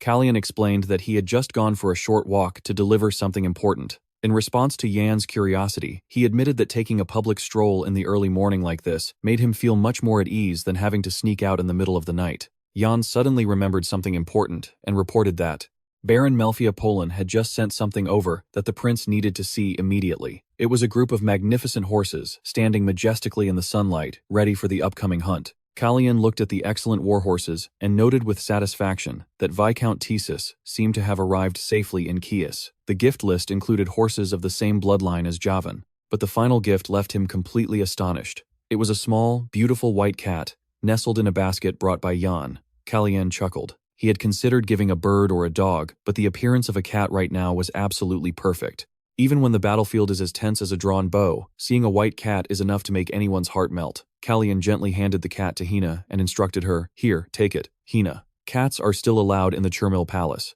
Take good care of it." Looking at the small cat affectionately nuzzling in her hands, Hina couldn't help but be moved by the prince's thoughtful gesture. She flashed the brightest smile she had ever shown, unable to hide her happiness. "Your Highness, you remembered, thank you." Hina excitedly took the cat to show Kiri, but the cheerful atmosphere suddenly dampened when Yan approached Calian with a serious expression. The young man spoke softly. "Your Highness, there is one more thing I need to report." Yan leaned close to Calian's ear and whispered about how the king had sent the Kara Knights to search the Breezen estate yesterday. However, there's still absolutely no trace of him. Calian's gaze darkened. He mentally mimicked his master Alan's demeanor to dispel his worries. "My subordinate isn't so easy to deal with. He can take care of himself no matter where he is." Although he put on an optimistic front to reassure his attendant, when he looked out the window, a cold glint flashed in Calian's crimson eyes. He silently resolved that the disappearance of the Calian's vice-commander was an insult, and he had absolutely no intention of letting the matter slide. Calian lightly drew a smiley face on the fogged-up glass, thinking he would make sure this incident wouldn't be forgotten. He wondered to himself if he should prepare another surprise gift for the Breezen family. With a sharp and determined gaze, Calian mounted his horse and declared loudly, "Now let the hunt begin." It was said that His Majesty organized this hunt especially for Prince Franz, but the second prince suddenly announced he would not be attending. Whispers about his poor health began to circulate again, though this wasn't the first or second time this had happened.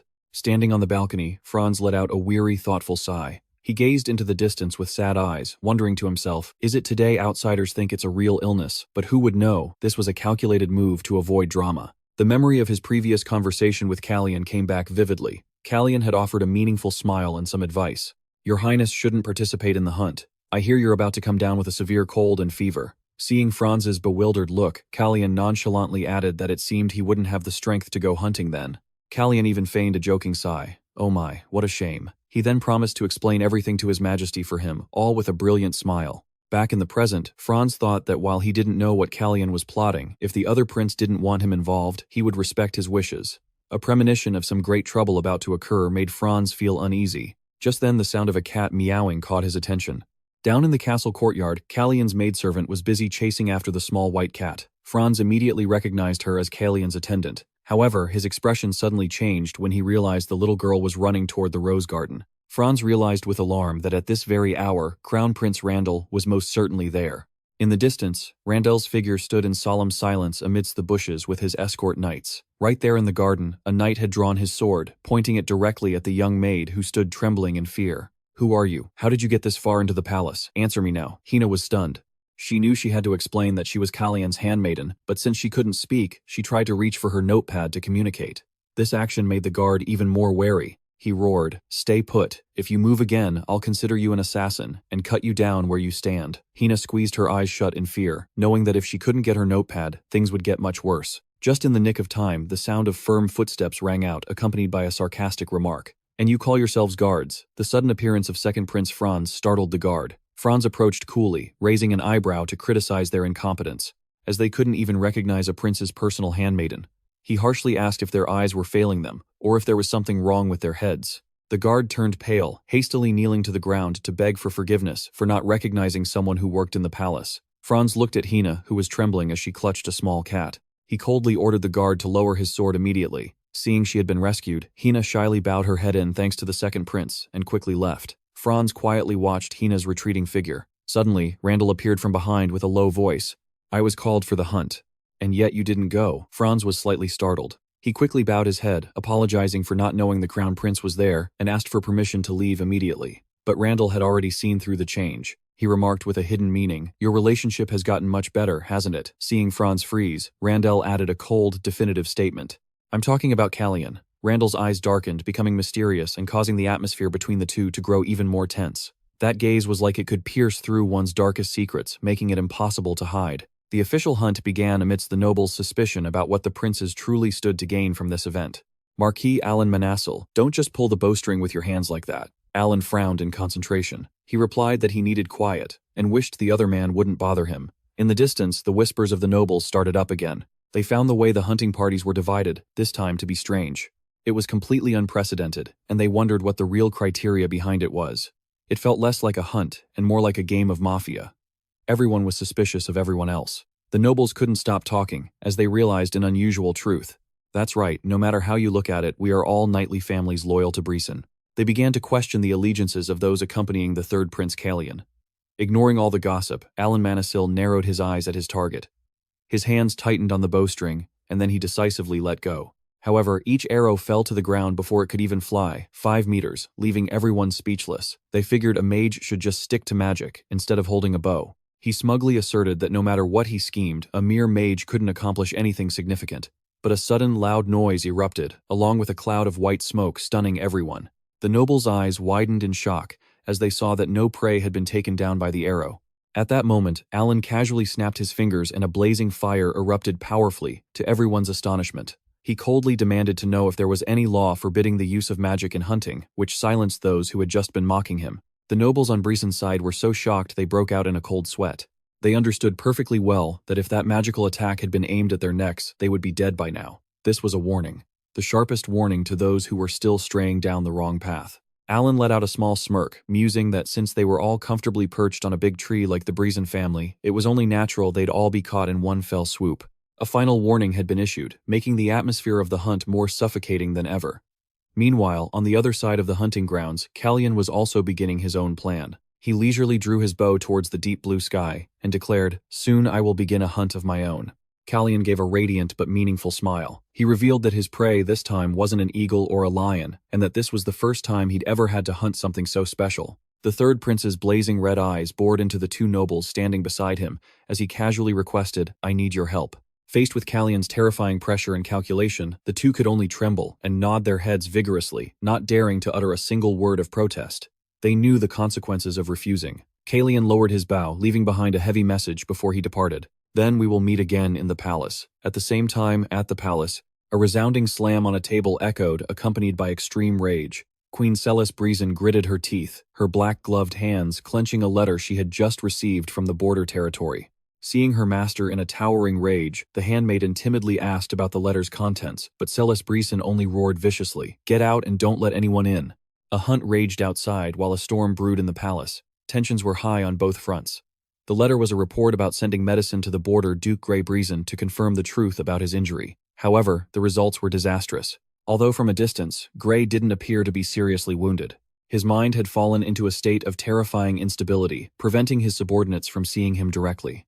In a dark place, Grey Brisson was screaming madly in despair. Why can't I use my aura anymore?" He realized with horror that his entire aura as a swordmaster had completely vanished after his clash with Calian. Sispanian furiously crumpled the letter in her hand upon hearing the report that Grey had ordered everyone to return and would contact them later. The two words "return" were like a splash of cold water on her ambitions, plunging Sispanian into an inescapable fury.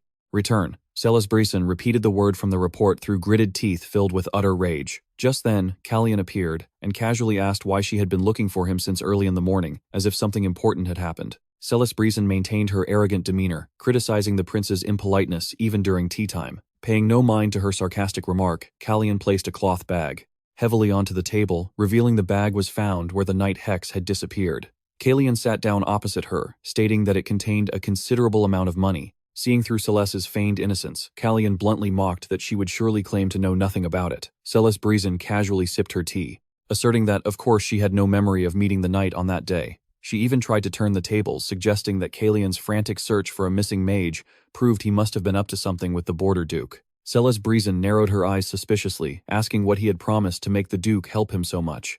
Calian's rage erupted. He shot up from his seat and roared, "You think I would team up with a B-ranker like Grey Breezen? How insulting." Calian's eyes blazed with a murderous red glint. He declared that he had no need for people like her. Celeste sneered, saying his insolent way of speaking proved Calian had truly gone mad. Despite the insult, Calian slammed his hand on the table and issued a stern warning. "This time you will understand the consequences of messing with my people. I'll show you how it ends." Calian suddenly burst into a triumphant laugh, the sound echoing through the room, stunning Celeste. Without a moment's hesitation, he flung the bag of money toward the queen. Gold coins scattered across the floor amidst Celeste's shock. She gritted her teeth as she stared at the mess, her eyes filled with absolute hatred, as she declared that if this was what he wanted, then she was ready. She snarled, "Let's end this here. Let's end this." The glittering gold coins scattered on the floor marked the end of the fake relationship between the two. Night fell, blanketing the silent palace under a full bright moon. In the dark space, a mysterious shadowy figure gently pushed open a door, stealthily sneaking into the room of the second Prince Franz. Franz was still deep in sleep, completely unaware of the stranger's presence approaching his bed. Sensing a disturbance, Franz stirred awake and let out a sarcastic remark. "You mages have too much free time." He sat up abruptly, facing the figure completely cloaked in a black robe. Calian nonchalantly informed him that Svan's warning barrier was currently deactivated, reassuring his brother not to worry. He added that even his own master wouldn't want to perform this infiltration a second time. Calian's lips curled into a slight smile, his crimson eyes gleaming with cunning from under his hood. "So, after today, I'll have no reason to come to your room again." Franz narrowed his eyes at his younger brother impatiently, asking why Calian had suddenly come here at this hour. Calian smiled brightly and leisurely replied that he had 3 important things to report immediately. Calian began with a probing question. "First, I have a question. Randall. Has he noticed that you and I are working together?" Franz thoughtfully confirmed that he had. Calian let out a weary sigh, disappointed that his plan to hide it hadn't worked as well as he'd hoped. He muttered to himself, "I plan to keep it a secret for as long as possible, but I don't know how everyone is so quick on the uptake." When Calian asked about their eldest brother's reaction, Franz recounted that Randall had noticed the relationship between Calian and him seemed to have gotten much better. Franz recalled his encounter with Randall in the garden. Seeing his eldest brother standing silently, Franz had quietly asked if Randall felt any regret about Calian's change. Randall maintained his calm expression, his deep blue eyes showing no ripple of emotion at his younger brother's question. Franz's lips curled into a smirk. He stated that he had no reason to feel any regret. He closed his eyes wearily, admitting that none of it really mattered much anyway. Franz analyzed that no matter who gave up the throne, Randall wouldn't lose out. So, as long as their factions didn't truly merge into one, he had no reason to be on guard. Hearing this, Calian thoughtfully concluded that he still needed to be more careful. He looked directly at Franz and began to move on to the second important matter. Calian slowly uttered a word of thanks. Franz let out a sarcastic laugh. He assumed Calian must have heard about him saving the maid in the rose garden, and that's why he was doing this. Franz turned his face away coldly, declaring he didn't want to hear any thanks from his little brother. Yet deep down, Franz couldn't forget the moment he found that small girl in the garden. Franz admitted to himself that he had already received thanks from the maid herself. The image of Hina smiling brightly, holding up a notebook with the words, "Thank you for helping me," written on it, replayed warmly in his memory. Calian smiled slightly, before quickly moving on to the final matter. He reminded him that tomorrow was the founding ceremony of the Balkan Division, and asked if Franz intended to stay bedridden for another day. A rare, heartwarming moment amidst all the drama. Franz stared intently at Calian and warned through gritted teeth, "Don't you cross the line again." Faced with his brother's intensity, Calian remained strangely calm. He smiled softly and replied, "I understand." But immediately after, Calian's gaze turned sharp and determined. He raised his hand in a gesture and emphasized a critical request. "But no matter what happens, you absolutely must not interfere." Meanwhile, in Queen Sispanian's palace, the atmosphere was perpetually thick with tension. A group of maids surrounded and attended to Sispanian, who sat silently before a mirror. One maid, trembling, brushed the queen's long, silky, silver-blue hair, while nervously asking, "Is your mood any better today?" Inwardly, the young woman was screaming from exhaustion. "The queen's mood has been so awful lately, it's making me a nervous wreck. It's killing me." She secretly thought that she'd rather go home, listen to her father and marry some young baron than endure these terrifying days. Because she was so lost in her own thoughts, she accidentally let the comb get tangled in the queen's hair. A moment of carelessness that became a professional disaster. A dry crackle echoed, and the maid went pale, the blood draining from her face. She stammered in fear, "Your Majesty, my apologies."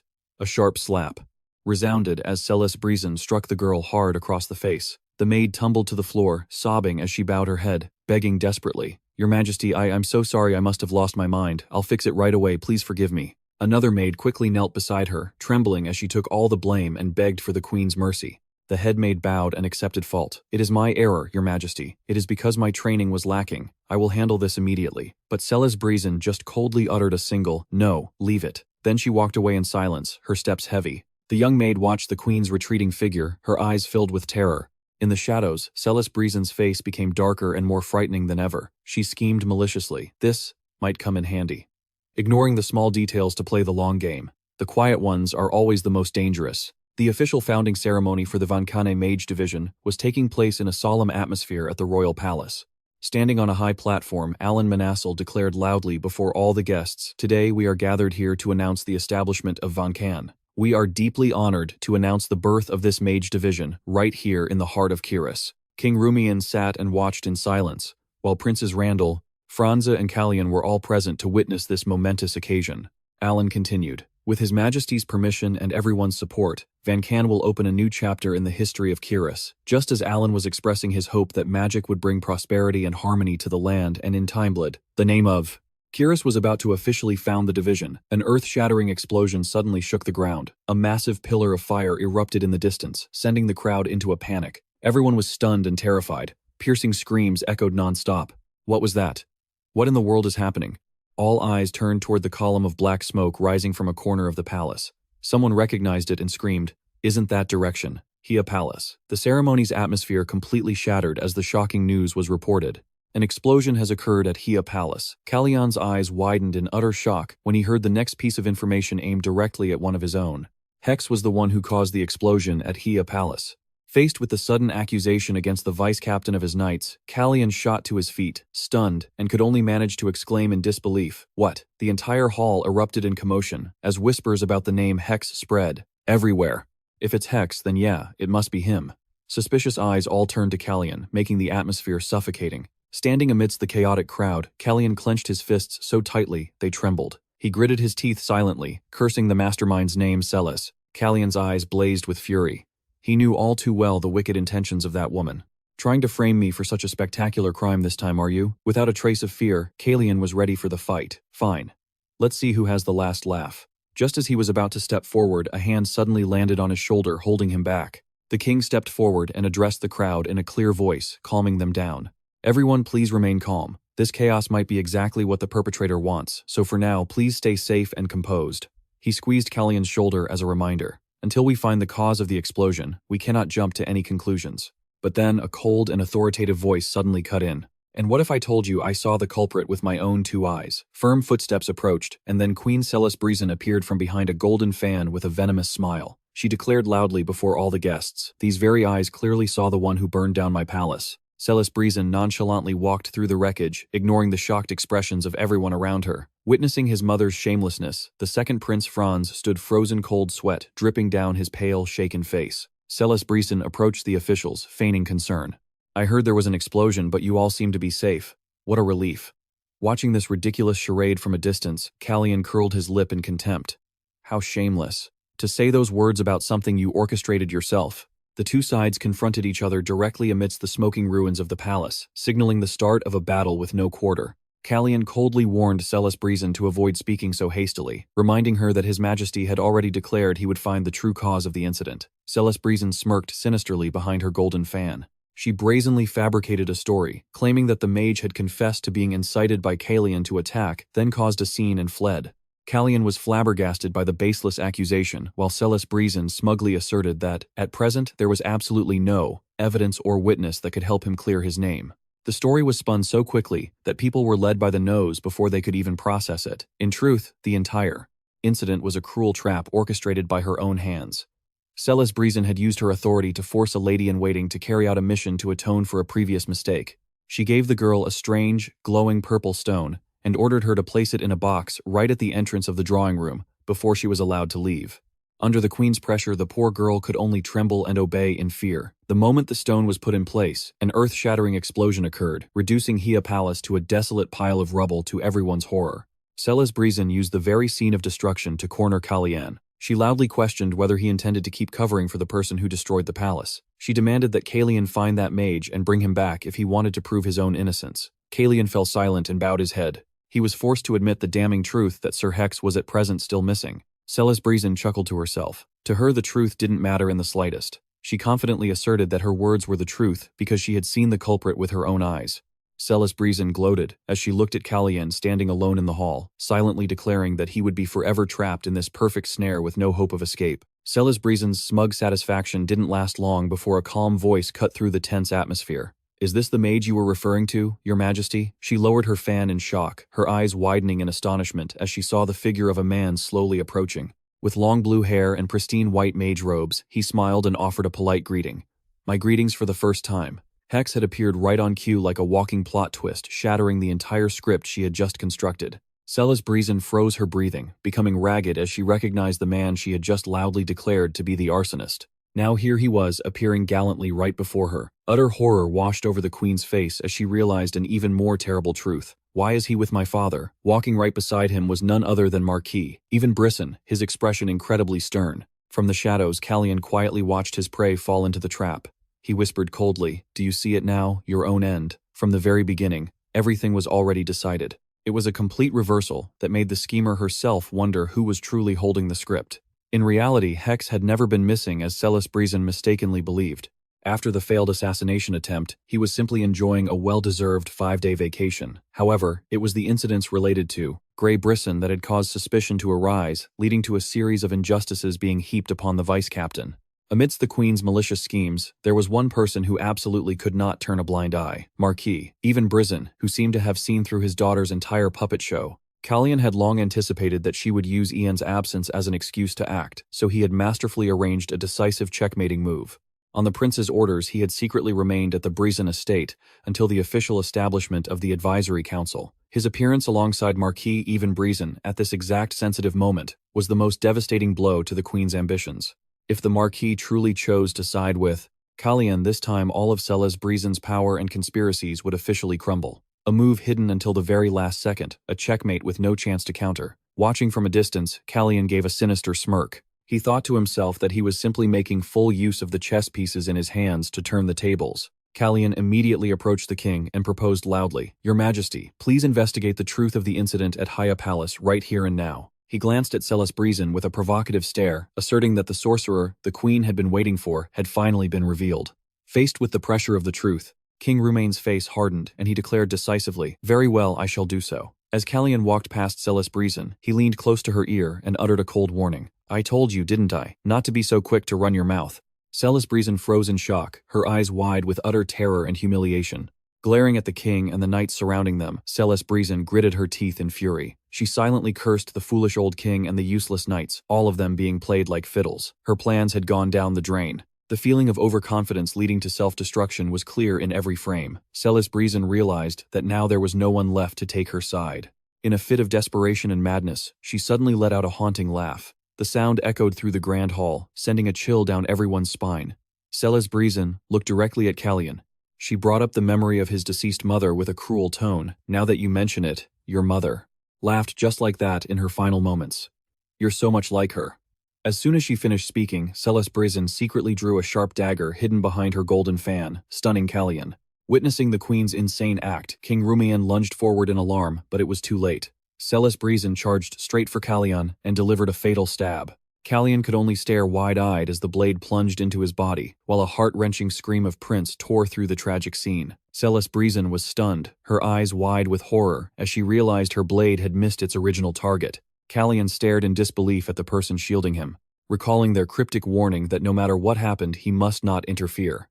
The brutal stab had plunged directly into the chest of the second Prince Franz instead of Calian. Franz collapsed into his younger brother's arms, shocking everyone present. Calian cried out in anguish, "I specifically told you not to, brother." Seeing that she had gravely wounded her own son with her own hands, a stunned Celesbrizin called out the name Melfia Franz. But in the next moment, she let out a furious roar, resentfully realizing that this son had in the end chosen to betray her completely. Roumain rushed forward in a panic. He screamed at SSS-Rank to let go immediately and ordered the knights to protect his son at all costs. The royal knights swarmed in like a storm surrounding the maddened queen to prevent her from causing more harm. Amid the chaos, the king sternly declared that it was all over and demanded SSS-Rank's surrender.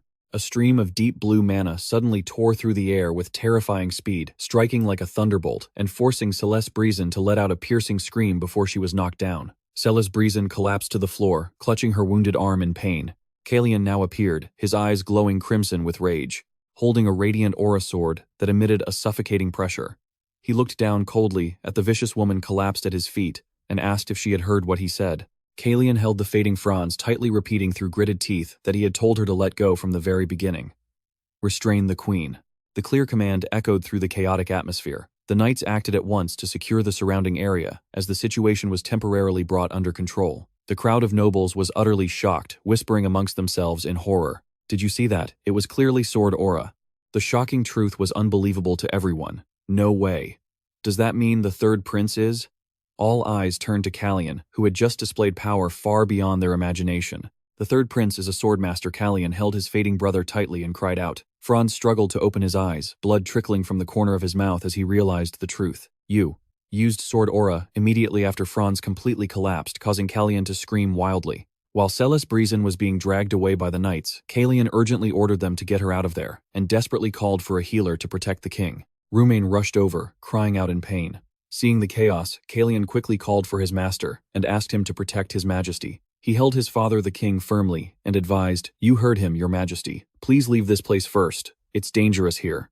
Though his heart was bleeding with worry for his son, the king could only speak in despair, but Calian sternly reminded him of the responsibilities of the throne, asserting that he himself had experienced that same pain. He asked the king to leave the situation for Calian to handle. Seeing his son's determination, the king swallowed his pain. He clenched his fists and decided in a low voice, "All right, I'll trust in Calian." Calian roared in desperation amidst the chaotic hall. Hasn't the healer arrived yet? Secure the area. He frantically ordered his subordinate to tear the curtains to stop Franz's bleeding, but his hands were already stained red from the severe wound. Seeing the blood flow relentlessly, Calian was horrified, realizing the situation was spiraling out of his control. In his mind, he screamed in fury at his brother's foolish act. "You damn fool. After everything I did to save you, how could you do this? Even the blessed power of Sispanian wasn't enough to stop this devastating blow. If this continued, Franz really wouldn't make it. He's actually going to die," Calian cried out in despair, still seeing no sign of a physician. A subordinate rushed in to report that the healers had left on horseback, and that Yan had also gone to the palace to find Hina as instructed. Calian froze, his crimson eyes widening as a thought flashed in his mind. He realized there was still one person right here who could save Franz's life, Randell. Calian squinted at his eldest brother, who was quietly leaving, and called out in his mind, "Brother Randell." In this chaotic situation, Calian realized that people's true natures were beginning to reveal themselves most clearly. A frighteningly cruel rationality was hidden behind the calm exterior of his eldest brother, who was walking silently with the king. He secretly understood the true nature of the one who held that secret power. Randall walked on nonchalantly, his face cold and unflinching, completely ignoring his dying brother behind him. Calian gritted his teeth in fury, realizing that to Randall, keeping his identity as a priest secret was more important than the life of his dying half-brother. He roared in helplessness. Damn it, Calian clutched Blanche's body, which was slowly losing its life, his heart screaming. "Live, please live. Blanche, you have to survive at all costs." On one side was ice-cold principle, on the other a brotherly bond crumbling before his eyes. Cal cried out in despair, holding his fading brother tightly. "Don't die, Blanche." Just as all hope seemed lost, shouts announced that the medical team had arrived. Time passed. The dry clatter of chains echoed. The heavy dungeon door closed behind a figure strolling leisurely down the gloomy corridor. Standing before the cold iron bars, Cal quietly observed the woman who once ruled the palace, now paying the price. SSS-Rank sat on the floor, her arm wrapped in white bandages. She smirked slightly and asked, "Here to see me about something?" Cal confirmed in a low voice, "Yes. I had you summoned because there's something I want to ask." SSS-Rank looked up at the young prince, a sinister smile, never leaving her face despite her fall from grace. She slowly stood up, her gaunt hands gripping the bars as she whispered menacingly, "Answer me truthfully."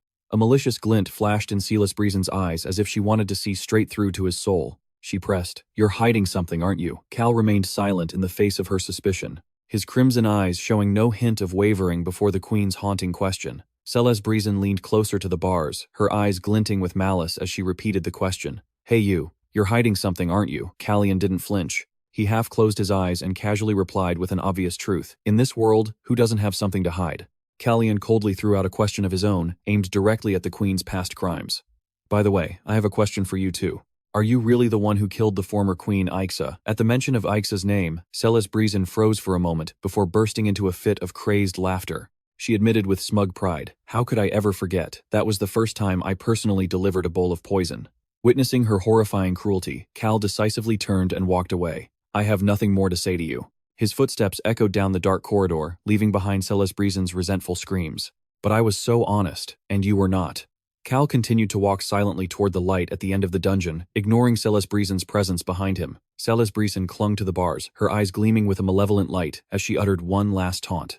"Actually, I thought that as soon as you saw me, you would ask a different question, like whether your son is alive or dead." Celesbrisen let out a crazed, guttural laugh, her madness echoing in the dungeon's darkness. She gritted her teeth in bitterness, thinking about the stab. Even at the very end, he still got in my way. She tightened her grip on the bars, telling herself she had tried her best for her son's future. Yet in her eyes, Blanche always made foolish choices and did useless things just to hinder her. Watching Cal's back as he silently walked away, Celesbrisen inwardly scoffed at human nature, how people always throw themselves in the line of fire to protect what they deem important. The memory of that horrifying moment returned vivid as the drops of crimson blood. It was the clumsy movement of someone who had never held a sword in their life. To a sword master like Calian, the thrust was so slow, he didn't even need to move to dodge it. The moment Celesbrisen lifted her foot, Cal was already protected by a shield from his master Alan. He was certain Blanche knew that, yet he still chose to rush forward and take the fatal blow. Stopping before the dungeon bars, Cal couldn't help but ask himself, did he really want to protect me? Calian's footsteps echoed in the dark dungeon. He silently wondered why she would risk everything like that, the path she had chosen. If only that woman had turned back to look just once, she might have understood the real reason behind everything. Celesbrisen laughed and sobbed in a fit of absolute madness, the sound haunting the cold stone walls. She roared into the darkness, "I have no regrets, so I feel no remorse." The wicked woman's laughter echoed throughout the dungeon like a final curse. Cal stood silently outside the bars, his crimson eyes showing no reaction to her madness. He turned his back decisively and walked away, leaving Celes to sink into the darkness of her own destruction. Just as he had been warned during the hunt, the nobles who were once close allies of the Brisen family all turned their backs on Celes. Furthermore, all the horrific crimes she had ever committed were brought to light, though no one knew who was behind it all. Celes's punishment was carried out swiftly and brutally. This time, Renacida leaves were not scattered in the square to hide the traces of death. Instead, she had to end her life with a poison that made her body wither away in excruciating pain. A week had passed since that fateful day, but the aftershocks of Queen Celesbrisen's downfall still lingered throughout the capital. In a corner of the garden, a group of nobles were still gossiping about how the Queen's greenhouse hadn't been completely dismantled yet. They lamented that an era of supreme glory was now nothing but smoke. Even though those involved had been imprisoned or exiled, the whispers couldn't be silenced. After all, how could something so shocking be hidden when it was never something that could be easily ignored in the first place? However, the hottest topic right now was the third Prince Cal. People couldn't believe that a teenager under 15 years old could have reached the level of a sword master, an unprecedented achievement. Not only that, but the fact that he was both a sword master and could use magic had truly sent shockwaves through the aristocracy. Everyone was eager to confirm the truth, but Calian refused to leave Blanche's sick room for even a moment, leaving them no way to approach him. Because after that fatal stab wound, Prince Blanche had still shown no signs of waking up. Finally, after many days of waiting, Blanche heavily opened his eyes. But what greeted him wasn't a touching scene, but the sight of Calian, sitting casually by the bed, eating a banana. Blanche asked, bewildered, "But why are you sitting here eating a banana?" Cal, his mouth still full of food, could only mumble in reply that he hadn't come up with a reasonable excuse for his actions. Seeing Franz's annoyance, Calian just laughed it off, telling him to just ignore him and get some rest. Franz snapped, telling him to get lost and not to bring bananas into his room to eat. Calian burst out laughing, thinking his brother was being too harsh since he was the one who caused all this trouble, so he should have a little sympathy for him. Franz retorted furiously. "What? How is this my fault? You're the one who unleashed your aura on your own," he demanded. Calian, "Get out of there immediately," but the third prince stubbornly held his ground. Calian smirked, stating that if he showed his face outside now, he'd have to explain that swordmaster aura to everyone. He declared flatly, "Until I can think of a good excuse, I'm not going anywhere." Franz could only curse his brother for being despicable, before yelling at him to get back to his own room immediately. The two of them argued like children fighting over a toy. Just as he stepped out of the infirmary, Calian bumped into Alan Manisil, who had a radiant smile on his face. He couldn't help but laugh and tease him.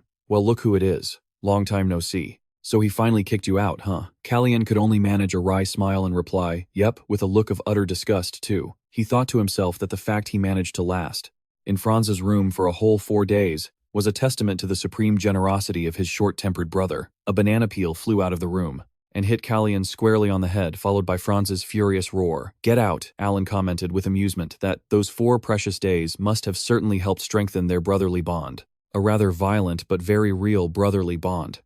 As the two walked down the corridor, Alan admitted that he had thought Calian would be holed up in that infirmary for at least a week. Calian casually replied, that was the plan. The third prince's appearance immediately drew curious glances and whispers from the maids. They couldn't stop whispering about how he could actually use an aura blade, a feat that had sent shockwaves through the entire palace. Alan glanced at Calian, realizing the reason he'd left the infirmary early was probably because he didn't want to face any more of his brother's wrath. But more importantly, it seemed Calian had decided to finally show his face.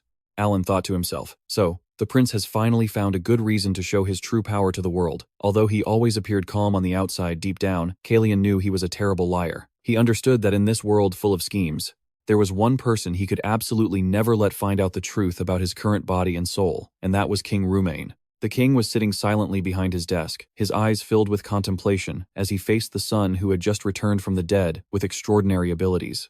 King Rumain frowned, pressing for confirmation of what he'd just heard. So, you're saying Calian received a flash of enlightenment in the Sispanian's lair, and was awakened by the sword during a practice match with Slayman. Standing beside him, Alan affirmed, that's correct, your majesty. Noticing the doubt still evident on his father's face, Calian stepped forward and offered, allow me to show you. Immediately, a brilliant blue light erupted from Calian's palm, radiating a magical pressure, and a powerful aura that left both the king and Alan utterly stunned. Calian looked his father straight in the eye and declared that he could now skillfully use both aura and magic. It was a total flex in front of the old man, a classic show-don't-tell moment. Calian casually opened his hand to reveal a small stream of magical power and said, I learned a little trick. King Rumain thoughtfully realized his son's true intention. So this is what you meant when you said I was in more danger. Calian bowed his head and apologized for not revealing it sooner, but the king was understanding. No, the palace is not a safe place for you. You had your reasons for hiding. He decided to hold the Van Caliam ceremony early, so Calian would have an official opportunity to address his identity issues publicly. Alan teased that the king should have given him a hint, but Calian insisted he'd been dropping hints for a while. Even the king had to admit he'd been completely oblivious to his son's true strength. When Alan joked about Calian siding with his father, he smiled brightly and replied, not at all. I keep my personal and professional lives completely separate. However, the king's heart was still heavy with worry. News that Calian was a swordmaster had already spread, forcing House Benin to be on guard. But Randall was the biggest problem. Ever since that day, Randall had become frighteningly indifferent.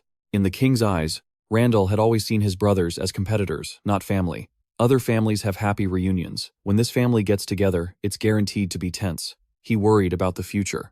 If Randall were to ascend the throne, where would the kingdom be headed? Lost in thought, the king was startled back to reality by the voice of an attendant. He told himself that all he could do now was watch, because only time would tell if Calian's power would become a pillar of support or another kind of potent poison for the dynasty. A week later, the atmosphere in the capital was more solemn than ever. Standing on a high platform in the middle of the magnificent hall, King Rumain grandly announced the official start of the Van Calianum ceremony. Amid thunderous applause, he announced the birth of the 6th of the continent's swordmasters in the series. Calian appeared full of dignity, with blazing red eyes, resolute and ready to accept his new responsibilities. Meanwhile, another development was quietly unfolding. House Brisson had now completely shut its doors, refusing all outside contact. Behind those closed doors, Ray Brisson was training like a man possessed. Despite his subordinates' worried attempts to stop him because he'd been swinging his sword non-stop for hours, Ray just roared furiously, "Shut up." He swung his blade with sharp, vicious slashes, tearing the training dummies to shreds, but his heart was filled with helplessness. Ray gritted his teeth, telling himself he couldn't see it. He absolutely couldn't sense Calian's aura anymore. The disappearance of that power he had once felt had now become a terrifying obsession, blinding him to everything else. Time passed. Autumn faded, and the chill of winter began to visit Kiris. Blankets of white snow covered the kingdom, marking the change of seasons. Amidst the snow-white landscape, Prince Calian's small cat strolled leisurely, leaving tiny footprints on the cold snow. When spring arrived, the kingdom held a grand celebration for the king's birthday. In the lively atmosphere of the party, everyone raised their glasses in a unanimous toast. For His Majesty's birthday, King Locke replied, raising his glass with a radiant smile. He expressed his joy at receiving such sincere well wishes from his subjects. The king declared in a clear voice that spring is a season of new beginnings, and he hoped that today would mark a turning point for everyone. Amidst a romantic scene of falling cherry blossoms, a man with long silver hair and sad purple eyes suddenly appeared. Calian froze his blazing red eyes wide with utter shock as he uttered the name. Everything flashes back to 2 months ago, before spring knocked on the door that year, bringing its passionate warmth. The harsh winter passed so quickly, it was as if it had never existed in this land. On a magnificent palace balcony, Calian sat quietly sipping tea and gazing at the peaceful scenery under the deep blue sky. It was a moment of change, bringing a feeling so new it was hard to put into words. Calian took a sip of tea, his brilliant red eyes reflecting the sunlight as a mysterious smile touched his lips. Inside a luxurious room, a hand slowly pushed a red invitation across the table as someone spoke. Alan remarked with amusement, "This is the second time I've received a birthday invitation from you, Your Majesty, and you even brought it yourself." In response to his surprise, King Romain smiled and reminded him, "Well, then you'd better not ignore it this year, like you did last time." Alan took a sip of his tea and assured the king he could rest easy. Since Alan was planning to stay in Kiris for a long time, he didn't really need such a formal invitation. Alan mused that time flew by so fast and he never ceased to be surprised by the events that unfolded here. Hopefully no more palace drama. The people are getting tired of watching it. Taking a sip of tea, King Rumen recalled wistfully, "Now that you mention it, didn't you also storm the palace around this time last year?" His gaze fell affectionately on his old friend, while Alan simply remained silent, savoring the fragrant tea amidst the romantic scenery of falling cherry blossoms. The king sighed softly. He looked out into the distance through the open balcony doors and wondered grimly, "I wonder what's in store for us this year." Calian threw his all into the fight, nimbly flipping to dodge the shower of magic fragments and immediately countering with a sharp, cold slash of his sword. With confident blazing red eyes, Calian smirked before suddenly accelerating, pressuring his opponent with a series of powerful strikes. Facing the stormy assault, Aaron was forced to summon a magic shield to defend himself, but he couldn't help but be astonished by the young prince's agility. Calian suddenly vanished and reappeared behind his opponent with terrifying speed. Arn only had time to cry out in alarm shield, but Calian's aura blade had already pierced through his strongest defense. A dry shattering sound echoed as the entire magic shield disintegrated into pieces under the overwhelming power. Arn froze, beads of sweat rolling down his face as he felt the cold blade pressed against his neck. He managed to choke out, "I surrender. I surrender." Prince Calian smiled, retracting his mana and causing the sword to vanish into thin air before offering praise. "That was a great fight. You've all just witnessed a top-tier match." The surrounding crowd erupted in enthusiastic cheers and applause. Arn, stunned by Calian's ability, exclaimed, "How could you teleport like that without an incantation?" He couldn't hide his astonishment, admitting that he was the one who should be impressed, as the prince's aura blade now completely obeyed its master's will. Arn admired Calian's supreme control, being able to shatter spell shields without casting any kind of harmful magic himself. But Calian flashed a bright smile and clarified that he hadn't held back at all. He fought to win, not just for show. While the other mages swarmed around begging Alan Manassel to teach them the spell he had just used, Calian quietly approached Blanche, who was sitting pensively on a stone bench. When asked for his thoughts on the sparring match, Blanche just gave a non-committal. "It was fine." Calian smirked, pressing further to probe his brother's true intentions. Seeing Blanche's pensive expression, Calian silently considered his brother's responsibilities. In another timeline, even though Rumain had founded the Calian Mage division, it was Blanche who had personally nurtured and trained them. In other words, whether these mages would turn into demons or not depended entirely on his brother's guidance. Blanche coldly asked in return why Calian didn't just train them himself. Calian gave an arrogant smirk, asserting that he already held enough power. Blanche just cursed his brother for spouting nonsense again, and walked away quietly. Just then, Jan rushed over to report that the Marquis wished to request an audience. Calian's eyes narrowed calculatively. He knew full well that the sly old fox had come all this way to probe his true strength and check his aura flow. Calian ordered a servant to tell the old Marquis to wait there, and that he would be out shortly. Turning to Blanche, he smirked meaningfully. "See, now everyone knows we're in the same boat." Calian's gaze turned sharp and cold. He warned that Blanche couldn't hide in his shadow forever, because their enemies would eventually come for him, and when they did, his brother would be an easy prey. Walking down the hall, Calian silently strategized about even who had finally started to make his move after a long winter of secret training. He hoped his current aura-concealing magic was enough to make the Marquis think he was still too weak for his true strength to be seen through. Calian told himself that he wasn't much better off, as he felt he couldn't truly keep up with his opponent's level either. The real problem was that Blanche had absolutely the faction of his own within the palace, and that was certainly the first thing Even would want to exploit to gain leverage. The game for the throne of the Kiris kingdom had finally officially begun on the chessboard of power. Calian wondered to himself who he should be most wary of in this fight. Just as he turned a corner, Calian stopped short, realizing his timing was off. The last person he wanted to run into right now was his eldest brother. Calian spoke softly. "Brother." The two figures stood silently on the stairs amidst an atmosphere thick with resentment and unspoken schemes. Randall stood on a higher step looking down, and delivered a distant warning that for princes to look down on one another like this was a taboo. From below, Calian just replied nonchalantly, "Is that all?" Inwardly he saw through his eldest brother's hypocrisy, and knew that if he just took 3 more steps, he would officially break that taboo to strip away the mask Randall always wore. Calian began to hint at the secret of the rose, the one that never seemed to wilt, asserting that he had finally understood its true meaning. Randall faltered for a moment, asking softly, You've seen it." Calian continued his analysis while slowly ascending the stairs 1 step at a time. He wondered why Randall would so carelessly let that flower be seen from the bushes. He concluded that perhaps Randall's purpose was to show that those flowers were only allowed to bloom and shine as long as they remained in his garden. Standing face to face with Randall, Calian firmly added a condition as long as it never grew past his feet. Faced with his younger brother's sharpness, Randall could only admit it in a low voice. "That's right." His eyes turned dark and stern as he affirmed that he truly didn't want that scenario to happen. The two stood silently in the hallway, facing off in an atmosphere thick with hidden schemes. The scene changes to a luxurious room where Alan was sitting with a condescending and sarcastic expression regarding the recent encounter. He thought Calian had missed a perfect opportunity by not letting Marquis Buen pass by right then so they could scheme against him together. Alan grumbled that it would be much faster to make more enemies that way. While Alan was passionately lecturing, Calian was casually eating chocolate and praising how delicious it was. Alan sighed, lamenting to himself about the young prince's peculiar personality. Calian asserted that Randall wouldn't act unless his brother was certain that he and the Marquis weren't colluding. While leisurely enjoying his cake, Calian figured that on the Beeson family's side, Marquis even must be hesitating because he couldn't yet gauge the true power of his aura sword.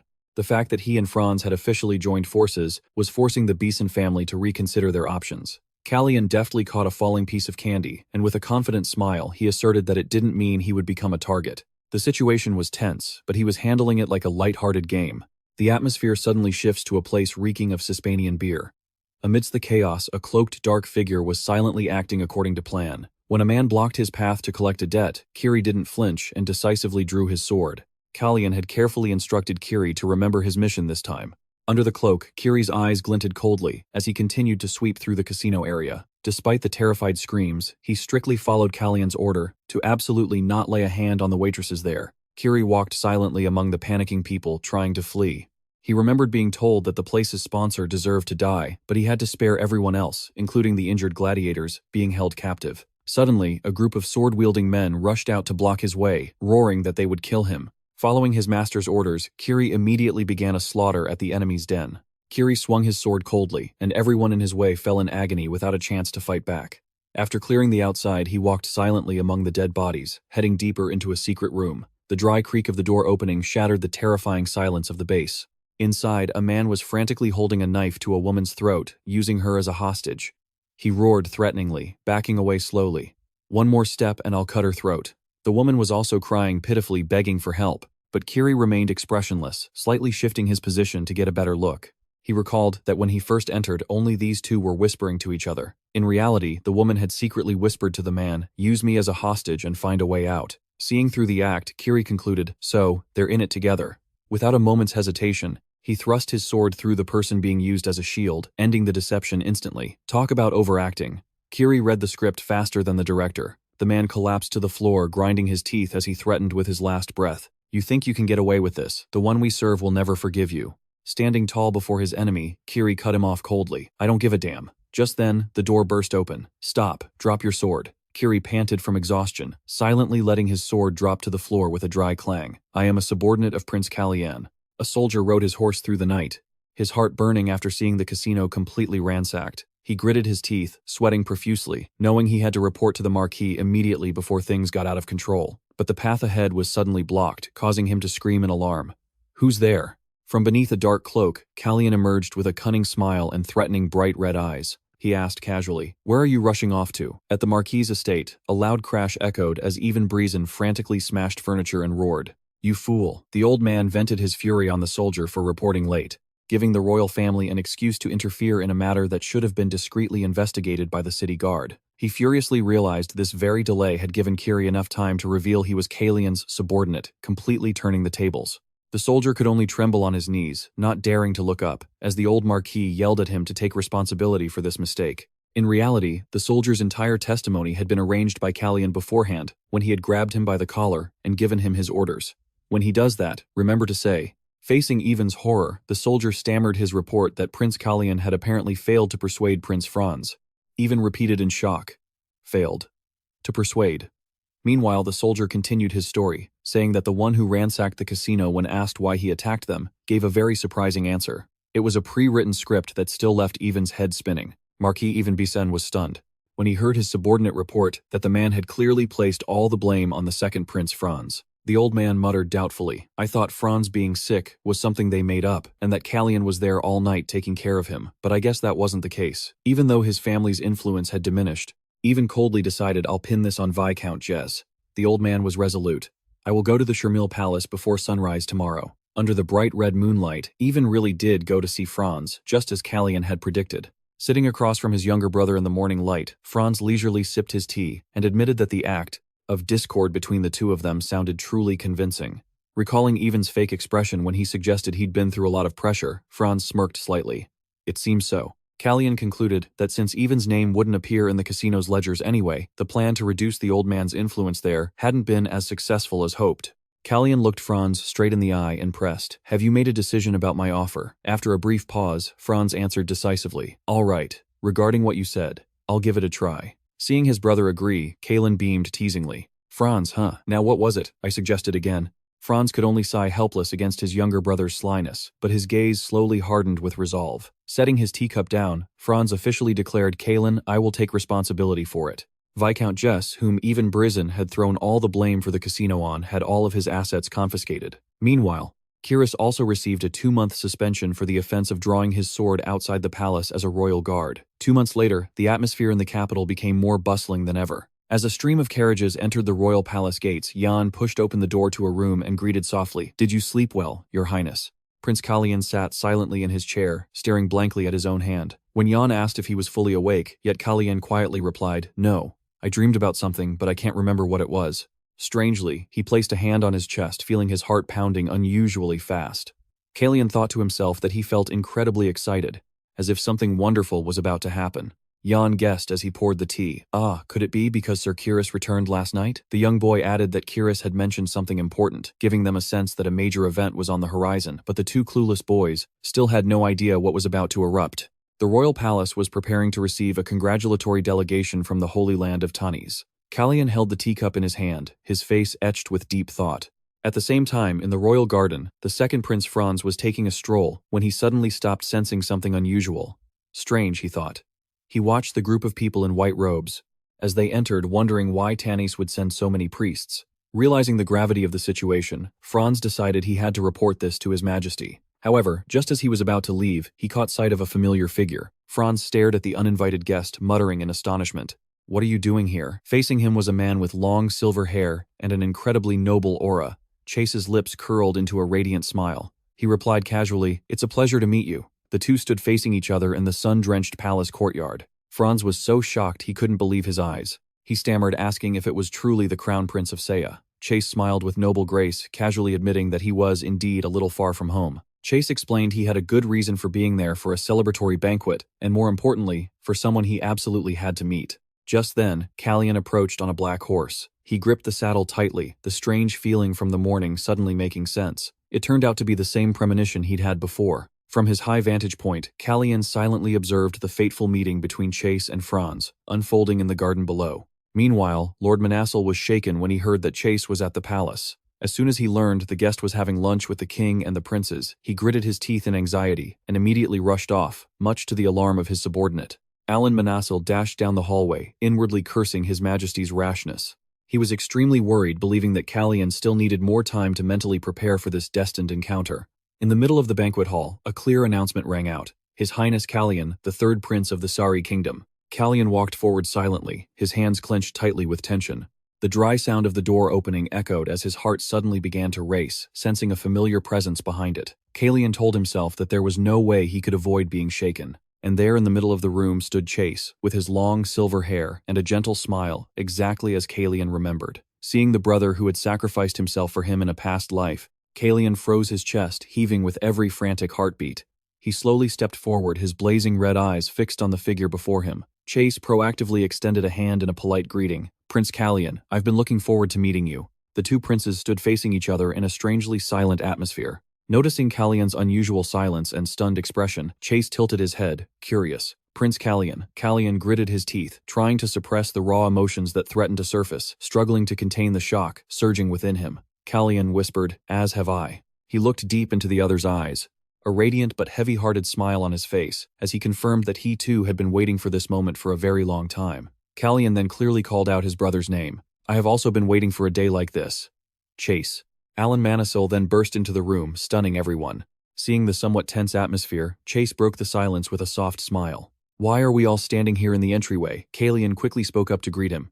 "Ah, Lord Manisil." Chase replied warmly that it had been quite some time since they had last met, and that he hoped the Lord was well. He suggested they skip the tedious formalities, and invited everyone inside in the most natural way possible. "This way, Your Highness." Calian took a deep breath and then exhaled, trying to regain his composure in the face of these new, unfolding variables. He walked forward with determination, but stopped short when he saw Franz waiting in the hallway with a pensive look. Looking at the steaming teacups on the table, Franz mulled over the fact that the Crown Prince of Saya had appeared here all by himself.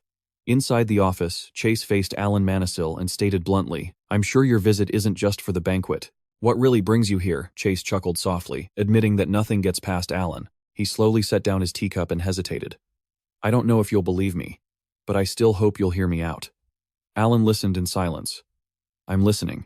Chase began by bringing up how the Tempest had vanished without a trace around this time last year. He recalled the moment Chase had come to him for advice about this mysterious artifact. Alan confirmed that he could never forget secretly traveling to Secretia to examine it, but the only conclusion he could reach was that the object was not man-made. Then, last month, the news of the Tempest's disappearance was confirmed once again. Just hearing this, you could tell this artifact was no ordinary item. Alan himself was the one who had relayed this information to Prince Calian. Alan wondered to himself why Chase was bringing this up now. Chase revealed that he was there at the exact moment the artifact disappeared last spring, and just a few months ago, strange memories began to surface in his mind. At first he thought it was just a dream, but the images of an unfinished chess game made him wonder if he was losing his mind. But in the end, he could no longer deny the truth. He clutched his head in anguish as he realized those memories were all real. With teary eyes, he affirmed that he had no choice but to accept the truth right in front of him. He clenched his fists, his eyes filled with grim determination, as he declared with certainty that his brother was somewhere in this very kingdom. Chase admitted to Lord Manasvin, "I have no choice but to accept that those memories are real and that my brother is somewhere in this very kingdom." His eyes were filled with grief as he mentioned his late older brother. Seeing Chase's wavering resolve, a stunned Alan pressed him. "Did you try to resurrect your brother using the Ars Tempus?" Chase immediately snapped back. "Absurd. The war that took my brother's life was a battle among those who sought the Tempest." Memories of the smoke and flames of war returned when a great power invaded to steal Cretia's national treasure. He asserted that those who stood to protect the ancient relic all had their reasons, and that B had sacrificed his life to prevent it from being misused. Chase was resolute in his goal. "I will never negate his sacrifice just to bring him back." Chase declared firmly that he had protected the Arcus Tempest to the very end, and had never once used it for himself. Alan nodded slightly in agreement. That lined up perfectly with what the Sispanian had said. Chase looked toward Calian, silently recognizing his brother's familiar expression and thinking to himself, "I saw his face today, and I realized, I can't let him find out that I still remember." A relieved smile touched Chase's lips. "Knowing that he is alive and well, that's more than enough for me." But their conversation was cut short, as Kiri approached from a distance. Alan asked in surprise what was going on, and Kiri bowed respectfully to report, "The prince wishes to speak with you after the dinner." Alan was startled, silently cursing himself for being so careless. "Damn it, I should have cast a silencing spell before talking to Chase." Seeing his flustered expression, Chase let out a hearty laugh and turned to tease Kiri. "You weren't eavesdropping on us just now, were you?" The air grew tense, but Chase asked the question as if it were all a game. Alan sighed helplessly, telling himself that complaining now wouldn't change anything. He composed himself to formally introduce his guard. "Your Highness, this is Kiri, Prince Calian's personal guard." Turning to Kiri, he reminded him, "Kiri, you are in the presence of the Crown Prince of Cesia." Kiri immediately bowed with great formality. "It is an honor, Your Highness." However, Chase seemed puzzled that a prince from a noble family would only have a single knight like Kiri as an escort. Just as Kiri was about to introduce him, a name was unexpectedly spoken. "Calian." Chase explained that the name had been passed down through the royal line of Secretia for many generations. Chase smiled faintly and revealed the name's true meaning. It means the hero whose name will never fade. Calian stood watching in silence. His mind was in turmoil over the strange connections from the past that were gradually coming to light. Standing by the window, looking out over the square, he wondered what Chase's sudden visit would mean for Sizia. He agonized over what his next move should be to ensure that his efforts to prevent the war would not be in vain. The brutal images and the mysteries of why Franz started the war in the other timeline always haunted his mind. He clenched his fist, desperately searching for a way to change the future. Just then, a sharp knock on the door broke the silence. Blanche entered the room, looked directly at Calian, and stated matter-of-factly, "I think you owe me an explanation." Blanche stood there, his eyes filled with suspicion as he looked at his younger brother. He wondered why the foreign prince was so eager to see Calian, and why Calian looked as pale as if he had just returned from the dead. Deep down, Calian bitterly realized that the war was silently beginning all over again. He walked away slowly, speaking in riddles. "Tell me, brother, what if there was something you wanted more than anything else, but someone else had already laid claim to it?" Calian stopped, looked his brother straight in the eye, and asked, "What should you do?" A tense silence fell as their red and blue eyes met. Blanche quietly turned away. He stated coldly that he was never in the habit of taking things that didn't belong to him. But Calian wouldn't let it go, pressing, "But what if it's something you truly need? Would you still follow the rules then?" Seeing Blanche's unwavering expression as he replied, of course a small smirk played on Calian's lips. "I see. Just a little something to think about, that's all." But inside, Calian's heart was in turmoil. He admitted to himself that he'd been deeply shaken because Chase was the only person he had truly missed. Calian thought to himself that this war never had a clear answer, and the current version of Blanche was completely unaware of the tragedies that were about to unfold. Sensing the prolonged silence, Blanche grew impatient and pushed him. "So, are you going to explain or not?" Calian snapped his fingers. A magic circle instantly enveloped the room, soundproofing it completely. He brought up the question Blanche had once asked about his true identity, and affirmed. "I have a feeling you've already figured it all out," Blanche asked one last time, his face deadly serious. "Who are you, for real?" In the dead silence, Calian began to speak of Serenity, the queen of the gods. He spoke bitterly of a 10-year milestone, and a plea to the gods for a solution. Calian looked directly at Blanche and declared a shocking truth. "The time in this world has been turned back 10 years. Blanche's eyes widened in horror at what he had just heard. Calian calmly delivered the final blow. "Before this, I was Chase's older brother. And now I am your younger brother." He silently resolved that if the gods wouldn't grant him a way out, he would find a way to change this fate himself. The flood of information was like having an entire epic thrown in your face. A moment later, in the quiet room, Alan looked straight at Calian and demanded, "All right, now you tell me."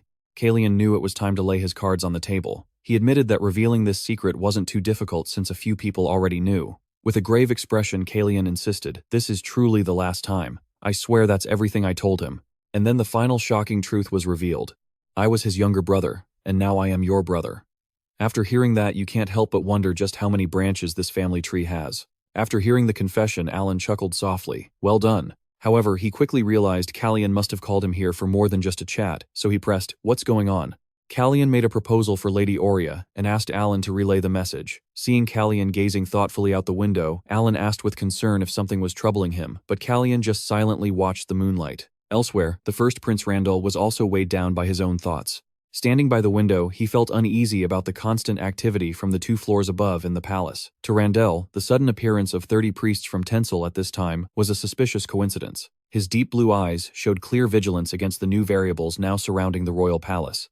Calian was also heavy-hearted, thinking to himself that even if this matter was resolved, there were still countless other troubles to deal with. His 2 older brothers never seemed to give his mind a moment's peace. Amidst the tense atmosphere, the arrival of Chase with his radiant smile only served to further complicate the situation.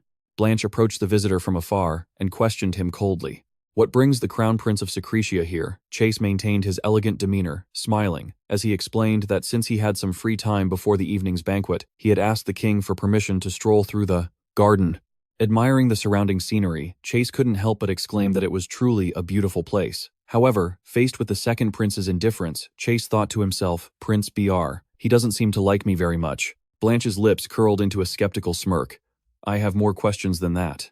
What could possibly be so important that the Crown Prince had to come here himself?" he wondered, questioning Chase's true purpose. Was it really as simple as the rumors said that he was here to meet Marquis Menasir? In response, Chase unexpectedly mentioned hearing that Prince BR has been very passionate about developing Vion Calian lately. Blanche sarcastically remarked that he didn't expect news from Kiris to travel all the way to Secretia, but Chase just nonchalantly replied that it was common as His Majesty was very fond of raising birds. Chase's gaze suddenly sharpened. He posed a question that struck deep into his opponent's mind. Is Calian being nurtured so enthusiastically? Because of Prince Calian's power, the direct hit left Blanche so stunned he froze. Chase looked straight into Blanche's wavering eyes and seemed about to reveal some terrible future truth. Blanche was reeling. What have I done? He cursed himself. Chase walked past him with a cold expression. He admitted he'd been mistaken to think Blanche was unaware of the situation. But Blanche held his ground, declaring firmly that Calian belonged to his younger brother, so Chase had no need to concern himself with it. Chase stopped, turned back to look at Blanche with a dark, haunting gaze, and left him with one final message. You should really hope so, Prince Br. Calian thoughtfully held the list in his hand, his crimson eyes deep in thought, as he noticed something unusual. Macon Chattis's name was not among the priests who had entered Kiris. Macon was supposed to be in Latran, yet he wasn't included in this congratulatory delegation.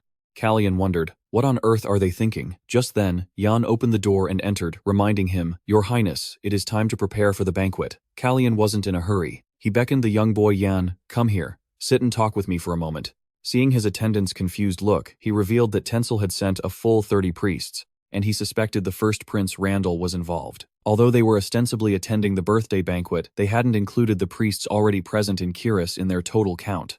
Calian wondered aloud why would they send 30 priests. Seeing Jan still scratching his head in confusion, Calian was about to wave it off. Never mind Jan, it's nothing. But Jan suddenly blurted out with conviction, but they couldn't possibly send 30 people like that.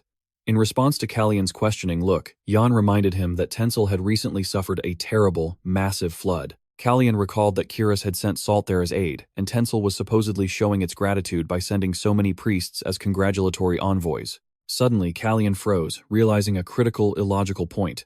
Wait, he calculated, if there was a flood, a major epidemic would surely follow. While the people of Tencel were dying and desperately needed the help of their priests on site, they sent a full 30 of them to a neighboring country, just to offer birthday congratulations. A dangerous smile spread across Calian's lips. How could I have overlooked that? He chided himself. His eyes turned ice cold as he came to a final conclusion about the delegation's identity. These 30 people are probably not real priests. Blanche strode down the palace corridor, with a brooding expression passing by a doorway. Seeing Hina standing there, Blanche asked if the cat had slipped into the room again, startling the young girl. He coldly ordered her to step aside, ignoring her fearful mumbled apologies. Blanche decisively pushed the door open and stepped inside. Seeing Hina still waiting anxiously outside, he told her in a low voice to just leave the cat, saying he would bring it back to her later. Leaving the maid behind, Blanche silently walked deeper into the room and gripped the handle of the inner chamber door. Inside, Calian was sitting casually in a chair stroking a small white cat. He smirked sarcastically, remarking that he thought this was his own room. Calian got straight to the point, stating that he had come because there was something he wanted to discuss and inviting Blanche to attend the banquet with him tonight. Blanche picked up the cat and sighed weary of the new schemes his dear little brother was clearly laying out before him. In response to that suspicion, Calian just said indifferently that it wasn't much. Calian revealed the shocking information that Randall seemed to have sent 30 fake priests to infiltrate the delegation. He smirked dangerously and affirmed that, naturally, he despised being manipulated by others. Time passed, and a clear announcement echoed through the grand hall. His Highness Prince Blanche Kiris and His Highness Prince Calian Kiris have arrived. Amidst the murmurs of the crowd, the two princes walked confidently into the brightly lit banquet hall together. The simultaneous appearance of the two princes sent a wave of shock through the entire banquet hall. The sound of incessant chatter rose up. They figured this act was nothing short of an official confirmation that the two princes had formed an alliance. The nobles wondered why this was happening, but no one had a satisfactory answer. From a high balcony, Randall watched in silence with a cold gaze, his hand tightening around a glass of red wine. The crowd began to speculate that this was a direct declaration of war against the first prince. Just their entrance alone made the entire hall feel like a battle was about to break out. Calian, however, simply walked on, nonchalantly model. He calculated that Randall would surely think he had sided with Franz. This would make it difficult for his eldest brother to act freely in the near future. Seeing all eyes on him, Franz quietly asked if that was enough. Calian flashed a radiant smile, assuring him that this was just the beginning and that they had successfully captured everyone's attention. Noticing Calian constantly looking around, Franz wondered why his younger brother was glancing about like that. Calian revealed in a low voice that there was someone who should have been here, but was currently nowhere to be seen. Calian then firmly named the absentee Marquis Evenbrisen. While the party was still lively, the night outside enveloped the space under the faint light of a waning moon. Randall had secretly left the banquet hall. He cautiously asked if they were being followed. His companion stated with certainty that the Crown Prince had nothing to worry about. but they were completely unaware of a pair of eyes staring at them from the darkness. Randall and the mysterious group quietly moved deeper into the palace garden's shadows. Their determined footsteps disappeared behind the dense foliage. However, every move the Crown Prince made was already part of Calian's calculations. Following the strict order to tail Randall, as soon as he left the ballroom, a shadowy figure secretly trailed behind, silently watching the eldest brother's every move from the darkness. The sharp crack of a dry twig underfoot echoed in the silent night. The Crown Prince's escorts immediately froze on high alert. Meanwhile, the pursuer held their breath, heart pounding in fear of being discovered. Fortunately, the ones dragged into the light were just a couple having a secret rendezvous. While the guards were busy dealing with that minor disturbance, he silently affirmed that Randall wasn't the most important figure right now, because the real target they needed to focus on was the Crown Prince's trusted attendant, Iya. He stressed that they only needed to confirm one single thing to expose this entire charade. From beneath a cloak, a terrifying aura was suddenly unleashed, aimed directly at the moving group. Instantly, the men posing as Tencel priests froze their combat instincts, screaming of the surrounding threat. Witnessing that professional reaction, the pursuer was astonished, silently wondering if they realized their actions had just accidentally revealed their true identities. The next morning, Calian went directly to Randall in the Rose Garden. He calmly approached and stated firmly, "There probably aren't any priests here at all. You brought the Holy Knights of Tencel, a foreign army, deep into the palace." Faced with a serious accusation of treason, Randall remained unfazed amidst the vibrant flowers. He slowly turned his calm, deep blue eyes meeting Calian's, as he replied softly, "I know." Calian bluntly questioned Randall, asking if he truly understood the gravity of bringing Tencel's Holy Knights, a foreign military force, so deep into the royal palace. In contrast to his younger brother's tension, Randall remained indifferent, turning his back and giving a cold reply. "I know." So what Randall's terrifying composure left, Calian stunned, his crimson eyes widening in shock. Calian looked Randall straight in the eye and declared that he was fully capable of slaughtering all of them if necessary. Randall was silent for a moment, then began to walk away. He casually explained that the goal of those Holy Knights was similar to Calian's mages. Randall stated firmly that because of this, they would not harm him or any other prince. Calian froze as he realized the shocking truth behind this move. He pressed, "Were the Holy Knights brought in to keep House Breezen in check?" Randall didn't answer, only gazing silently into the distance with melancholic deep blue eyes. At that moment, all the pieces clicked into place in Calian's mind. He now understood the real reason why the Marquis, even Breezen, was suddenly absent from the important banquet. Calian finally grasped the ruthless plan Randall had painstakingly orchestrated. That's why they had to bring Tencel's army into Kiris under the guise of fake priests. Calian looked directly at Randall and exposed the whole truth, stating that he had summoned Count Ray Bren to the royal palace, so that in the meantime the Tencel Holy Knights could attack his territory. Calian stared at Randall with ice-cold eyes. He asserted that even if they shared a goal, the Tencel Holy Knights could never be the same as his own Vancalian army. He then issued a sharp challenge. "If you believe you're righteous, then bring them in openly, with a just cause and proper methods." Randall quietly looked at the bright red rose in his hand. He wondered grimly since when his younger brother had become so corrupt. Finally, under Calian's pressure, Randall had to concede. "I will have the knights return." However, Randall didn't forget to leave a heavy warning, "But don't grow too powerful, and don't stray too far from the path." As soon as those words were spoken, the vibrant rose in Randall's palm suddenly withered, crumbled, and turned to dust right before Calian's eyes. Randall looked at his younger brother with cold eyes and uttered a veiled threat. That look isn't very pleasant. Faced with his older brother's implied menace, Calian was silent for a moment before a proud smirk spread across his face. He gave a firm answer, "I refuse." A sharp glint flashed in Calian's crimson eyes. He repeated the ambitious declaration he had made before. "In the past I said I would go to Camion to raise a dog." The triumphant smile of the third prince was a clear statement that he would never back down on his path to claim the crown prince's throne. An incident occurred right after, when the group of priests from Tencel suddenly left the kingdom of Kiris, citing a worsening situation back home.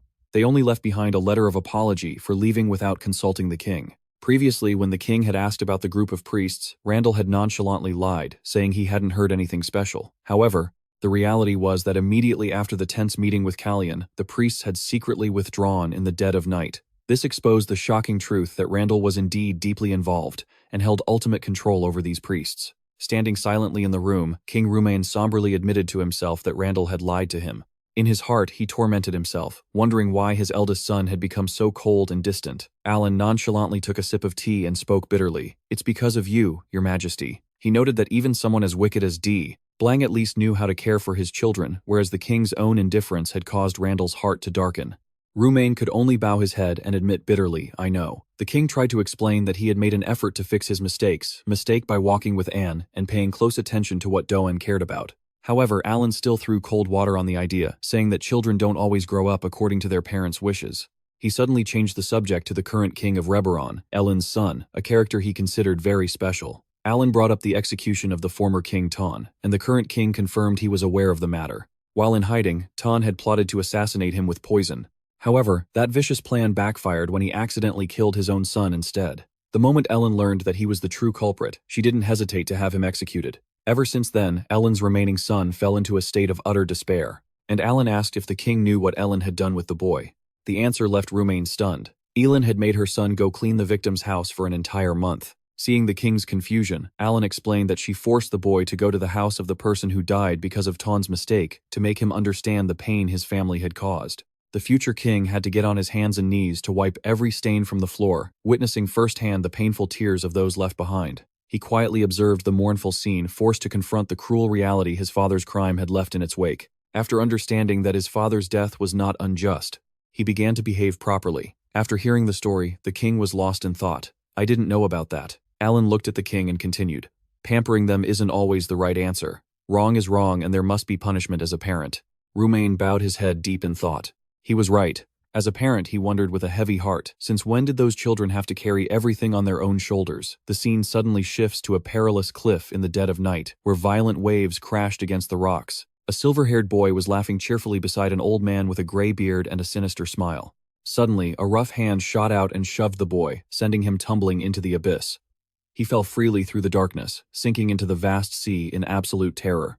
The old man stood on the cliff, looking down at his prey, disappearing into the raging current with a chilling, satisfied smile. Amidst the raging storm, the sea roared violently at the foot of the treacherous cliff, witnessing the horrific scene. A royal guard screamed in panic, "My prince," but the wicked old man standing beside him just coldly dismissed it, saying there was no need to overreact. He glanced over with a sinister look, silently calculating that the boy was now an adult and needed to learn to fear him. The moment the old man finished speaking, the guard frantically rushed to the cliff's edge to try and help. In the old man's mind, a half-brother with a claim to the throne was never family. It was a miracle he hadn't already gotten rid of him to take the entire inheritance. Heh heh. He let out a grotesque smile, eager to see how the boy would react to this cruel turn of events. A loud splash echoed across the sea's surface. The small body of the boy plunged into the frigid water, leaving behind air bubbles that slowly vanished into the gloomy darkness. Deep at the bottom of the sea, the boy thrashed desperately as his chest tightened, unable to breathe. His entire body went numb, with no strength left to resist the pressure of the crushing current. In the moment just before death, a painful question surfaced in his mind. Father. Why? The faint light from the surface above grew distant as he slowly lost consciousness, allowing himself to be swallowed by the dark abyss. Calian jolted awake, his trembling hand reaching out as if trying to grasp something that had just vanished from his dream. He lay silently in bed, his bright red eyes staring blankly into the void of the dark room. Looking at his hand in the dim moonlight, Calian dazedly called out for his younger brother. He bitterly acknowledged a painful truth. Swimming had never been his brother's strong suit. After falling into the water like that, could he possibly still be alive? Jan rushed into the room in a panic, shocked to see Calian's haggard appearance. He cried out the prince's name, then nervously pointed at his master's eyes, trying to hide the fact that they were glistening with unshed tears. Calian casually made up an excuse, saying his eyes were itchy because he'd rubbed them and tried to shift the blame. Could it be a cat allergy? Jan immediately refuted it, knowing full well that Calian had never had any problems with cats before. He'd noticed the prince had been acting very strangely lately. To distract him, Calian asked about the little cat's whereabouts, sending Jan scrambling to find it. Jan's expression hardened with determination. He turned and walked away decisively, causing a confused Calian to ask, "Where are you going?" Jan snapped back that he was going to find the cat. What else, before stomping out of the room in a huff. When the door slammed shut, Calian wearily leaned back in his chair, sighed softly, and covered his face with his hand in helplessness. Calian wondered why dreams of the past were flooding back at this particular moment. Could his compassion be some kind of blind, instinctual bond? In the quiet room, he told himself to calm down quickly and continue with his plan. Meanwhile, Jan followed the cat's trail and found it hiding in another room. He hurriedly opened the door and was surprised to find someone else inside. Jan quickly bowed his head to apologize.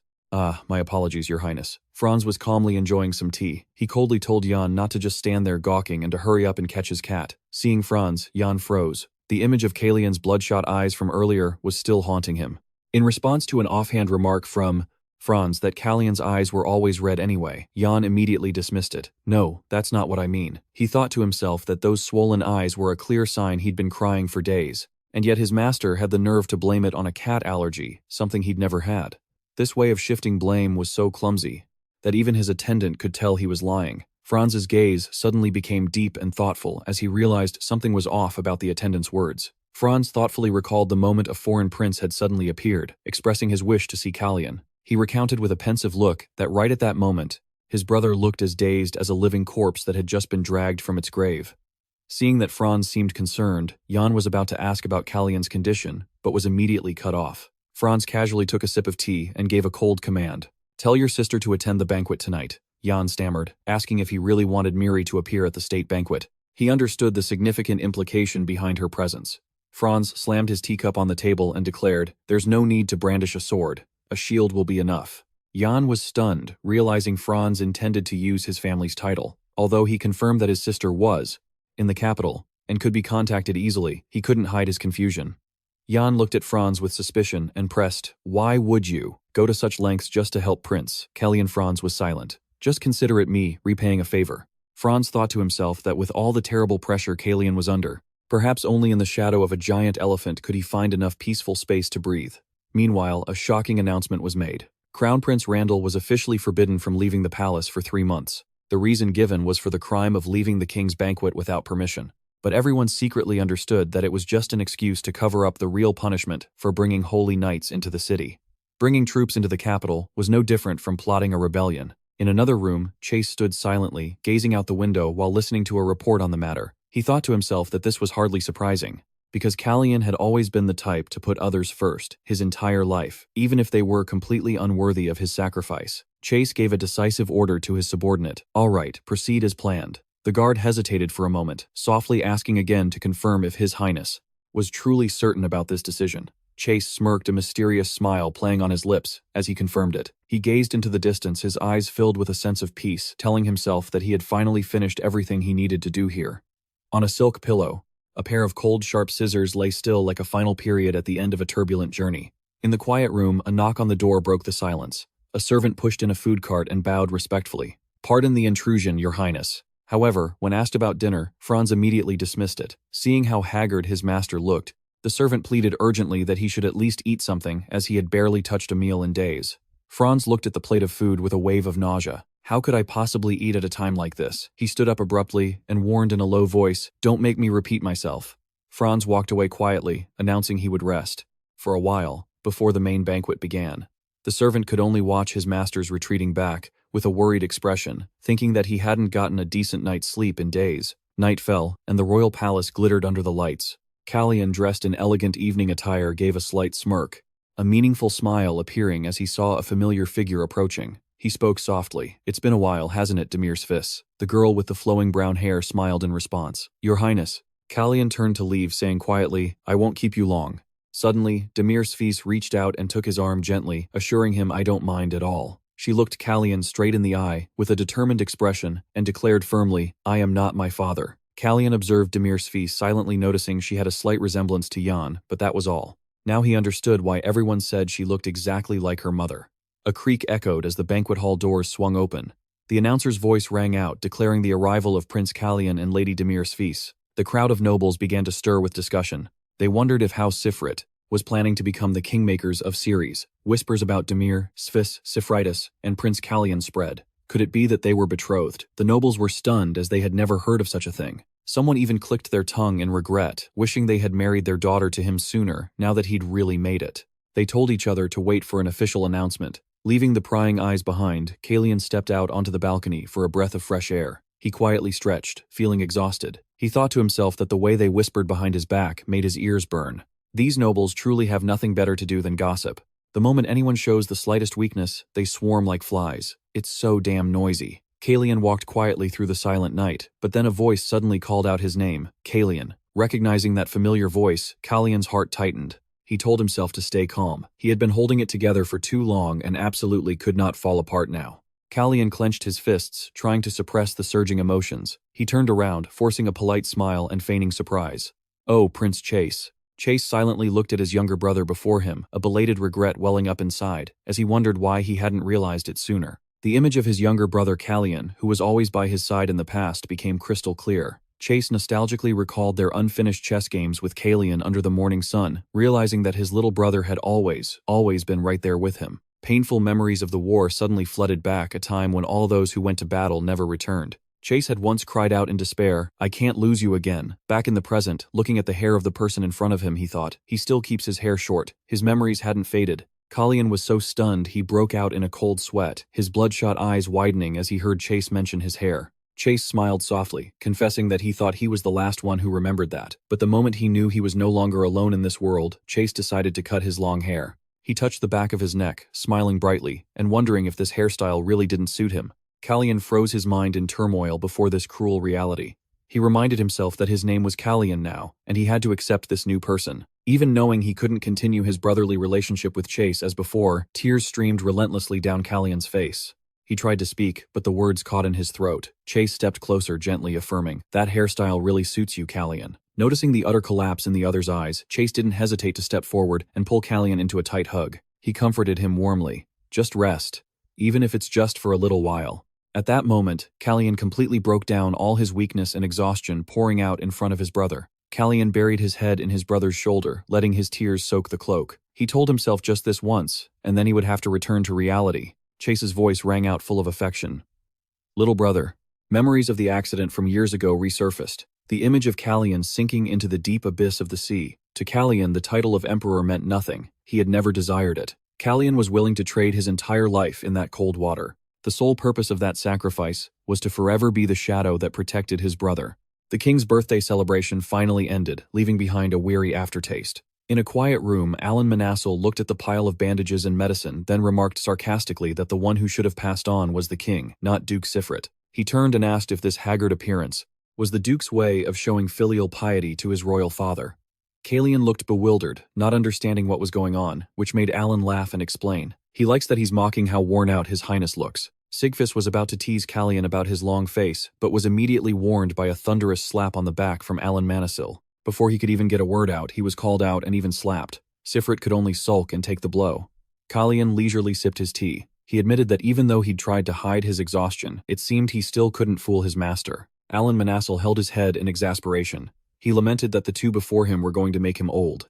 One of them insists on shouldering everything himself, while the other turned the training grounds into a pile of rubble just for a sword duel with Crown Prince Secret Critia. Remembering the image of himself knocked out flat on the training ground floor after his match with Chase Sifrit could only clear his throat in embarrassment to cover up his miserable defeat. Calian's lips curled into a slight smirk as he announced he would be billing Duke Sifrit for the training ground repairs. The generous Duke agreed and was about to mention paying for the injury treatment, but Calian immediately cut him off. He stated that he didn't need money. Instead, he wanted to borrow Sifrit's mansion in Seles-Brisenu. Facing the other's wariness about his intentions, Calian calmly revealed that he wanted to use the place to hide his people. Sifrit clicked his tongue, thinking that the price to pay for a few broken marble tiles was far too steep. He should have held back a little. Calian slammed his teacup down on the table, creating a sharp, cracking sound.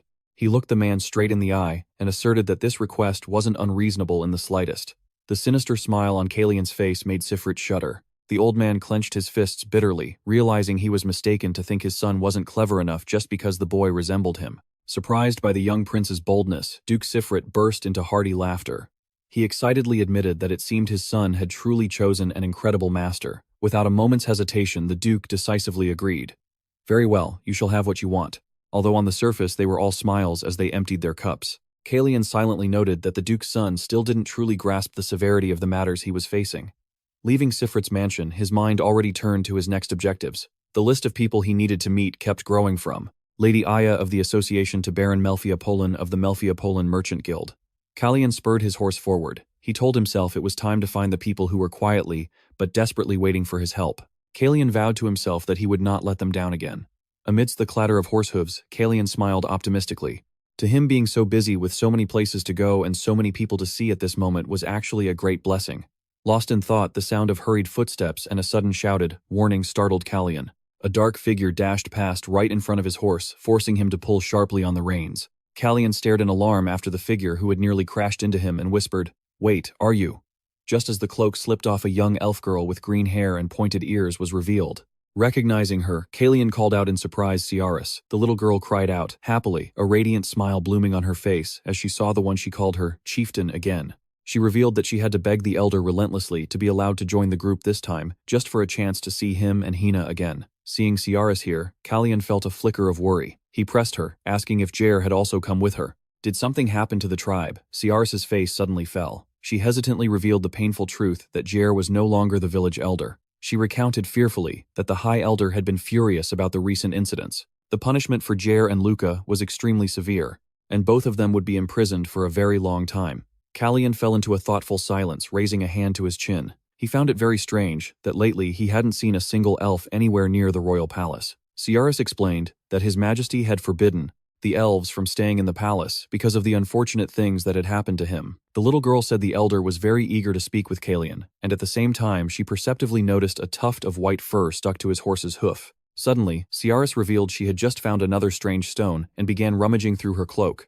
Ciaris presented a black stone engraved with ancient characters, offering to trade it for a chance to play with Hina. To Ciaris, the stone didn't matter. What she wanted was to see Hina. Calian accepted the item, a contemplative look in his eyes. In a private room, Lady Yuria held the stone in her hand and asked doubtfully if this thing could actually fix the distortions in the timeline. Yuria commented that it was a fascinating theory. She pointed to the other characters on the stone and wondered if it was the lost writing system of Secretia. Calian pensively recalled having been told no when he had asked about this before.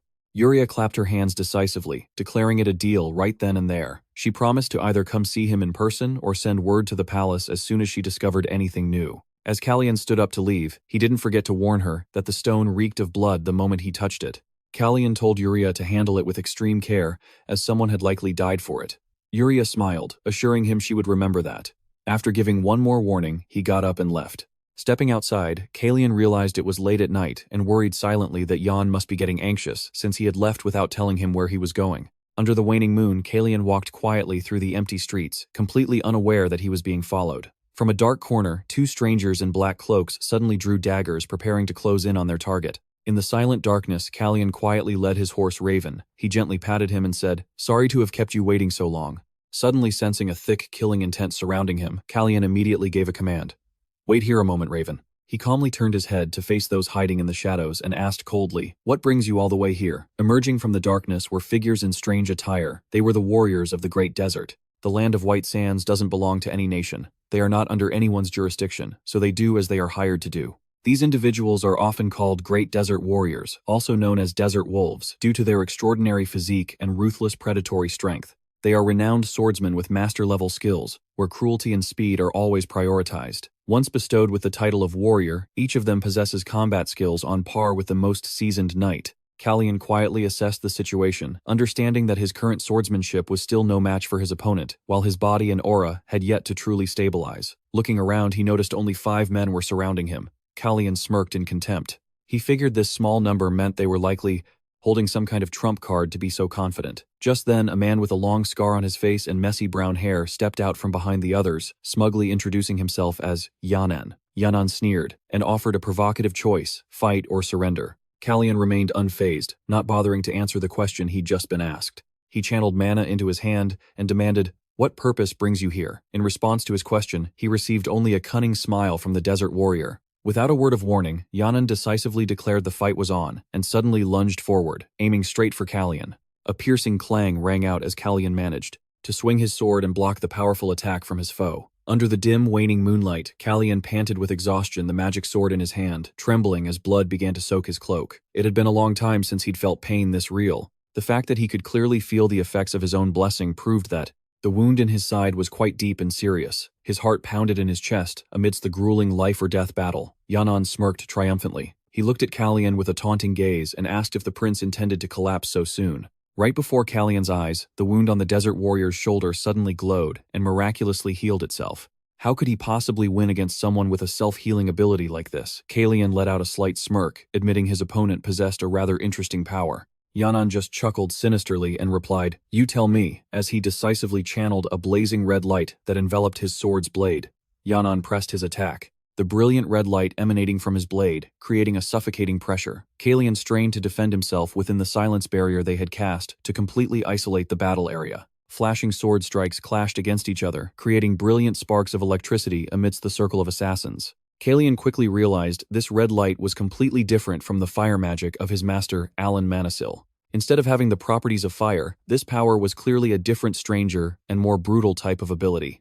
In fact, it was more reminiscent of the red light from Randall and his dark stone than conventional magic. However, Calian mentally calculated that it had only been 3 days since he had rejected Randall's offer. Considering the suddenness of this ambush, he was certain Randall was not the one behind this. Who else would be behind this, wanting to kill him? The piercing sound of clashing swords echoed in the night as he strained to block the powerful attacks. He quickly retreated, his mind racing to analyze who was behind this charade. Calian was certain that even Bryson wouldn't ambush him, knowing he was traveling with Duke SF. As he dodged a vicious slash, he wondered who on earth had sent him this gift. Taking advantage of an opening, Calian suddenly shot forward with astonishing speed, catching his opponent completely off guard. Calian's crimson eyes flashed with an ice-cold glint as he decisively swung his magic sword. A fatal thrust pierced through his opponent's chest. Drops of dark red blood trickled down onto the cold stone ground, much to the desert warrior's shock.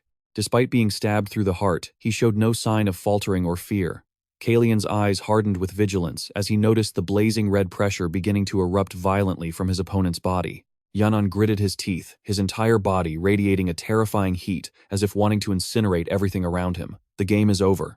Calian narrowed his eyes at the murderous aura, swirling violently. He understood that his opponent was about to use a move that would cost him his life, a power that could only be unleashed once. Even though he was gravely injured, Yanan still wore a challenging smile, mockingly asking if Calian truly thought he could finish him with that level of power. Calian didn't reply, his gaze firm and resolute, silently vowing to end everything in a single blow. Both of them poured all their strength into this final strike. A deep blue surge of mana suddenly exploded, forming a massive vortex that engulfed them both. Yanan was stunned with terror, unable to believe the terrifying power materializing before his eyes. Calian gave a sharp smile, calling out the name of his technique, the wind, as the swirling mana formed a gigantic drill. Calian decisively unleashed his finishing move, Wind Spear.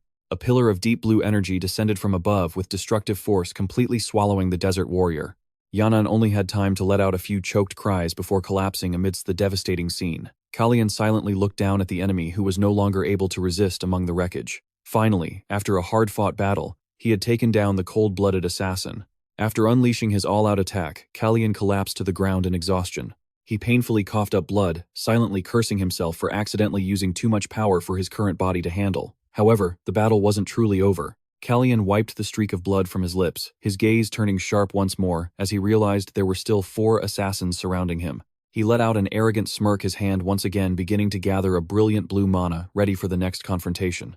Amidst the catastrophic scene, one assassin was still barely breathing. He tried to drag his wounded body away in desperation. He trembled, telling himself that he had to report this to his master at all costs, even if it meant mobilizing all their warriors to eliminate the target immediately. Calian stood from above, his crimson eyes showing clear exhaustion, but he still managed to use his last vestiges of mana to cast a magic circle. He knew that if he let anyone escape from here alive, his entire plan would go up in smoke. He couldn't let his opponent report back before he did. At the Sifi's mansion in Kiris, the peaceful atmosphere was suddenly shattered when a frantic servant burst into the room with urgent news. Demiri dropped her book in shock, rushing outside as she heard the loud neighing of horses at the gate. By now, Calian was completely spent. He collapsed onto the back of his horse, Raven, the moment he arrived. Seeing Demiri Sifis, he only had time to plead with her to call his brother before he fainted into the arms of the servants. Demiri Sifis's face went pale as she touched the wound on the young prince's body, which was bleeding profusely. She realized with shock that the cut was too deep and dangerous. It was undoubtedly the work of a true swordmaster targeting another who walked the path of the sword. Demiri wondered why, in such a life-threatening condition, Calian had chosen to come to her mansion instead of returning to the royal palace for faster treatment. It proved he had absolute trust in her, choosing her home in his most vulnerable moment. Demiri quickly realized that by trekking all the way to the Sifis mansion, he absolutely did not want this incident to be exposed. She authoritatively ordered the entire household staff to prepare. She declared that from now on, the Svid family would act as steadfast shields to protect the prince. Demiri strictly ordered them not to close the estate gates and immediately assigned her trusted subordinates to follow the trail of blood and gather information. Meanwhile, DK was tasked with erasing every last trace, ensuring not a single drop of blood was left on the road. Demiri stressed the paramount importance of not revealing this to anyone other than her older brother, to keep Calian's injury an absolute secret. In his delirium, Calian struggled to utter one final request: call his brother. Demiri was stunned, wondering why, in such a life-or-death situation, he would make such a strange request. What could his brother possibly do for him? In a silent room at the Svid residence, Hina was concentrating intensely. A pure white light emanated from her small hands as she poured all her strength into healing the severe wound on Calian's chest. Watching silently from a corner, Franz couldn't help but feel pensive as he looked at his younger brother, lying motionless on the brink of death. He murmured to himself, his thoughts heavy. My little brother, he trusts me too much. For one prince to place such unwavering faith in another. Looking at Calian's weak breaths, Franz promised himself that having received such immense trust, he absolutely could not betray it. He turned to Svid and called out clearly, Young Duchess. As she looked on respectfully, Franz suddenly made a bold decision to turn the tables. From this moment on, the Svid family will hold me hostage. Svid was so stunned, she froze, stammering as she asked what the second prince's true intentions were. Franz calmly explained that in reality, the Svid family had no valid reason to kidnap the second prince. However, since Calian still couldn't identify who was truly behind the assassination attempt, if he were to return to the royal palace seriously injured their father, the king would undoubtedly tighten security at once. The attackers would then sense the danger and retreat silently, waiting for their next chance to strike. That's why Calian proactively chose the Svid residence as a secret refuge, until he could find the mastermind behind it all.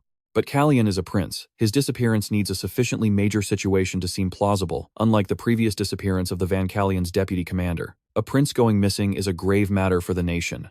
It would have to be a situation that would justify the Svid family sealing their gates to protect Calian, and at the same time, make Franz's own presence here seem normal. Franz's gaze sharpened as he laid out the perfect scenario to mislead everyone. For example, the Svid family misunderstands that my younger brother's disappearance was Breezen's doing, so they've taken the second prince hostage to track down the third prince. Svid was stunned by the audacity of the plan. She softly asked what the consequences would be. When asked if carrying out this charade would be difficult, decisively bowed her head and replied, Not at all, Your Highness. Svid then broke into a confident smile, stating that protection is what the Svid family does best. She assured him that she would have all the main gates sealed and that His Highness should rest easy. Franz stood silently, with his arms crossed, looking at the unconscious Calian, and decisively declared that he would handle the aftermath and play the part of the hostage, just as his younger brother wished. Franz prayed silently, So please, wake up soon. Franz looked at his grievously injured brother, his heart aching with sorrow and rage at their enemy. Meanwhile, back at the royal palace, the atmosphere was incredibly tense. A trembling hand set a pair of glasses down on a desk. As a report came in, Prince Calian had left the palace yesterday morning and had not yet returned. What's more, Franz had also left late at night with one of Calian's personal handmaidens. The image of Franz hurriedly riding off with Hina in the dead of night only fueled the suspicions of those left behind. King Rumine sat behind his desk, his expression incredibly grim. He growled, reiterating that Franz had received the backing of House Svid. Yet that same family had suddenly sealed its gates and offered no response whatsoever. Looking toward the tightly locked gates of the Svid estate, the king wrestled with how he should interpret the situation. He slammed his fist on the desk, demanding to know if this should be considered an act of treason. Facing His Majesty's wrath, Yan could only bow his trembling head and reply, No, Your Majesty. Rumain pressed him, demanding a valid reason to continue waiting. One of his sons was missing, and the other was a hostage. How could he possibly sit idly by? The king threatened to immediately dispatch the Van Calian division and the Kale Knights to the Svid estate if he didn't receive a satisfactory explanation. Jan clenched his fists, sweat pouring down his face, not knowing where to begin. He thought to himself that Prince Calian must have had an extremely important reason for not returning to the palace and for summoning Franz so urgently. Yet in this critical situation, Jan still struggled to find a way to explain it to the king. Just then, the door burst open, unexpectedly startling everyone. Last night, a group of assailants attacked Prince Calian. It seems the prince fled directly to the Svid estate to escape them. King Rumain shot to his feet in shock, unable to believe his son would bypass the royal palace itself to seek outside protection. He slammed his hand on the table and declared, I will bring him back myself. King Rumain asserted that he could not allow an injured prince to remain in an outside residence, even if it was the territory of the Svid family, especially when he had no idea of his son's condition, whether it was serious or minor. Alan Manassel smiled reassuringly. He reasoned that if something truly serious had happened, word would have been sent long ago. He asserted that with Duke Svid himself by Calian's side, the king could rest assured of the prince's safety. Alan reminded His Majesty that Calian was not one to make decisions based on fleeting emotions. Faced with the mage's composure, King Rumain could only sigh wearily. Alan suggested that for the time being, they should just monitor the situation. Once they had a clear direction, then they could dispatch the Van Calian. The king had to concede. However, he laid out a firm condition: if anything at all went wrong, he would immediately deploy the Van Calian division, and at that point, no one would be able to stop him. Alan smiled confidently, certain that everything would be fine. Right at that moment, the door swung open, and Duke Svid walked in with a bewildered expression. He wondered aloud, "Can someone please tell me why my daughter is refusing to open the estate gates for her own father?" This unexpected appearance made the entire hall fall into an extremely awkward silence. Alan could only sigh internally. Just as he'd finished calming his majesty, new trouble had arrived. The Duke, still bewildered, asked, "What is it? What's going on?" Time passed quietly, and a few days later, a terrifying silence still hung over the capital city. Still, no word on Prince Calian waking up. A subordinate respectfully reported that there had been no new developments in his condition. By order of King Lch Mang, control over entering and exiting the capital had been tightened to the maximum, but soldiers still reported no sightings of any suspicious individuals. Either they were cautiously monitoring the situation, had retreated to wait for the next opportunity, or they were all dead. If that was the case, then who was the mastermind behind all this? A quiet night enveloped the room at the Sfit residence, where Calian was still deep in a coma. In the dark space under the faint ethereal moonlight, a hand gently reached out, about to touch the prince, lying motionless on the bed. The hand froze when Calian suddenly woke up. Seeing the familiar figure beside him, he uttered wearily, "You're here, brother." Seeing his younger brother had finally overcome the crisis, Franz let out a soft sigh, his face showing clear relief after long, stressful days of watching over him. As his health gradually recovered, Calian casually sat up and enjoyed the ripe bananas in a basket. Noticing Franz sitting silently beside him, he offered one. "Want one, brother?" Franz flatly refused. "No need." Just then, Lady Demiri Svis came in to report a new development. Marquis Ivan Brizen had personally come to the residence that day. The Marquis, driven by curiosity, could no longer sit still. Demiri Svis reported that the old Marquis used the pretext of confirming Franz's safety, but was actually there to demand an explanation for the rumors of the prince's kidnapping spreading throughout Kiris. However, she confirmed that she had completely ignored him, and gave no response to that cunning old fox. Calian, while eating, commented with satisfaction that while he was in a coma, everything had progressed smoothly thanks to Demiri's decisive handling, and that he had truly chosen the right person to trust. Witnessing their conversation, Franz could only click his tongue and complain about the noise.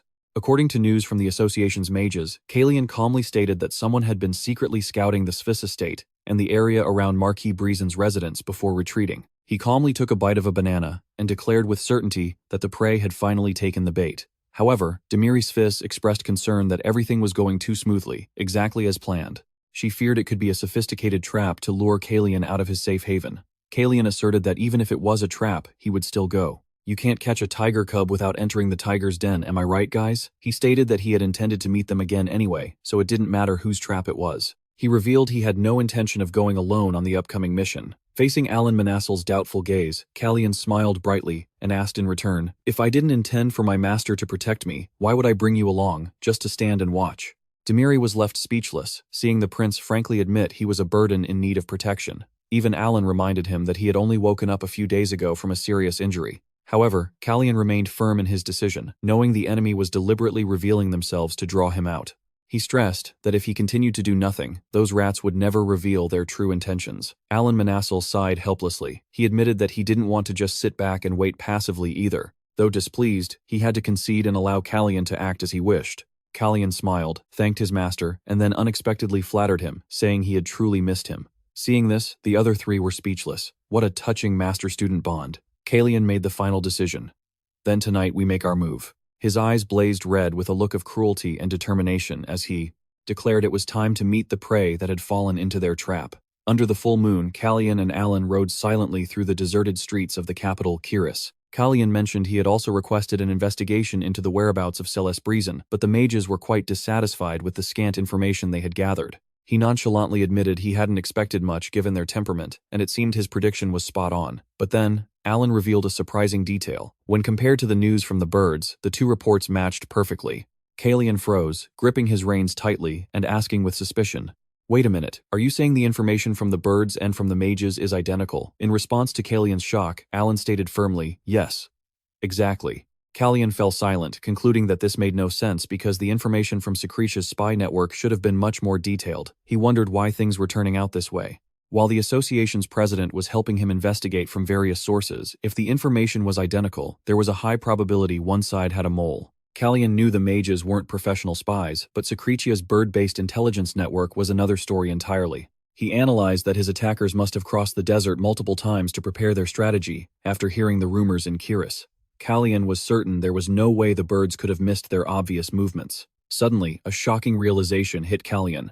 Master, go to the royal palace immediately and track Chase's every move, then follow him to wherever he's gone. Alan Manisil was stunned, not understanding what was happening, while Calian clearly declared the culprit was the flock of birds. Alan was dumbfounded by his student's deduction. Calian asserted that there was definitely a traitor hiding within Secretia's spy ranks. He surmised that Chase had likely discovered their involvement in his assassination attempt and was deliberately concealing it and providing false information to mislead them. Perhaps the one in danger now is Prince Chase. In the dead of night, the sharp ring of a doorbell shattered the silence of an old bookstore. A middle-aged man with gray hair and a monocle looked up and curiously asked the visitor who had just entered, "Are you looking for a certain book?" However, the reply he received wasn't a request for a book, but a pointed question. From Alan.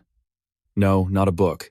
I just want to ask one thing. Isn't it a contradiction being a spy?" As he spoke, a powerful stomp shook the entire room, and a crimson magic barrier flared to life, immediately enveloped the old bookworm, leaving him stunned and terrified. Alan coldly analyzed loyalty and betrayal. He argued that for those who infiltrate other nations to gather information, if one day they have a change of heart and sell out their own country, it should be considered treason, and the traitor who has revealed himself must be dealt with. Or perhaps they were simply continuing to do the job they've always done. Alan admitted it was hard to draw a clear line, but he insisted that once a bird has changed owners and flown from its cage, it's no longer a spy for Secretia. As the old bookworm trembled, Franz suddenly appeared from behind and coldly called out, "Hey, bookworm." The bookworm hastily bowed his head and apologized in fear. "Please forgive me, Your Highness. You've come all this way, yet I have nothing to offer you," Franz replied pensively. "I understand." Alan gently placed a hand on Franz's shoulder and stated frankly that he wasn't as soft-hearted as his disciple, but neither could he maintain the incredible composure of the third prince at that moment. Alan looked straight at the spy and questioned him coldly. "I only want to ask one thing. Were the warriors you helped sent by Tencel?" Faced with the other man's frightening silence, Alan suddenly held out his hand and a brilliant magical flame erupted in his palm. "You know what this is, don't you?" The bookworm trembled. "Is that superior fire?" Alan smirked in confirmation. "That's right." Alan moved closer, the pressure from the flame making the surrounding air scorching hot. Even a mere graze from this flame would burn you to the heart. He casually let the flame drop to the floor, declaring loudly that this was the power of a fire that never goes out. The bookworm stared in shock at the flame reflected in his glasses, his mouth stammering incoherently. "Impossible." Alan looked at him with a cold, contemptuous gaze and sarcastically asked if he really thought they wouldn't know about the rats that had escaped. In his heart, the bookworm bitterly realized that everything had gone completely wrong. From the moment Alan had suddenly appeared via teleportation, recalling the event, he had acted immediately to help his 9 comrades escape in time, while he himself stayed behind to face the danger. He had already given up hope of surviving the night. The only thing he could do now was hope that those who had escaped would be safe. He silently closed the red book in his hands, preparing to face Alan, who was standing imposingly right behind him. The bookworm gritted his teeth and thought to himself, "So far only one person has died, so I need to hold out a little longer to think of a way out." He deliberately stood in front of Franz to buy time for his comrades to escape. However, Alan had no intention of being patient. He coldly swung his arm, dropping the blazing fire spell, causing the old man to cry out in terror. "Wait," the bookworm could only shout in frustration. "You bastard, can't you? Give me a little more time to think." Alan looked at him with an emotionless gaze and stated, "I already told you my temperament isn't exactly soft or calm." Blazing circles of fire surrounded him like a death threat. Alan reminded him that there were still 6 little birds outside that cage. Then he pressed again, his voice full of pressure. "Is Tencel behind those warriors?" The bookworm trembled as he adjusted his glasses, sweat pouring down like rain as he began to confess. He revealed that they had appeared not long after Bluebird was executed. They had paid a large sum of money and demanded that he find someone to replace her immediately. When asked about Tensel's involvement, the bookworm slowly looked up at Alan and asked back, "You're asking if Tencel is behind them?" He stated that those warriors didn't actually belong to any single nation, but rather had members from every country. That much was obvious, as the warriors of the Great Desert never belonged to any nation. He revealed a shocking truth. It wasn't just Tencel. From Secretia and Reborn to other places, they were actually an organization formed by people from many different nations. For what purpose would such unrelated people gather together? That required further investigation. The exhausted bookworm insisted that, besides that, he knew nothing more, not even the name of the organization. He slumped into his chair, completely helpless, and pleaded urgently, "I've told you everything I know, so please don't kill my comrades." Alan watched him silently, the fire spell still blazing threateningly in his hand. Alan smirked. "That should be enough, but tell me, do you know the names of the spies who died?" Seeing the spy flinch in horror, Alan immediately exposed his act. "For someone trying so hard to save his precious comrades, I couldn't help but notice that you stalled for time until the first 3 were dead." He casually pointed out that the man's real goal was to have at least one person survive to call those warriors here. Caught by Alan, the man could only stare at him with his mouth agape, his last hope now gone. Alan looked at him with a cold gaze and declared, "I may look young on the outside, but I've lived long enough not to be fooled by such tricks." Facing the man's pale, frightened face, Alan extinguished his final hope. "Don't hold out hope. No one is coming to save you." Immediately, giant fireballs descended from Alan's hands, incinerating the entire space in a sea of blazing fire. Elsewhere, magic circles exploded violently, as Calian threw himself into the midst of battle. Just as he had predicted the location provided by the mages and scout, Birds was actually a trap to lure him out. An extremely powerful stream of aura descended from the sky at a terrifying speed, wiping out everyone in its path in the blink of an eye. A man with brown hair and an overwhelming presence appeared. It was Talon Caston, the continent's greatest swordsman. Talon swung his sword decisively, effortlessly deflecting an attack from an assassin who tried to ambush him from behind. In the war of his past life, he alone had held off the entire Knight Order of Kiss for 3 whole days. Talon was also the one who had taught Calian every single one of his sword techniques. The two coordinated seamlessly, creating a deadly performance amidst brilliant flashes of aura. Seeing Calian still fighting hard despite his unhealed wounds, Talon reminded him with concern, "Please step back. I know you haven't fully recovered yet." But Calian decisively refused. He declared loudly, "I hate being a burden to others." A world-shaking explosion erupted, incinerating all who stood in their way in a sea of flames. Calian trusted that his master would handle things at the royal palace. Amidst the devastated scene, Calian watched the remaining forces being brought under control and thought to himself, now all that's left is the cleanup. He smirked his crimson eyes, revealing a clear look of triumph after the fierce battle. However, as soon as he returned to the royal palace, Calian was stopped by the sharp spears of the royal guards. They declared loudly, "You cannot leave." Calian realized with annoyance that his father, the king, had immediately placed knights to guard him the moment he returned.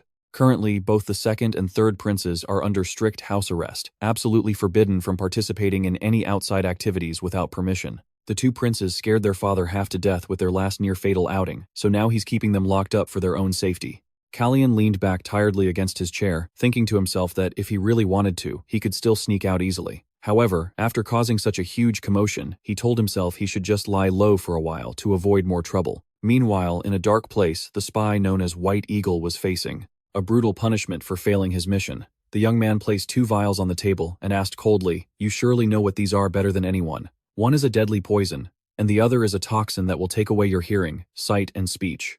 The old bookworm trembled and admitted it. Yes. The man coldly declared that this time the bookworm wouldn't get to choose. Without a moment's hesitation, he let go, and the vial fell to the floor, shattering right before the traitor's eyes. His gaze turned colder and more terrifying than ever as he declared, "You've touched something you never should have. Live the rest of your life in despair and regret." The old bookworm could only stare in horror, completely broken by the cruel sentence passed down upon him. He was totally screwed. After cleaning up the mess left by White Eagle and the desert warriors, Calian finally returned to the palace.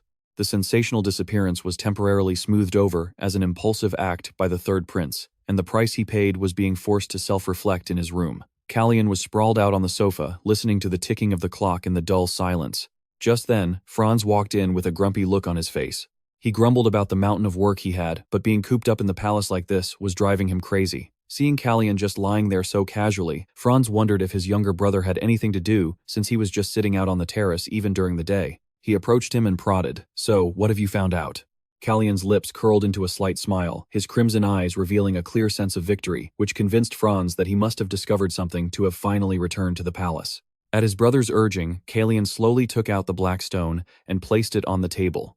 He deduced that the assassin's real goal was to confirm whether or not he could use the stone's power. Because of the rumors about Calian suddenly becoming a swordmaster, they suspected it was all thanks to the stone's power. However, now that they knew that wasn't the case, they would surely halt their attacks for a while. They won't act immediately for now.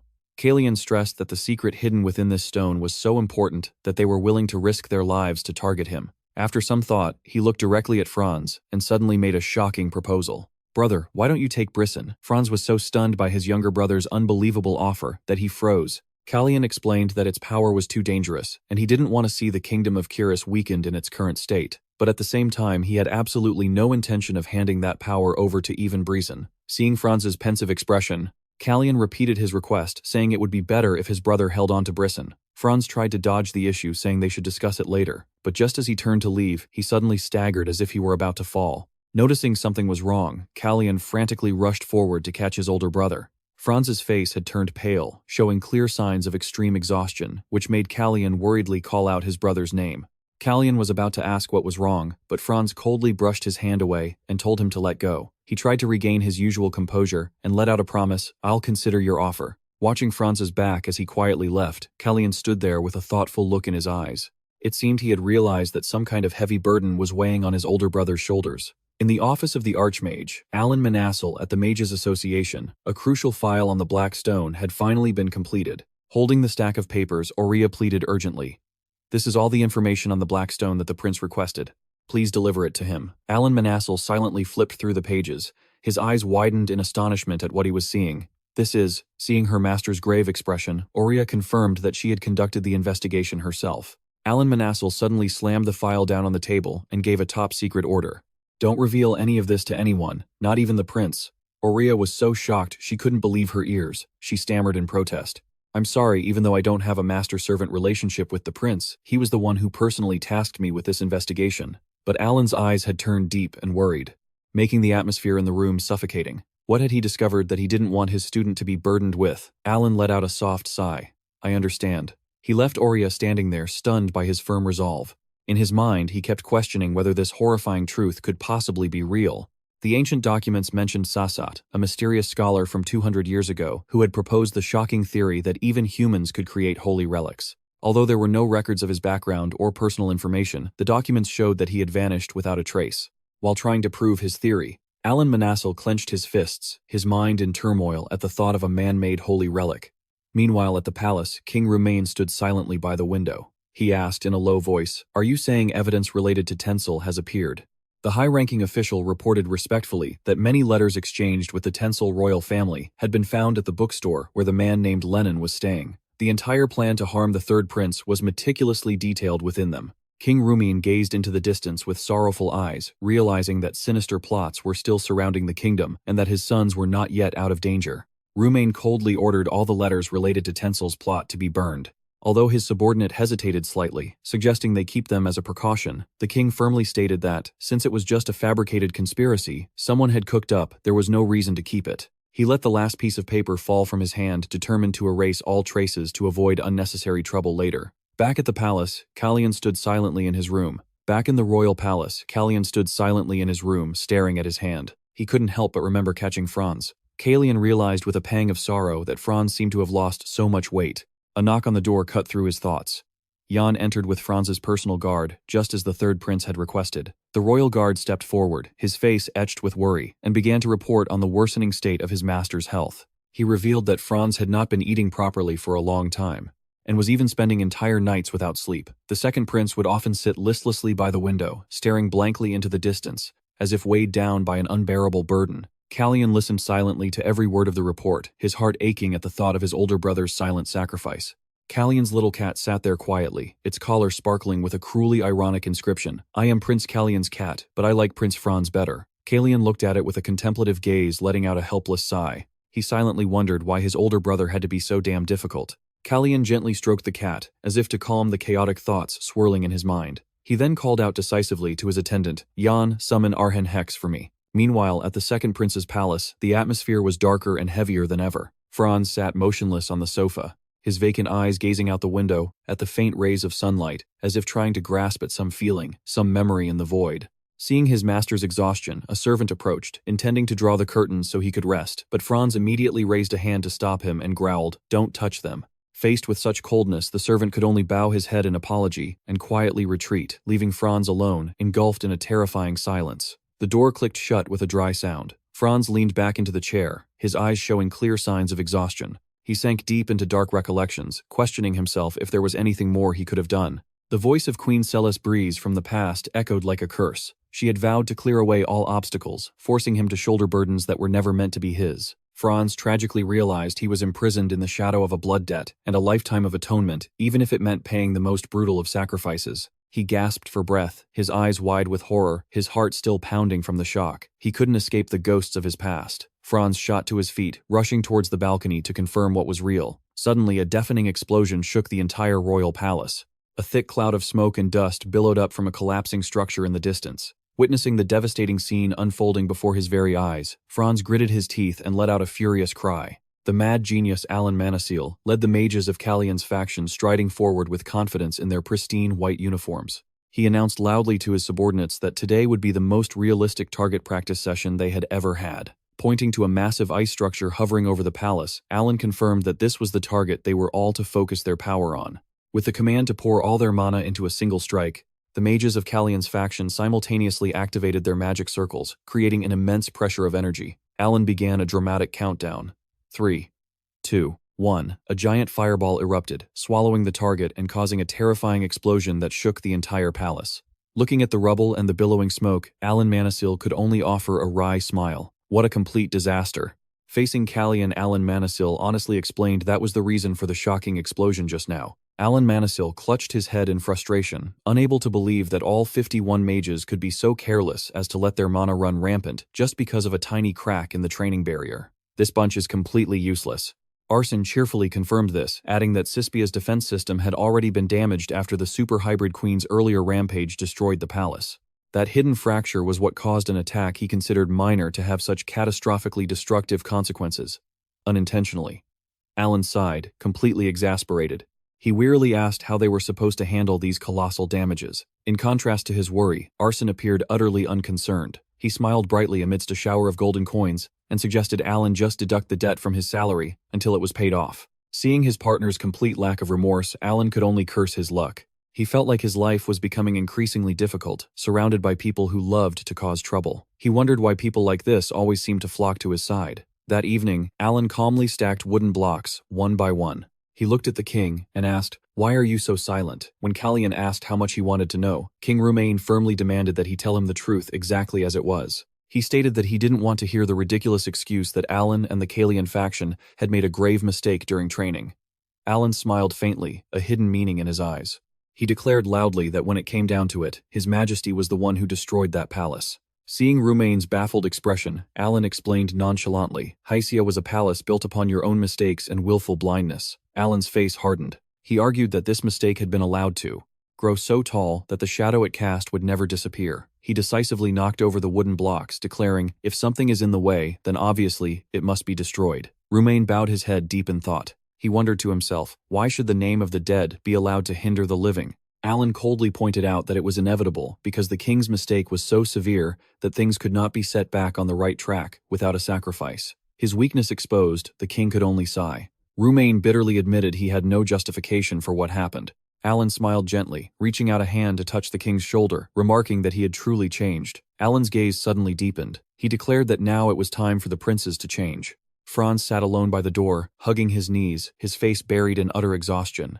When a leaf gently landed in his hair, he slowly looked up, his sad eyes turning towards Hysia Palace, now just a pile of desolate ruins under the sunset. A bitter smile formed on Franz's lips. He mocked himself, thinking that even though the place was gone, the habit of looking in its direction was hard to break. He felt as if he were imprisoned, unable to escape the dark memories of this place. Franz wondered if Calian had decisively turned Hysia to dust just to set him free. That little brother of mine, he's really something else. Leaning against the railing, Franz looked down at the garden now shrouded in darkness. He questioned whether he could ever truly forget that haunting scent, or if he even had the right to. The torment of having turned his back on his own mother was like a heavy stone weighing on his mind, making Franz feel utterly shameless. He leaned forward, seemingly contemplating.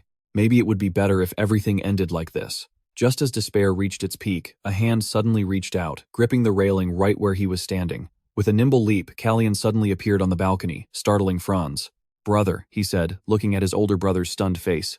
Calian flashed a bright, mischievous smile and suggested, "How about we go get something to eat?" After some coaxing, Franz agreed to go eat with his younger brother. In the quiet dining room, the only sound was the clinking of silverware against porcelain plates. Franz sat there dazed, merely poking at his food with a fork, with no intention of eating.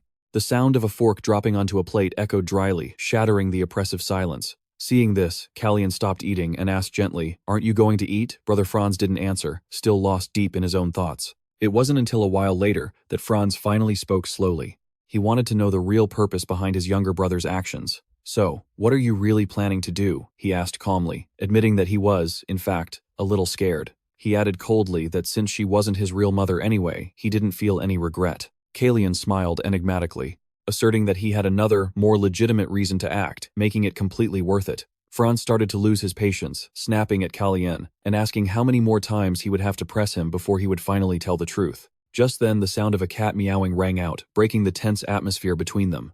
Once again, he missed the chance to get an answer from his brother. A white cat, with strange, mismatched eyes, stood there quietly watching the two princes. Calian stood up and began to speak about the people close to him, making a contemplative comparison of their flaws and losses. He mentioned that Kiri had special two-toned eyes while Hina was unable to speak. Meanwhile, Jan was always just Jan, a loyal servant who never changed. The pieces of their lives and their individual sufferings came to Calian's mind like somber notes in the magnificent royal palace. Calian's voice suddenly became more sorrowful and heavy than ever as he spoke of sacrifices. He said that his master had lost his only son, while his majesty had to sacrifice things many times more precious in the struggle for power. Calian looked directly at Franz and made a bitter remark. He said that this brother of his had never actually lost anything, simply because from the very beginning he never truly possessed anything to lose. Seeing the pained expression on Franz's face, Calian coldly commented that his brother probably thought he had finally gone mad. Calian's final devastating words left Franz trembling in shock. As for me, I lost my entire life.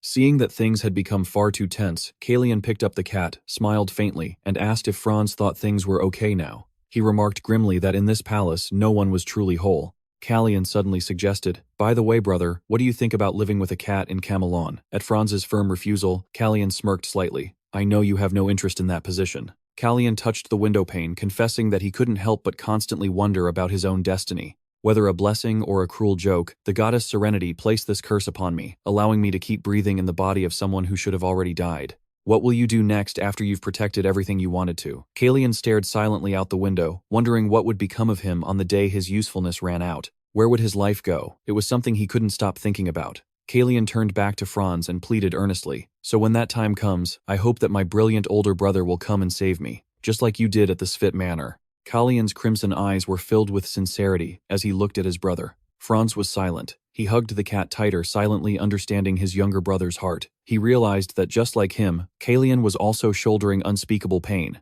Franz gritted his teeth, suppressing the emotions churning inside him. "I'll do as you say, so stop nagging my head off." Calian smiled faintly with satisfaction, thinking to himself that his older brother was certainly going to be busy for a long, long time, now that all the kingdom's attention was focused on the development of the Van Calianum division. After the shocking events, the atmosphere in the royal palace had finally calmed down. Chase sat silently by his teacup. When his attendant asked, he admitted he was still undecided about when to depart. Every time he thought about leaving, he couldn't bear the thought. But he knew he should return soon to handle the affairs of his own state. Looking at his reflection in the tea, Chase told himself that it was time for the Secretia kingdom to also start preparing for the great changes to come. Meanwhile, on the training grounds, Calian and Franz were facing off in an intense practice session. Calian decisively swung his brightly glowing aura sword. He reminded him that if Franz truly intended to take over the Beeson family, the first thing he had to do was gain complete control over those arrogant knights. Calian then revealed a surprising truth, that making Franz eat properly was actually only one of the reasons he decisively destroyed the Haya Palace. Calian's crimson eyes were filled with calculation as he suddenly launched himself into the air, charging straight toward his brother. He declared that his true purpose was to create a perfect excuse for his future plans. Calian put all his strength into his sword strike. He wanted all the soldiers to believe that the only one qualified to lead them to take down the Van Calianum was none other than Franz. He couldn't let his brother give up forever. The sharp clang of swords clashing rang out amidst the pressure and his younger brother's goading words. Franz smirked slightly, affirming that he understood everything now. Franz's eyes turned sharp and dangerous as he firmly declared, "I'll handle Evan's matter myself." Calian strolled leisurely down the palace corridor. He suddenly spoke up, reminding Jan about Franz's meeting with Marquis Buen that day. Jan quickly confirmed it, but right after Calian he wondered if he had anything important to take care of. Jan confirmed that his master was completely free for the day, but then immediately panicked, warning Calian not to get any ideas about wandering off, because he must not forget he was forbidden from leaving the palace during his confinement. Calian waved his hand dismissively, claiming he hadn't even thought about it yet. But he had a restless feeling in his gut, certain that he had forgotten something. Just then, a maid carrying a vase of vibrant red flowers walked past. Calian stopped in his tracks and exclaimed, "That's right, it's today." Having remembered something, Calian hurried out of the hallway. Meanwhile, in the Marquis's residence, even Breezen clenched his fists, his face grim. He bitterly realized that ever since Seelie was driven out, the House of Breezen's power had been in decline. It had declined severely as their supporting nobles turned their backs on them one by one. especially after the kidnapping incident involving the XF family. For every 5 supporters, 1 would leave, making the situation worse than ever. Even narrowed his eyes at Franz, who was sitting leisurely in his chair. He secretly resolved to find a way by any means necessary to use this second prince. Franz looked the Marquis straight in the eye, coldly remarking that the current situation seemed quite bad for the House of Brison. Even could only remain silent, unable to utter a word in the face of such a harsh truth. He began to reveal the ridiculous punishment given to the one behind the collapse of the Haya Palace. He revealed that the vice master of the Magic Tower, Alan Manassel Hex of Vanham, was actually fined only 1 fiorin per month until the palace was rebuilt. Franz agreed it was clearly too light a punishment, but a sentence like that only further affirmed that Vanham's power was unrivaled. Marquis even Brison broke out in a cold sweat. He looked at Franz and thought to himself, he really is the one. He realized that in the eyes of the nobility, this situation could only be seen as the king's absolute favoritism toward Calian. Even worried that, as news of Vanham's power spread, their reputation would only continue to grow. This meant that all the kingdom's attention was gradually shifting towards Calian. The Marquis admitted he had been gravely mistaken to think of Franz as just a childish prince who clung to his mother's skirt, when in reality he possessed an incredibly sharp ability to grasp the situation. Suddenly, Franz picked up a knife from the table and posed a provocative question. If I were to take up that sword, perhaps things would change. What do you think? Stunned, even demanded to know the second prince's true intentions. Without a moment's hesitation, Franz decisively slammed the knife into the table, making a sharp, clean sound as he gave the Marquis a clear order. Hand over complete command of the Laon and Karen Knights to him. Franz then announced a shocking plan. I will split Vanham in 2. Franz had successfully cast his line. Now he just had to wait for a bite. Franz's decisive action left. Even so stunned, he froze. He calculated that if Franz truly became a mage of Van Calianum, it would surely become the greatest obstacle to Prince Calian's vision and ambitions. Even looked at the pastries on the table, believing that Franz sticking so close to Calian during the king's recent birthday celebration was no coincidence. However, he also found it incredibly strange, realizing that all of Franz's actions up to this point seemed to have the sole purpose of strengthening Prince Calian's position. Franz slammed the knife on the table again, his voice a low challenge. You don't trust me, huh? He showed clear contempt for the act he had to put on. You think I enjoy pretending to be friendly with that bastard? Marquis even Brison flustered, tried to explain that it wasn't that he didn't trust him, but deep down, he knew he had no choice but to bet on Franz. He calculated that the second prince would surely be more useful than Randall, especially as the hostility between Calian and Randall grew more and more intense. Even gripped the arm of his chair and made his final decision. Very well, I will grant you command of the Knights of R. Finally, after much coaxing, the fish took the bait. However, the Marquis didn't forget to propose a weighty condition in return. Amidst a brilliant sunset by the lake, Calian quietly released white blossoms onto the water's surface as a belated apology. It's my fault. I almost forgot. He silently asked for forgiveness, for not being able to bring real flowers to the river for that person. The glowing flowers drifted lazily on the water. The sound of footsteps rustled on the grass. Startled, Calian turned around, his brilliant red eyes wide with surprise. Franz looked down at the rippling lake and recalled his younger brother's promise to keep living. But the truth behind the deal with House Brison was the most terrifying thing of all. Even had demanded that Franz commit to a deadly oath, swearing that he would never be allowed to betray the Brison family under any circumstances. Faced with a demand that would cost him his life, Franz agreed decisively and without hesitation. So be it. To him, the price was nothing compared to the goal ahead, because his own life wasn't as important as helping his younger brother.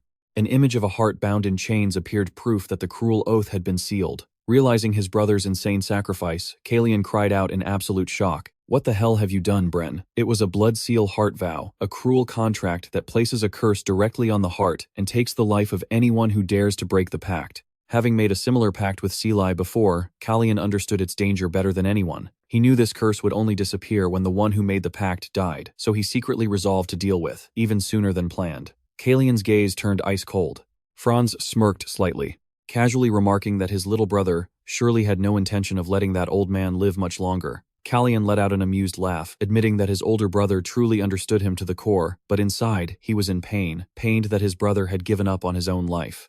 Calian pressed him for the condition of the contract and received Franz's answer. Do not betray the House of Brison. Stunned, he asked, is that all? He couldn't believe, even would ask for such a simple condition. Franz suggested that their arrogant nature was to blame, but Calian just clicked his tongue and declared, that's not arrogance, it's stupidity. Though it was a bit troublesome, Calian realized this was the safest option, offering a faint glimmer of hope for them both. He planned to soon confirm whether House Brison was looking for another way out by talking to Randall. Calian stood up, reminding Franz to get some rest after a long, tiring day. While Franz watched in silence, Calian suddenly remembered something else. Calian glanced back slightly, his brilliant red eyes reflecting the slowly setting sun. Down by the shore, Franz sat in contemplative silence, his gaze fixed on the glowing lotus flowers drifting lazily. He suddenly spoke up, his request filled with unspoken thoughts. "Bring me one of those." Calian watched quietly, a mysterious smile gracing his face at his older brother's request. On the lake's surface, hundreds of brilliant flowers glowed like little embers, guiding the spirits to their final resting place. From a high balcony, Calian watched in silence. He understood that a flower and a candle were the final farewells for those who had passed. Calian reached out as if to touch the empty air, watching the flowers drift further and further away on the current. In the distance from another window, the first Prince Randall was also quietly observing the entire scene with a thoughtful gaze. It wasn't just Randall. Even the king was gazing thoughtfully out the window. Amidst the quiet atmosphere of the royal palace, Calian and Jan walked in silence, preparing to face the new variables that were slowly coming to light. Jan stood quietly by the window, watching the twinkling specks of light that looked like flowers floating in the night sky. He thought to himself that the third prince was really just trying to find his own path. The next morning, whispers about the strange phenomenon from the night before began to spread throughout the palace. Two maids were working, while gushing over the dreamlike beauty of the glowing flowers in the sky. But they couldn't help but wonder about the real meaning behind it. Just then, the first Prince Randall strode past with a cold, thoughtful expression, causing them to quickly bow their heads in fear. Sudden changes and unexpected events had been happening one after another for some time. The beginning of this whole mess had actually started about a year ago. Around this same time of year, everything in the royal palace began to turn upside down the moment Calian strangely changed. He changed himself, and in doing so changed the way some people in the palace thought. Randall entered the rose garden and found Calian sitting leisurely admiring the brilliant flowers. He coldly gestured and ordered all the attendants. "All of you leave." As soon as the two of them were alone, Calian curled his lip into a provocative smirk, looking at his eldest brother. He casually remarked with sarcasm that he'd thought Randall would at least ask if his health had improved after the recent incidents. Randall demanded in a low voice, "What do you want? Why did you insist on meeting me in person?" Calian casually stepped closer, reaching out to gently touch a rose as he admitted, "Because I'm curious. Curious about what you know. And what you're hiding." In his mind, Calian constantly wondered what else would change and stray from the path of reality. He was suspicious of the true power. Randall held a mysterious ability that he couldn't yet see through. Seeing Randall clutching his chest, Calian pondered the close connection between that power and the Tensin kingdom. The image of a chained heart glowing brightly in Randall's chest was proof of the secret burden his eldest brother was struggling to hide. Calian quietly observed him, wondering to what extent he could follow and understand Randall's schemes, before everything spiraled completely out of control. Calian looked directly at Randall and didn't hesitate to get straight to the point.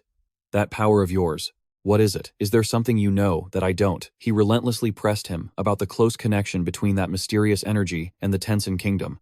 Faced with his younger brother's pressure, Randall maintained a strangely calm expression. He retorted with a cryptic tone, "Is it so faint that you can't sense it?" His brother's cryptic reply made Calian think. Instantly, fragmented pieces of memory flashed through his mind, recalling a haunting shockwave.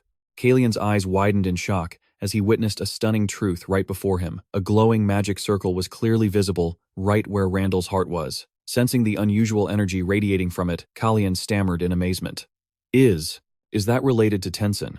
Randall just gave a slight nod and then fell silent, making Calian realize that his brother would absolutely not breathe a word about the secrets he was hiding. He thought to himself, "You can't tell me anything at all." Calian continued to expose Randall's plan to lure the Tensin Knights into Sis to attack Buen. He demanded to know if Randall had made a pact with them to destroy the Barizan family, or if that terrifying killing intent was actually aimed directly at His Majesty. Faced with the intense questioning, Randall remained cold, his deep blue eyes showing no ripple of emotion. Their conversation was cut short by Jan's frantic shout from a distance. He ran up out of breath, unable to hide his worry at finding his master missing. Your Highness, where have you been?" Leaving the attendant's panic behind him, Calian silently watched Randall's retreating back, an overwhelming suspicion rising within him as he realized that his eldest brother couldn't even answer that question. He had too many secrets he couldn't reveal. Calian looked directly at Randall and decisively made a subtle request for him to leave. "In that case, if what I've said is true about your current situation, please leave this place." Randall silently turned and walked away without uttering a single word, watching his eldest brother's back disappear behind the rows of flowers. Calian let out a weary sigh. He concluded that whatever was binding Randall was definitely not an ordinary contract.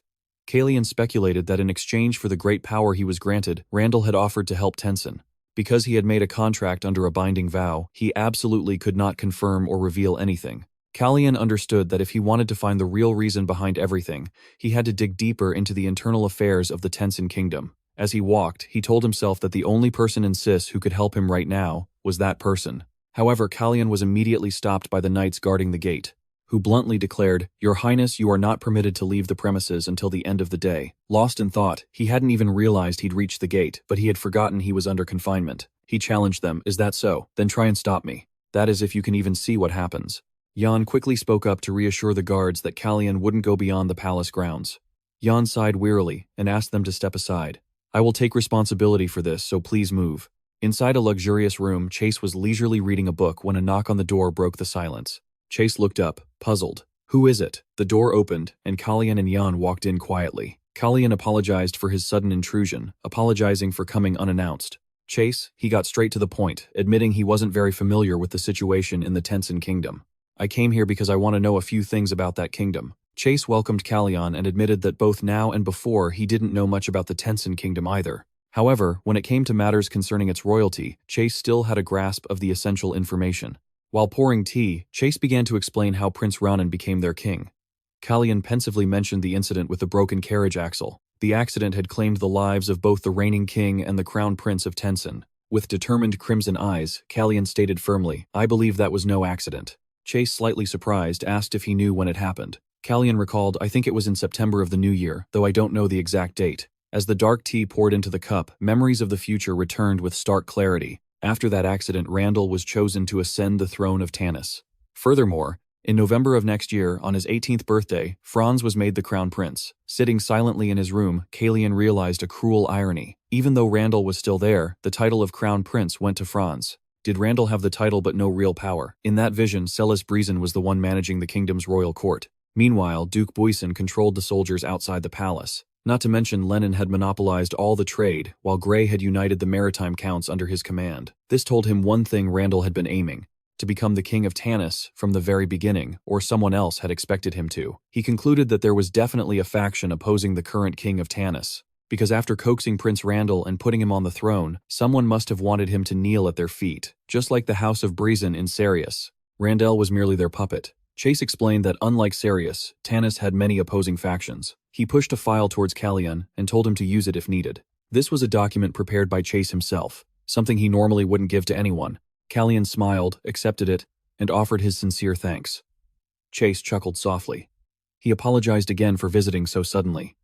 It was a bit abrupt, but he also wanted to say his goodbyes. Hearing the word goodbye, Calian was slightly taken aback. "Goodbye, you mean?" Chase looked at his younger brother with an affectionate gaze and casually announced, "I'll be leaving tomorrow." Since it would be improper according to etiquette for a prince of Sarius to personally see off the secretion delegation, this would be the last time they would see each other before parting ways. Calian froze for a moment at this sudden news, letting out a soft, "Oh." Quickly regaining his composure, Calian offered his early congratulations for Chase's upcoming coronation. Although he desperately wanted to be there in person to congratulate his brother, Calian understood the harsh reality that made it incredibly difficult to do so. Chase smiled faintly and replied, "I understand. Thank you." Calian began to reveal his plan to gather the mages early next year, making Chase realize that his younger brother had truly begun making important preparations for his own journey. Chase affirmed that he knew this country was starting to change, and he was certain it would go even further in the future. He declared firmly that no matter what happened, if history were to repeat itself, Calian would no longer need to protect Secretia. This was the final absolution that Chase offered to Calian, lifting the burden of the past that had haunted him for so long. He looked deep into Calian's eyes and stated with sincerity, "You've done more than enough. As someone who was once my younger brother and my king." His words were meant to encourage his brother and relieve him of any psychological burden before he left. Chase added one last piece of advice. If Calian ever found himself with nothing left to protect, he should learn to protect himself. Faced with a request that Chase feared was unreasonable, Calian remained silent, his hand tightening on the tablecloth, his mind filled with thoughts. Suddenly, he broke the heavy silence. "Chase, there's something I haven't been able to tell you until now." As Chase looked on curiously, Calian glanced at the cup in his hand and confessed nonchalantly, "I don't like coffee because it reminds me of the scent of romaine." Chase glanced at the coffee cup. He admitted that he never thought the day would come when he had nothing left to protect. However, if such a day did come, he believed that Calian, who unlike Calian didn't like coffee at all, would still be fine, even if he didn't know what he needed to protect. Chase promised that the next time they met, he would definitely serve him a different drink instead of coffee. the scene shifts to the king's office, where Rumain was pensively mentioning that Calian had entered the Rubia grounds without permission. Rumain mused about the extreme obsession swordsmen have with their blades. The king guessed that Calian had probably heard somewhere that Chase would be leaving tomorrow, which was why he was so impatient. Franz, sitting opposite him, confirmed that he had heard the news as well. King Rumain grumbled with a look of displeasure at his youngest son's lack of restraint. He even considered whether he should teach him a proper lesson. However, he quickly returned to the main topic and expressed his surprise that Franz had managed to persuade the House of Briesen to hand over their knights, a negotiation he considered to be extremely difficult. In response to his father, the king's question about how he'd done it, Franz casually revealed that the price was agreeing to a contract under a vow seal. This information left King Rumain so stunned he froze his face, turning pale from the extreme shock. Despite his father's shock, Franz appeared perfectly calm. He asserted that it wasn't a contract worth worrying about. Looking at his son, who was silently enduring this risk, Rumain's heart clenched with regret, as he realized he was the one who had forced his sons to constantly face danger. He wondered painfully, how can I face them anymore? King Rumain couldn't help but feel emotional. He thought to himself, when did they grow up so much? He looked at Franz with a fond and sincere gaze and said, thank you, my son. I'm somewhat relieved that you children aren't fighting openly. And just like that, the secretion delegation officially departed.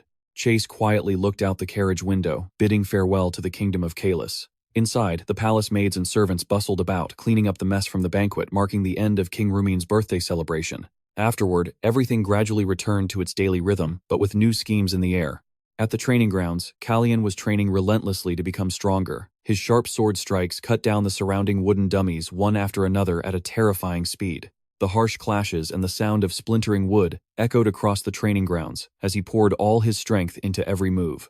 Calian panted heavily, his clothes soaked with sweat, but his crimson eyes still shone with unwavering determination. Seeing Calian still training diligently, Jan approached worriedly and asked, "Don't tell me you stayed up all night again, Your Highness." The boy's heart ached, seeing that his master had recently been handling a huge amount of official duties, and yet was still torturing himself by training all night like this. Jan was afraid that if Calian kept overexerting himself, his body wouldn't be able to hold up, especially since his master's injured body had only recently recovered. Noticing his attendant's concern, Calian simply replied calmly, "I'm almost done." Seeing Jan's confused expression, Calian slung his sword over his shoulder, gave a knowing smile, and declared loud and clear, "Well, I'm planning to save a cursed prince." Jan worriedly reminded him that while the goal of saving his royal brother was commendable, he feared that the prince who was shouldering everything might collapse at any moment. Calian simply sipped his tea leisurely, telling Jan to relax and that he'd be fine. Meanwhile, on a distant balcony, Franz stood quietly gazing towards the ruined Hesia Palace, where Calian's mages were using all their strength to clear away the rubble.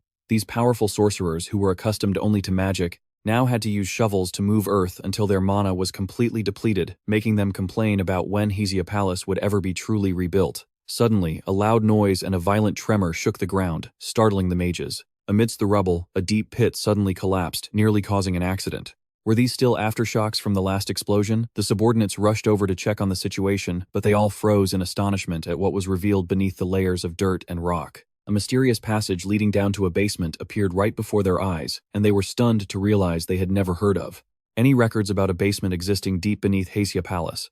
All eyes were fixed on the deep spiral stone staircase that led straight down into the gloomy, mysterious darkness. Realizing the gravity of the situation, a mage immediately ordered hurry and report this to Lord Alan Manassel. Standing before the pit that had emerged from the ruins of Hesia Palace, Calian thoughtfully asked if this was the basement his master had once mentioned. Alan Manassel gave a slight nod. He revealed that not even the king was aware of the existence of such a place beneath the palace. This secret entrance had been hidden for centuries, and was only revealed after Calian completely destroyed the building on top. If the palace hadn't been destroyed, this secret would likely have remained hidden forever. Calian was still pondering this strange coincidence. Seeing this, Alan suggested they explore it together, as he had something incredibly important to show him. Before they ventured into the darkness, Alan carefully cast a magical barrier around Calian as a precaution. The two began their descent down the deep spiral stone stairs, leaving the fading sunset above ground behind them. The space below was immense and profound, estimated to be at least 3 to 4 stories deep. As his feet touched the solid stone floor at the bottom, Calian's lips curled into a knowing smirk as he recognized the familiar markings all around. Gazing at the enormous, intricately carved dragon on the wall, he murmured Sispanian rite. The pressure of ancient magic radiating from every corner served as a firm confirmation of the third prince's judgment. Calian reached out to touch the cold stone wall. He figured this chasm must have existed for over 500 years. Miraculously, despite the passage of time and history, neither the staircase nor the murals showed any signs of damage. It was all thanks to the power of Sispanian that permeated the area, protecting everything. Alan slowly approached and pushed open a heavy stone door, which made a dry, grinding noise. He revealed he'd brought Calian here because he believed he would recognize what lay behind the door. In the center of the dark, dusty room, a mystical item on a stone pedestal suddenly burst forth with a brilliant golden light. Calian clenched his fists, realizing with a shock that the item shining so brilliantly before him was a part of the Acus Tempus. The legendary artifact thought to have vanished without a trace in Secretia was now present in this secret basement. A huge question immediately formed in his mind. How in the world did this get here? What kind of insane plot twist is this? A deep blue magical aura enveloped his body as Calian tried to calm himself down. He gave a slight smirk, thinking how this was both fascinating and absurd. He thought to himself that if only his damn brother Franz had just eaten properly, he wouldn't have to be dealing with this problem that just fell out of the sky. Alan Manassel quietly drew closer. He remarked that the only silver lining was that history would not repeat itself as it was now unfolding right before their eyes. When his master anxiously asked what he intended to do with it, he declared that one victim like himself was more than enough and that he absolutely could not allow it to kill anyone else. Instantly, Calian channeled his mana, his aura blade flaring with explosive power in his hand. Without a shred of hesitation, he swung the sword down hard on the artifact. A series of deafening clashes rang out. Calian attacked frantically, screaming in his mind that this thing should not be allowed to exist in this world. It was supposed to be wiped out and forgotten for all time. So why, as if by some cruel twist of fate, had it appeared before him now? A deep shock gripped Calian as he couldn't believe that after 1,000,000 years, it had suddenly reappeared like a ghost from the past. In a fit of rage and despair, he roared in agony. Why? Why does it have to be now? Alan quickly grabbed Calian by the shoulders, urging him to put his sword away, because not even he could break through its powerful barrier. Calian panted in exhaustion, his eyes suddenly freezing as he noticed something unusual. Right beside the glowing Acus Tempus, a small, still stone lay covered in strange characters. In a somber tone, Alan revealed something important he hadn't yet mentioned regarding the results of Lady Isla's investigation into the stone that Calian possessed. He said it was possible that this was a divine artifact, created by humans. Calian was completely floored. He spun around and demanded to know how she could possibly have come to such a shocking conclusion. Alan sighed, his expression heavy with thought. Calian couldn't help but doubt the inherent contradiction in the concept of a human-made divine artifact. Could humans really create something like that? He pressed further, asking if that was all Isla had reported. Alan confirmed that was all the information available, and ironically, when comparing the characters on the newly discovered piece of the Acus Tempus with the other stone, the results showed that absolutely none of the characters matched. Alan theorized that it might be the same inscription just written using two different sets of characters. Calian nodded slightly in agreement, his gaze sweeping over the ancient murals on the wall. The images of a brutal war and the presence of great dragons seemed to tell a tragic, forgotten chapter of history. Calian realized he had to act immediately, because now that he was certain it was here, he had no other choice. When his master anxiously asked if he was really going to meet Sispanian, Calian answered with a firm yes. He struggled to understand why a piece of the Acus Tempus, which had already completed its mission in the past, would suddenly reappear after vanishing. And where could its remaining pieces be now? He needed answers to these secrets. Calian understood that the only person who could solve all these mysteries was none other than Sispanian. The third prince's crimson eyes flashed with determination as he reached out to touch the brightly glowing artifact.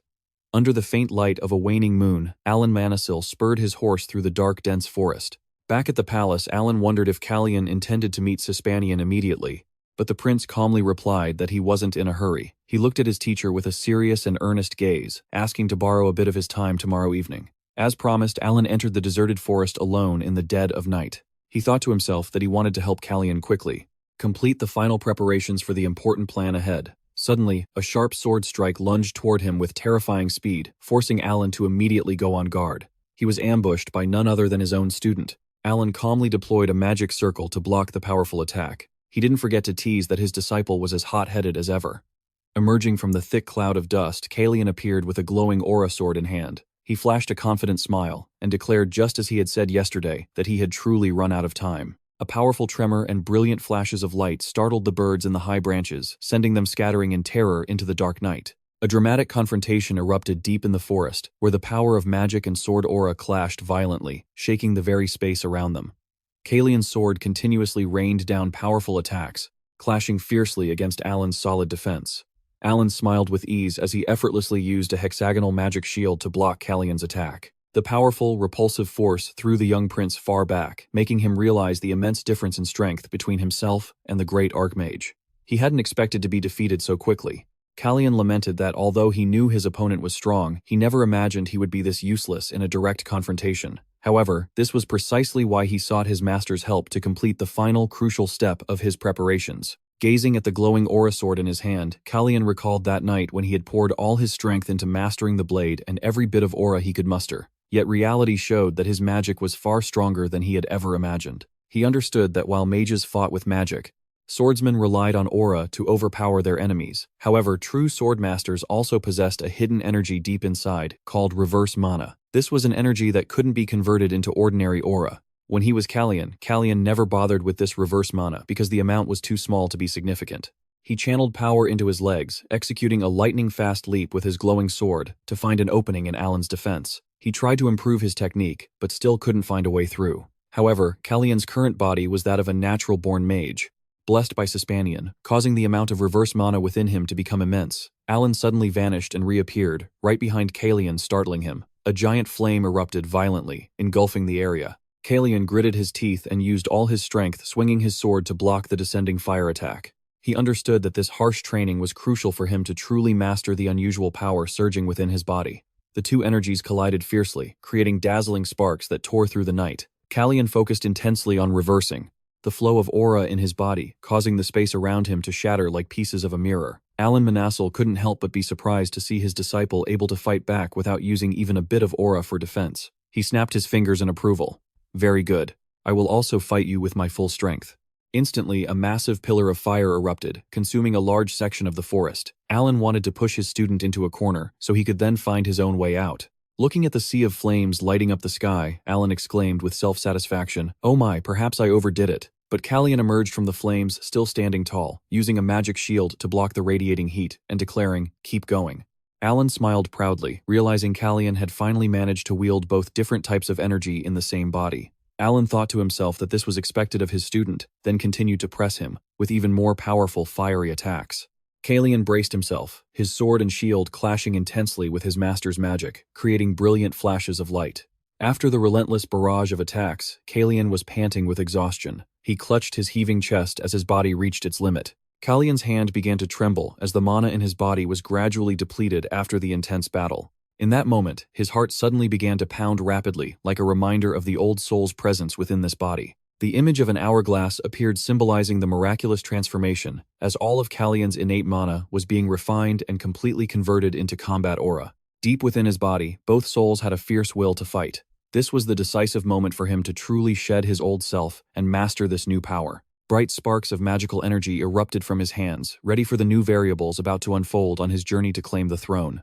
The journey of the prince, with the soul of a war god, was still far from over. As his aura was completely depleted, a miraculous transformation began to take place inside Calian's body. Even his mana, which could originally only manifest as magic, now began to completely transform into combat aura. Calian looked at his own brightly glowing hand and announced clearly, "It's done."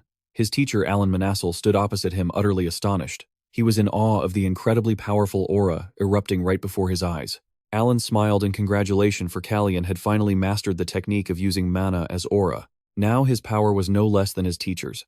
For Calian, this meant that all preparations for his grand plan were officially complete. His gaze became sharp and resolute. He silently made a vow, "I must take it back. My brother's heart." Returning to the royal palace, Calian strode down the magnificent corridor and stopped before a large door. He smirked a meaningful smile on his lips, then decisively pushed the door open and stepped inside. As he walked, Calian rolled his sore shoulder from the intense training session and complained, "Ugh, my shoulder." Inside the room, the second prince, Franz, was already waiting with a contemplative expression, teasing that it seemed his younger brother had been acting a bit too much on his personal whims. Calian didn't miss a beat, asking if his older brother was done worrying about every little thing. After a bit of banter, Franz's tone grew serious. He revealed that it seemed a bird was hiding right within the Night Legion. A shocked Calian pressed him, asking if he meant a spy had been planted in the Royal Night Legion. Franz confirmed without hesitation and produced a small secret letter he'd somehow found in his pocket. Calian couldn't help but be amazed at the spy's cunning, because even he had been completely unaware of their existence. Calian silently stared at the small letter in his hand, while Franz urged in a low voice, "Inform Marquis Breezen that a spy has infiltrated the ranks of the knights. I'm worried that if this gets out, the Crown Prince of Secretia will be put in an incredibly difficult position. So it's best to pass this along immediately. Franz stressed that trust must be maintained, and so must his contract, because no one could predict what it would allow to happen next. Franz looked searchingly at his younger brother, suggesting Calian could just ignore these birds who were merely acting as messengers. He asked if a Prince of Kelis should really remain silent when he knows there are secretion spies in the Royal Knight Legion. Calian quietly opened the letter. He suddenly remembered the important things he hadn't been able to say that day. The letter's contents revealed the link between the believers and the objectors, between the priests who believed in Serent and the great desert warriors who had always opposed Serenti. The shocking secret was about his master, Alan Manisil's son, who was in fact the Crown Prince, not the King of Tan. Calian decisively used fire magic to incinerate the secret letter right in front of Franz. He casually announced that his royal brother would have to eat breakfast alone tomorrow. Time ticked by, and for the first time, Calian sat down to talk and have tea with the first Prince Randall in this very room. Randall mused softly that this was the first time the two of them had truly interacted without being on guard. However, as he lifted his teacup for a sip, Calian affirmed to himself that there hadn't been a single moment when he let his guard down around his eldest brother, and that was true even now. They could no longer be as carefree as they were in childhood. All because of the throne, folks. Calian cut straight to the chase, questioning Randall about which throne he was aiming for, Sias or Tanin. Randall answered vaguely that either would do, but a bigger piece of the pie would probably be better. Calian immediately understood the hidden meaning. He realized that for his eldest brother, the throne wasn't the ultimate goal, but merely a necessary stepping stone for a much larger plan. Seeing Calian's curiosity, Randall calmly asked why his little brother was so interested. Calian firmly stated that the time had come to make a final decision. He nonchalantly picked up a small knife from the table and began to spin it, declaring that he was prepared for a direct confrontation and would raise his sword against his eldest brother. This action caught Randall off guard, stunning him for a moment. Calian then offered another choice for Randall to stand behind him, while he would be the one at the forefront blocking any and all danger. Randall looked down in silence, seemingly weighing the gravity of his younger brother's words. He's declared war on me, he thought. No more testing the waters like before. Randall slowly lifted his teacup and took a sip deeply, concluding that this wasn't something he couldn't handle. Calian's lips curled into a slight smile as he admitted he had been turning his back on this brother for a long time. With a sharp, icy gaze, Calian issued a stern warning Randall was to never step out of his shadow again. Faced with such determination, Randall was forced to admit that perhaps it was time to take back his previous words. Randall stated firmly, "I will." The light glinting off the knife's blade served as proof of the unspoken agreement that had just been forged. Shortly after, Calian sought out King Rumayan in a palace corridor. He quietly approached his father in the tranquil atmosphere of the late afternoon. King Ruman wondered why Calian had suddenly summoned him for a meeting. Calian respectfully expressed that he had an important favor to ask of his father. Upon the king's agreement, Calian placed a hand over his heart and looked towards his mother's portrait. He fervently stated his ultimate wish, "Your Majesty, please grant her the posthumous title of Queen." He wanted his mother to have the most noble title in the palace, second only to the king. The sudden request left King Rumian so stunned, he froze beads of sweat trickling down his pale face. He couldn't believe his ears and had to ask again to confirm. "Are you serious?" In reply to his shock was just a single firm yes from the third prince. In the harsh world of royalty, no matter how outstanding an individual's actions or how great their power, having the mixed blood of a commoner was always an indelible stain. These nobles think so highly of themselves, what a bunch of narcissists. It was precisely this lack of legitimacy that had caused Calian to suffer contempt and cold shoulders for so long. King Rumain quickly realized the true ambition hidden behind this request. He noted gravely, "This means you have your eyes on the crown prince's throne." Calian did not shy away, admitting firmly, "Yes, your majesty." The king sighed softly. He understood his son's intentions, but couldn't hide his worry because the current situation was far from safe. He was curious what could have possibly happened to make Calian suddenly put forth such a bold request. Calian silently looked at the portrait, stating that he had no special reason for making this request. "I am simply asking you to save her, your majesty." Those words struck King Rumian like a physical blow, leaving him reeling in shock. Cruel images of the past flooded back of when Calian's mother was assassinated, only managing to plead through her tears with her dying breath, "Please protect our boy." The memory of a small fragile Calian, who needed Hina's healing magic just to stay alive, made the king's heart clench with regret. Rumain silently stared at his own hands, his breath heavy with the helplessness he had felt for so many years. After a moment of silence, the king's voice was low as he said, "I understand." Standing before the radiant portrait of the late woman, the king offered a heartfelt warning, "Be careful. When your mother is posthumously named queen, hostile forces will rise." A heavy rain poured down on the palace. Inside a dark room, Calian and Franz were deep in their new schemes amidst the quiet night. Calian flipped through the file in his hand, knowing that His Majesty Rumain had also found the artifact's hiding place. Master Allen assured him there was no need to worry about him anymore and urged them to proceed as planned. Back in the present, Franz suddenly remarked that he hadn't seen the blue-haired vice commander around lately. Calian coolly replied that he'd sent Sir H away on a secret mission. Franz narrowed his eyes, looking at his younger brother with suspicion. He thought Calian had been hiding too many things lately. Calian's lips curled into a slight smile. He asserted that there was nothing wrong with being extra cautious, especially when everything involved his brother's heart. Franz thought about how the mages kept preventing him from going near Hia Palace, and wondered if this was the handiwork of his little brother. When asked why, Calian just quietly confirmed it, stating that if he could have told him, he would have done so long ago. Another vague answer to his brother's curiosity. Calian sat silently by the window frame. He assured his brother not to worry, insisting this had absolutely nothing to do with Breezen or Franz's mother. Holding a stack of documents, Calian concluded that Sispanian's hand was definitely behind the artifact's presence. The records revealed that after the rubble was cleared, something that had been hidden for a long time was exposed. No one had ever suspected that the Hacia Ciaris Palace possessed a secret basement, and the situation was serious enough that Calian had to intervene. Franz came closer, curiously pressing him about what on earth was hidden down there that had to be kept so secret. Seeing his brother's sharp intuition, Calian sighed softly, sarcastically, remarking that it seemed the gods had blessed Franz with a genius mind. Nothing could be hidden from him. Franz brushed off the flattery, telling his brother to get straight to the point. He declared that Calian couldn't completely tie his hands, so they might as well confront this head-on and get it over with. Calian looked at the file silently, wondering why his brother was so insistent on opening something that had been sealed so tightly. Franz looked straight at Calian, recalling his brother's words about having lost everything.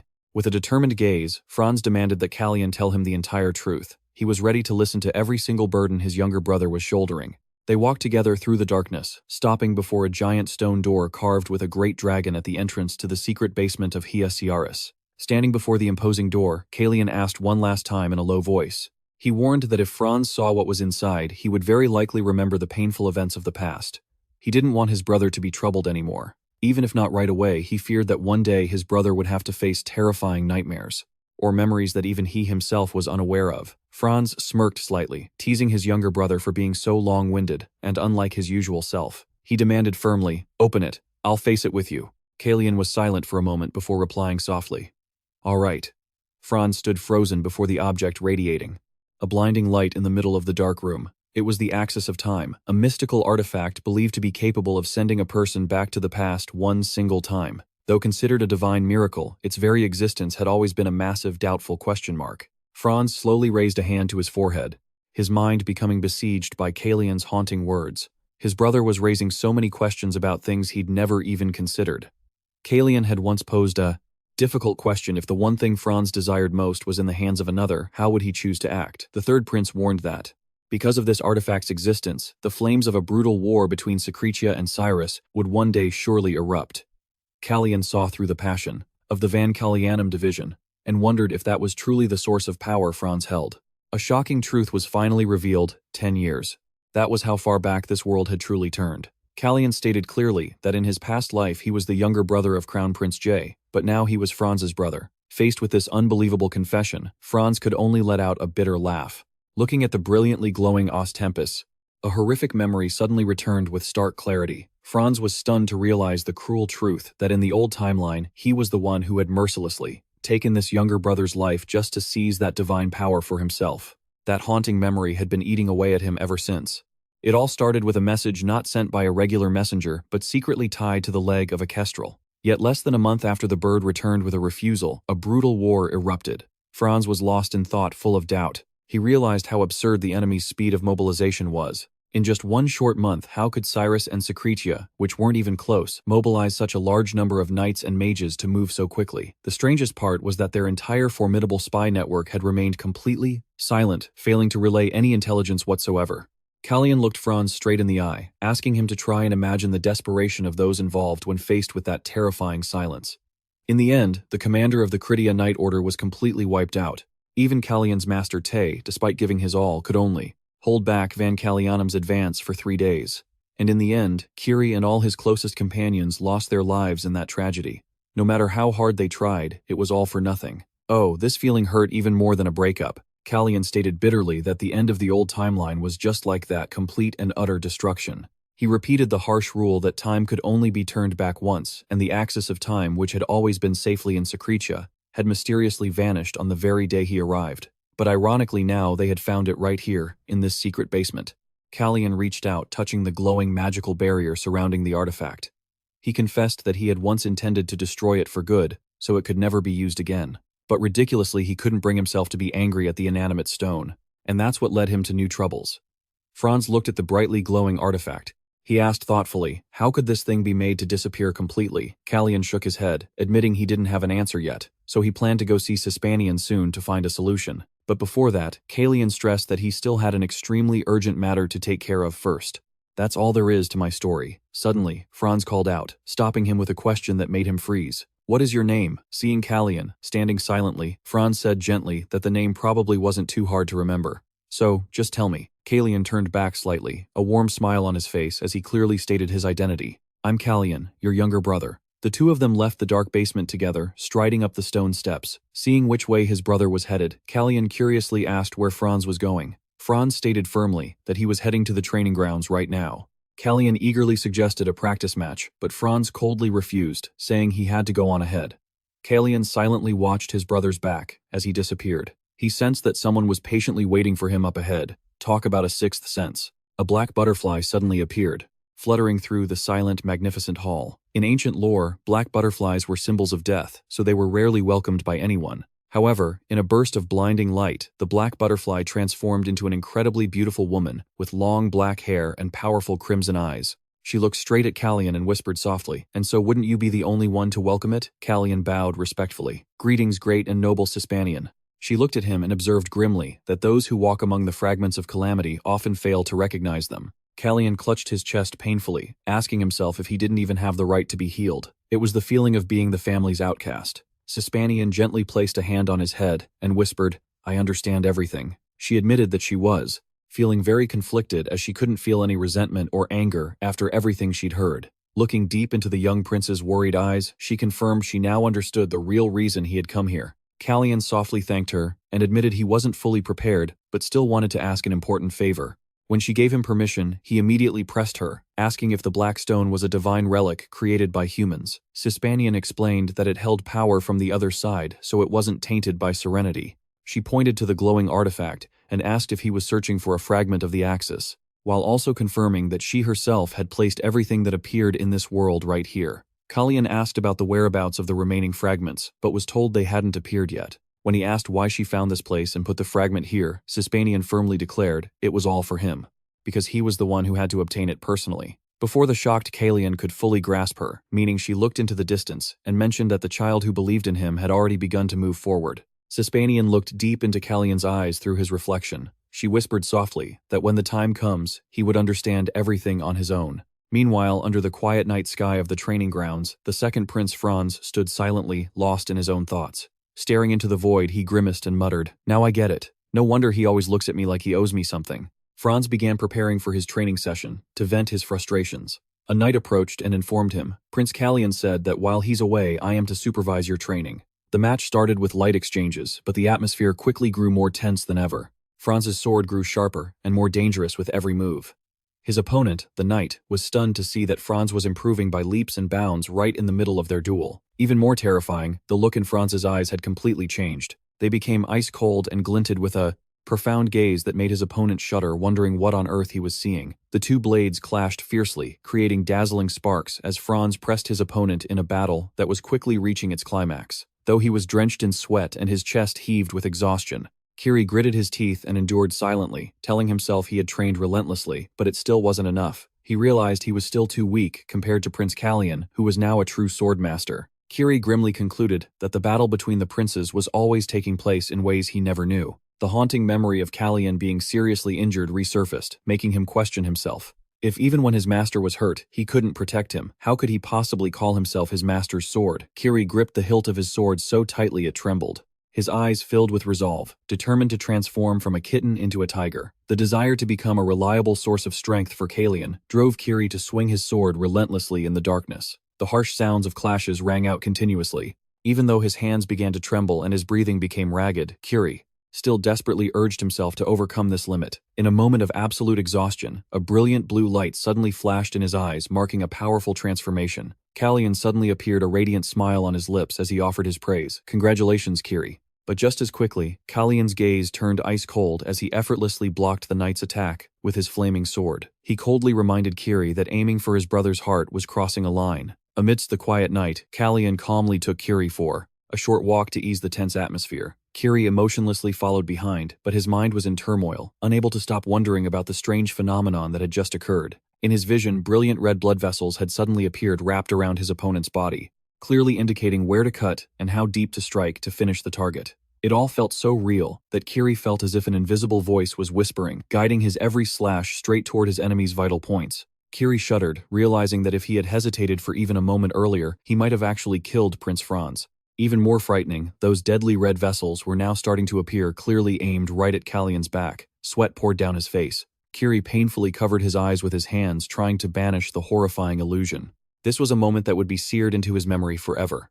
He silently resolved to stop himself from harming his master, ready to do anything to prevent that terrible thing from ever happening. Understanding the fear gripping his subordinate, Calian calmly turned back and confirmed that he knew exactly what Kiri had just seen. He called it the path of the sword, and admitted that he himself never expected the swordsmanship he taught would help Kiri reach this state so soon. Calian then gently reassured him that all he needed was enough rest. At times, those red blood vessels would vanish on their own, making Kiri sigh in relief, as if a psychological burden had been lifted. Thank goodness someone was there to calm him down, otherwise he might have been overthinking it for the rest of his life. But deep down, he was utterly shaken. He remembered from his past life that he had only seen this path a few months before he died, yet now he had progressed at lightning speed. He stopped and looked into the distance, revealing that his knights would soon join the Van Calianum Legion, which would lead to a severe shortage of trainers. Since a guardian couldn't officially duel with knights, Calian declared loudly that he would ask His Majesty to grant Kiri the official title of knight. Kiri was stunned and refused, arguing that he hadn't achieved anything great yet, and wanted to wait until he was truly skilled enough. However, Calian looked straight into his eyes, his crimson eyes blazing with power. He asserted that the world always judges a person by what it can see, and he absolutely did not want Kiri's self-worth to be shaken by those prejudices. Kiri clenched his fists, his voice low and firm. "I understand your reasoning, Your Highness, but the one I have sworn to serve is not His Majesty, but my master Prince Calian himself." There, in the quiet of the night forest, Kiri bowed his head before Calian, affirming his absolute loyalty to his one and only master. He knew full well that if he were to be knighted directly by His Majesty, the process of swearing allegiance to the Lord he so deeply respected would be skipped entirely. How could I possibly accept something so absurd? Witnessing his subordinate's stubbornness mixed with blind loyalty, Calian lowered his gaze slightly, a thoughtful look passing through his blazing red eyes. "It seems I can't allow it this time." He looked at the figure of Kiri kneeling before him and softly called his name. Kiri didn't stop continuing to pour out his heart. "But there is still something I wish to say. I have not yet been able to memorize all the words for a knight's oath of fealty." Kiri confessed that he didn't want to offer a stiff, formal greeting to anyone else. Memories of past training sessions surfaced when he was teased for not being able to remember the necessary flowery language. Back then, Kiri had boldly declared that it was better to say what you truly meant instead of using fancy words, because honesty was the most important thing. It was a promise to take up his sword and become a shield for His Highness to become strong enough so that he would not have to walk forward alone. The Kiri of both lifetimes was prepared to die for his master so that he wouldn't have to worry about or protect him, and so that he would never be left alone or forgotten in this cruel world. In the dead of night, in the middle of the forest, Kiri knelt and swore his oath. "I will protect you." Calian froze, his crimson eyes widening in utter shock. How could you? He realized that while the loyalty was the same, this was a completely different promise from the one in their tragic past. Hearing those words, Calian's heart felt soothed. He smiled softly and placed a hand on his guard's shoulder. Calian suddenly spoke, decreeing, "All right then, I'll allow it." Watching the fish swim in the pond, Alan brought up what happened at the previous birthday party when Calian arrived with the young lady of House Sif. He revealed the engagement rumors circulating among the nobility and curiously asked what His Majesty thought about it. King Romain casually admitted that he had no intention of dispelling the rumor. He analyzed that Calian desperately needed power right now, and if it was the Sif family, there could be no better option. The king even left open the possibility of a real royal marriage. Alan teased that the young duke would not agree to join the royal family so easily, but if Calian were sent to the land of elephants, that wouldn't be a bad idea either. It was a way of saying that if you want something, you need to offer a little something in return. Before Alan could get too carried away, the king had to stop him. Alan immediately shifted to the main topic. asking if His Majesty had made a final decision about the position of Crown Prince. Looking at his reflection in the water, King Rumain stated thoughtfully that he cherished all three princes, but the title of Crown Prince could only go to one person. He wished to avoid any unnecessary tragedies, and believed that Calian was the one who could achieve that. The king also revealed that a few days ago Calian had asked for his guardian to be knighted, and he was planning to grant the request. Though he knew some would call him too soft, Rumain felt that everything was going quite well at the moment. The king smiled, thinking that at the very least Calian deserved a gift on his birthday, but the peaceful atmosphere was suddenly shattered by a piercing scream. Prince A's gift box fell to the floor with a dry thud. Lady Demir Sif, her face contorted with anger, snapped, "Are you being this reckless just because it's your birthday? How much longer do you intend to use my name?" Calian calmly asked Demir Sif if she was pleased with the dress he had just sent her. Looking at the magnificent outfit, Demir Sif quickly realized the prince's intentions. "So you received it. Was I right on the money?" Calian smirked slightly, admitting that he had deliberately ordered a matching set to create the misunderstanding that they were engaged. Demir snarled suspiciously, grilling him. "Are you planning to use me to declare war right in the middle of your birthday party?"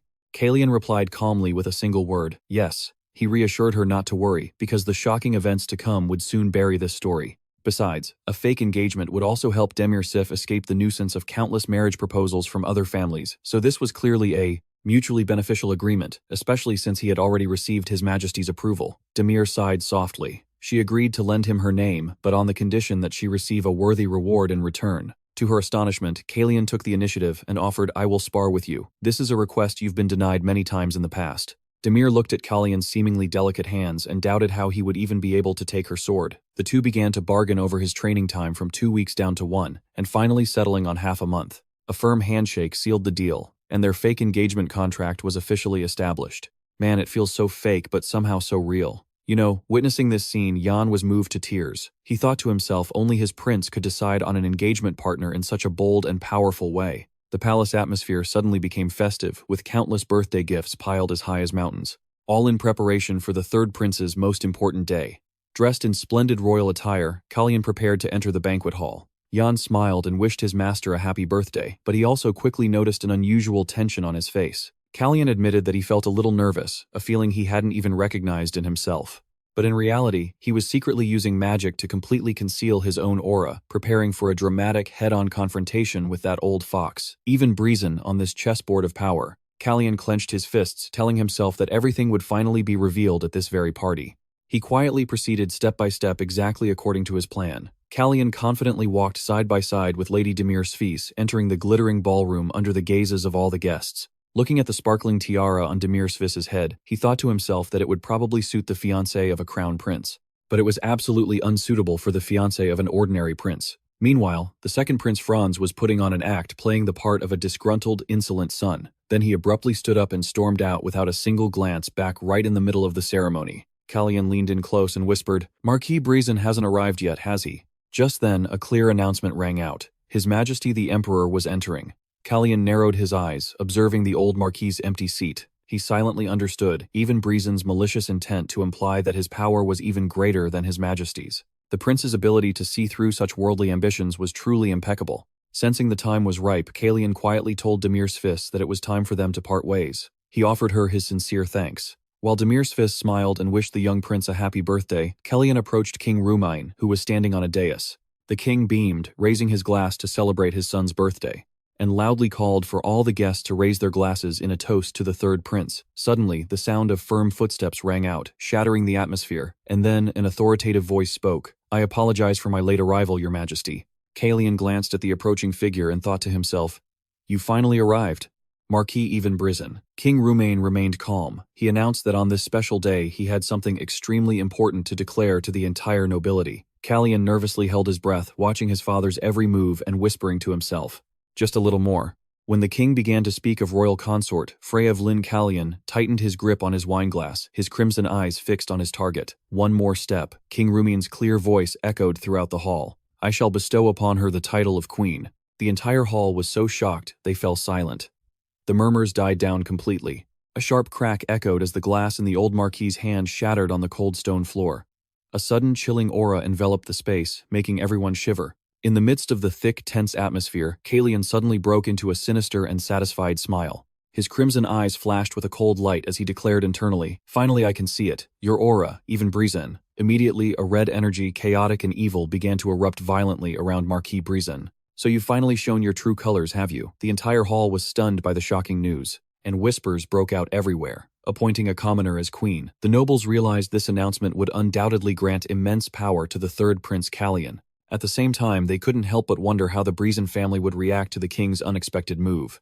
Amidst the bustling crowd, Marquis Brizon approached Calian with a sarcastic smile. "Your Highness has received quite a lavish gift, haven't you?" Calian's lips curled slightly, his crimson eyes showing clear triumph. "Indeed, and I am very satisfied." Calian looked directly at the old Marquis, provoking him, and then mocked. "It seems you can't see a thing, can you?" As Brizon stared in bewilderment, Calian silently walked past him. Brizon's face hardened, and he reminded Calian that regardless of what the prince thought he was seeing, it would be best for you to worry about your own future. Calian didn't flinch. He coldly warned that blind greed often leads to troublesome ends, and perhaps one day, the Marquis himself would disappear without a trace. Brizon gritted his teeth, asserting that he needed no such reminder, because he was doing exactly as he had planned. Calian casually picked up his glass of red wine and took a sip. He watched Brizon's reflection in the glass and sneered. "Actually, I've been contemplating your downfall for a very long time, and now I'm just calculating when that happy day will finally arrive." Brizon clenched his fists in fury. He internally cursed Calian's arrogance for acting as if he'd already been appointed crown prince. Brizon reassured himself that at present, Calian had nothing, and even with legitimacy, it wouldn't be nearly enough for him to dream of the throne. As they passed each other, Brizon uttered a harsh insult. "You shouldn't taint the royal bloodline with the blood of a commoner." Calian stopped abruptly. The halt in his footsteps made the atmosphere in the hall suffocating. He slowly turned his head and his clear voice rang out, drawing the attention of all the guests. "By the way, Marquis, when exactly were you planning to show your reverence for the noble royal family?" Calian turned to face Brizon directly with a cold and authoritative gaze. To everyone's astonishment, Calian commanded loudly, "Bow." Marquis, Brizon. Brizon gritted his teeth in fury. He felt utterly humiliated being put on the spot by Calian in front of so many gossiping nobles. How embarrassing, how utterly infuriating. He silently cursed Calian as a bastard, realizing the third prince was trying to diminish the status of the most powerful marquis in the kingdom. Brizon feared that if someone like Calian became crown prince, he would treat the current aristocracy brutally and shatter the established order. Brizon internally judged Calian as being too arrogant. He calculated that if he criticized the prince for disrespect, he himself would have to perform the greeting ceremony before the king to save face. Taking a sip of wine, Brizon schemed for a way to stall the bastard. Seeing the Marquis still hesitating, Calian smirked challengingly. "What are you waiting for, Marquis? Can't you see? The king is waiting." Calian didn't stop there, landing another critical blow. He questioned whether the Brizon family was refusing to show the proper respect to the king. Brizon realized he had fallen completely into Calian's trap, like a checkmated chess piece, with no escape. He clenched his fists, forced to humble himself, apologize, and justify that he had skipped the greeting for fear of interrupting the party. Brizon bowed his head low, offering a belated greeting to his majesty in front of all the assembled guests. Calian nonchalantly walked past, took a sip of red wine and dismissed him with cutting sarcasm. "You don't need to greet me anymore, Marquis. Return to your place. If I were you, I'd just go home now." Witnessing his opponent's victory, walked away, his face twisted with hatred. He swore that he would definitely repay this humiliation one day soon. After the party ended, Calian and Alan strode down the quiet palace hallway. Alan worriedly asked if he was feeling tired after such a tense evening. Inwardly, Calian analyzed the formidable strength of House Bison. He understood that the reason this family could seize power, despite their small numbers, was due to the overwhelmingly powerful sword of the old Marquis Even. No matter how smart Franz was, he would have a hard time leading the family relying on brute strength alone. Calian told himself he needed to become a target, to draw all of Even's attention and completely distract him, creating an opening for Franz to have time to understand and master his sword. Just then, Franz suddenly stepped out from behind a door and sarcastically asked if that was the reason Calian had caused such a scene at the party. You already know the answer, yet you still ask." Calian flashed a radiant smile and casually replied that it was simply a fitting lesson for what that old man had done. Seeing his brother's unusual presence in the hallway instead of his study, Calian curiously pressed him for the reason. Franz coldly held out a piece of paper, saying he was looking for Calian to deliver it. Seeing his brother's demeanor, Calian couldn't help but tease him, saying it seemed Franz was getting used to the role of a carrier pigeon. But before he could even finish his joke, his eyes scanned the contents of the paper, and the smile on Calian's lips vanished, freezing on his face. Calian's eyes flared red with tension. In a low voice, he announced that it seemed something terrible had happened to Alan Manassel. The secret message revealed that the mage was currently in the great forest leading to the land of the faithful, and more worryingly, those who harbor non-believers in their ranks were also starting to visit that forest. In the quiet room, the three of them gathered around a map to analyze the situation. Alan pointed to the large forest near the road to Tencel and confirmed, "If you're talking about the large forest near the road to Tencel, then that's the Clam Forest." Calian was deep in thought. He confirmed that he had already sent H to the Marquis's territory. His purpose was to confirm whether Even and Grey were plotting something together, and even if they weren't, he needed to warn them to stay out of his way. Alan wondered why Sir Alan Manassel was found in the Clam Forest instead of the Marquis's territory as originally planned. Calian explained that the Clam Forest was the last place a man named Sat was seen, the one who made the shocking claim that human power could also create sacred artifacts. Meanwhile, in the dark, Clam Forest Hex was facing a dire situation. He should have been on his way back to the royal palace, but now he was surrounded by strangers in the dark. Hex, stunned, wondered why things had turned out this way. Everything rewinds to 2 weeks ago when Hex was riding his horse through the streets and was suddenly called out to. Recognizing the familiar voice, he looked up at a balcony and exclaimed in surprise, "Guildmaster!" Immediately, Uriah Siren, the guildmaster of the Mage Association with her brilliant purple hair, playfully leaped down from the balcony to block his path. Hex could only sigh, seeing that this guildmaster still hadn't stopped calling him kiddo, even after all this time.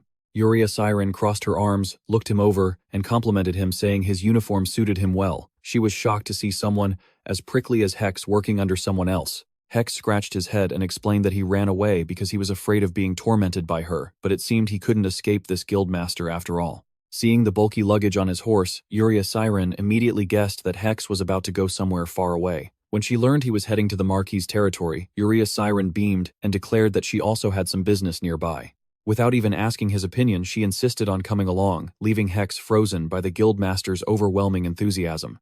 Arhan Hex had finished his work in the Count's domain, but he realized that Lady Uriah Siren seemed to have another mysterious purpose. She philosophized nonchalantly that if something goes out, something else must come in. Several days had passed since the two began their arduous search in the dense Clam Forest. Hex, feeling doubtful, pressed her, asking if the person they were looking for was really in this place. Uriah Siren firmly asserted that, according to what she had heard the last time he was seen, he was living somewhere in this forest. Hex was stunned to realize Uriah Siren was trying to find a trace of someone who had disappeared ages ago. She casually confirmed that the records were from 300 years ago, and if he were still alive, he certainly wouldn't be human anymore. As they were walking, Uriah Siren suddenly stopped and asked if Hex could sense anything. Hex concentrated intensely and detected a magical current, very faint but present right ahead of them. The two entered a secret cave hidden deep within a cliff face, which was filled with old laboratory flasks and dusty stacks of documents. Uriah Siren became excited, realizing they had found the right place. She believed that someone obsessed with research would never abandon their data. Hex was amazed to see that these papers were still intact after hundreds of long years. Uriah Siren explained that a powerful preservation spell had been cast on them, but once they left the cave, they would likely decay and disintegrate immediately. She stated firmly that the energy they were sensing was the magic from the spell itself. Uriah Siren then thoughtfully remarked that taking these documents outside would not be easy with her current strength. She placed a hand on Hex's shoulder, asking him to stay and wait while she went to take care of it and that she'd be right back. However, the moment Hex stepped outside, a group of masked assassins suddenly appeared from the shadows. Hex was fighting a grueling life-or-death battle. Although he had taken out most of the enemies, his body was beginning to reach its limit. Hex launched sharp pillars of ice in response, but one of them quickly used an energy shield to completely block the attack. Gritting his teeth, Alan Manassel noted that one specialized in defense, while the other specialized in offense. Their coordination was seamless. He knew that if it were just one of them, he could definitely find an opening to take them down individually. But injured and pinned down like this, things were starting to spiral out of his control. A powerful impact sent him flying, and he only had time to let out a pained groan before collapsing to the ground. The enemy didn't miss the opportunity. The defensive assassin raised a heavy weapon, intending to land the finishing blow. Hex realized his fatal mistake in horror. Wait a minute, the guy I thought could only defend. Why didn't I consider that he could also attack? The assassin glared at him with cruel eyes and roared, "Become a sacrifice for Jian." Hearing the unfamiliar name, he could only cry out in astonishment. Jian. Just as the blade of death was about to strike him, an incredibly powerful surge of mana suddenly intervened. Amidst a thick cloud of dust, a majestic figure appeared, blocking the fatal blow. It was none other than the third Prince Calian with a radiant sword in his hand. Looking down at his partner, lying miserably on the ground covered in wounds, Calian delivered a cold warning. "In the future, I suggest you only accept missions that you are actually capable of completing. Sir H." In a quiet library, Uriah was engrossed in studying ancient manuscripts under the dim light. She muttered that the characters perfectly matched the inscriptions on the stone slate the prince had asked her to investigate. Suddenly, the sound of dry footsteps from behind made her jump in fright. "Where did you come from? You scared me half to death, Master Alan," Alan coldly questioned. Why she had acted on her own without his orders.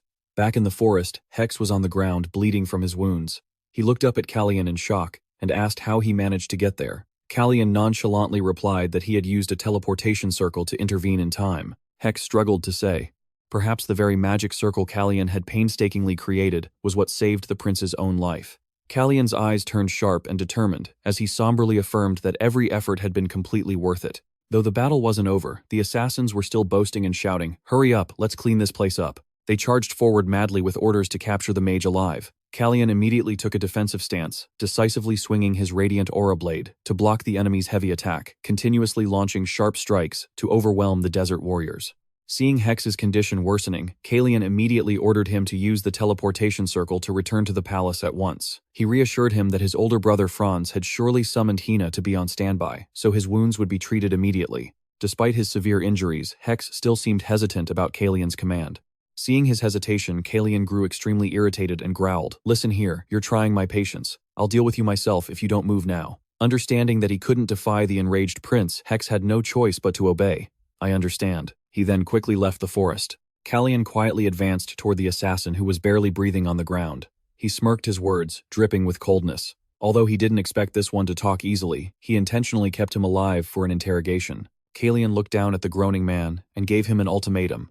"If you're willing to speak first, I'm willing to listen." Faced with the enemy's stubbornness, he decisively plunged his sword into the man's back, causing him to scream horribly into the night. "I gave you a chance you didn't take, so you might as well go meet your ancestors." Calian coldly ordered him to stop screaming and start naming the mastermind, stressing that the request wasn't difficult at all. He continued to press him, mocking that the assassin's powerful healing ability would help him endure the prolonged agony that was to come. Calian thought to himself that he never liked the work of torture, but for those who dared to target his people instead of him, he would not let them die an easy death. His eyes glowed red with rage at the thought of those around him suffering because of him. Back at the palace amidst the silent night, Uriah bowed her head in remorse before Calian. She honestly admitted her mistake. "It was my fault, Your Highness." Uriah blamed herself for her thoughtless personal actions that had caused great disrespect and trouble for both Calian and Count Alan. In a private room, Count Alan was harshly reprimanding Guildmaster Uriah for her recent recklessness. He sternly reminded her never to mistake a timely rescue for good luck, because the price of her mistake was not her own life, but the lives of the subordinates who had bet their lives on trusting her. Alan pointed directly at her, warning that she must never forget how her arrogance and pride had nearly caused a tragedy. Uriah could only bow her head in silence. She promised to report the entire incident to the vice commander as soon as she returned to the capital. Seeing the tense situation, Calian stepped in to mediate, asking the Count to be lenient and not blame her any further. Uriah bowed once more, sincerely apologizing for her recklessness. Seeing this, Calian softened his tone and replied gently, "It's all right, I understand."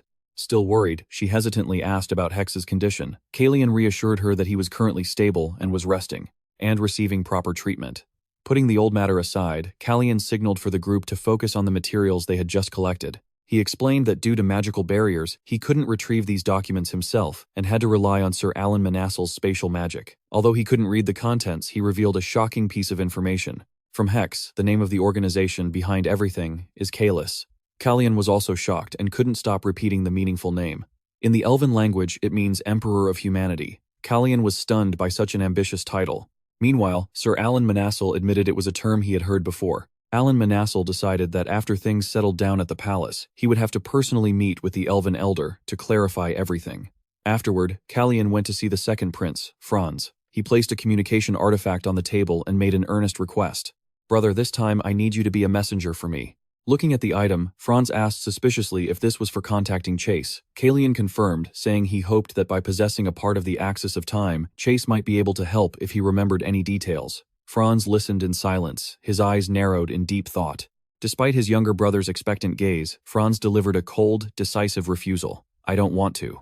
His words left the prince completely stunned. Franz stared intently at his brother, demanding to know where Calian got the blind faith that everyone could be as spectacularly reckless as him. Calian calmly replied that the Crown Prince of Sais was even younger than him. However, Franz couldn't help but worry, wondering if the sudden flood of memories without any warning was making the Crown Prince's mind unstable. Calian smiled confidently. He asserted that even if he wavered little Chase wasn't the type to fall easily and stay down. He didn't forget to tease. "Unlike someone I know who constantly needs a babysitter," he said he could take care of himself and would be fine. Calian turned to leave, telling his older brother not to worry because he wasn't the type of younger brother who only caused him pain. Franz sat there in stunned silence for a moment, then suddenly shot up and slammed the table. Startled, Calian turned to him and asked, "Whoa, what's gotten into you?" Franz coldly admitted that he was in fact the kind of brother who causes trouble. He decisively left the magic ring behind and walked out, leaving Calian completely bewildered. Right after Franz went to see Alan Manassel to make a special request, Alan respectfully reminded him, "As you well know, Your Highness inside the palace walls. Anywhere under Sispanian's influence, all personal communication magic is completely nullified." Alan was stunned when Franz demanded he find a way to break that rule. Franz sat silently on the sofa. He understood the loneliness Calian felt, fighting desperately all by himself just to survive. He realized his younger brother was trying to protect this country, his former home, and even the entire world, and he was doing it all by himself. Franz looked him straight in the eye and declared the real reason for this reckless request. "I want to protect my little brother." So that was it. Alan sighed, figuring Prince Calian must have gotten into trouble again. After hearing the full story from Franz, Alan firmly told him to hand over the bracelet. Franz silently gave him the magical item, while Alan mused to himself about how, in this world, there really were all kinds of people.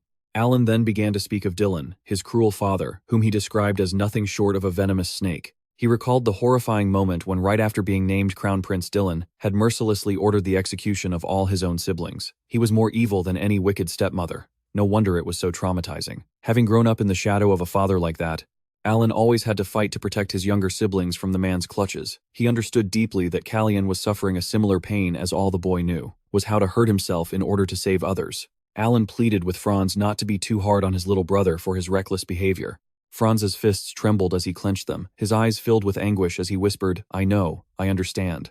Night fell, blanketing the kingdom where messenger birds still soared across the sky. Chase walked silently down a deserted palace hallway, his footsteps echoing in the moonlit darkness. He stopped before a large door and knocked lightly, asking for an audience. Inside the shadow-filled room, King Romain sat silently behind his desk, letting out heavy, dry coughs. Chase bowed respectfully to the powerful monarch, reporting his safe return. King Romain looked up at his son and pressed him, asking if anything unusual had occurred in Kiris.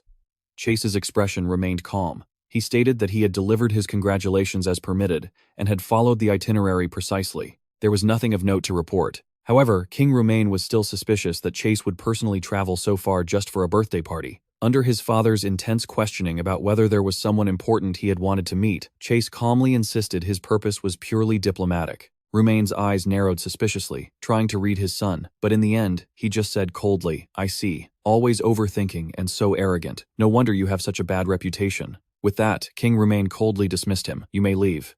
Chase bowed his head and silently left his father's office. He may have looked composed, but on the inside he was breaking.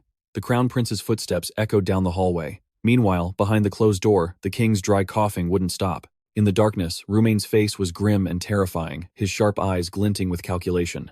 Just as he stepped outside, Chase ran into Sir Chiron. As the knight began to ask after him, Chase cut him off sharply. "There's no need." Chase looked straight at Sir Chiron and stated firmly, "I have never done anything of the sort." He told himself he had to act exactly as his memories dictated, so no one would have the slightest suspicion. Chase then motioned for the knight to leave his resolve burning to keep the future he remembered from straying off its course. Chase's long shadow stretched across the stone floor, reflecting the heavy burden of the one who holds the key to fate. Sir Chiron bowed respectfully. "Then please, Your Highness, rest well." Chase silently pushed open the door to his chambers, but he froze in the doorway when he saw a familiar figure standing by the window. Chase's eyes widened in surprise, then quickly softened into a warm, radiant smile. He softly whispered the woman's name, Arian. Responding to his surprise, Arian, Chase's fiancée, welcomed him with a beautiful, gentle smile. "Welcome back, Your Highness." Just seeing her seemed to make all his troubles disappear. She caringly asked him about his long journey. To her surprise, Chase suddenly stepped forward and embraced her. He rested his head on her shoulder and whispered, "I left something behind." Arian gently offered to find it for him, but Chase shook his head, saying it was something he wasn't allowed to do. When she asked if that thing was really important to him, Chase closed his eyes, felt her warmth, and confirmed that it was very important. Arian advised him that if it was that important, then it would be okay to be a little greedy. But Chase's eyes suddenly turned ice cold, and he replied firmly, "Not now." "Huh, that's weird." He hadn't even finished the sweet talk, and he was already giving her the cold shoulder. He gripped Arian's hand, tightly affirming that everything had to unfold exactly as it had in the past, at least until the end of this winter. He quietly closed the window, calculating that only by doing this would the healer appear on the correct day just like before, and then disappear without causing any disturbances. Meanwhile, in Kiss, the atmosphere grew tense as the handmaidens bustled about, moving a giant portrait of Freya Willen to the most prominent position. The news of the official coronation of the Empress was announced. It was scheduled to take place next week, along with a public event in the square. Marquis Even Breezen sat brooding in the darkness. He wearily ordered his subordinate to leave after hearing the report. Even Breezen gritted his teeth in frustration. It was because of the humiliating scene where Calian forced him to bow at the party that he had completely lost his chance to voice any objection to Freya becoming Empress, forcing him to return home in utter helplessness. Marquis Even Breezen slammed his hand on the table, grinding his teeth in fury in the silent room. He told himself that because he had remained silent, the other nobles didn't dare to speak out either. He had to find a way to get rid of this thorn in his side, the third prince, at all costs. He plotted maliciously, thinking, so bitter, bitter, bitter. You've got to repeat the important things 3 times. Even Breezen couldn't help but be suspicious of the second Prince Franz's actions and wondered what the hell he was up to. He could no longer just sit back and wait. A new plan seemed to be taking shape in the shadows. Meanwhile, in the mages' quarters, 2 young mages burst into a room looking for the vice-captain of their corps. They complained about how harsh the replacement instructor was, making them miss how easygoing Alan had been, just as the instructor's shout echoed from outside. The 2 scrambled off to practice to avoid being punished. In reality, Alan was right there in the room. He had casually used invisibility magic to hide behind the sofa and enjoy his precious break time. Let them do whatever, he was just going to chill like this. Heh heh. Alan Manassel curled his lip in contempt at the young mages. Seeing as they couldn't even detect the flow of invisibility magic right under their noses, he vowed to whip them into shape when he returned for looking down on their training. Just as he was about to take a nap, Alan Manassel suddenly froze when he heard the click of the door opening. He wondered why a knight would be brazenly walking into the mage's lounge at this hour. He was surprised to see the knight head straight for Prince Franz's personal locker, without any hesitation. The knight's movements were incredibly decisive and skilled, as if he had done this many times before. As soon as the stranger left, Alan immediately reappeared to check the second prince's locker. He was shocked to find a mysterious secret letter hidden inside. Realizing the situation looked pretty bad, he frantically scrambled to find Calian to report it. At that moment, Calian was focused on observing the black stone in his hand. The connection between the organization calling itself the Sovereign of Humanity and the mysteries of the timeline was gradually being revealed. With his last gasp, the enemy collapsed after a fierce battle. He bitterly left a warning that the power borrowed from a life force could only be used once, and once the black stone was broken, the owner's heart would also vanish with it. Calian clenched the black stone in his hand. He was stunned to realize that the strange ancient characters on it perfectly matched those on the axis of time. Returning to the palace, Calian wearily leaned back on the sofa, lost in thought about this terrifying coincidence. Just then, a knock on the door broke the silence. Jan entered and announced that Vice Captain Hex had an urgent matter to discuss. Hex entered with an extremely solemn expression, bowing his head slightly to apologize for disturbing the prince's rest. Calian casually waved his hand, stating that he had already ordered the guards to let Hex in any time he came. An exception, huh? Why does he get such special treatment? Calian's gaze softened as he asked about the wound on Hex's shoulder from the ambush in the forest. Thanks to Hina's dedicated care and Calian's concern, Hex affirmed that he had fully recovered and could return to training today. However, the true purpose of his visit was another shocking discovery. With his hands clenched tightly in tension, Hex began to recount what he saw, how he had personally witnessed a royal knight sneak into the lounge of Calian's corps and hide a strange object inside the second Prince Franz's clothes. Fearing danger, Hex had secretly investigated and retrieved a secret letter. He quietly placed the small scroll on the table and looked directly at Calian with suspicion in his eyes. Hex questioned him sharply. I want to know, what exactly is the relationship between you and the Crown Prince of Siegfried? A heavy silence enveloped the room, stretching on to a suffocating degree between the 2 men. Calian slowly raised a hand to cover his face and let out a thoughtful sigh. Well, peeking through his fingers, Calian's crimson eyes gleamed with a complex emotion. He looked straight at the vice captain and asked in return, Sir Hex, why did you decide to follow me? Calian continued to press him. I don't recall ever doing anything particularly good for you, so it's both surprising and strange that you followed me this long. Hex was stunned, his face showing a hint of confusion at his master's comment. But after a moment's hesitation, Hex's determined expression returned. He turned his head slightly and replied gravely, You don't have to answer me right now. Hex looked Calian straight in the eye and affirmed, I will wait for your answer, Your Highness. Calian watched him in silence, realizing that Hex already knew a secret was being hidden, but out of respect, he chose to wait until Calian was truly ready. Calian's lips curved into a faint, relieved smile. All right, he thought to himself, I should at least give him an answer for that loyalty. The candles in the room flickered, as if reflecting the prince's inner turmoil. Calian looked at Hex with a profound gaze and unexpectedly dropped a bombshell. You were the one who ended my life with your own hands. The room seemed to freeze in time at the cruel truth about a timeline that had been rewound from the brink of death. Hex was so stunned he couldn't breathe, stammering in absolute shock. How? How could something like that have happened? Calian looked down at his own hands, admitting that perhaps he had become too greedy, too desperate for someone to acknowledge his existence. He confessed that at some point he no longer wanted to hide the truth. A part of Calian wanted to keep this secret from Hex, but another part urged him to be the first one to tell him everything. Looking into Calian's pained crimson eyes, Hex bowed his head in anguish and apologized. "I'm sorry. I'm so sorry that I couldn't remember that for you. Oh boy, this is going to be a real pain." Calian sighed softly. He muttered that now he understood why he was feeling this way. Faced with the other's silence, Calian suddenly spoke up. "What do you live to protect?" He pondered for a moment before answering honestly. I just live to protect whatever I can when the time comes." He silently reminded himself to always remember his master's teachings, to uphold his pride before the captain, and to maintain his faith in the prince who served as the vice-captain. He placed a hand on his chest and declared with conviction, "You can be sure I will protect Lord Calian by any means necessary." Calian's lips curled into a slight smirk, his red eyes glowing with ambition, as he told Hex to add one more important item to that list, the position he would one day occupy. He was utterly stunned, asking in disbelief if Calian wanted him to take on a role even greater than vice-captain. Even though Hex knew the young prince's weaknesses, faced with Calian's determination, he watched as the prince gave a confident nod. Hex clenched his fists. He began to answer. He answered Calian's question about why he had chosen to follow him all this time. He looked Calian straight in the eye and declared, "You are a very good person, Prince." The statement left Calian stunned. Hex thought back. Perhaps the reason had grown too large to be explained precisely, or maybe there was never a specific reason to begin with. He remembered the moment flowers drifted lazily on the water's surface, and the promise not to stand in the way of the departed, but to simply wait silently behind them. Man, that's so poetic, it's heartbreaking. In the dead of night, a prayer for the departed to find peace echoed in his mind. Hex admitted that he followed Calian simply because he was a good person. It all started with gratitude. But eventually, the very path the prince walked was what truly captured his heart. Calian gazed silently out the window, sharing a somber story about a habit his master had taught him to always announce his name before every battle. It was a habit so deeply ingrained, it had become instinct. He recalled a fateful moment in the past when he had clearly declared, "I am the Legion Commander of Banquet." When asked for his name, he had quietly replied that he'd forgotten everything. But his opponent had steadfastly declared, "I will make you remember."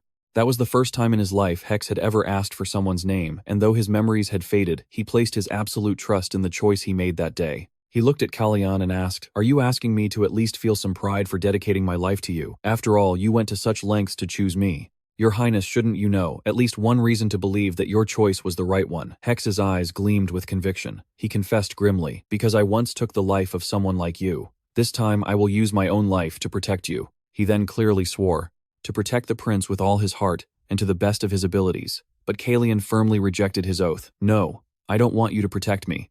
I want you to protect my position." Despite the rejection, Hex slammed his hand on the table and roared passionately, "There's no need to refuse and no need to worry. No matter what happens, how could I possibly fail to protect one single prince?" Watching his subordinate's boisterous display, Calian broke out in a sweat, affectionately cursing under his breath. "You absolute weirdo. Could you at least let me finish a sentence?" Night fell, and the palace was bathed in the quiet, dim light of the moon. Calian sat quietly on the balcony, lost in a sea of thoughts. He mused to himself that now even Hex knew the truth about his soul and his plans. Calian worried silently, wondering who he should reveal this secret to next, and fearing what would happen if his master found out. He would surely give him a lecture he'd never forget for acting so rashly. He gently tapped his fingers on the table, staring at the glittering ring on his hand, and wondering to himself, what am I going to do? That's it for this video. Make sure to hit that like button so I can bring you more awesome series. Thanks for watching and see you next time.